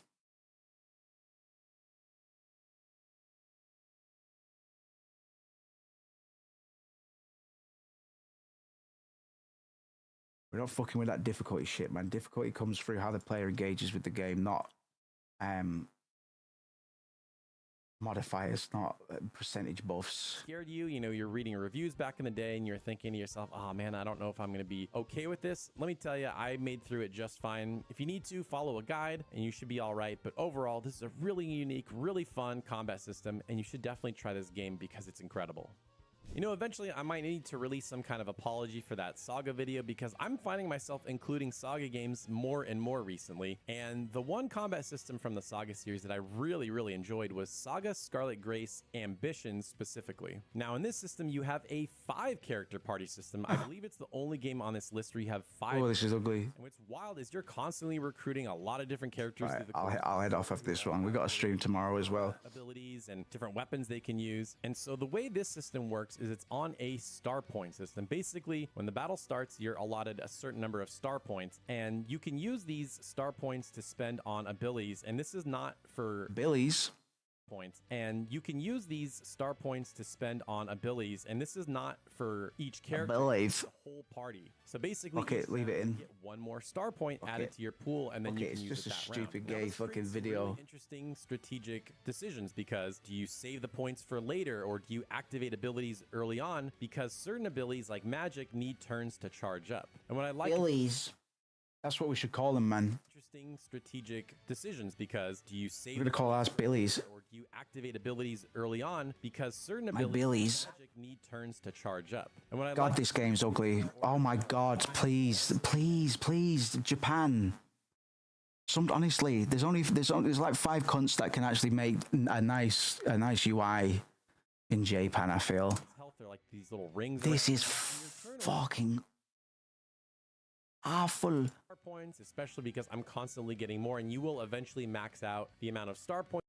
Heroine. So in this one, once again, there's no random battles, but you can see the enemies on the field, and once you run into them, the battles just take place right where you ran into the enemies. Good. And the other thing that's interesting And we like that. about Star Heroine is that there's not really any grinding, because for each area it's pretty linear, and there's a set amount of enemies, so you can't really grind. So as long as you're just fighting every enemy that you can see, you should be properly leveled and be fine for the boss battles. Now it is a 4K. Fucking heroin, man. Yes. You got the wife. You got the Kami waifu with the. So in this one, once again, there's no random battles, but you can see the enemy. Again, UI. We have a big issue with UI here. Weird turn order thing. I did quite like the idea of a global ATB bar, so you see everybody on one ATB bar. I'm gonna muse on that a little bit. On the field, and once you run into them, the battles just take place right. But ATB kind of flies in the face of some of the like the Paper Mario stuff. There's not really any grinding. It wouldn't work with ATB. And there's a set amount of enemies, so you can't really grind. So as long as you're just fighting every enemy that you can see, you should be properly leveled and be fine for the boss battles. Now it is a 4-character party system, and you can see the turn order at all times. But the really unique thing about Cosmic Star Heroine is it has this thing where all your abilities have limited uses. Basically, Cosmic Star Heroine is almost a good title, but you can only use it once. It's also a really bad one. It's actually way more closer to being a really bad one. The strategy, it's like, okay, do I want to use my status effect inducing abilities before my big attacks? Oh wow, it's like a JRPG. I'm not satiated, bro. I need to leave on a high note. That was caca-doo-doo. My top 5 pelvic gaming. Hey y'all, it's your girl Lady Pelvic with Pelvic Gaming, and I've been craving to do a top 5. So I consulted Patreon and asked what they wanted to see. Is that what I need to get up, man? Do I need to put shit all over my walls? Before we start, something to be mindful of. I can only speak on games that I've played, so you're not going to hear Valkyria Profile or Final Fantasy V or whatever else may come up. That said, let's S some JRPGs. Number 5. All right, Clancy. I swear, I've got to go. I've got to go in a minute. I've got a stream tomorrow. I need to get that concept art going. We've been studying. Pretty much assume that it will be turn-based until you see the footage. But we've been learning. Turn-based battle in style, and there's no JRPG that oozes more style than Persona 5. Oh God! Right, okay. Hey y'all, it's your girl Lady Pelvic with Pelvic. I'm just gonna say this. I'm just gonna say this clear for everybody to hear. Persona 5 doesn't have a good combat system. Persona 5 doesn't have a good combat system. It's got a combat system. That's it. But all of these videos, all of them have put Persona 5 in because Persona 5 looks like it's a good combat system, but it's just a combat system. It's just a combat system. It's Pokemon. It's rock, paper, scissors, elementals with some shine, to be fair. Persona negotiations, taking a kill Mother 3 flame, rhythm. we see the damage number and the HP instantly drops. But finally, one game Look at our notes, bro. you don't have to take A lot of these notes I've already written in private, but all 80 damage. This we're writing them out again. I needed to make this list. giving you a spin on how damage is handled. That's right. Pelvic Gaming, you've got shit all over your t-shirt. Pelvic Gaming, you've got shit all over your t-shirt. And 2 is win the battle before they run out of hit points. This is such a clever way of creating panic and giving the player Yes. Okay. I'll let her speak. I'll let her speak. Yeah, she does a great hair, great skin too. saving them. Delete You can her. do so in 2 ways. On Mother 3, the fucking things run down, cunt. The numbers run down. They don't just chunk down.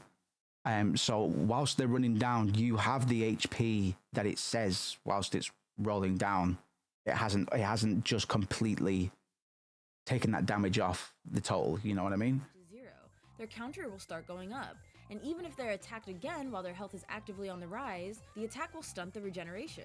And 2 is win the battle before they run out of hit points. This is such a clever way of creating panic and giving the player a chance to snatch the characters from death's nasty claws. And as any JRPG dick sucker will tell you, it feels great dodging death, especially getting those clutch heals. Well, no, I've got a character in the second. Oh, it's alright, never mind. Because of sound battles. They may seem tacked on and kinda goofy, but the entire Mother series is kinda kooky. Sound battles is where you attack to the beat.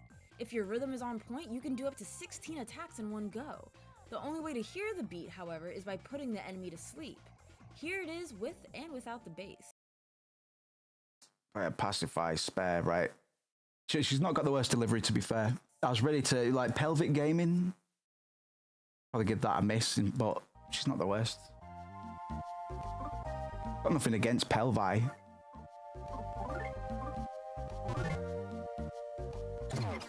Hey, you're actually showing the combat system. That's crazy.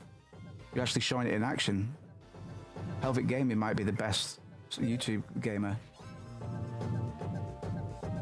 But eventually you'll get so good, you won't even need to Look at this fucking gorgeous thing, man. just feel the beat, baby. If your musicality isn't so high, that's no problem, as the game is completely beatable without tackling a single sound I battle. really struggled on Mother 3. Part of why I love sound battles is the music is so damn good. I'm just a sucker for JRPGs and a sick bass. Number 3! When have you ever attacked with a staff or a rod and it make a difference in battle? Right, every game I've ever played. So engaging. With Every game I've ever played, my man. Can somebody make a based point? Are you just gonna say, ah? Some people think that if you've played one RPG, you've played them all. Oh God, oh God, oh God, prepare yourself. To destroy all evil in the land, fighting the only way they know how, by taking turns. Usually a person might be turned off to an RPG because of the turn-based combat and how stale it can sometimes get, but some games know how to get someone a little bit more interested in the gameplay. We start off with one of the most outlandish series that exists, the Mother series. While the first game follows conventional RPG mechanics, the later games do change it up. Mother 2, or Earthbound as it's known outside of Japan, doesn't follow the typical random battle system. Out in the field you can see all the enemies sitting around attacking you if you get close enough. Like this, you can get the drop on enemies, getting an extra attack if you approach them from behind. Or they can get the drop on you if they do the same. Or you can just avoid them if you want, and if you're a high enough level, battles just end in an automatic victory, which prevents both unnecessary grinding and makes backtracking easier. When in battle, damage isn't just chunked away from your health total, it rolls down. So, if you manage to heal yourself or end the battle before it gets to 0, you're still in the fight. Hey, you know you can fight Hitler in Persona 2? Rhythm battles. If you time your button presses correctly, you can do more damage. Mechanic is dumb this whole time. Get attacked, you have to go through a little. Even though it's created by Oh my God, people are so fucking stupid. Turn-based combat is kinda boring, at least in its most basic form, where all you're doing is selecting moves off a Oh menu. God, why are we not millionaires, boys? Was platforming. Now instead of just walking from dungeon to dungeon, Mario RPG challenges. These videos are just pointing and going. The menu is red. Mario can jump. 3 people in your team. Level up. Yeah? You to time your jumps onto spinning flowers. It made sense considering the origin of the guy in the box and was widely more engaging than its stiff traditional counterparts. That engagement was probably what inspired them to bring the platforming to turn-based combat, and thus we get the birth of timed hits. That terrified me. Time hits are genius. Like, you're gonna watch your character play their animations over and over again throughout the course of the adventure. Make them a little longer, a little flashier, and all of a sudden your game looks so much better and has room for skill expression. It's so simple. Press a button at the correct timing and be rewarded with extra damage. Basic attacks are little quick time events. Even when you're mashing through, you gotta stop just to hear that satisfying... Picking up new weapons is a blessing and a curse. Sure. I hate these little cunts. Like, I was born yesterday, man. I would teach you about game design. Fuck off. Fuck off. Fuck right off.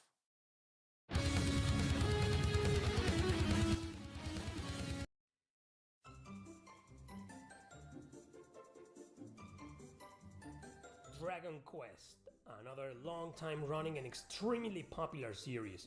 No need for an introduction. It's been turn-based forever, including most of its series. It's a franchise that has He said no introduction needed, right? Popular releases, all among its several trilogies out there. Every single one, including the 2 Mana Kimia games, is a turn-based RPG, and I don't think any of them have a bad battle system. I love the combat in all of them, which is the... I just want one base take and I'm going to bed. I just want one base take. Just one good take. One good take. An actual take. Because these aren't takes. These are... best bit of JRPG battle systems. Guy sits in his garden and tries to tell me that Persona 5 has a... Hey guys, what's up? Welcome to part 3! Same guy. Architect of games. I consider myself a fan of RPGs. Couldn't do it. Couldn't do it.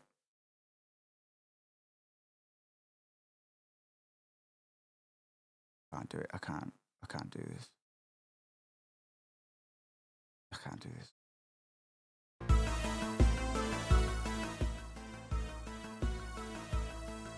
Why does your font look like that? What you're holding? Awesome birth? Ever since I started playing them on PS1, turn-based RPGs have been my favorite type of game. MS Saga may not have the most memorable plot or cast of characters. Don't care. Sorry, buddy.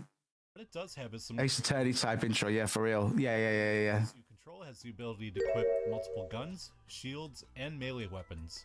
You can use these individually with the attack command, or use several together through the game's boost mechanic.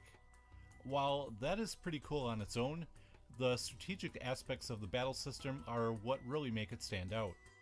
In the upper right hand corner you can see what type of tactic each enemy will use in the upcoming turn.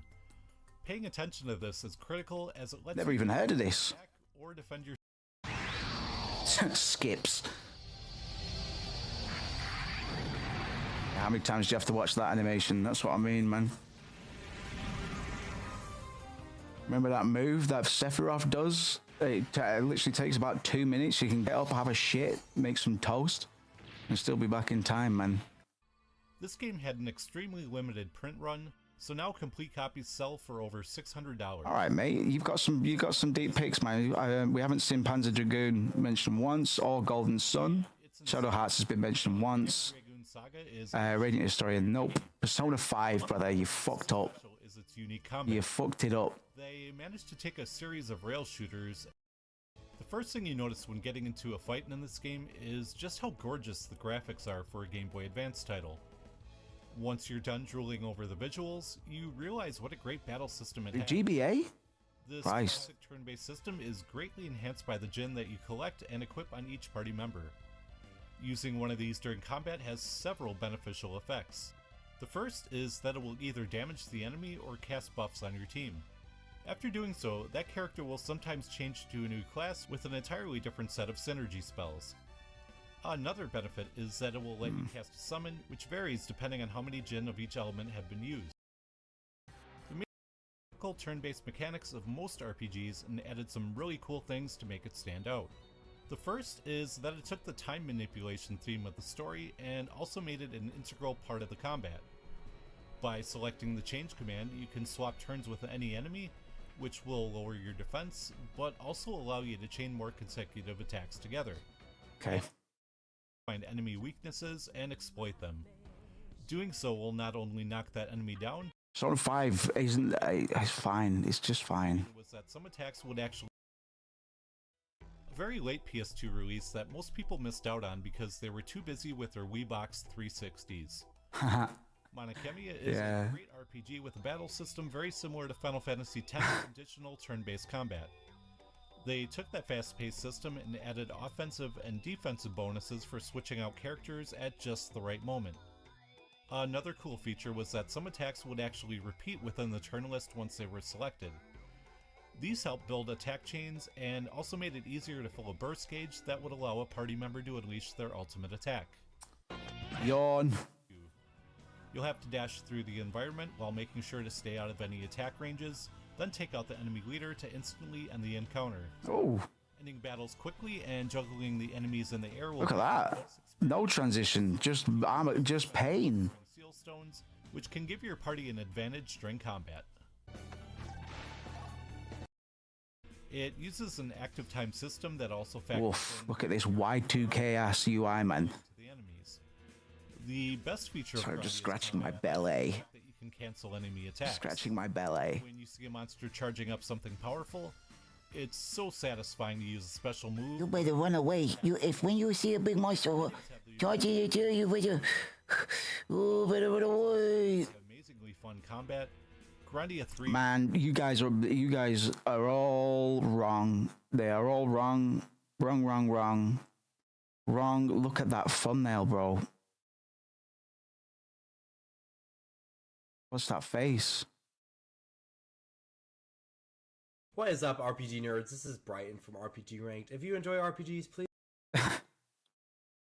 Right, guys, I'm going to bed. I'm gonna go to bed. Streamed a bit later than I probably should have. We're streaming again tomorrow.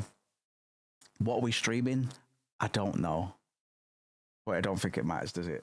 We're nearly at the weekend Friday, boys. Just a few minutes over, yeah. Casual 8 hours, man. Like I say, I could do this every day, man. I'm not scratching my weenus. Sorry, I'm scratching my leg. Just waited. Thank you very much, guys. I've had a very, very fun stream. Not productive in the least. That means it was a good time. JRPG stuff, music stuff. Hopefully I'm back on the horse. I'm probably gonna have to sleep for a long time now. Stream tomorrow. Thank you very much, man. It's been a good chat. Good chatting with you. Good chatting with you, man. I'll see you tomorrow, man. Enjoy. Go to the ending screen.